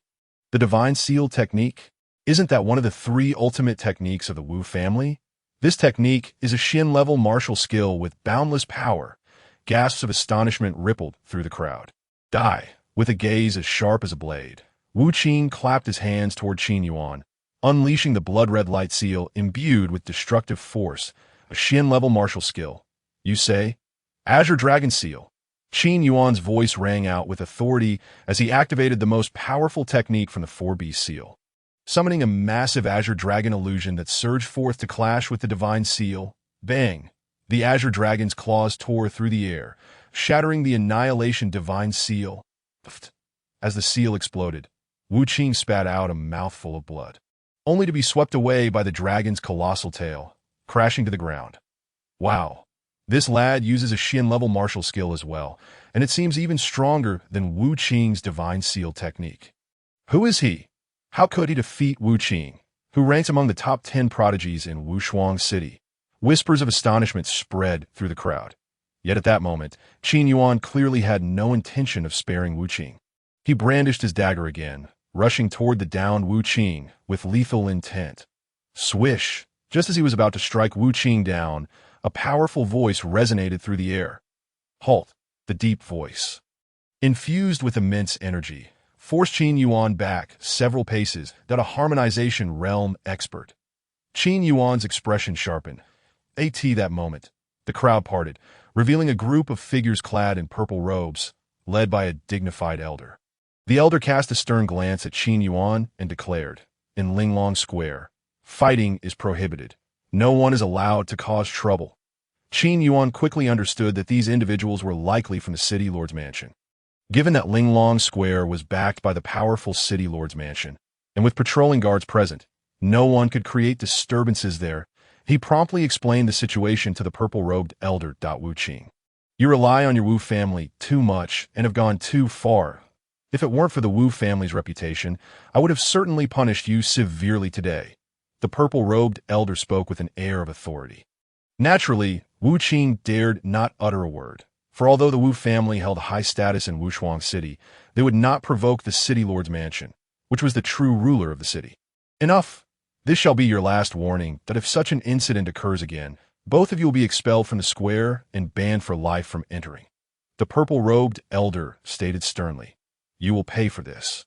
You little brat, my Wu family will not rest until we have our revenge. With a gaze full of venomous resentment, Wu Qing's chilling voice quietly reached Qin Yuan's ears. This emperor-level Thunder Lion had cost him an exorbitant sum, and now it lay slain at Qin Yuan's hands, a bitter pill he could not swallow.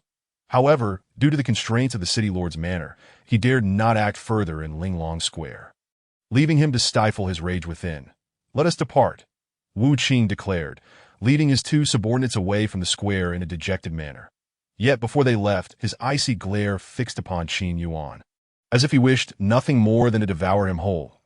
In response to Wu Qing's provocation, Qin Yuan merely smiled dismissively. He had already offended the Xin Xianzong, so why would he fear the Wu family? "Young Master Qin, you should find a way to leave Wushuang City quickly, or else the Wu family will inevitably seek revenge," Yang Qingqing said, her face etched with concern. "What is the Wu family strength?" Qin Yuan inquired with curiosity. The Wu family is one of the three foremost families in Wushuang City. It is said that they have an ancestor of formidable power who has likely touched upon the realm of supremacy. Yang Qingqing replied gravely. Touched upon the realm of supremacy? Qin Yuan's brow furrowed. This indicated that the Wu family's ancestor had not yet fully entered that realm, merely grazed its surface. Nevertheless, Qin Yuan did not regard the Wu family with trepidation. After all, he wielded a divine prison tower. What was there to fear? Seeing Qin Yuan's nonchalance, Yang Qingqing felt an undercurrent of anxiety. He had previously aided her Yang family, and she certainly did not wish for any misfortune to befall him. "Let us move on. I still need to gather the items on my list," Qin Yuan said with a serene smile, continuing to peruse the wares of Linglong Square. This fellow Yang Qingqing sighed in exasperation. The Wu family was no trifling matter, yet it seemed Qin Yuan was utterly unfazed. Thus, the trio continued their leisurely stroll through the square, acquiring the necessary materials. Crafting a thunder-based weapon was no simple task. It required dozens of rare materials, most of which were related to the thunder element. The higher the quality of the materials, the more formidable the resulting weapon would be. After a considerable selection process, Qin Yuan spent nearly 100,000 crystal coins to procure over 10 varieties of thunder-related materials. Of course, this sum was drawn from the spatial ring left behind by the flame dragon martial sovereign. After wandering for a while, the three found themselves in a secluded corner. The lighting in this dimly lit area grew progressively darker, and the flow of people diminished significantly. "Young Master Qin, we cannot venture further. That area is part of the black market," Yang Qingqing stammered. "The black market?" Qin Yuan asked with keen interest. "Yes, the black market is an unmanaged zone, said to be a gathering place for ruthless criminals who engage in murder and smuggling. The goods there are referred to as black goods. These items often have dubious origins, leading to transactions that are best kept in the shadows. That we should avoid that area, as it is fraught with chaos," Yang Qingqing warned, her tone cautious. "Oh? Then surely there must be many valuable items in the black market." Qin Yuan's eyes gleamed slightly. Indeed, due to the dubious origins of the black market's goods, one can find all manner of rare and bizarre treasures. It is even rumored that, with good fortune, one might encounter Earth-level martial techniques. Yang Qingqing nodded. "Since we are here, why not explore the black market a bit?" Qin Yuan suggested with a smile. That wise? "The black market is a treacherous place, chaotic and lawless. I'm afraid," Yang Qingqing expressed her concerns. "There is no need to worry. I will protect you," Qin Yuan reassured her. "Very well, but before we enter the black market, we should conceal our identities and appearances," Yang Qingqing advised solemnly. "Agreed." Qin Yuan nodded, and soon the three donned black hats as they made their way toward the black market. The deeper they ventured, the dimmer the light became, and an eerie atmosphere seemed to envelop them. Before long, they arrived at the black market area. Although it was not as bustling as Linglong Square, it was still teeming with people. Yet an unusual silence pervaded the atmosphere. Everyone concealed their faces. Some wore bronze masks, while others donned hats. The martial artists frequenting the black market exuded a palpable air of danger, making them seemingly formidable foes. As Qin Yuan and his companions entered, they attracted numerous glances, for it was rare for women to dare enter the black market, causing Lu Qingyi and Yang Qingqing to become the focus of many martial artists' attention. "Damn, those two ladies have quite the alluring figures. If only I could have some fun with them," one burly man cursed. "Hey, that lad beside them is no easy target if you value your life. You might want to think twice," Another man warned ominously. The predatory gazes of countless onlookers fell upon Lu Qingyi and Yang Qingqing, sending shivers down their spines. Had Qin Yuan not been by their side, it was likely that martial artists would have approached to harass them. Though Qin Yuan did not exude any aura, the seasoned warriors of the black market, accustomed to the sharp edge of danger, could discern that he was not to be trifled with. "How dare you? You're asking for death? I'll cut you down." Suddenly, a commotion erupted ahead, followed by the sounds of fierce conflict as two factions engaged in a brutal brawl. The clashing of weapons and cries of anguish filled the air, and soon, several corpses lay strewn across the ground. As expected of the black market, Qin Yuan remarked with a slight frown, in the absence of any governing authority. The black market was a lawless realm, prone to chaos and conflict. The martial artists who frequented this place were no strangers to such violence. Qin Yuan casually scanned the surroundings and noted the numerous stalls within the black market, each displaying a variety of goods, including weapons, martial techniques, and medicinal pills. However, these items were labeled as black goods, often acquired through dubious means, some through murder and smuggling, others through theft. In short, these wares were not meant to see the light of day. Soon, the trio arrived at a stall manned by an individual wearing a bronze mask. Upon the table lay several martial technique scrolls, all stained with splotches of blood, indicating they had likely been obtained through nefarious deeds. "Do you have any Earth-level martial techniques?" Qin Yuan asked in a low voice. "Earth-level martial techniques? Kid, you think those are as common as cabbages? I don't have any Earth-level techniques, but I do have a few martial techniques." The masked vendor replied. As he spoke, he produced an ancient scroll inscribed with the name Ice Fire Palm. This technique was a formidable martial skill capable of simultaneously harnessing the powers of ice and fire, unleashing a powerful palm strike of immense might. Qin Yuan examined the scroll closely. The Ice Fire Palm was indeed a superior technique, its power likely rivaling that of the Azure Dragon Seal. "What's the price?" Qin Yuan inquired. "Flat rate. 80,000. The vendor stated. 80,000 crystal coins. Qin Yuan's brow furrowed slightly. He had already spent too much. Had this been an Earth-level technique, he would have gladly purchased it. But alas, it was merely a technique, so after careful consideration, he decided against the purchase. "Young Master Qin, Earth-level techniques are not so easily obtained in all of Wushuang City. Only the 3 great families, 2 major sects, and the city lord's manor possess them." Yang Qingqing remarked with resignation. "Let me look a little longer. Perhaps fortune will smile upon me," Qin Yuan said with a slight smile. However, he recognized that Earth-level techniques were indeed rare and valuable. The 4B Seal technique he mastered barely reached the level of Earth-level martial skills. As for heavenly-level techniques, they were the pinnacle of martial skills throughout Xiang Prefecture, worthy of being the treasures of any major sect. Let us move on. With that, the trio continued their exploration of the black market. Although it was bustling with activity, the atmosphere remained eerily quiet. After a while, Qin Yuan paused before another stall. The vendor was shrouded in a black hat, obscuring their appearance and gender, and only one item lay on the table before them, a scroll.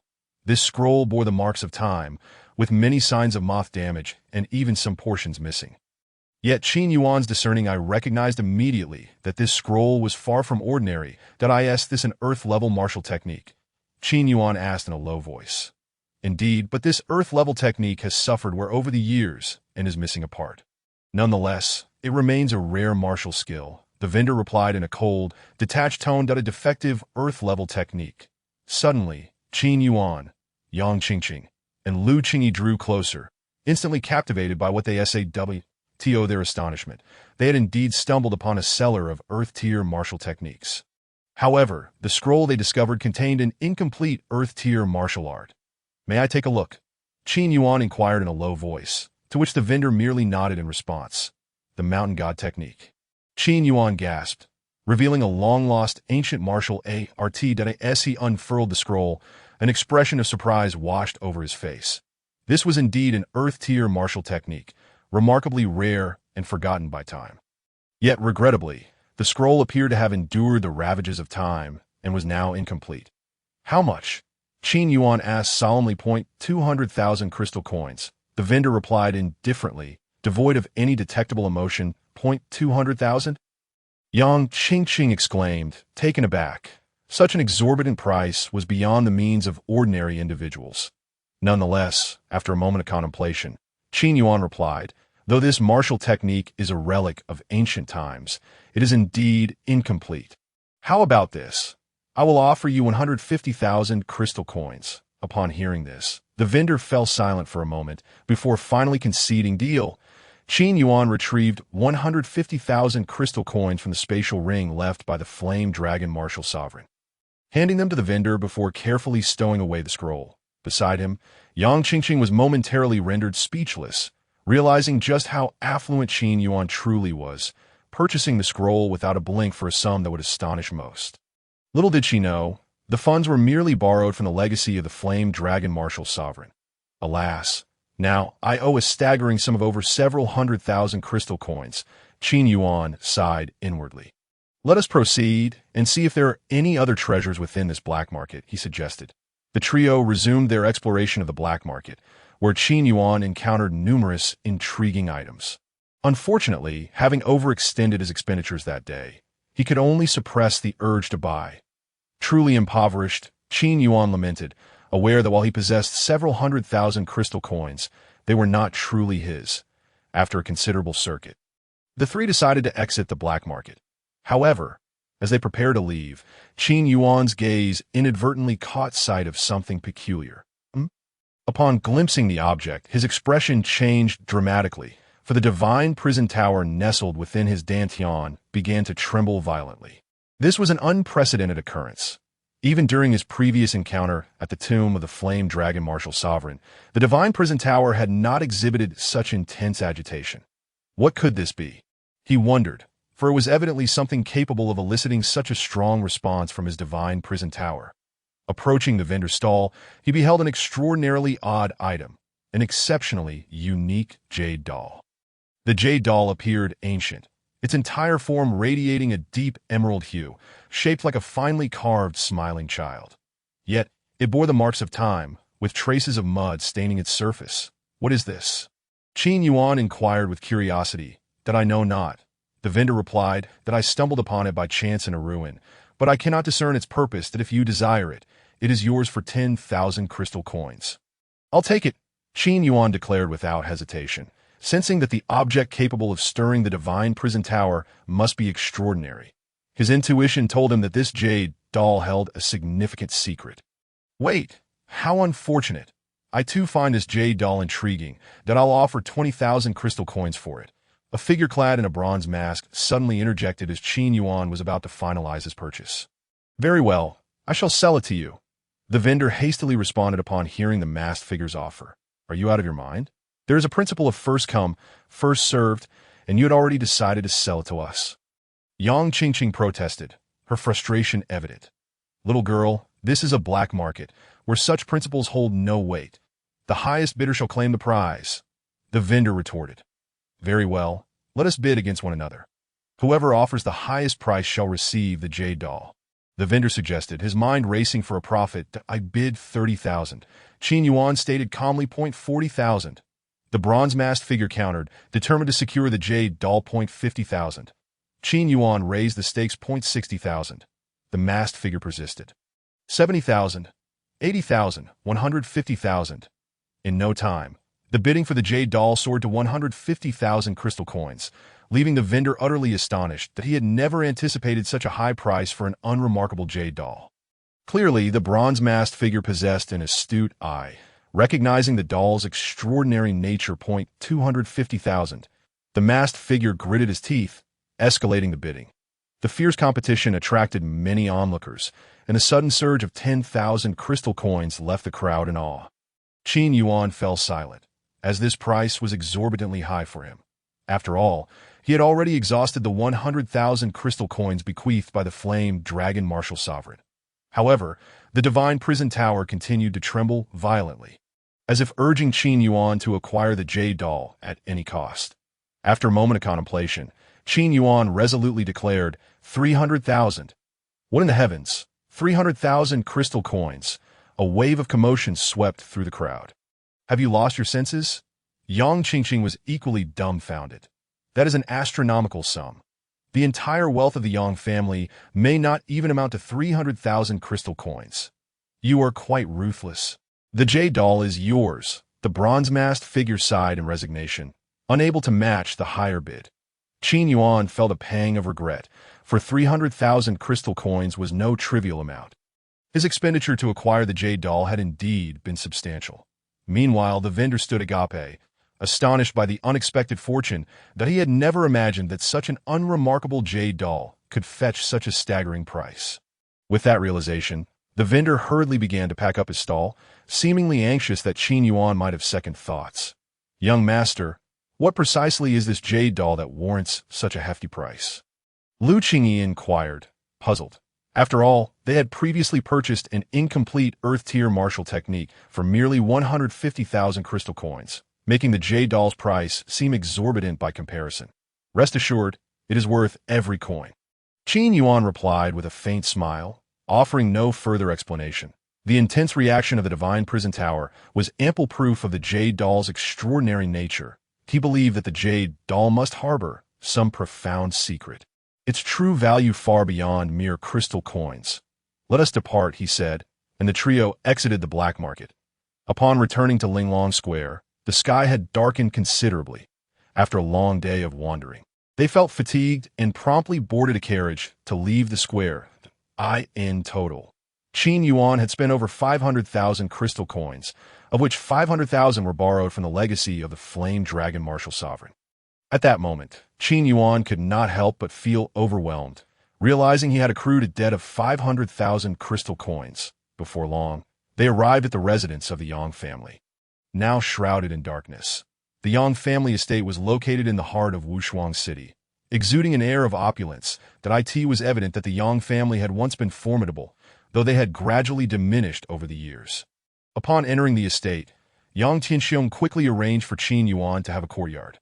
Within the courtyard stood an exquisite palace. Though not extravagant, it was undeniably grand, having witnessed Qin Yuan's prowess in defeating the Black and White twins. The Yang family naturally continued to treat him with respect. Sighing in relief, Qin Yuan shed the weariness of the day as he entered the palace. Soon after, he retrieved the jade doll to examine it closely. The doll, composed entirely of verdant jade, bore the likeness of a smiling child. Yet it appeared to have weathered the passage of time, exuding an aura of age. Upon further inspection, Qin Yuan discovered inscriptions on the jade doll that he could not comprehend. It was evident that this jade doll was not an artifact of the lower realm. It was likely from a higher realm.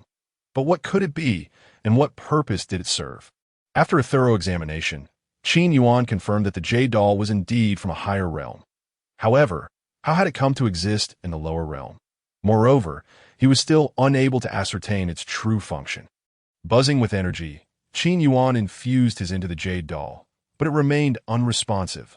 Strange, he mused, furrowing his brow. He then summoned his, repeatedly scorching the jade doll with flames. Yet, even under the intense heat, the jade doll exhibited no change.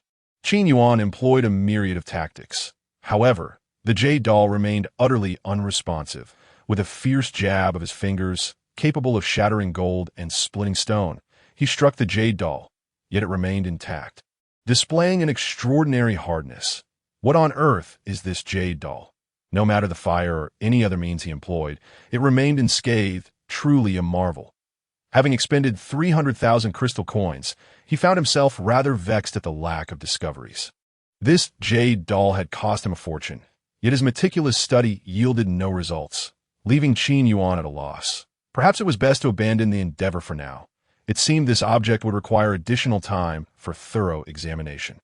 Little did he know that the jade doll was tied to a secret, sought after by the most prominent figures from the upper realms. Thus, Qin Yuan carefully stowed the jade doll into his chinquin pouch. After a moment's contemplation, he retrieved a piece of black iron. This seemingly unremarkable piece of iron, which he had purchased for 3,000 crystal coins at the market, struck him as potentially significant. The vendor had mentioned that it appeared to be resistant to fiery incineration. Curiosity piqued, Qin Yuan murmured to himself, questioning whether this black iron truly possessed such resilience. Without hesitation, he summoned purple flames to commence his test. Watching as the black iron was engulfed in searing heat, remaining unchanged. How peculiar! This black iron showed no signs of succumbing to the flames. Qin Yuan pondered silently. Yet he persisted, allowing the flames to burn relentlessly for a full 5 hours. At last, after this prolonged exposure, the color of the black iron began to shift. It seemed that the iron was not impervious to fire, but rather required an extended duration of exposure to reveal its secrets. Intrigued, Qin Yuan contemplated what mysteries lay within the iron. Soon, after continuous burning, the iron completely melted down into a pool of molten, crimson liquid. However, at that moment, this liquid began to contract violently, coalescing into a singular red orb. To his astonishment, the surface of this orb was adorned with various golden runes. What a sight! Qin Yuan's expression transformed in surprise. Yet before he could fully grasp the situation, the radiant orb shot forth like a streak of light, entering his forehead. Alarmed, he feared for the potential dangers and immediately summoned his spiritual energy as the orb penetrated his soul. A searing pain erupted within his head, akin to being struck by thunder, leaving him on the brink of despair. He then observed the red orb swirling incessantly within his consciousness, as ancient and mysterious golden characters began to emerge from it. These characters rapidly reorganized themselves in his mind, and soon, an ancient scripture materialized before him. The chaotic divine refinement method. Qin Yuan's eyes gleamed with newfound understanding. This was the hidden treasure concealed within the black iron. Containing his excitement, he meticulously perused the text. After a considerable time, he finally emerged from his astonishment. For the scripture documented a secret method for cultivating soul power. It was said that in ancient times, many methods existed for cultivating the soul, yet over the millennia, these techniques have been lost to history. Leaving warriors of this era with feeble soul powers, the chaotic divine refinement method was indeed a remnant of such ancient practices. Exhilarated, Qin Yuan recognized the unparalleled value of this secret method. With it, he could enhance his soul, significantly bolstering his capabilities, that he immersed himself in the study of the scripture, dedicating half an hour to grasp its teachings. That I must find a suitable location to experiment. The efficacy of the chaotic divine refinement method in augmenting soul power must be tested. Qin Yuan mumbled to himself. After a brief contemplation, he retrieved the divine prison tower once more. The first layer possessed temporal laws, with time flowing differently within, making it ideal for his training. In an instant, Qin Yuan transformed into a streak of light, entering the first layer of the divine prison tower. Upon opening his eyes, he found himself in a void, tranquil space, enveloped in darkness. The first layer of the divine prison tower, shrouded in shadows, was permeated with temporal laws, rendering it the perfect environment for cultivation. Qin Yuan settled into a meditative posture. Golden characters are rising in his mind, representing the chaotic divine refinement method. In ancient times, many unique methods for cultivating the soul existed, yet few had endured the test of time. Unexpectedly, Qin Yuan had uncovered a method for cultivating soul power hidden within the black iron. This technique was, in essence, an invaluable treasure. Soul power held substantial importance for warriors, and even more so for alchemists. Thus, Qin Yuan resolved to harness the chaotic divine refinement method to cultivate his soul power. Gradually closing his eyes, he began to comprehend the techniques inscribed in the scripture. This process of understanding consumed 3 full hours before he finally opened his eyes. It appeared that the chaotic divine refinement method required the condensation of a soul artifact, known as the chaotic divine refinement, through which the soul would endure repeated refinement, leading to rapid enhancement. However, this process would likely entail excruciating pain. To forge the chaotic divine refinement, one must possess a soul at least at the spirit realm level. Qin Yuan was well on his way to meeting this threshold. The more robust the warrior's soul power, the larger the resulting chaotic divine refinement would be. With this in mind, he resolved to put the method to the test and discover its true efficacy. He began the cultivation process according to the scripture's instructions. The first step involved condensing the divine refinement. In his mind's eye, he envisioned an ancient grinding wheel, while simultaneously his soul power surged forth like a tidal wave. Following the scripture's guidance, Qin Yuan directed his soul energy to gradually shape the divine refinement. With a thunderous sound, An ancient grinding wheel manifested above Qin Yuan's head, its surface black as night. Spanning approximately 4 to 5 yards in diameter, etched with ancient, cryptic patterns that a faint aura of chaos seemed to emanate from this ancient wheel. This was the chaotic divine refinement. Yet only 4 to 5 yards in size, it appeared his soul was still insufficiently powerful. Qin Yuan mused to himself. Legend spoke of true chaotic divine refinements reaching thousands of yards in size, necessitating an immense reservoir of soul power for their formation. As it stood, Qin Yuan's soul had merely attained the threshold for cultivation. With determination, Qin Yuan took a deep breath and infused his soul energy into the ancient chaotic divine refinement. As his soul energy flowed into the divine refinement, it began to whirl into motion. The grinding wheel of chaos turned with a thunderous roar, relentlessly compressing Qin Yuan's soul power. The moment it began to spin, he let out a pained cry, as if his very features contorted from the agony. The relentless pressure of the chaotic divine refinement shattered his soul power, leaving him in torment, as though his essence were being torn asunder. The pain was unbearable. It felt akin to being consumed by countless gnawing insects. And with each rotation of the divine refinement, the suffering multiplied exponentially. Qin Yuan bit down on his lip, beads of sweat forming on his brow, as he felt himself teetering on the brink of despair. The excruciating pain threatened to shatter his sanity. Yet above him, the chaotic divine refinement continued its relentless motion, drawing forth his soul power to be crushed anew, in the throes of agony. Qin Yuan felt the however. It was evident that Qin Yuan had no intention of relinquishing his resolve. He steadfastly persevered with unwavering determination. Boom! Boom! The merciless grinding of the divine mill resonated through the dimly lit space with a chilling sound. Sitting beneath it, Qin Yuan remained motionless, akin to an old monk in deep meditation. Initially, countless thoughts of surrender crossed his mind, yet he chose to endure time and again. Under such relentless pressure, Qin Yuan soon found himself astonished to discover that his spiritual essence was, in fact, steadily strengthening beneath the divine mill's relentless force. This chaotic divine mill was indeed effective, although the process could be described as excruciatingly painful. With his spirit being repeatedly crushed, the results were unexpectedly favorable. As his spiritual power visibly increased, just a little longer, Qin Yuan clenched his fists and fervently channeled his spiritual energy into the grinding disc. Gradually, the contorted features on his face began to relax. For with the continuous enhancement of his spiritual power, the agonizing pain seemed to dissipate slowly. It appeared that Qin Yuan was gradually acclimating. However, just as he felt a sense of triumph, the speed of the divine mill's rotation seemed to accelerate. Rumbling, damn! As the divine mill spun ever faster, the terrifying agony surged back, prompting Qin Yuan to emit a low growl, his garments drenched in sweat. Nevertheless, he continued to withstand it, bolstered by his indomitable will.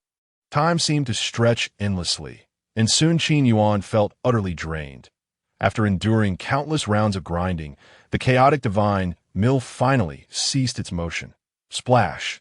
As the chaotic divine mill halted, pure and overwhelming spiritual energy surged into Qin Yuan's mind like a torrential flood. Qin Yuan opened his eyes, revealing a look of profound astonishment, for he realized that after the divine mill's grinding, his spiritual power had indeed increased.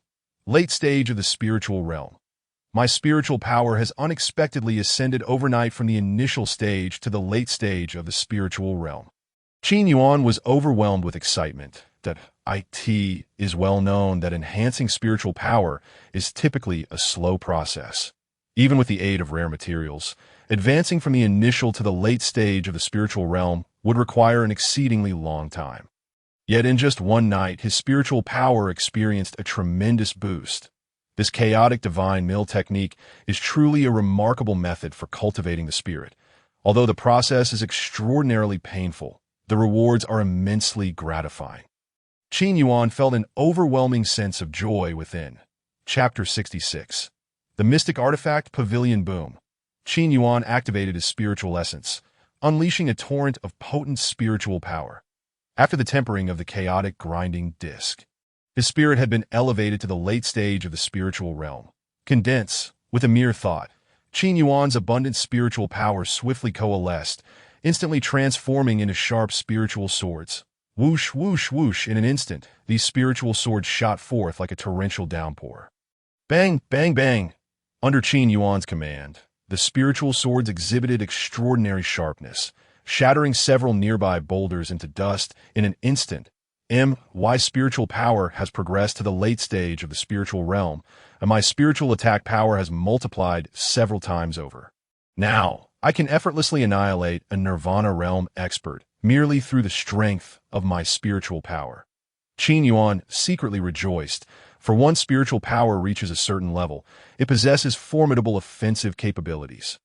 It is said that in ancient times, there were soul masters who specialized in cultivating spiritual energy, capable of contending with martial cultivators through their overwhelming spiritual strength. Now, having acquired this chaotic divine mill technique for spiritual cultivation, Qin Yuan's spiritual power will undoubtedly continue to rise. It seems that the black iron piece I purchased for 3,000 essence crystals was indeed a tremendous bargain. That a faint smile crept onto Qin Yuan's lips. After all, who could have anticipated that hidden within this black iron piece lay a long-lost method for cultivating the spirit? This chaotic divine mill technique is worth far more than 3,000 essence crystals, even surpassing the value of earthly-level martial skills. By the way, I almost forgot. I still possess a Desolation Thunder Pearl. Regaining his focus, Qin Yuan retrieved the silver Thunder Pearl. The moment it rested in his palm, surges of violent thunderous energy radiated forth. This Desolation Thunder Pearl is an exceedingly rare thunder attribute treasure. Without hesitation, Qin Yuan summoned forth the Thunder Puppet. This Desolation Thunder Pearl should enable the Thunder Puppet to undergo another evolution. After stating this, Qin Yuan infused the Desolation Thunder Pearl into the Thunder Puppet's body. Crackle, crackle! As the Thunder Pearl merged with the Thunder Puppet, an explosion of violent thunder power erupted from within, enveloping the Thunder Puppet as if it were being bathed in thunder. Soon, this torrent of thunder energy rapidly condensed, forming a silver thunder cocoon that enveloped the entire form of the Thunder Puppet. Within the silver cocoon, the Thunder Puppet appeared to be in a deep slumber, fervently absorbing the violent thunder energy from the pearl. Once the Thunder Puppet awakens, it should successfully complete its evolution. Yet, Qin Yuan wondered just how much stronger the Thunder Puppet would become after this evolution. This would mark the second evolution for the Thunder Puppet. During its first evolution, it ascended from the Yuan Dan realm to the initial stage of the Nirvana realm with the aid of heavenly thunder. Should this evolution succeed, its strength would undoubtedly experience a significant enhancement. Reflecting on this, Qin Yuan stored the Thunder Cocoon in his Qinquan pouch and then exited the first level of the Divine Prison Tower. Returning to the palace, Qin Yuan gazed out the window, noting that it was still the dead of night. Enveloped and silenced on the bed, Lu Qingyi lay in a deep slumber. Qin Yuan approached and gently covered her with a blanket. I shall rest for a while and head to the Mystic Artifact Pavilion to forge weapons once dawn breaks. With that, Qin Yuan settled onto the cushion and slowly closed his eyes. Before long, the dawn arrived. Warm sunlight streamed through the window, illuminating Qin Yuan's face. He gradually opened his eyes, stretched lazily, and turned his gaze to the bed, where Lu Qingyi still slept soundly. Rising quietly, Qin Yuan chose not to awaken Lu Qingyi and decided to venture to the Mystic Artifact Pavilion alone. Qin Yuan departed the Yang family and, after some inquiries, quickly learned the precise location of the Mystic Artifact Pavilion. Nestled in the bustling heart of Wushuang City, the pavilion was a hub of activity, teeming with people and bustling with commerce. The Mystic Artifact Pavilion held considerable renown within Wushuang City. It was said that a fourth-tier artifact master named Master Xuanmu resided there. Consequently, each day, numerous visitors sought his assistance in weapon forging. However, enlisting Master Xuanmu's help came at a steep price. The higher the tier of the weapon to be forged, the greater the cost. For instance, forging a royal weapon would require at least 80,000 essence crystals. Master Xuanmu, a fourth-tier artifact master, could forge weapons of the highest tier, reaching up to the fourth-tier royal level. Royal weapons are classified from 1 to 9 tiers, with the 9th tier leading to the Emperor-level weapons, which can only be crafted by Emperor-level artifact masters. Before long, Qin Yuan arrived at the Mystic Artifact Pavilion, where he was greeted by the sight of an impressive wooden building. This was the illustrious Mystic Artifact Pavilion. However, upon reaching the pavilion, Qin Yuan discovered a throng of eager martial artists, with a long queue forming outside that so many people. Qin Yuan's lips twitched. It seemed he would have to wait quite a while to meet Master Xuanmu. Reluctantly, Qin Yuan joined the queue. This clearly indicated that business was booming at the Mystic Artifact Pavilion, and Master Xuanmu was earning a fortune through his craft of course. The alchemist status was no less esteemed than that of the artifact master. For Qin Yuan had also learned that within Wushuang City, there existed a Miaodan Pavilion. Within this pavilion, a fourth-tier alchemist attracted a steady stream of martial artists seeking pills, making it even more prosperous than the Mystic Artifact Pavilion. Qin Yuan sighed. If not for the purpose of honing his skills in the lower realm, he would have preferred to live a secluded life in Wushuang City, with his identity as an alchemist. He could easily establish a pill shop and thrive with his alchemical skills. Unfortunately, he feared he could not lead such a leisurely existence that if he failed to meet the requirements set forth by the Reincarnation Imperial Clan for his trials, he would be unable to return to the upper realm for the rest of his life. Clear the way. Suddenly, a series of sharp shouts echoed through the center of the street. The crowd instinctively parted, revealing a majestic lion engulfed in flames, upon which sat a figure, the second young master of the Wu family, Wu Qing. Behind the lion, a throng of figures surrounded Wu Qing. They were members of the Wu family. What has happened? Witnessing the aggressive demeanor of the Wu family, the crowd was understandably alarmed, retreating to the sides of the street. Kid, come out. Wu Qing's gaze was ominous.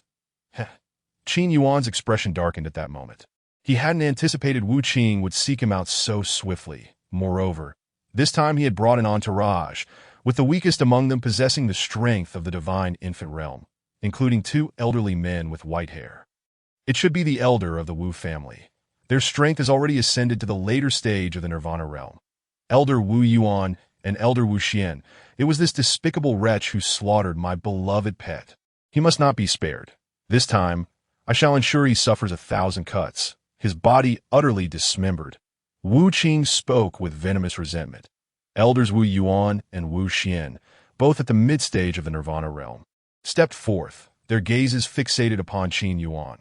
Upon observing that the latter's power was merely at the mid-stage of the Nirvana realm, Elder Wu Yuan coldly remarked, "Ignorant child, you dare provoke a member of the Wu family?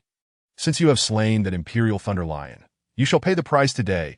I present you with two choices. The first, compensate my family with 50,000 crystal coins and kneel to young Master Wu Qing in sincere apology. The second, death. Chapter 67, A Massacre Unleashed. What has transpired? This lad has offended the second young master of the Wu family, Wu Qing, and now the Wu family is surely here to reclaim their dignity. To dare provoke the Wu family, this boy is likely courting disaster." The aggressive advance of the Wu family instantly attracted countless martial artists to observe that it is known that the Wu family is one of the 3 foremost clans in Wushuang City.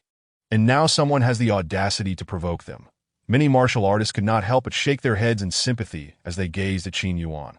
Yet Qin Yuan remained composed, seemingly unfazed by the arrival of the Wu family. You wretched brat, have you not heard my words? Either compensate 50,000 crystal coins and bow to young Master Wu Qing in apology, or face death." Elder Wu Xian's tone was frigid. The crowd's attention turned to Qin Yuan, curious as to what choice he would make, that if he compensated 50,000 crystal coins, he might still preserve his life, though that sum was no trifling matter. With a faint smile, Qin Yuan replied, "I choose neither. I do possess 50,000 crystal coins, but I will not part with them for you. I do not seek trouble. Yet if your Wu family insists on seeking death, I shall not hesitate to eradicate you all." At this declaration, the surroundings erupted in uproar. No one expected Qin Yuan to speak with such defiance, not only unafraid of the Wu family, but also intent on exterminating them. Such arrogance. Even members of the Wu family nearly believed they had misheard.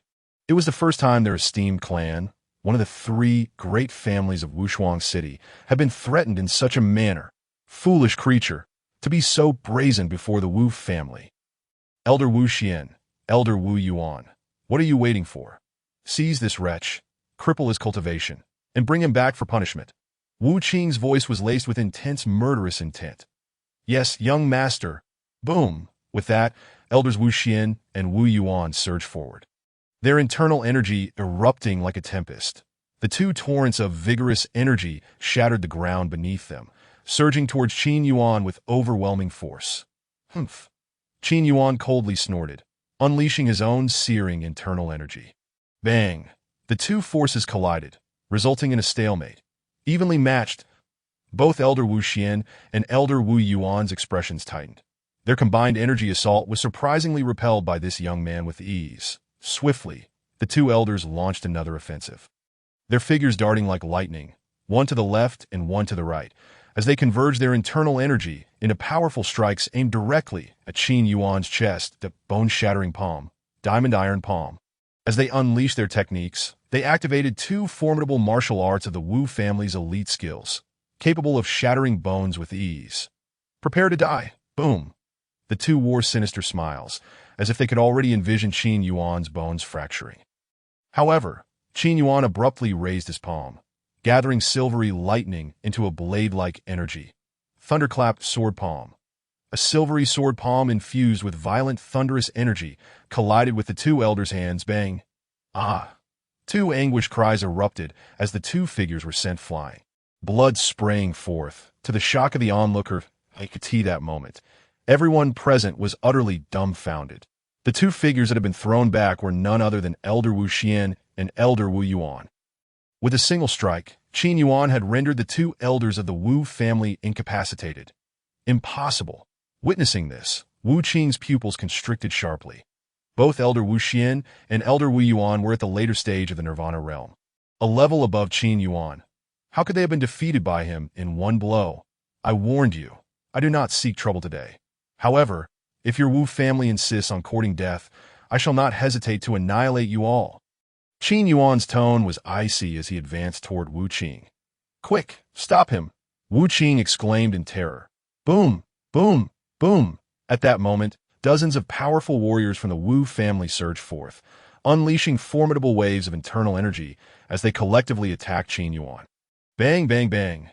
Qin Yuan's internal energy erupted, and with sweeping punches, he obliterated the ranks of the Wu family warriors, their screams echoing as they were obliterated one by one with slow, deliberate steps. Qin Yuan continued toward Wu Qing, an unstoppable force akin to a deity of death. The Wu family could not impede his advance. Anyone who dared come close was met with a devastating blow. The area before the Xuanqi Pavilion turned into a scene of chaos. Drenched in blood, with the Wu family's warriors wailing in despair, this boy truly so powerful. The mid-stage of the Nirvana realm has managed to topple the entire Wu family. The crowd gawked in disbelief. Boom! In that moment, elders Wu Xian and Wu Yuan charged at Qin Yuan once more. Boom! Boom, boom! The three figures clashed like sparks in a tempestuous battle. Divine Seal technique.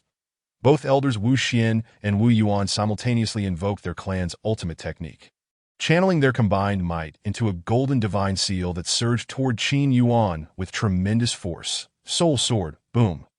Qin Yuan summoned his soul power, transforming it into a sword that cleaved the golden seal in twain. Bang! Pft. The two elders were once again sent reeling, blood spewing forth as they crashed to the ground.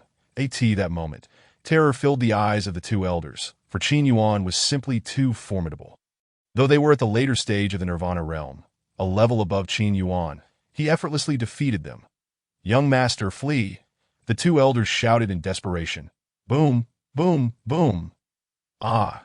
Qin Yuan continued his steady advance toward Wu Qing, his cold hands unleashing strikes that sent countless Wu family warriors to their demise, blood splattering everywhere.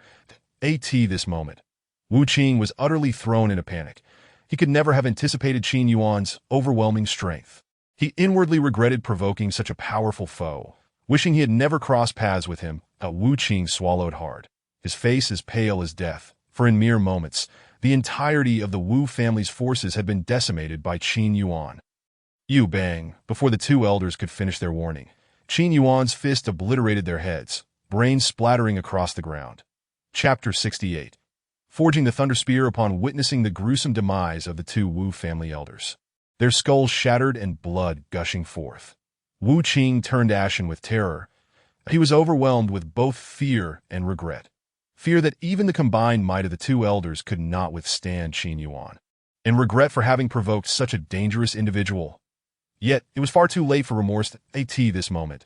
The entirety of his Wu family entourage had been slaughtered, including the two elders who lay lifeless at Qin Yuan's feet.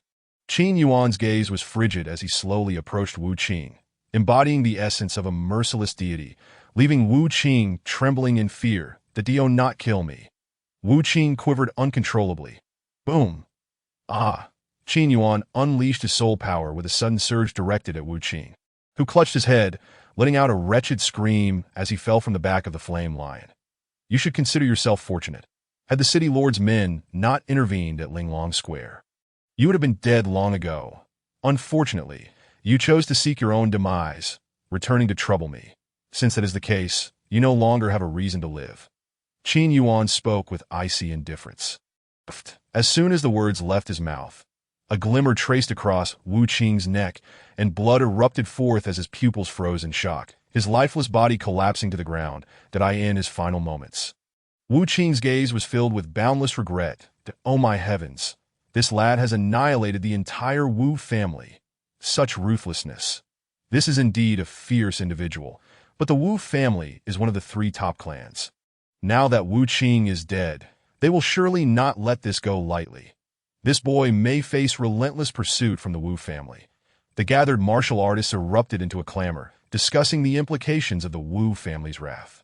The Wu family, listening to the discussions of the surrounding martial artists, Qin Yuan remained unperturbed. Having already slain disciples of the Purple Cloud Immortal Sect, how could he possibly fear the mere Wu family? Moreover, the Wu family lacked any supreme realm experts, posing little threat to Qin Yuan. Should they insist on provoking him, he would not hesitate to annihilate the entire Wu family. Regaining his composure, Qin Yuan began to search the bodies of the fallen Wu family members, retrieving more than a dozen spatial bags. After probing their contents with his spiritual sense, he discovered nearly 200,000 elemental crystals and an innumerable array of treasures. Naturally, Qin Yuan collected these riches with delight before stepping into the Mystic Artifact Pavilion. Inside the pavilion, the decor was extravagantly classical, adorned with precious antiques, and a faint scent of sandalwood wafted through the air. Welcome, esteemed guest. I am Lan Ning, the steward of the Mystic Artifact Pavilion. A woman in a red qipao greeted him eagerly. May I inquire what type of weapon you wish to forge? Young master, what is the highest grade of weapon you can forge at your pavilion? Qin Yuan inquired solemnly. We are capable of forging weapons of any form, whether swords, spears, or halberds, with the highest grade reaching the level of a 4th-tier royal weapon. Lan Ning explained in detail that a 4th-tier royal weapon. Qin Yuan furrowed his brow, having assumed that the Mystic Artifact Pavilion could forge imperial weapons. However, upon reflection, he realized that a 4th-tier royal weapon would suffice for Lei Kuei at this stage. Thus, he replied, in that case, I would like you to forge a thunder halberd, with a grade requirement of at least a 4th-tier royal weapon. Would you prefer to provide the materials yourself, or shall we source them for you? If you provide the materials, there will be a fee of 80,000 elemental crystals. If we provide them, the fee will be 150,000 elemental crystals. Lan Ning replied with a smile that I shall provide the materials. Qin Yuan stated, handing over the spatial bag containing the forging materials. Please follow me. Lan Ning beckoned. After paying the 80,000 elemental crystals, Qin Yuan accompanied her into a forging chamber. Upon entering, a wave of intense heat enveloped them. Within the chamber stood a massive lava pool alongside various weapon forging tools, while an elderly man with graying hair stood nearby. Greetings, Master Xuanmu. Qin Yuan bowed respectfully. Master Xuanmu nodded, accepting the materials and commencing the weapon forging process.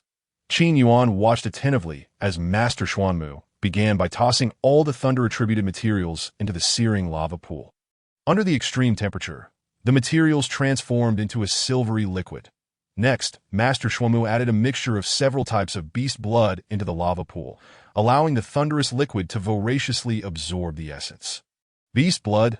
Qin Yuan was taken aback, pondering the necessity of beast blood in weapon forging. However, after a moment of contemplation, he deduced the reason. The blood of these beasts contained ferocious power, enhancing the weapon's might when absorbed by the thunderous materials. Furthermore, the forged weapon would exude a fierce aura. Then, Master Xuanmu poured the thunderous liquid into a mold to cool, followed by repeatedly hammering it on an anvil. The sound of ringing metal echoed through the chamber. As the cooled material became increasingly resilient through the relentless strikes, after several hours of intensive forging, the initial form of the Thunder Halberd finally emerged. Next, Master Xuanmu retrieved a spirit pen and began inscribing ancient runes upon the Thunder Halberd. This step, known as array carving, was crucial for imbuing the weapon with both spirit and power. However, it was also the most intricate part of the process, demanding a significant expenditure of spiritual energy. Master Xuanmu meticulously carved the runes, beads of sweat forming on his brow, that he toiled for 7 or 8 hours before finally completing this critical phase. With a hum, Master Xuanmu produced a large basin filled with a peculiar liquid that shimmered in a kaleidoscope of colors. Carefully, he placed the Thunder Halberd into the basin. Suddenly, the halberd began to absorb the energy from the liquid, causing the ancient runes etched upon its surface to glow with renewed brilliance. Boom! The Thunder Halberd trembled violently. Silver lightning radiating from its body, a torrent of chaotic thunder energy erupting forth. That it's a success. Qin Yuan's expression lit up with joy that he could sense the formidable power of the Thunder Halberd. If Lei Kuei were to wield it, his combat prowess would be greatly enhanced. Young friend, while forging this Thunder Halberd, I infused nearly 10 types of ferocious beast blood. Thus, this weapon possesses an intense killing aura. Without sufficient energy, it may easily backfire. Exercise caution, Master Xuanmu cautioned, though. Intrigued by the warning, Qin Yuan approached the spirit basin, extending his hand to retrieve the Thunder Halberd. Boom! The moment he grasped the halberd, it erupted with violent energy. Seemingly intent on rebelling against him, the overwhelming killing intent surged, causing Qin Yuan's eyes to redden menacingly. Truly formidable. As the backlash from the Thunder Halberd intensified, Qin Yuan's vision turned crimson, threatening to overwhelm his senses. Yet he quickly suppressed the weapon's power. With a crackle, the Thunder Halberd continued to struggle, silver lightning shooting forth, inflicting intense pain upon Qin Yuan's palm. That a 4th-tier royal weapon. Could I not subdue it? Qin Yuan scoffed inwardly, unleashing a torrent of elemental power from within. Boom! A surge of formidable energy crushed the Thunder Halberd's rebellious force. Gradually, the halberd calmed down. Beside him, Master Xuanmu exhibited a look of surprise, clearly not anticipating that Qin Yuan would so effortlessly subdue the weapon. Due to the infusion of beast blood, the Thunder Halberd's power was exceedingly wild, but if one lacked the strength to wield it, they would likely fall under its control.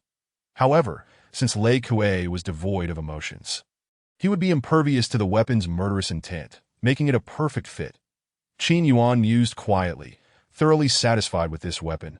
Truly a divine artifact tailored for Lei Kuei, with the evolved Lei Kuei and the power of the Thunder Halberd combined. He wondered just how much his combat strength would escalate. Thank you, Master Xuanmu, Qin Yuan expressed with a B-O-W. By the way, young friend, this Thunder Halberd still requires one final component. Master Xuanmu remarked. One final component? Qin Yuan furrowed his brow. The Thunder Halberd has not been fully completed. It still lacks a vital material. The heart of a 6th-tier Thunder-type demon beast, Master Xuanmu explained gravely. Why is that? Qin Yuan inquired. Puzzled. Because the heart of a 6th-tier Thunder-type demon beast can fully activate the Thunder Halberd's power, enhancing its quality further. Master Xuanmu elucidated. Do think it requires the heart of a 6th-tier demon beast? Qin Yuan's brow knitted slightly. That a 6th-tier demon beast is equivalent to a demon king among its kind, comparable to the Dao integration realm in humans. Such a creature is formidable indeed. Young friend, this Thunder Halberd is extraordinary. It needs to absorb the thunder blood from the heart of a Thunder-type demon beast to continuously evolve, potentially reaching the level of an imperial weapon, Master Xuanmu clarified. Oh, this Thunder Halberd can actually evolve continuously. Qin Yuan expressed mild surprise. However, he soon realized that the requirements for its evolution were exceedingly stringent, necessitating the absorption of the heart's essence, specifically, a strand of blood from the heart of a Thunder-type demon beast. This so-called heart's essence contained unparalleled thunderous power, that if the Thunder Halberd could absorb it, Its quality would continually improve, with the potential to evolve into an imperial weapon. The royal artifact, a transcendent weapon that surpasses even the king's equipment, is an object of immense desire, even coveted by those at the pinnacle of strength. The value of a single royal artifact is nearly unimaginable to in that moment. Qin Yuan found himself in deep admiration for Master Xuanmu, who had the remarkable ability to forge such a divine weapon. Resolutely, he vowed to find a way to obtain the heart's blood of a thunder-type demon beast to evolve the Thunder Halberd. Thank you, Master. Qin Yuan expressed his gratitude once more, then carefully stored the Thunder Halberd in his Qingquan bag before exiting the artifact forging room and leaving the Xuanqi Pavilion. But he was thoroughly satisfied with his visit, for he was exceedingly pleased with the weapon crafted by Master Xuanmu. Although it had cost a considerable amount of yuan crystals, the rewards were evidently worthwhile. After departing from the Xuanqi Pavilion, Qin Yuan did not linger, hastily returning to the Yang family in Wushuang City. The City Lordess Mansion is located in the eastern part of the city, amidst a lavish palace complex, serving as the residence of the city's ruler. The City Lordess Mansion holds an esteemed reputation in Wushuang City, as it is the sole governing authority. It is rumored that the mysterious City Lord is the most powerful individual in Wushuang City. However, few are aware of the deep connections this City Lord has with the Ziyun Immortal Sect, having once received their patronage and maintaining close ties with them over the years, effectively rendering him a subordinate of the sect. Within the opulent golden palace of the City Lordess Mansion, a resplendent golden throne sits at the apex, upon which a man clad in golden robes resides. This man, tall and imposing, exudes an air of authority without uttering a word. His eyes are sharp and commanding, with pronounced brows and a rugged countenance, akin to a finely sculpted statue. This figure is none other than the City Lord, Murong Longrui. City Lord, the young man wanted by the Ziyun Immortal Sect, has appeared in Wushuang City, announced an elder clad in gray robes. At the sound of these words, Murong Longrui's eyes flew open, a terrifying aura enveloping the grand hall, causing all present to tremble in fear. Not long ago, he had received word from the Ziyun Immortal Sect that Qin Yuan had slain one of their disciples, and they demanded his capture at any cost. He had not anticipated that this young man would venture into Wushuang City, effectively seeking his own demise. City Lord, my investigation reveals that this young man has just arrived in Wushuang City and is currently residing with the Yang family. Furthermore, he seems to have provoked the Wu family, even slaying the second young master Wu Qing and two elders, the gray-robed elder reported solemnly. Chapter 70. The Spirit Pool of Transformation. City Lord, we have thoroughly tracked the whereabouts of this young man. He is currently staying at the Yang family. Shall we dispatch personnel to capture him? The elder inquired respectfully. Do not act rashly. This young man is exceptionally astute, despite only being at the Nirvana stage. He has managed to kill two elders of the Wu family, indicating he is no ordinary foe, another elder warned gravely. Upon hearing this, Murong Longrui nodded in agreement, acknowledging the wisdom of caution. That moment, a young man dressed in resplendent brocade stepped forward, saying, "Father, why should you trouble yourself with this young man? I have a rather effective plan." This young man appeared to be merely 18 or 19 years of age. With a tall and upright stature, his sharply defined features reminiscent of a chiseled sculpture, his eyes glimmering like polished lacquer. This handsome youth was none other than Murong Longrui's son, Murong Chung. "Oh, what plan do you have?" Murong Longrui inquired with curiosity. "Father, in a few days, the Spirit Pool of Transformation will open. The warriors of Wushuang City will undoubtedly participate in this grand event. I believe this young man will not miss such an opportunity. When he appears, I can surely capture him," Murong Chung asserted confidently. "Indeed, young master, this is truly a brilliant strategy. Once this young man enters the City Lordess Mansion, we can set a comprehensive trap, ensuring he cannot escape," the gray-robed elder praised eagerly. Within the City Lordess Mansion lies a Spirit Pool of Transformation, which opens annually, granting only 10 slots for entry to receive its blessings. Thus, each year, Wushuang City witnesses fierce competition, with only the 10 victorious warriors allowed to train within the pool. Murong Longrui's gaze sharpened. He decided to use the opportunity of the Spirit Pool as bait to lure the young man into contention. Should Murong Chung take action, Capturing him would be a straightforward task that, of course, should Murongqing falter, it would not matter, as the mansion had laid an intricate web of traps, making escape impossible for the young man. Cheng-Er, do you have confidence in subduing this young man? Murong Longrui asked sternly. Father, I recently broke through to the harmonization stage and have mastered our Murong family's earth-level martial arts to perfection. How could he possibly be my opponent? Murong Cheng replied with pride. With a resounding boom, a powerful surge of Yuan energy erupted. Congratulations, young master. You truly possess a celestial talent. Breaking through to the harmonization stage at such a young age, it is indeed extraordinary. The gray-robed elder commended. Murong Longrui also displayed a look of appreciation, surprised by Murong Cheng's progress. Very well, spread the news about the spirit pool of transformation throughout Wushuang City. Additionally, arrange for personnel to monitor the Yang family closely. Keeping a vigilant watch on the young man's movements, Murong Longrui commanded solemnly. Soon, news of the impending opening of the spirit pool of transformation rapidly circulated throughout Wushuang City, inevitably stirring considerable excitement. Warriors of various factions eagerly prepared, for the spirit pool is a coveted training ground, particularly for those at the Nirvana stage, presenting an invaluable opportunity. Back at the Yang family, upon returning from the Xuanqi Pavilion, Qin Yuan arrived at his residence. Are we really leaving Wushuang City so soon, young master? Lu Qingyi asked in confusion. Yes, pack your belongings. We shall depart Wushuang City today, Qin Yuan affirmed with a nod. He had slain elders of the Wu family, and with the certainty that they would not let such an affront go unpunished, he felt it prudent to leave. Although he was not afraid of the Wu family, he worried about attracting the attention of the Ziyun immortal sect. Moreover, he had Lu Qingyi to protect, making it challenging to juggle both concerns. However, just as they were busy packing their bags, Yang Qingqing burst into the courtyard. Seeing them in the midst of their preparations, she inquired, Qin Gongzi, are you planning to leave Wushuang City? I have decided to leave Wushuang City, Qin Yuan confirmed. However, my father has an important matter he wishes to discuss with you. Would you be able to visit the conference hall? Yang Qingqing suggested earnestly. Very well. Qin Yuan replied with a nod, following Yang Qingqing to the conference hall. Inside the hall, Yang Tianxiong sat at the head seat and stood up upon seeing Qin Yuan's arrival. Patriarch Yang, did you summon me for something of importance? Qin Yuan asked directly. Indeed, we have just received news that the spirit pool of transformation will soon open, and I wanted to inform you not to miss this opportunity. As your strength certainly qualifies you for a slot, Yang Tianxiong said, stroking his beard. The spirit pool of transformation.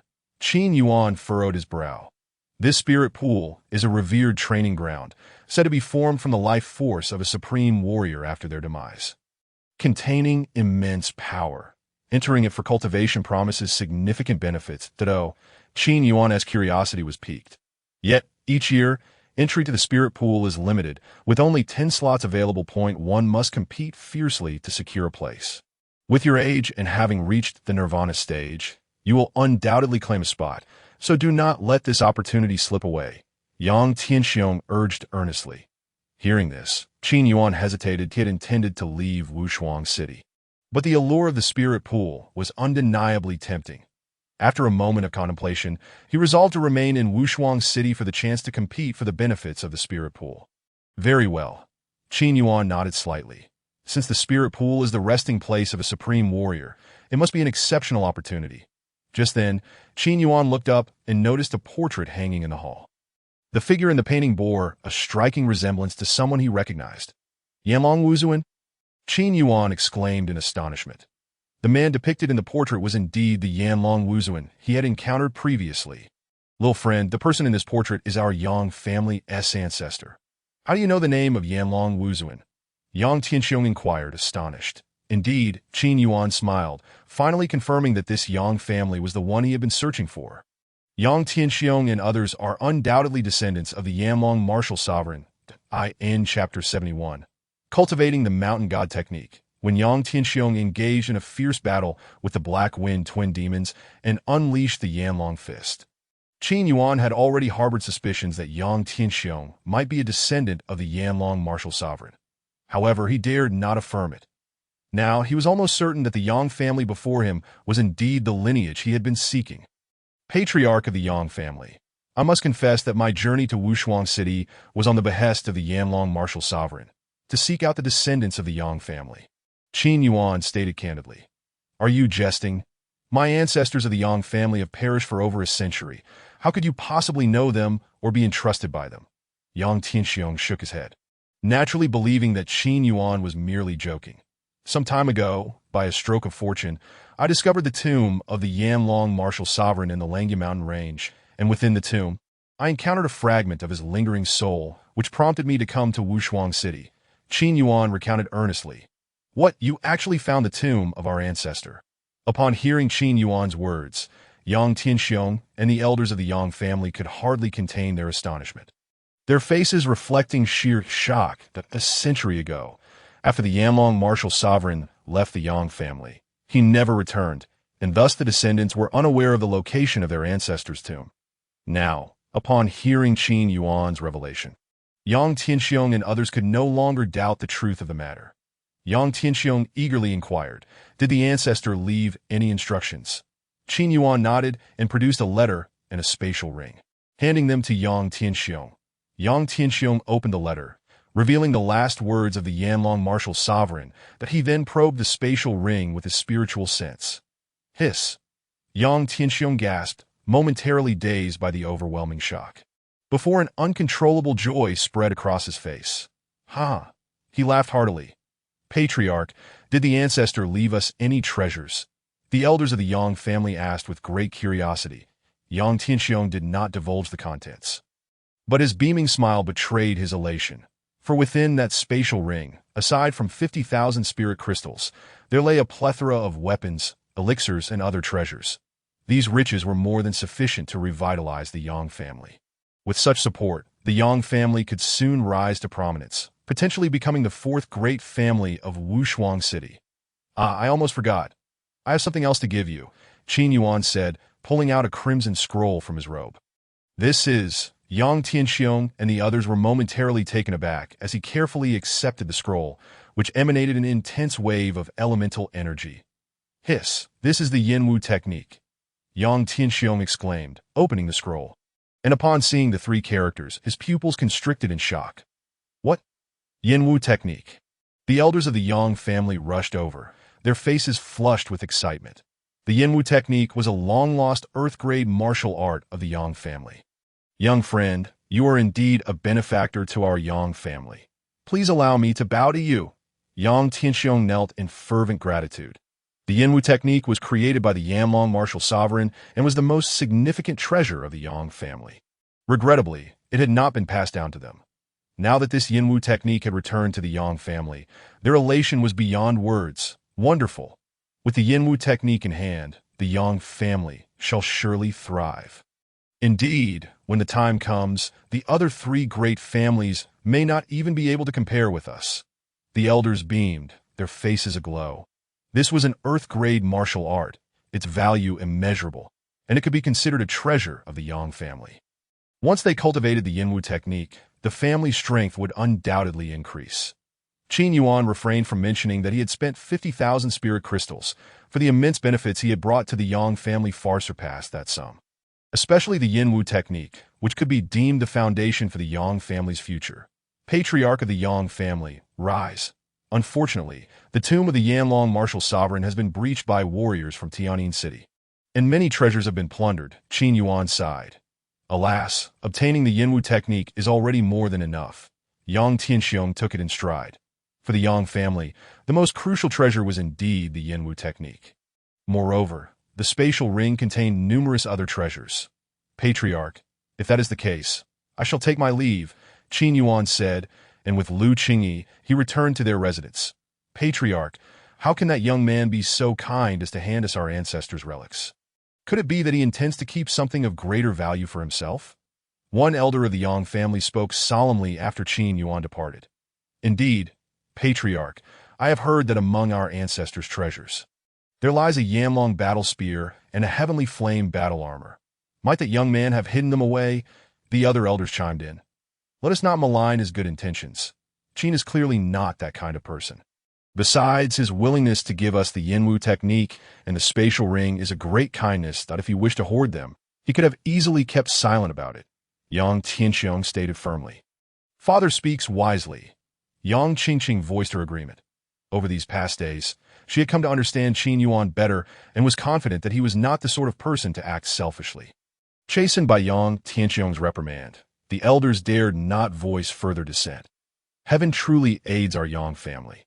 With the Yinwu technique and these treasures left by our ancestor, I believe we shall soon rise to prominence, perhaps even surpassing the other three great families.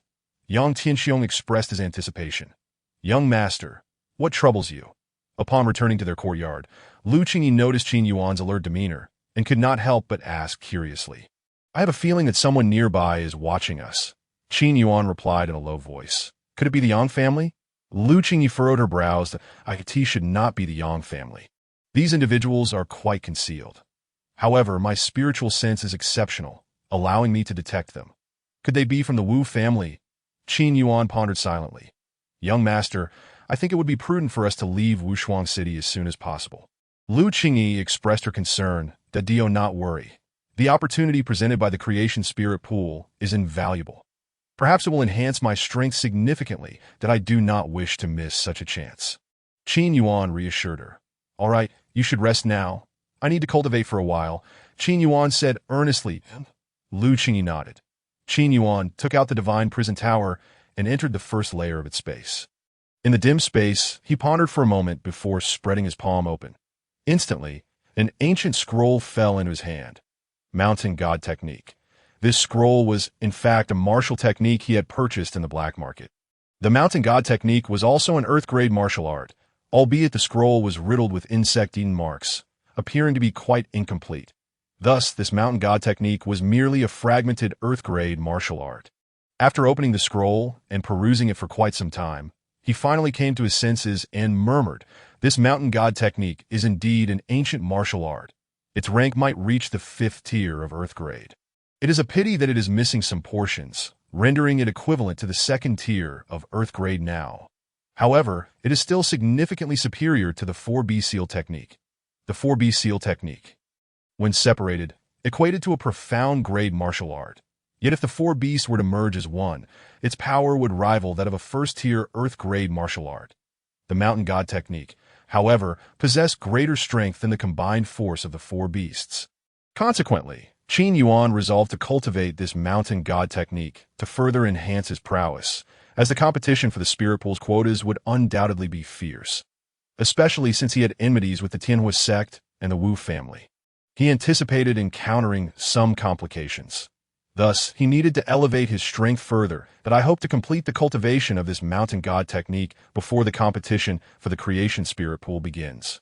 Qin Yuan declared, and began to practice the Mountain God Technique as outlined in the scroll. He sat cross-legged in the void, resembling a meditative monk, and repeatedly gathered elemental energy within his palm.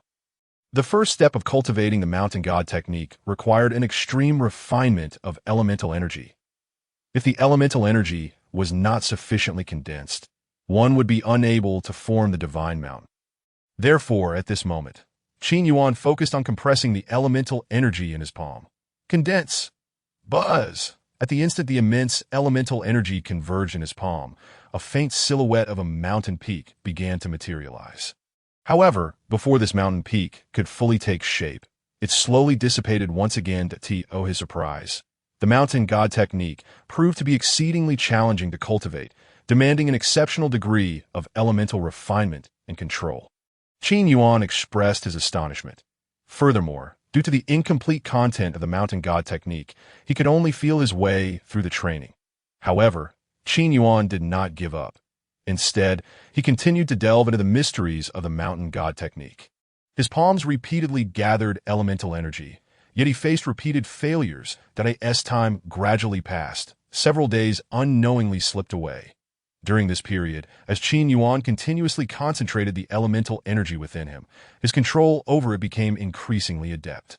After much exploration, the challenges of mastering the Mountain God Technique were effortlessly resolved. Concentrate. A hum resonated as Qin Yuan's palm gathered elemental energy, intricate patterns intertwining in the palm of his hand. Until a resplendent golden peak gradually took shape, he succeeded. Qin Yuan's expression shimmered with joy. The moment the golden mountain formed in his palm, a terrifying wave of elemental energy surged forth. Mountain God Technique. Suppress! With a resounding crash, Qin Yuan slapped his palm, causing the palm-sized golden peak to swiftly soar into the air, transforming into a colossal golden mountain towering 100 feet high. This magnificent mountain, as if forged from pure gold, floated in the void, emanating an indescribable, dreadful aura. With a thunderous roar, the golden peak descended, its immense power shattering the void, creating countless spatial cracks ahead. What a domineering martial technique! Qin Yuan felt deeply astonished. Chapter 72. The Contest for the Spirit Pool. What a domineering martial technique! Qin Yuan inhaled sharply, his gaze filled with shock. Before him, the void was violently struck by the golden peak, resulting in fissures appearing throughout the space. This Earth-grade martial technique was indeed deserving of its reputation, its power surpassing even the 4B Seal technique. Alas, the Mountain God technique was merely a fragmented martial art. Otherwise, its power would likely be even more fearsome. Qin Yuan lamented inwardly. According to the records of the Mountain God technique, the complete version could summon 10 divine mountains, a power that could be described as earth-shattering. Yet by practicing the incomplete version, Qin Yuan could only manifest a single divine mountain. Nonetheless, even so, the might of this technique was still formidable. Having expended 15,000 elemental crystals to acquire this martial art, Qin Yuan was evidently satisfied with the power it unleashed. The expenditure had been well worth it. With the successful cultivation of the Mountain God technique, Qin Yuan now possessed an additional trump card. Although his realm was only at the mid-stage of nirvana, his combat strength had significantly increased, allowing him to contend even with powerful entities at the Dao integration stage. After mastering the Mountain God technique, Qin Yuan pondered for a moment before checking on the situation of the Thunder Puppet. He observed that the Silver Thunder Cocoon remained motionless, evidently still undergoing the final stages of evolution. However, Qin Yuan sensed a tremendous power brewing within the cocoon. Once the Thunder Puppet successfully evolved, its strength would surely increase dramatically. Next, Qin Yuan ascended to the second level of the Divine Prison Tower, where 7 sealed, colossal eggs resided within the dimly lit space. Upon inspecting these enormous eggs, he found no signs of the seals being broken. He was curious about what lay within the remaining 7 eggs. Previously, when an 8th egg had shattered, he had acquired a Thunder Puppet, which had now become a valuable ally. The other 7 colossal eggs must surely harbor astonishing treasures. Seeing these mysterious eggs remain inert, Qin Yuan could only shake his head in resignation. With 2 days remaining until the contest for the Spirit Pool, he intended to use this time to temper his spiritual power. Having stated this, he promptly seated himself within the second level of the space. Boom! Shortly thereafter, an ancient chaotic divine grinding wheel manifested above his head, beginning to revolve. For the next 2 days, Qin Yuan remained in a constant state of tempering his spirit. Before long, the 2 days had passed. Upon opening his eyes, he found that his spiritual power had significantly enhanced after the intensive tempering. The method of the chaotic divine grinding wheel was indeed a marvelous technique for cultivating the spirit. At this rate, his spirit's ascension to the celestial realm seemed imminent. Qin Yuan felt a surge of joy within. Currently, Qin Yuan's spiritual realm was at the late stage of the spirit realm, with the celestial realm lying beyond. The power of a celestial spirit was extraordinary, infinitely surpassing that of a spirit realm spirit. Coming back to his senses, Qin Yuan exited the Divine Prison Tower. Today marked the day for entering the treasured spirit pool, and he needed to head to the City Lord's mansion to compete for one of the 10 coveted spots. My Lord, today is the day to compete for the treasured spirit pool spots. I was beginning to think you had forgotten, Lu Qingyi said with a charming smile. Qingyi, let's go. This time, you shall accompany me, Qin Yuan replied, having sensed that someone had been surveilling them these past few days. He decided it was safer to bring Lu Qingyi along. That works. I've heard it's a grand event in Wushuang City, and it's a perfect opportunity for me to broaden my horizons.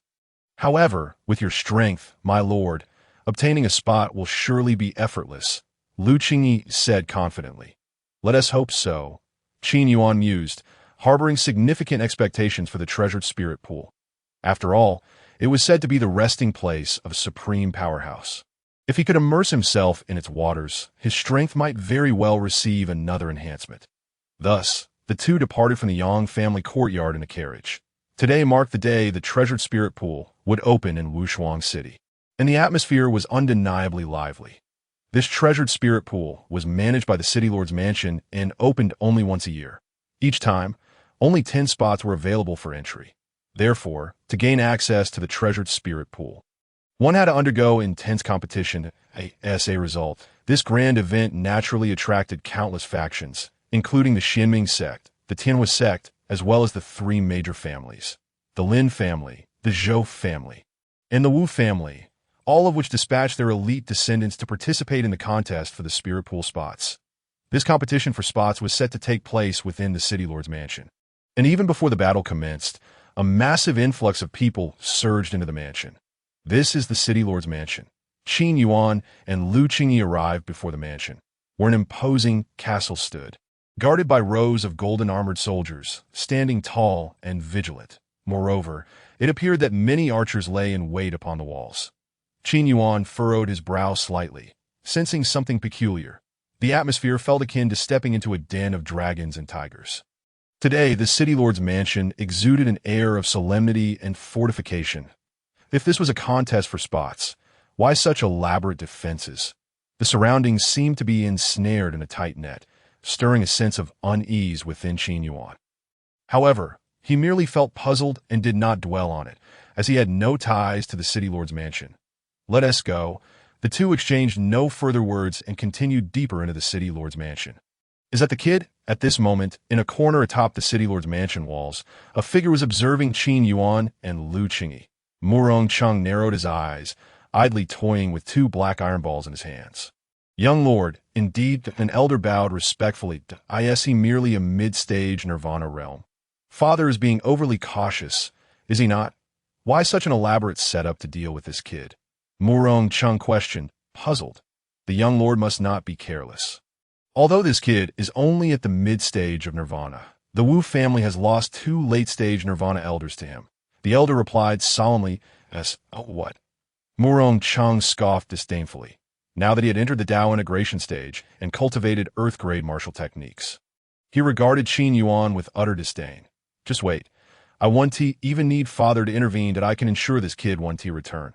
However, I do hope he possesses some real skill. Otherwise, it would be rather dull. Murong Cheng said languidly in his hand. The 2 iron balls were instantly crushed into dust. Him. Killing a mid-stage Nirvana realm individual was no different than squashing an ant. That goes without saying. The young lord is a prodigy, unmatched among the youth of Wushuang City. How could this kid possibly compare? The elder chuckled. Chapter 73. The Soul Lock Tower. Wushuang City, City Lord's mansion. I in the center of the City Lord's mansion. There lay a vast plaza, filled with countless martial artists congregating in a scene reminiscent of swarming ants. At this moment, Qin Yuan and Lu Qingyi had also arrived at the center of the plaza. What a bustling scene. No wonder this is one of the grand events in Wushuang City. Lu Qingyi exclaimed, astonished. It seems that securing a spot will not be an easy feat, Qin Yuan remarked. Surveying the multitude of martial artists gathered here, their intentions clear, to compete for entry into the spirit pool. However, with only 10 spots available and thousands of martial artists present, the intensity of the competition was evident. At that moment, Qin Yuan raised his head and gazed towards the center of the square, where a towering black spire stood majestically. The structure, entirely shrouded in an enigmatic darkness, was adorned with intricate and arcane runes, exuding an aura of profound mystery. This black tower was evidently no ordinary artifact. As time gradually passed, noon approached, and a blazing sun ascended to its zenith, casting scorching rays upon the square, causing countless warriors to become restless. With the passage of time, the number of martial artists congregating in the square grew increasingly substantial. The renowned powers of Wushuang City, including the Tianyuomen, Xianming sect, the Zhou clan, the Wu clan, and the Lin clan, were nearly all present. Heavens, is that truly Shen Lang, the foremost prodigy of Tianhuomen? He has indeed come to compete for the spirit pool. With his prowess, he is bound to secure one of the coveted spots. And there is also Lu Xianming, the young master of the Xianming sect, who is said to have cultivated the earth-level technique, the Xianming classic.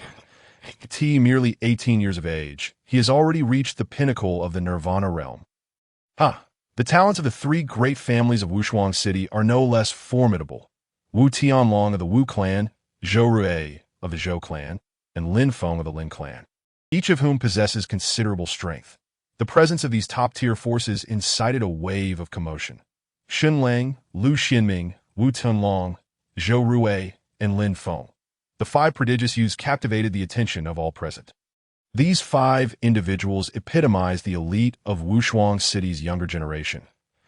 As Qin Yuan observed them, his eyes narrowed slightly, realizing that the city was indeed a gathering of exceptional talents.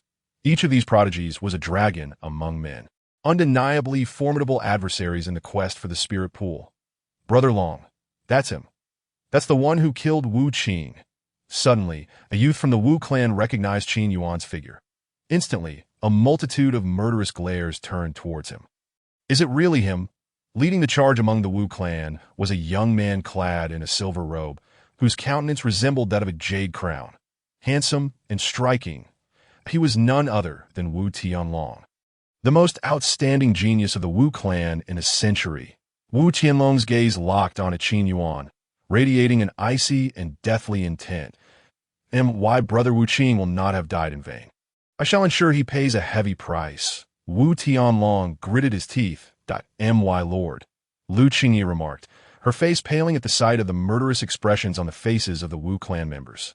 Unfazed by Wu Tianlong's provocation, Qin Yuan merely smiled.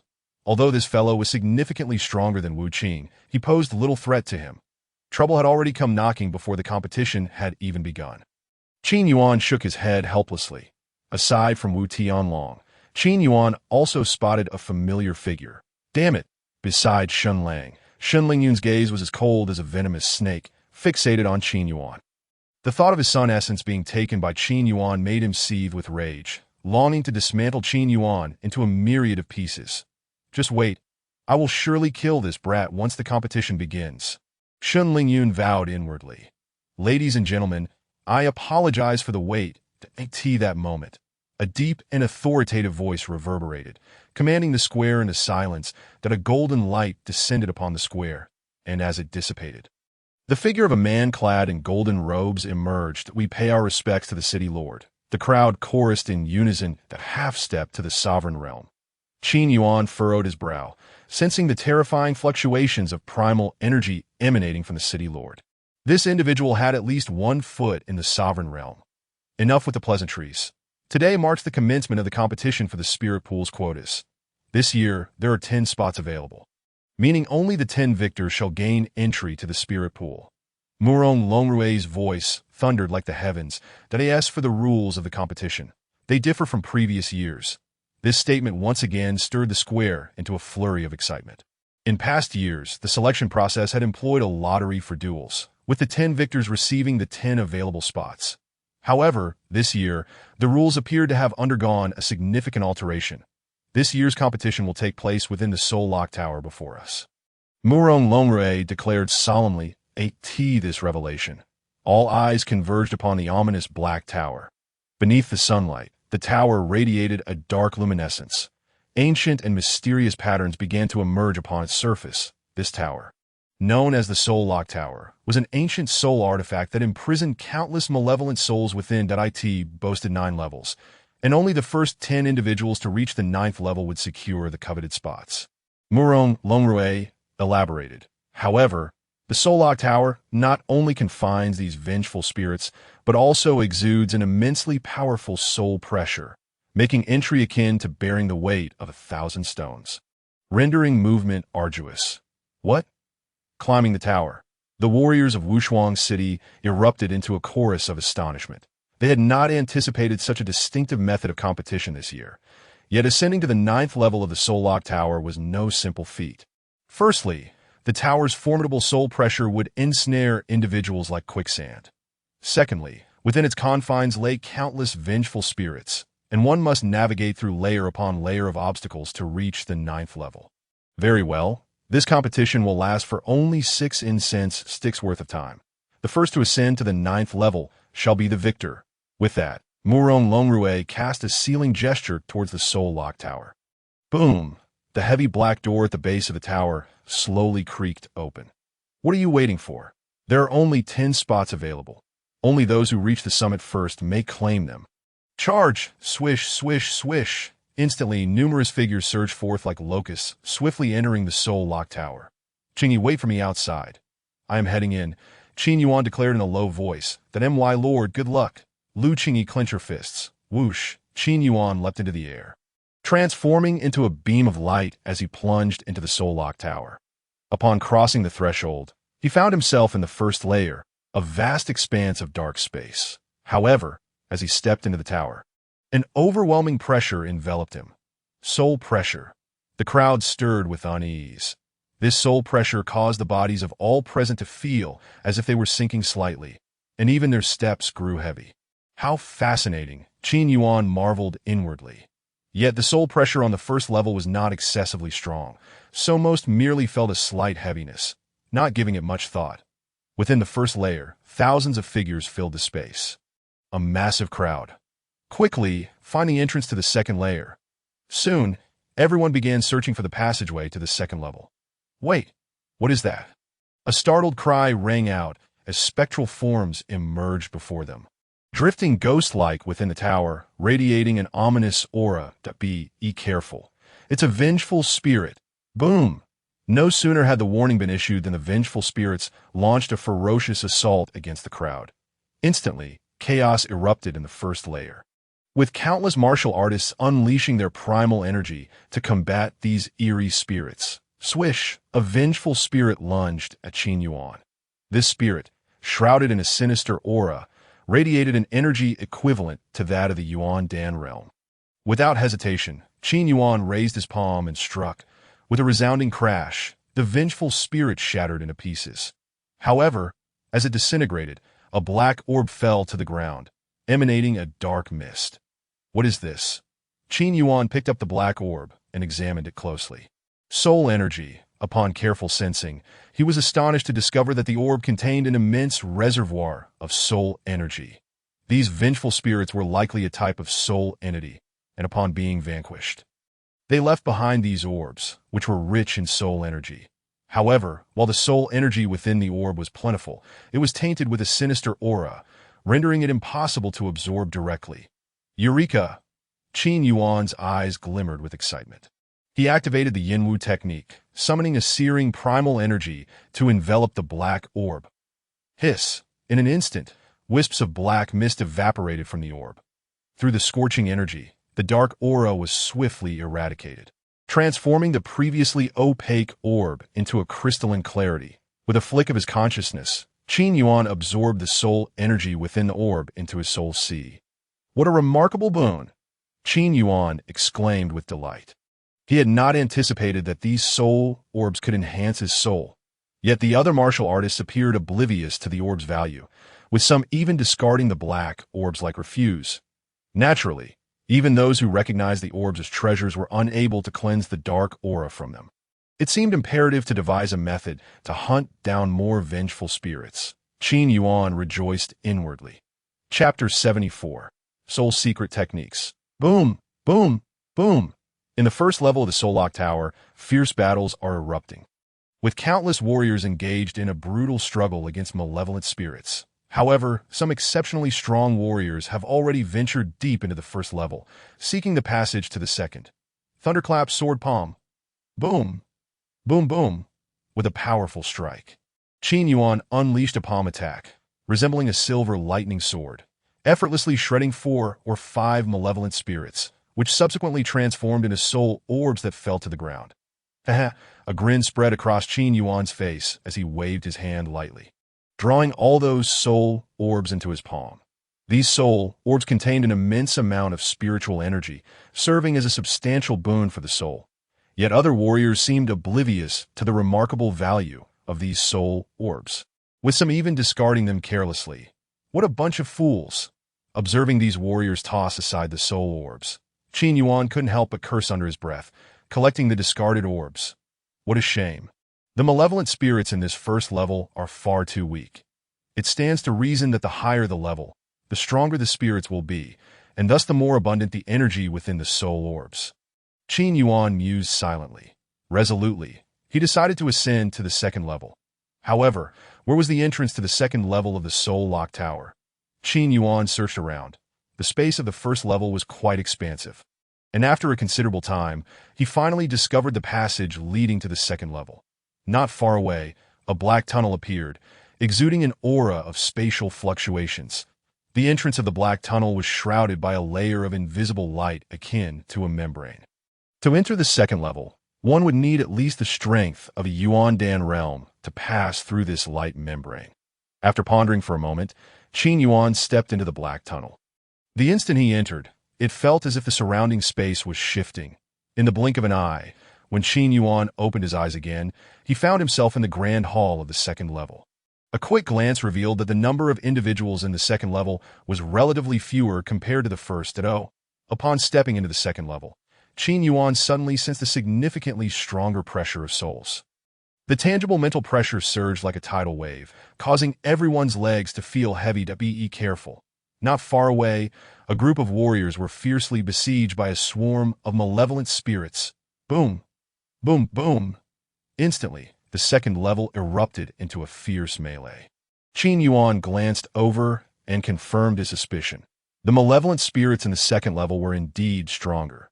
Still not enough. After a moment of contemplation, Qin Yuan decided not to linger in the second level and swiftly began searching for the entrance to the third level. Along the way, he encountered several waves of malevolent spirits attacking him. However, these spirits were still too weak for him, and he dispatched them with ease. Before long, Qin Yuan located the entrance to the third level and stepped through without hesitation, swiftly entering the third level of the Soul Lock Tower. This third level had even fewer people than the previous two, yet the pressure of souls here was considerably stronger, with the very fabric of space beginning to distort. Weaker warriors gasped for breath, as if burdened by mountains struggling to move. Some warriors, witnessing Qin Yuan enter the third level as if taking a leisurely stroll without even a hint of fatigue, were secretly astonished. Still not sufficient.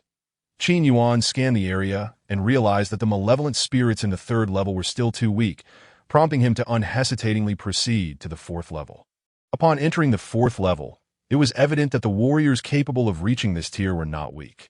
However, the number of warriors here was at least half compared to the first three levels.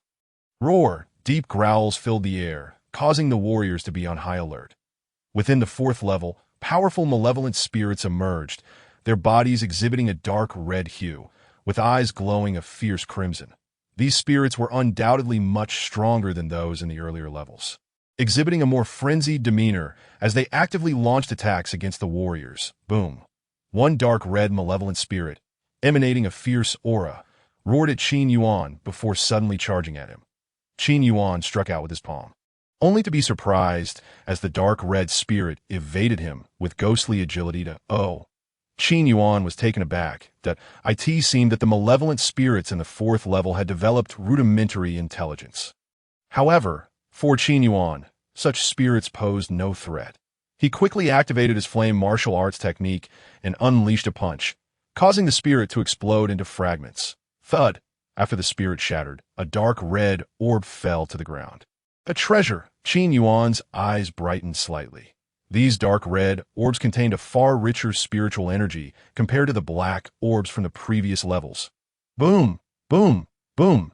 Immediately, Qin Yuan began his slaughter of malevolent spirits in the third level. White Tiger Seal! Roar!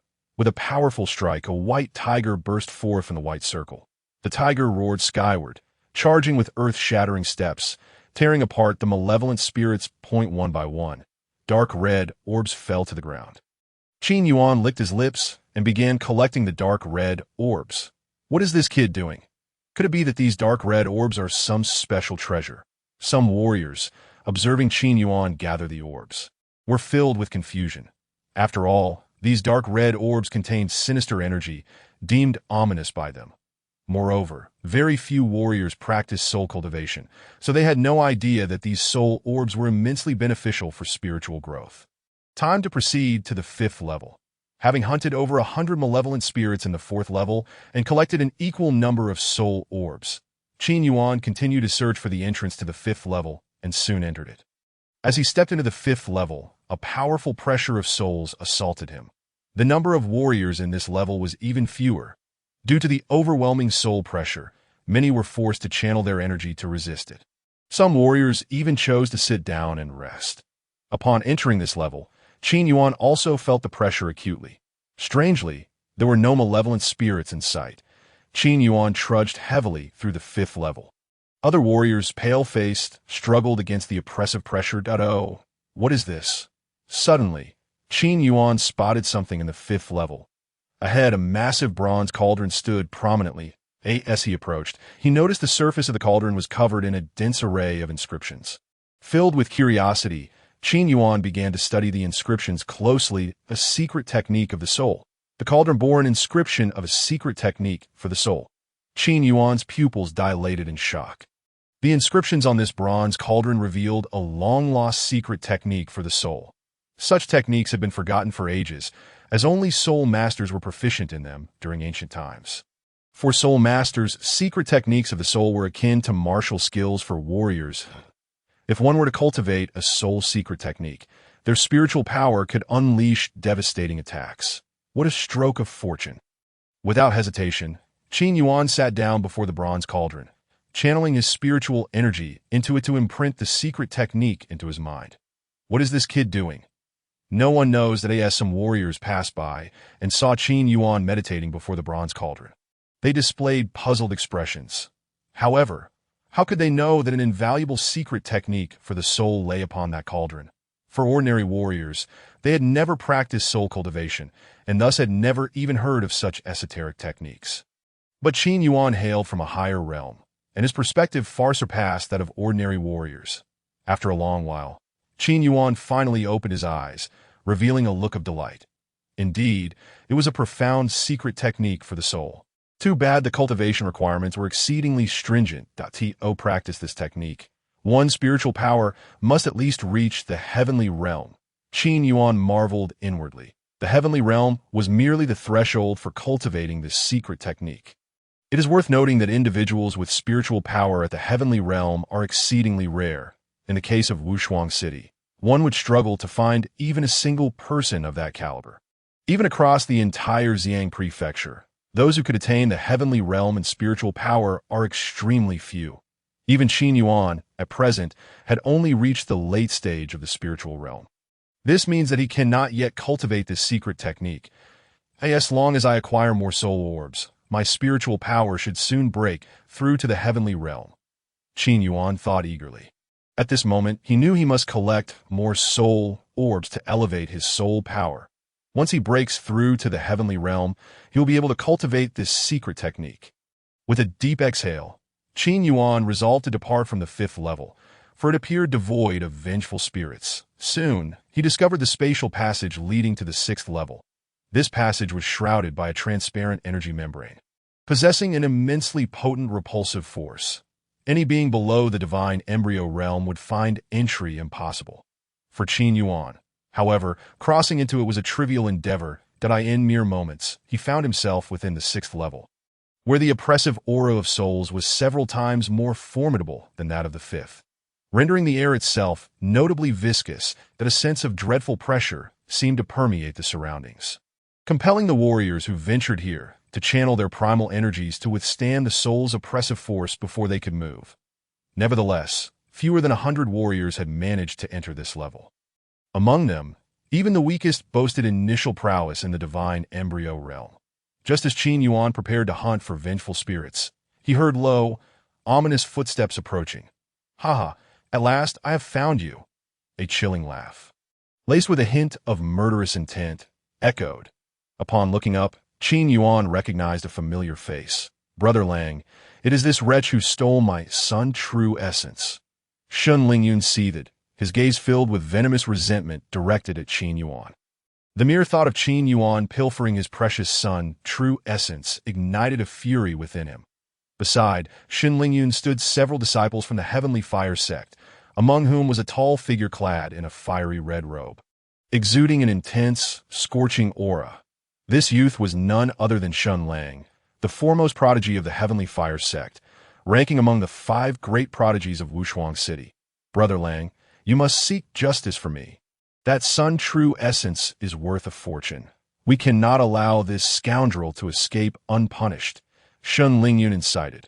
Rest assured, I shall avenge you. The disciples of the Heavenly Fire sect are not to be trifled with.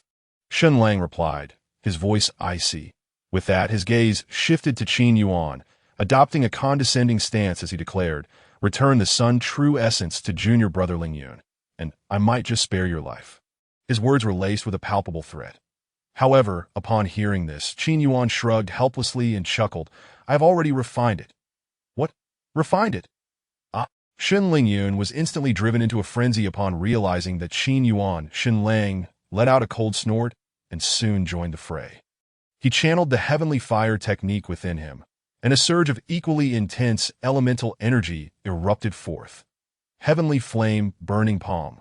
With a resounding boom, Shun Lang raised his palm, a formidable force swirling around him, igniting his hand in blazing flames, which he then struck fiercely towards Qin Yuan.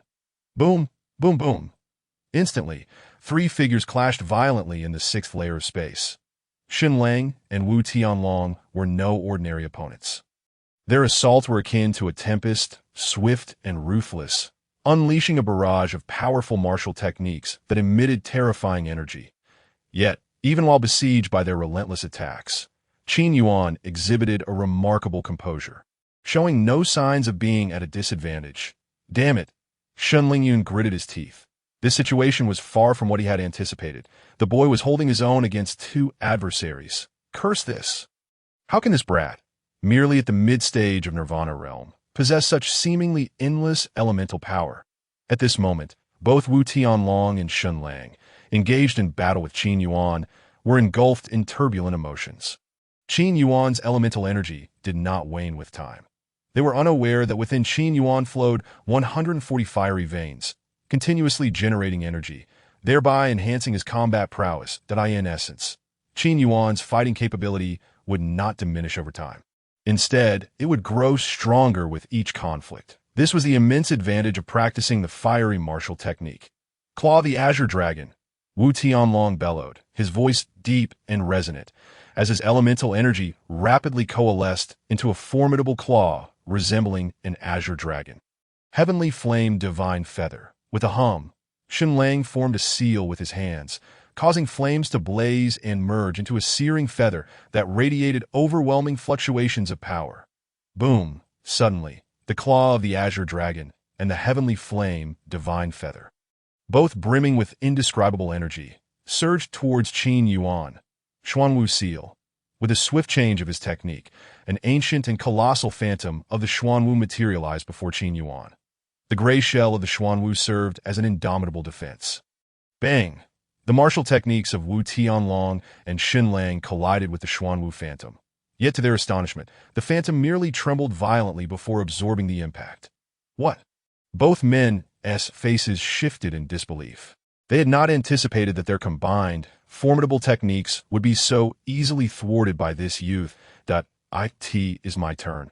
A smile curled at the corners of Qin Yuan's lips as he swiftly formed hand seals. Azure Dragon Seal, Xuanwu Seal, Vermilion Bird Seal, White Tiger Seal, 4 seals combined. With a hum, the 4 divine bee seals merged into a rotating disc, unleashing a wave of terrifying energy. Hiss, Earth-grade martial technique. Shun Lang and Wu Tianlong's pupils dilated in shock. Although both the Heavenly Fire sect and the Wu family possessed Earth-grade techniques, their young ages rendered them ineligible to practice them. For instance, only the leader of the Heavenly Fire sect could cultivate the Earth-grade techniques of their sect. Yet, here was Qin Yuan, at such a young age, wielding an Earth-grade martial technique. We're finished. Wu Tianlong and Shun Lang exchanged glances, realizing that facing such a powerful Earth-grade technique necessitated their combined strength for even a glimmer of hope. Heavenly Flame, Ancient Seal. Shun Lang formed seals with his hands, flames surging behind him like tidal waves, revealing an ancient red seal amidst the roiling flames. This Heavenly Flame, Ancient Seal represented the pinnacle of the Heavenly Flame martial technique. its power rivaling that of a ninth-tier Xian-grade martial technique. Xuanba suppressing demon platform. Wu Tianlong roared towards the heavens as he raised his hand, conjuring a majestic ancient platform filled with overwhelming might. A testament to his strongest martial technique. Also reaching the ninth tier of Xian grade, Dai. With a resounding clash, the heavenly flame, ancient seal, and the Xuanba suppressing demon platform, imbued with unfathomable energy, collided violently with the rotating disc of the four beast seals. Bang! In that instant of collision in the sky, an extraordinarily dazzling brilliance erupted as the overwhelming energy shockwaves swept across, causing the entire tower to tremble violently. However, Xian-grade techniques, no matter how formidable, could not contend with a true Earth-grade technique. Crack! The heavenly flame, ancient seal, and the Xuanba suppressing demon platform trembled violently, and to Shunlang and Wu Tianlong's astonishment, they began to shatter. What? Their pupils constricted in horror. The disc began to rotate, and the heavenly flame, ancient seal, and the Xuanba suppressing demon platform exploded into a myriad of brilliant shards before the ancient disc slammed into the two men, banked amidst the astonished gazes of onlookers. Both men simultaneously spewed forth a mouthful of blood, their bodies hurtling backward with great force. This fellow has actually defeated Wu Tianlong and Shunlang. How is this even possible? The surrounding warriors, particularly the disciples of the Heavenly Fire sect and the Wu family, were rendered speechless, unable to believe the outcome. Defeating two half-step harmonization realm fighters with merely the mid-stage of Nirvana realm. If they had not witnessed it with their own eyes, no one would have believed it. Chapter 77. The seventh layer. What exactly is this boy's background? How could he so effortlessly vanquish Xinlang and Wu Tianlong? Among the younger generation of Wushuang City, there seems to be no one of his caliber. Wait a minute. This boy looks somewhat familiar. It's him. I remember now. He is the one with a hefty bounty on his head from the Ziyun Xinzong. The surrounding warriors erupted in a clamor, finally recalling that Qin Yuan was the one wanted by the Ziyun Xinzong. Everyone, why don't we join forces to capture this boy? The bounty from Ziyun Xinzong is an enormous fortune. A young man suggested ominously. Upon hearing this, the other warriors began to stir restlessly. The bounty from Ziyun Xinzong was indeed too tempting, offering not only a substantial reward, but also an Earth-grade martial technique of immense value. Boom! Yet, just as the crowd hesitated to act, a surge of fiery martial energy erupted from within Qin Yuan, blasting towards the young man. The young man was instantly obliterated into a mist of blood. Hiss! Qin Yuan, striking with the ferocity of a thunderbolt, had mercilessly killed the youth who had attempted to incite the crowd, causing the other warriors to swallow hard. They suddenly realized that even the esteemed Xinlang and Wu Tianlong had fallen before Qin Yuan. Banding together would mean certain death. Though the Ziyun Xinzong's generous bounty was indeed alluring, clearly, their own lives held greater value at this moment. Qin Yuan's gaze shifted back to Wu Tianlong and Xinlang, who were now struggling to rise from the ground, their faces pale and their auras depleted, having been thoroughly crushed by Qin Yuan. Fear etched their faces, as they had never imagined they would be defeated by this young man. Protect the young master. Seeing Wu Tianlong and Xunlang injured, the forces from the Wu family and the Heavenly Fire sect swiftly surrounded Qin Yuan, launching a fierce onslaught against him. Yet, what awaited them would be Qin Yuan's ruthless and bloody massacre. Bang, bang, bang. One after another, figures were shattered in a blood mist by Qin Yuan's fists, and in the blink of an eye, the ground was littered with corpses. At this moment, Qin Yuan appeared as a cold-blooded harbinger of death, mercilessly annihilating the disciples of the Heavenly Fire sect and the Wu originally. This fellow had perceived the ominous turn of events and thus made a hasty retreat. One must concede that this individual is indeed quite astute. After a moment of contemplation, Qin Yuan proceeded to rummage through the corpses, ultimately acquiring over a dozen Qinquan bags. Truly, he is a scion of a wealthy family. Qin Yuan's expression brightened with joy upon discovering that within the two Qinquan bags he had retrieved from Wu Tianlong and Xinlang, there lay an impressive fortune amounting to several 100,000 essence crystals that in addition to the substantial quantity of essence crystals, he also found a selection of ancient scrolls which contained the profound martial arts techniques of the Tianhui sect and the Wu family. Although Qin Yuan had little interest in these martial arts, he recognized their potential to fetch a handsome price if sold. After securing his spoils, Qin Yuan continued his search for ferocious spirits on the 6th level. As he required more soul orbs for his endeavors, before long, in the depths of the 6th level, Qin Yuan indeed discovered traces of these malevolent spirits. Roar!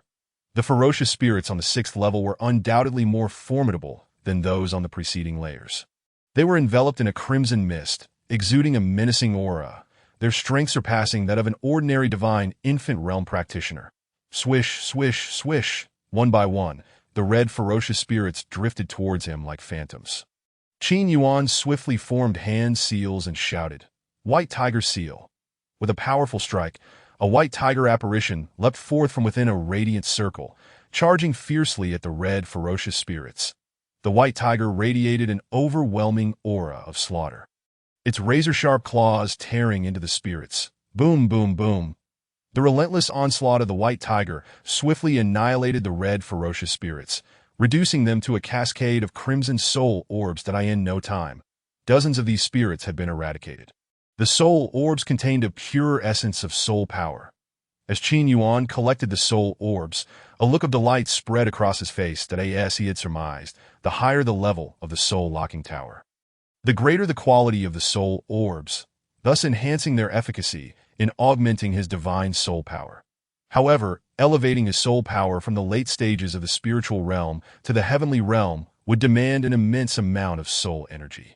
Clearly, the soul orbs he possessed were insufficient. He would need to procure more, ascending to the 7th level. With that resolve, Qin Yuan determined to venture into the 7th level of the soul-locking tower. Surely, there would be more advanced ferocious spirits awaiting him there. With this thought, he hastened towards the entrance of the 7th level. Before long, a white tunnel materialized not far ahead. Without hesitation, Qin Yuan stepped into the tunnel.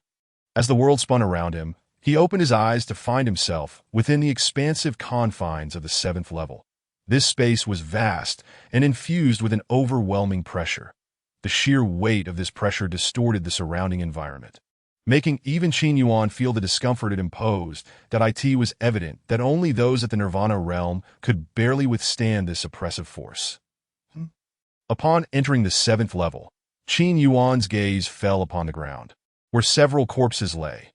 Remarkably, these bodies bore no visible wounds, their faces still frozen in expressions of terror from their final moments. All of these corpses were at the initial stages of the Nirvana realm, yet they exhibited no signs of injury. After thorough examination, Qin Yuan discerned that their souls had seemingly been drained. Could it be the ferocious spirits? A sharp glint flashed in Qin Yuan's eyes. The ferocious spirits of the 7th level possessed the ability to siphon the souls of individuals, and these martial artists had clearly succumbed to such a fate. Chapter 78. The Crying Soul Beast. As Qin Yuan entered the 7th level, he became increasingly vigilant, sensing an underlying aura of danger. The sight of the soulless corpses confirmed that the 7th level was no ordinary space. He scanned the expansive, shadowy realm. Very few martial artists could reach this level. Occasionally, he caught glimpses of figures darting through the darkness. These individuals, at the very least, possessed strength at the Nirvana realm, undoubtedly ranking among the elite of the younger generation in Wushuang City. Strangely, not a single ferocious spirit could be found in this 7th level.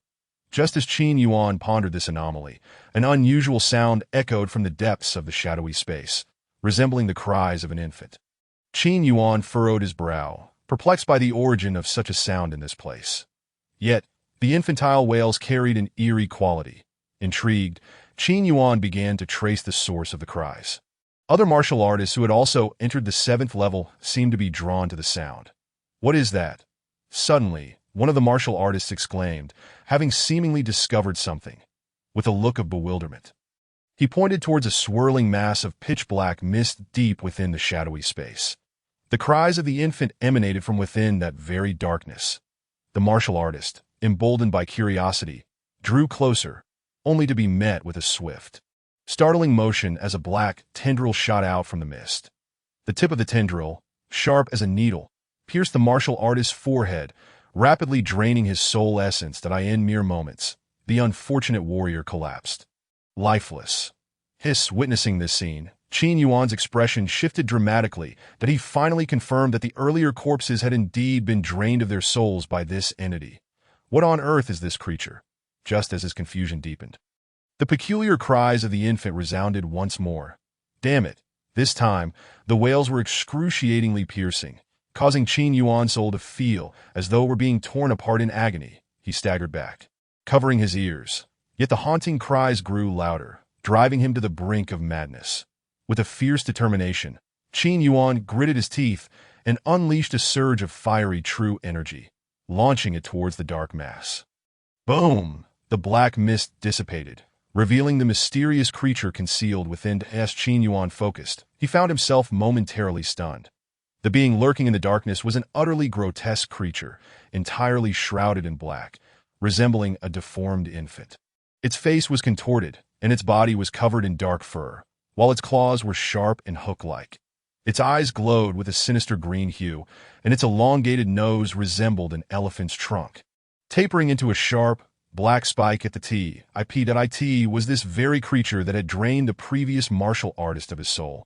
What manner of being is this?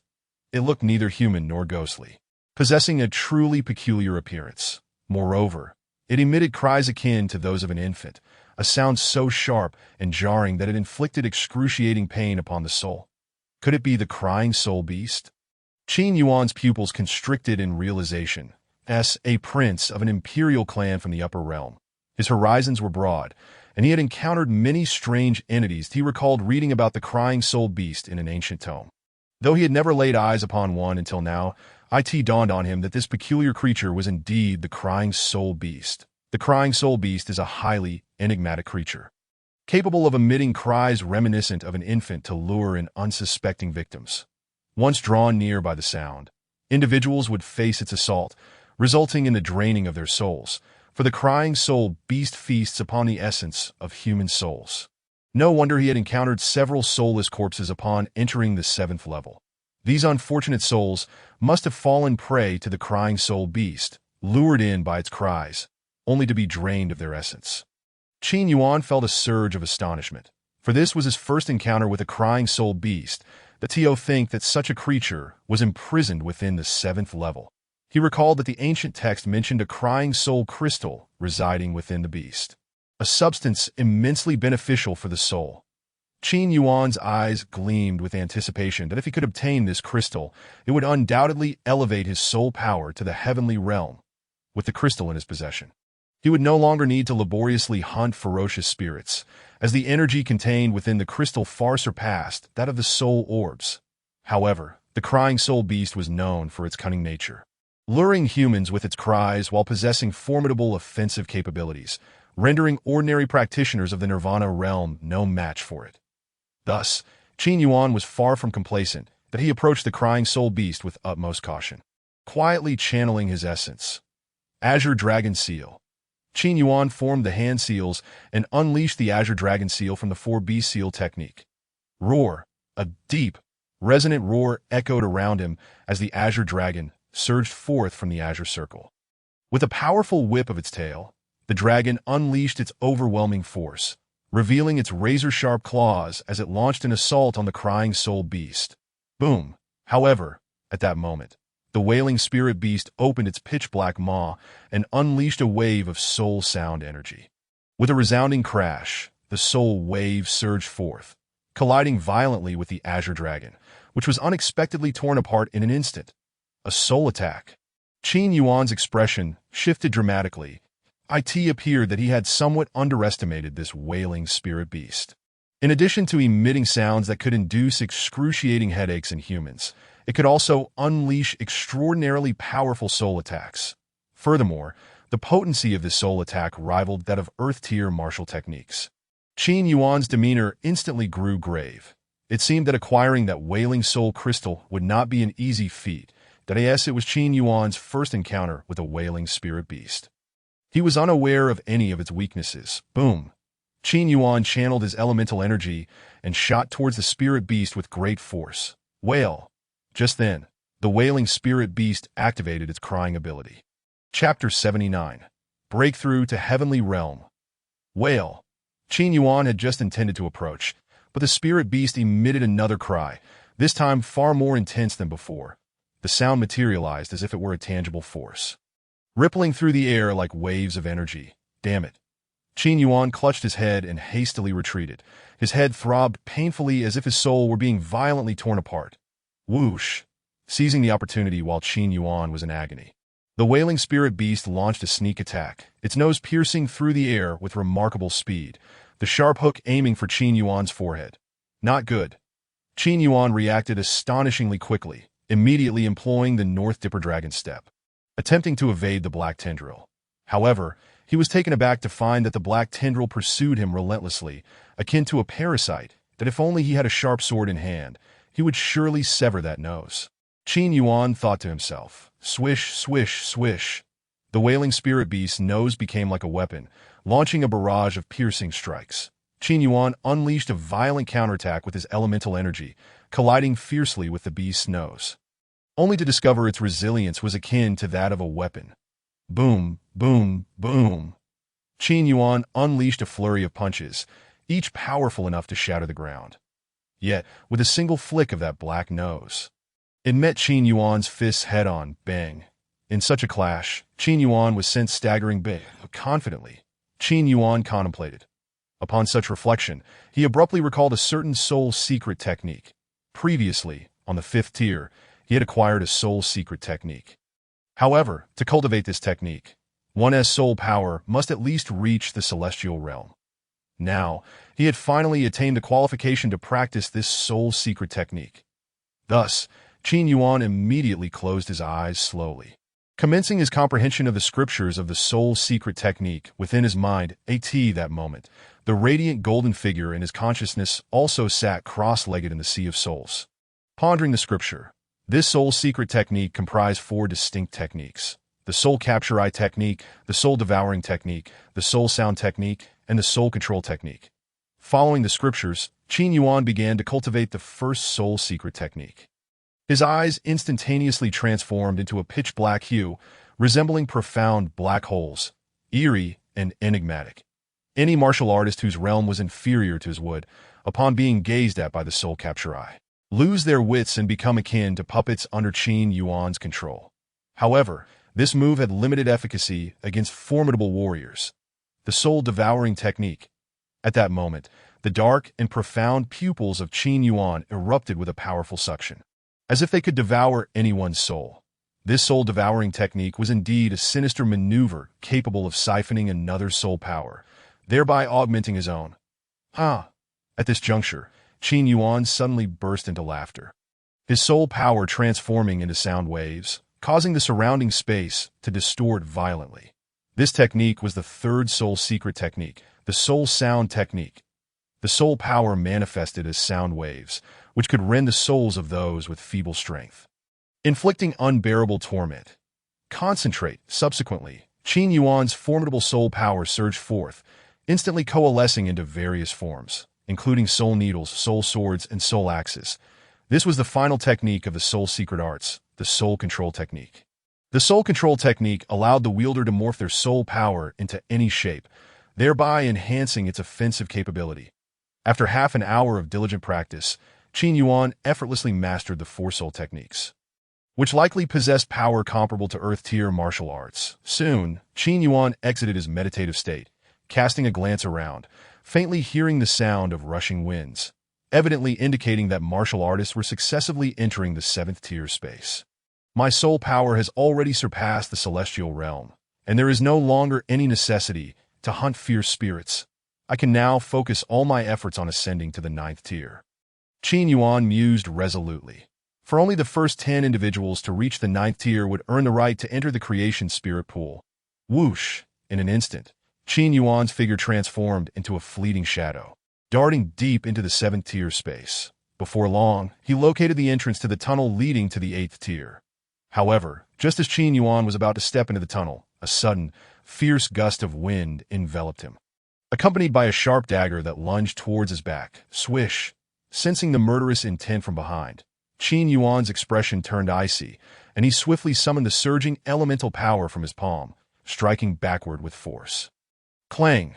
The metallic clash resonated as the dagger was sent hurtling away, crashing onto the ground. Who goes there? Qin Yuan's expression darkened. Who had covertly ambushed him? Had he not reacted swiftly, he would surely have been slain by that dagger. I did not expect your reflexes to be commendable. However, you are destined to die here today. That a sinister laugh echoed from behind a black stone tablet, and a handsome youth emerged. This youth, adorned in an opulent robe, wore a subtle smile, yet within that smile lurked an air of deadly intent. Who are you? I bear no deep grudge against you, Qin Yuan inquired, his countenance grim. You and I indeed share no profound enmity. However, you have slain an undeserving target. The My Lord has received a secret edict from the Ziyun immortal sect to claim your head. Hence I am here to fulfill that decree. Murong Cheng replied nonchalantly. Qin Yuan furrowed his brow, realizing the youth's origin to his astonishment. Even the city lord's manor was an operative of the Ziyun immortal sect. I was careless. No wonder I felt an overwhelming sense of vigilance upon entering the city lord's manor. They had set a trap, anticipating my arrival. This is bad. Qin Yuan's heart sank with worry. At this moment, you still worry for others? You should be more concerned about whether your head will roll on the ground shortly. Murong Cheng sneered coldly. Are you so certain you will claim my head? Qin Yuan retorted, his tone calm. The city lord's manor is well aware of your capabilities. With your mid-stage nirvana strength, you have slain 2 elder martial artists, proving your ability to fight above your rank. Yet in my presence, you still fall short, Murong Cheng declared arrogantly, that I asked the young master of the city lord's manor. He naturally possessed lofty aspirations, dismissing even the 5 great prodigies of Wushuang City. At less than 20 years of age, he had already broken through to the harmonization realm, granting him the confidence to be proud that I asked for Qin Yuan. Murong Cheng had never regarded him as a threat. Boom! Just as he finished speaking, Murong Cheng's body trembled violently. A torrent of golden elemental power erupted from him, akin to a golden statue of a bodhisattva. Each punch and palm he unleashed was filled with formidable strength, relentlessly bombarding Qin Yuan. Yet, Qin Yuan showed no sign of yielding. 140 fiery veins within him erupted in unison, unleashing a torrent of scorching elemental power that coursed through his limbs. With each punch he threw, he shattered Murong Cheng's relentless assault. In merely a few minutes, they had already exchanged over 100 blows, both sides demonstrating fierce aggression. However, at this moment, Murong Cheng's expression began to darken slightly. He initially believed that defeating Qin Yuan would be a task as easy as flipping his hand. However, now that they were truly engaged in battle, despite having unleashed all his tactics, he found himself utterly incapable of dealing with Qin Yuan. This lad is indeed peculiar. Although he is merely at the Nirvana realm, his Yuan force is astonishingly robust. Could it be that he has cultivated an earth-grade technique? Murong Cheng's gaze darkened. Since he was unable to suppress his opponent in terms of Yuan force, he had no choice but to rely on the might of martial skills to vanquish this young man. Divine Steel Hand. Murong Cheng clapped his palms together, and a tremendous surge of golden Yuan force converged, forming a golden stone steel. This technique, Divine Steel Hand, was also a pinnacle of profound martial arts. Subdue boom! With a murderous glint in his eyes, Murong Cheng waved his hand, and the golden steel soared toward Qin Yuan as if to suppress the heavens and the earth. Azure Dragon Seal, break for me! Roaring, Qin Yuan invoked a spell, instantly unleashing the 4B seal technique. Then a massive azure dragon surged forth, its razor-sharp claws lunging fiercely, striking down upon the golden steel, bang, with a thunderous roar. The golden steel was instantly torn apart and shattered by the dragon's claws. Ha! It turns out that a harmonization realm expert is nothing extraordinary. Qin Yuan laughed heartily, infuriated by Qin Yuan's derision. Murong Cheng was undeniably furious that he never expected that a mere Nirvana realm practitioner could elude him. Do not be too complacent. My true abilities have yet to be truly revealed. Very well, today you shall witness the genuine power of earth-grade martial skills. To perish beneath such techniques would surely be your greatest honor, Murong Cheng declared proudly. Initially, he had no intention of employing earth-grade techniques, but this arrogant youth left him no choice but to reveal his trump card. Earth Emperor Scripture. Boom! The Yuan force within Murong Cheng surged like a tidal wave, rising dozens of feet high, that he then formed a spell with his hands and shouted, "Earth Emperor's slaying sword." The towering waves roiled and quickly coalesced behind him into a colossal sword of light. As this sword took form, a wave of destructive energy surged forth, warping the very fabric of space. This enormous sword was adorned with ancient patterns, resembling a sword of annihilation, radiating the power to obliterate all. What a formidable martial skill! Upon seeing the gigantic sword, Qin Yuan's expression turned grave. The terrifying energy emanating from this sword was enough to send shivers down his spine. Point 4 Beast Divine Seal. Without a moment's hesitation, Qin Yuan swiftly fused the Azure Dragon Seal, White Tiger Seal, Vermilion Bird Seal, and Black Tortoise Seal into an ancient wheel of fate. Slice, boom! As Murong Cheng's palm descended, the massive sword hovering behind him slashed downward, cleaving through the air as if it were splitting the very space itself. Go! Qin Yuan thrust his palm forward, and the spinning ancient wheel collided violently with the giant sword. Bang! The clash of earth-grade martial skills unleashed a cataclysmic force. The two energies clashing fiercely and annihilating each other into nothingness. Crack! At that moment, a faint cracking sound emerged, revealing that the ancient wheel was suddenly riddled with fissures. Qin Yuan's expression shifted. He never anticipated that the fusion of the 4B seal technique would falter against Murong Cheng's Earth Emperor scripture. Ha! Have you witnessed the might of my Earth Emperor scripture? This is a power you shall never hope to attain. To die beneath such martial skills. You may do so without regrets, Murong Cheng boasted with immense confidence. Meanwhile, as the power of the giant sword continued to erode, the 4B seal wheel could no longer withstand the pressure and shattered into pieces. Prepare to die. Murong Cheng clearly had no intention of granting Qin Yuan any opportunity. As he controlled the giant sword to descend relentlessly, gazing at the colossal sword magnifying rapidly in his vision, Qin Yuan displayed no signs of panic. That he took a deep breath and declared solemnly, "If the 4B seal technique fails, then let us see how my mountain god technique fares." With a fierce glint in his eyes, Qin Yuan unleashed the full force of his Yuan energy.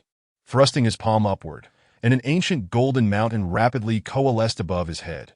The golden mountain exuded an overwhelming sense of pressure, causing the surrounding space to fracture under its weight. Be subdued. Qin Yuan raised the golden mountain and forcefully struck it downward. Boom! The enormous golden peak descended upon the giant sword, exerting a terrifying force that crushed down, creating a fissure across the sword's surface. Instantly, the radiance of the giant sword dimmed. What? Witnessing the Earth Emperor's slaying sword being suppressed by the divine mountain, Murong Cheng's face turned pale with shock, his pupils constricting in fear. How is this possible? What martial skill is this? How can it overpower my Earth Emperor scripture? As the crack spread across the sword, it soon shattered into a cascade of glittering fragments. That moment, terror enveloped Murong Cheng's face. It was only now that he comprehended the true extent of the martial skills and combat prowess of the young man he had underestimated from the very beginning. Yet, he would ultimately pay the price for his arrogance. As the Golden Mountain continued its relentless descent, Murong Cheng clenched his teeth and summoned all his Yuan force, forming a final layer of defense before him. Bang! However, the Golden Mountain, forged as if from gold, slammed into the barrier, which crumbled as easily as paper, shattering instantly under the weight of the peak. Following this, the Golden Divine Mountain struck mercilessly against Murong Cheng's chest. Chapter 82. Symbol Array Diagram. Bang! The Golden Divine Mountain crashed heavily into Murong Cheng's chest, causing him to spit forth a mouthful of blood mixed with shattered organs, as his body was propelled into the floor, shattering it to pieces. Murong Cheng shrieked in agony. This devastating blow nearly crushed his ribcage, leaving him sprawled on the ground like a broken dog. Did I end that moment? All his previous disdain and arrogance vanished, replaced by sheer horror.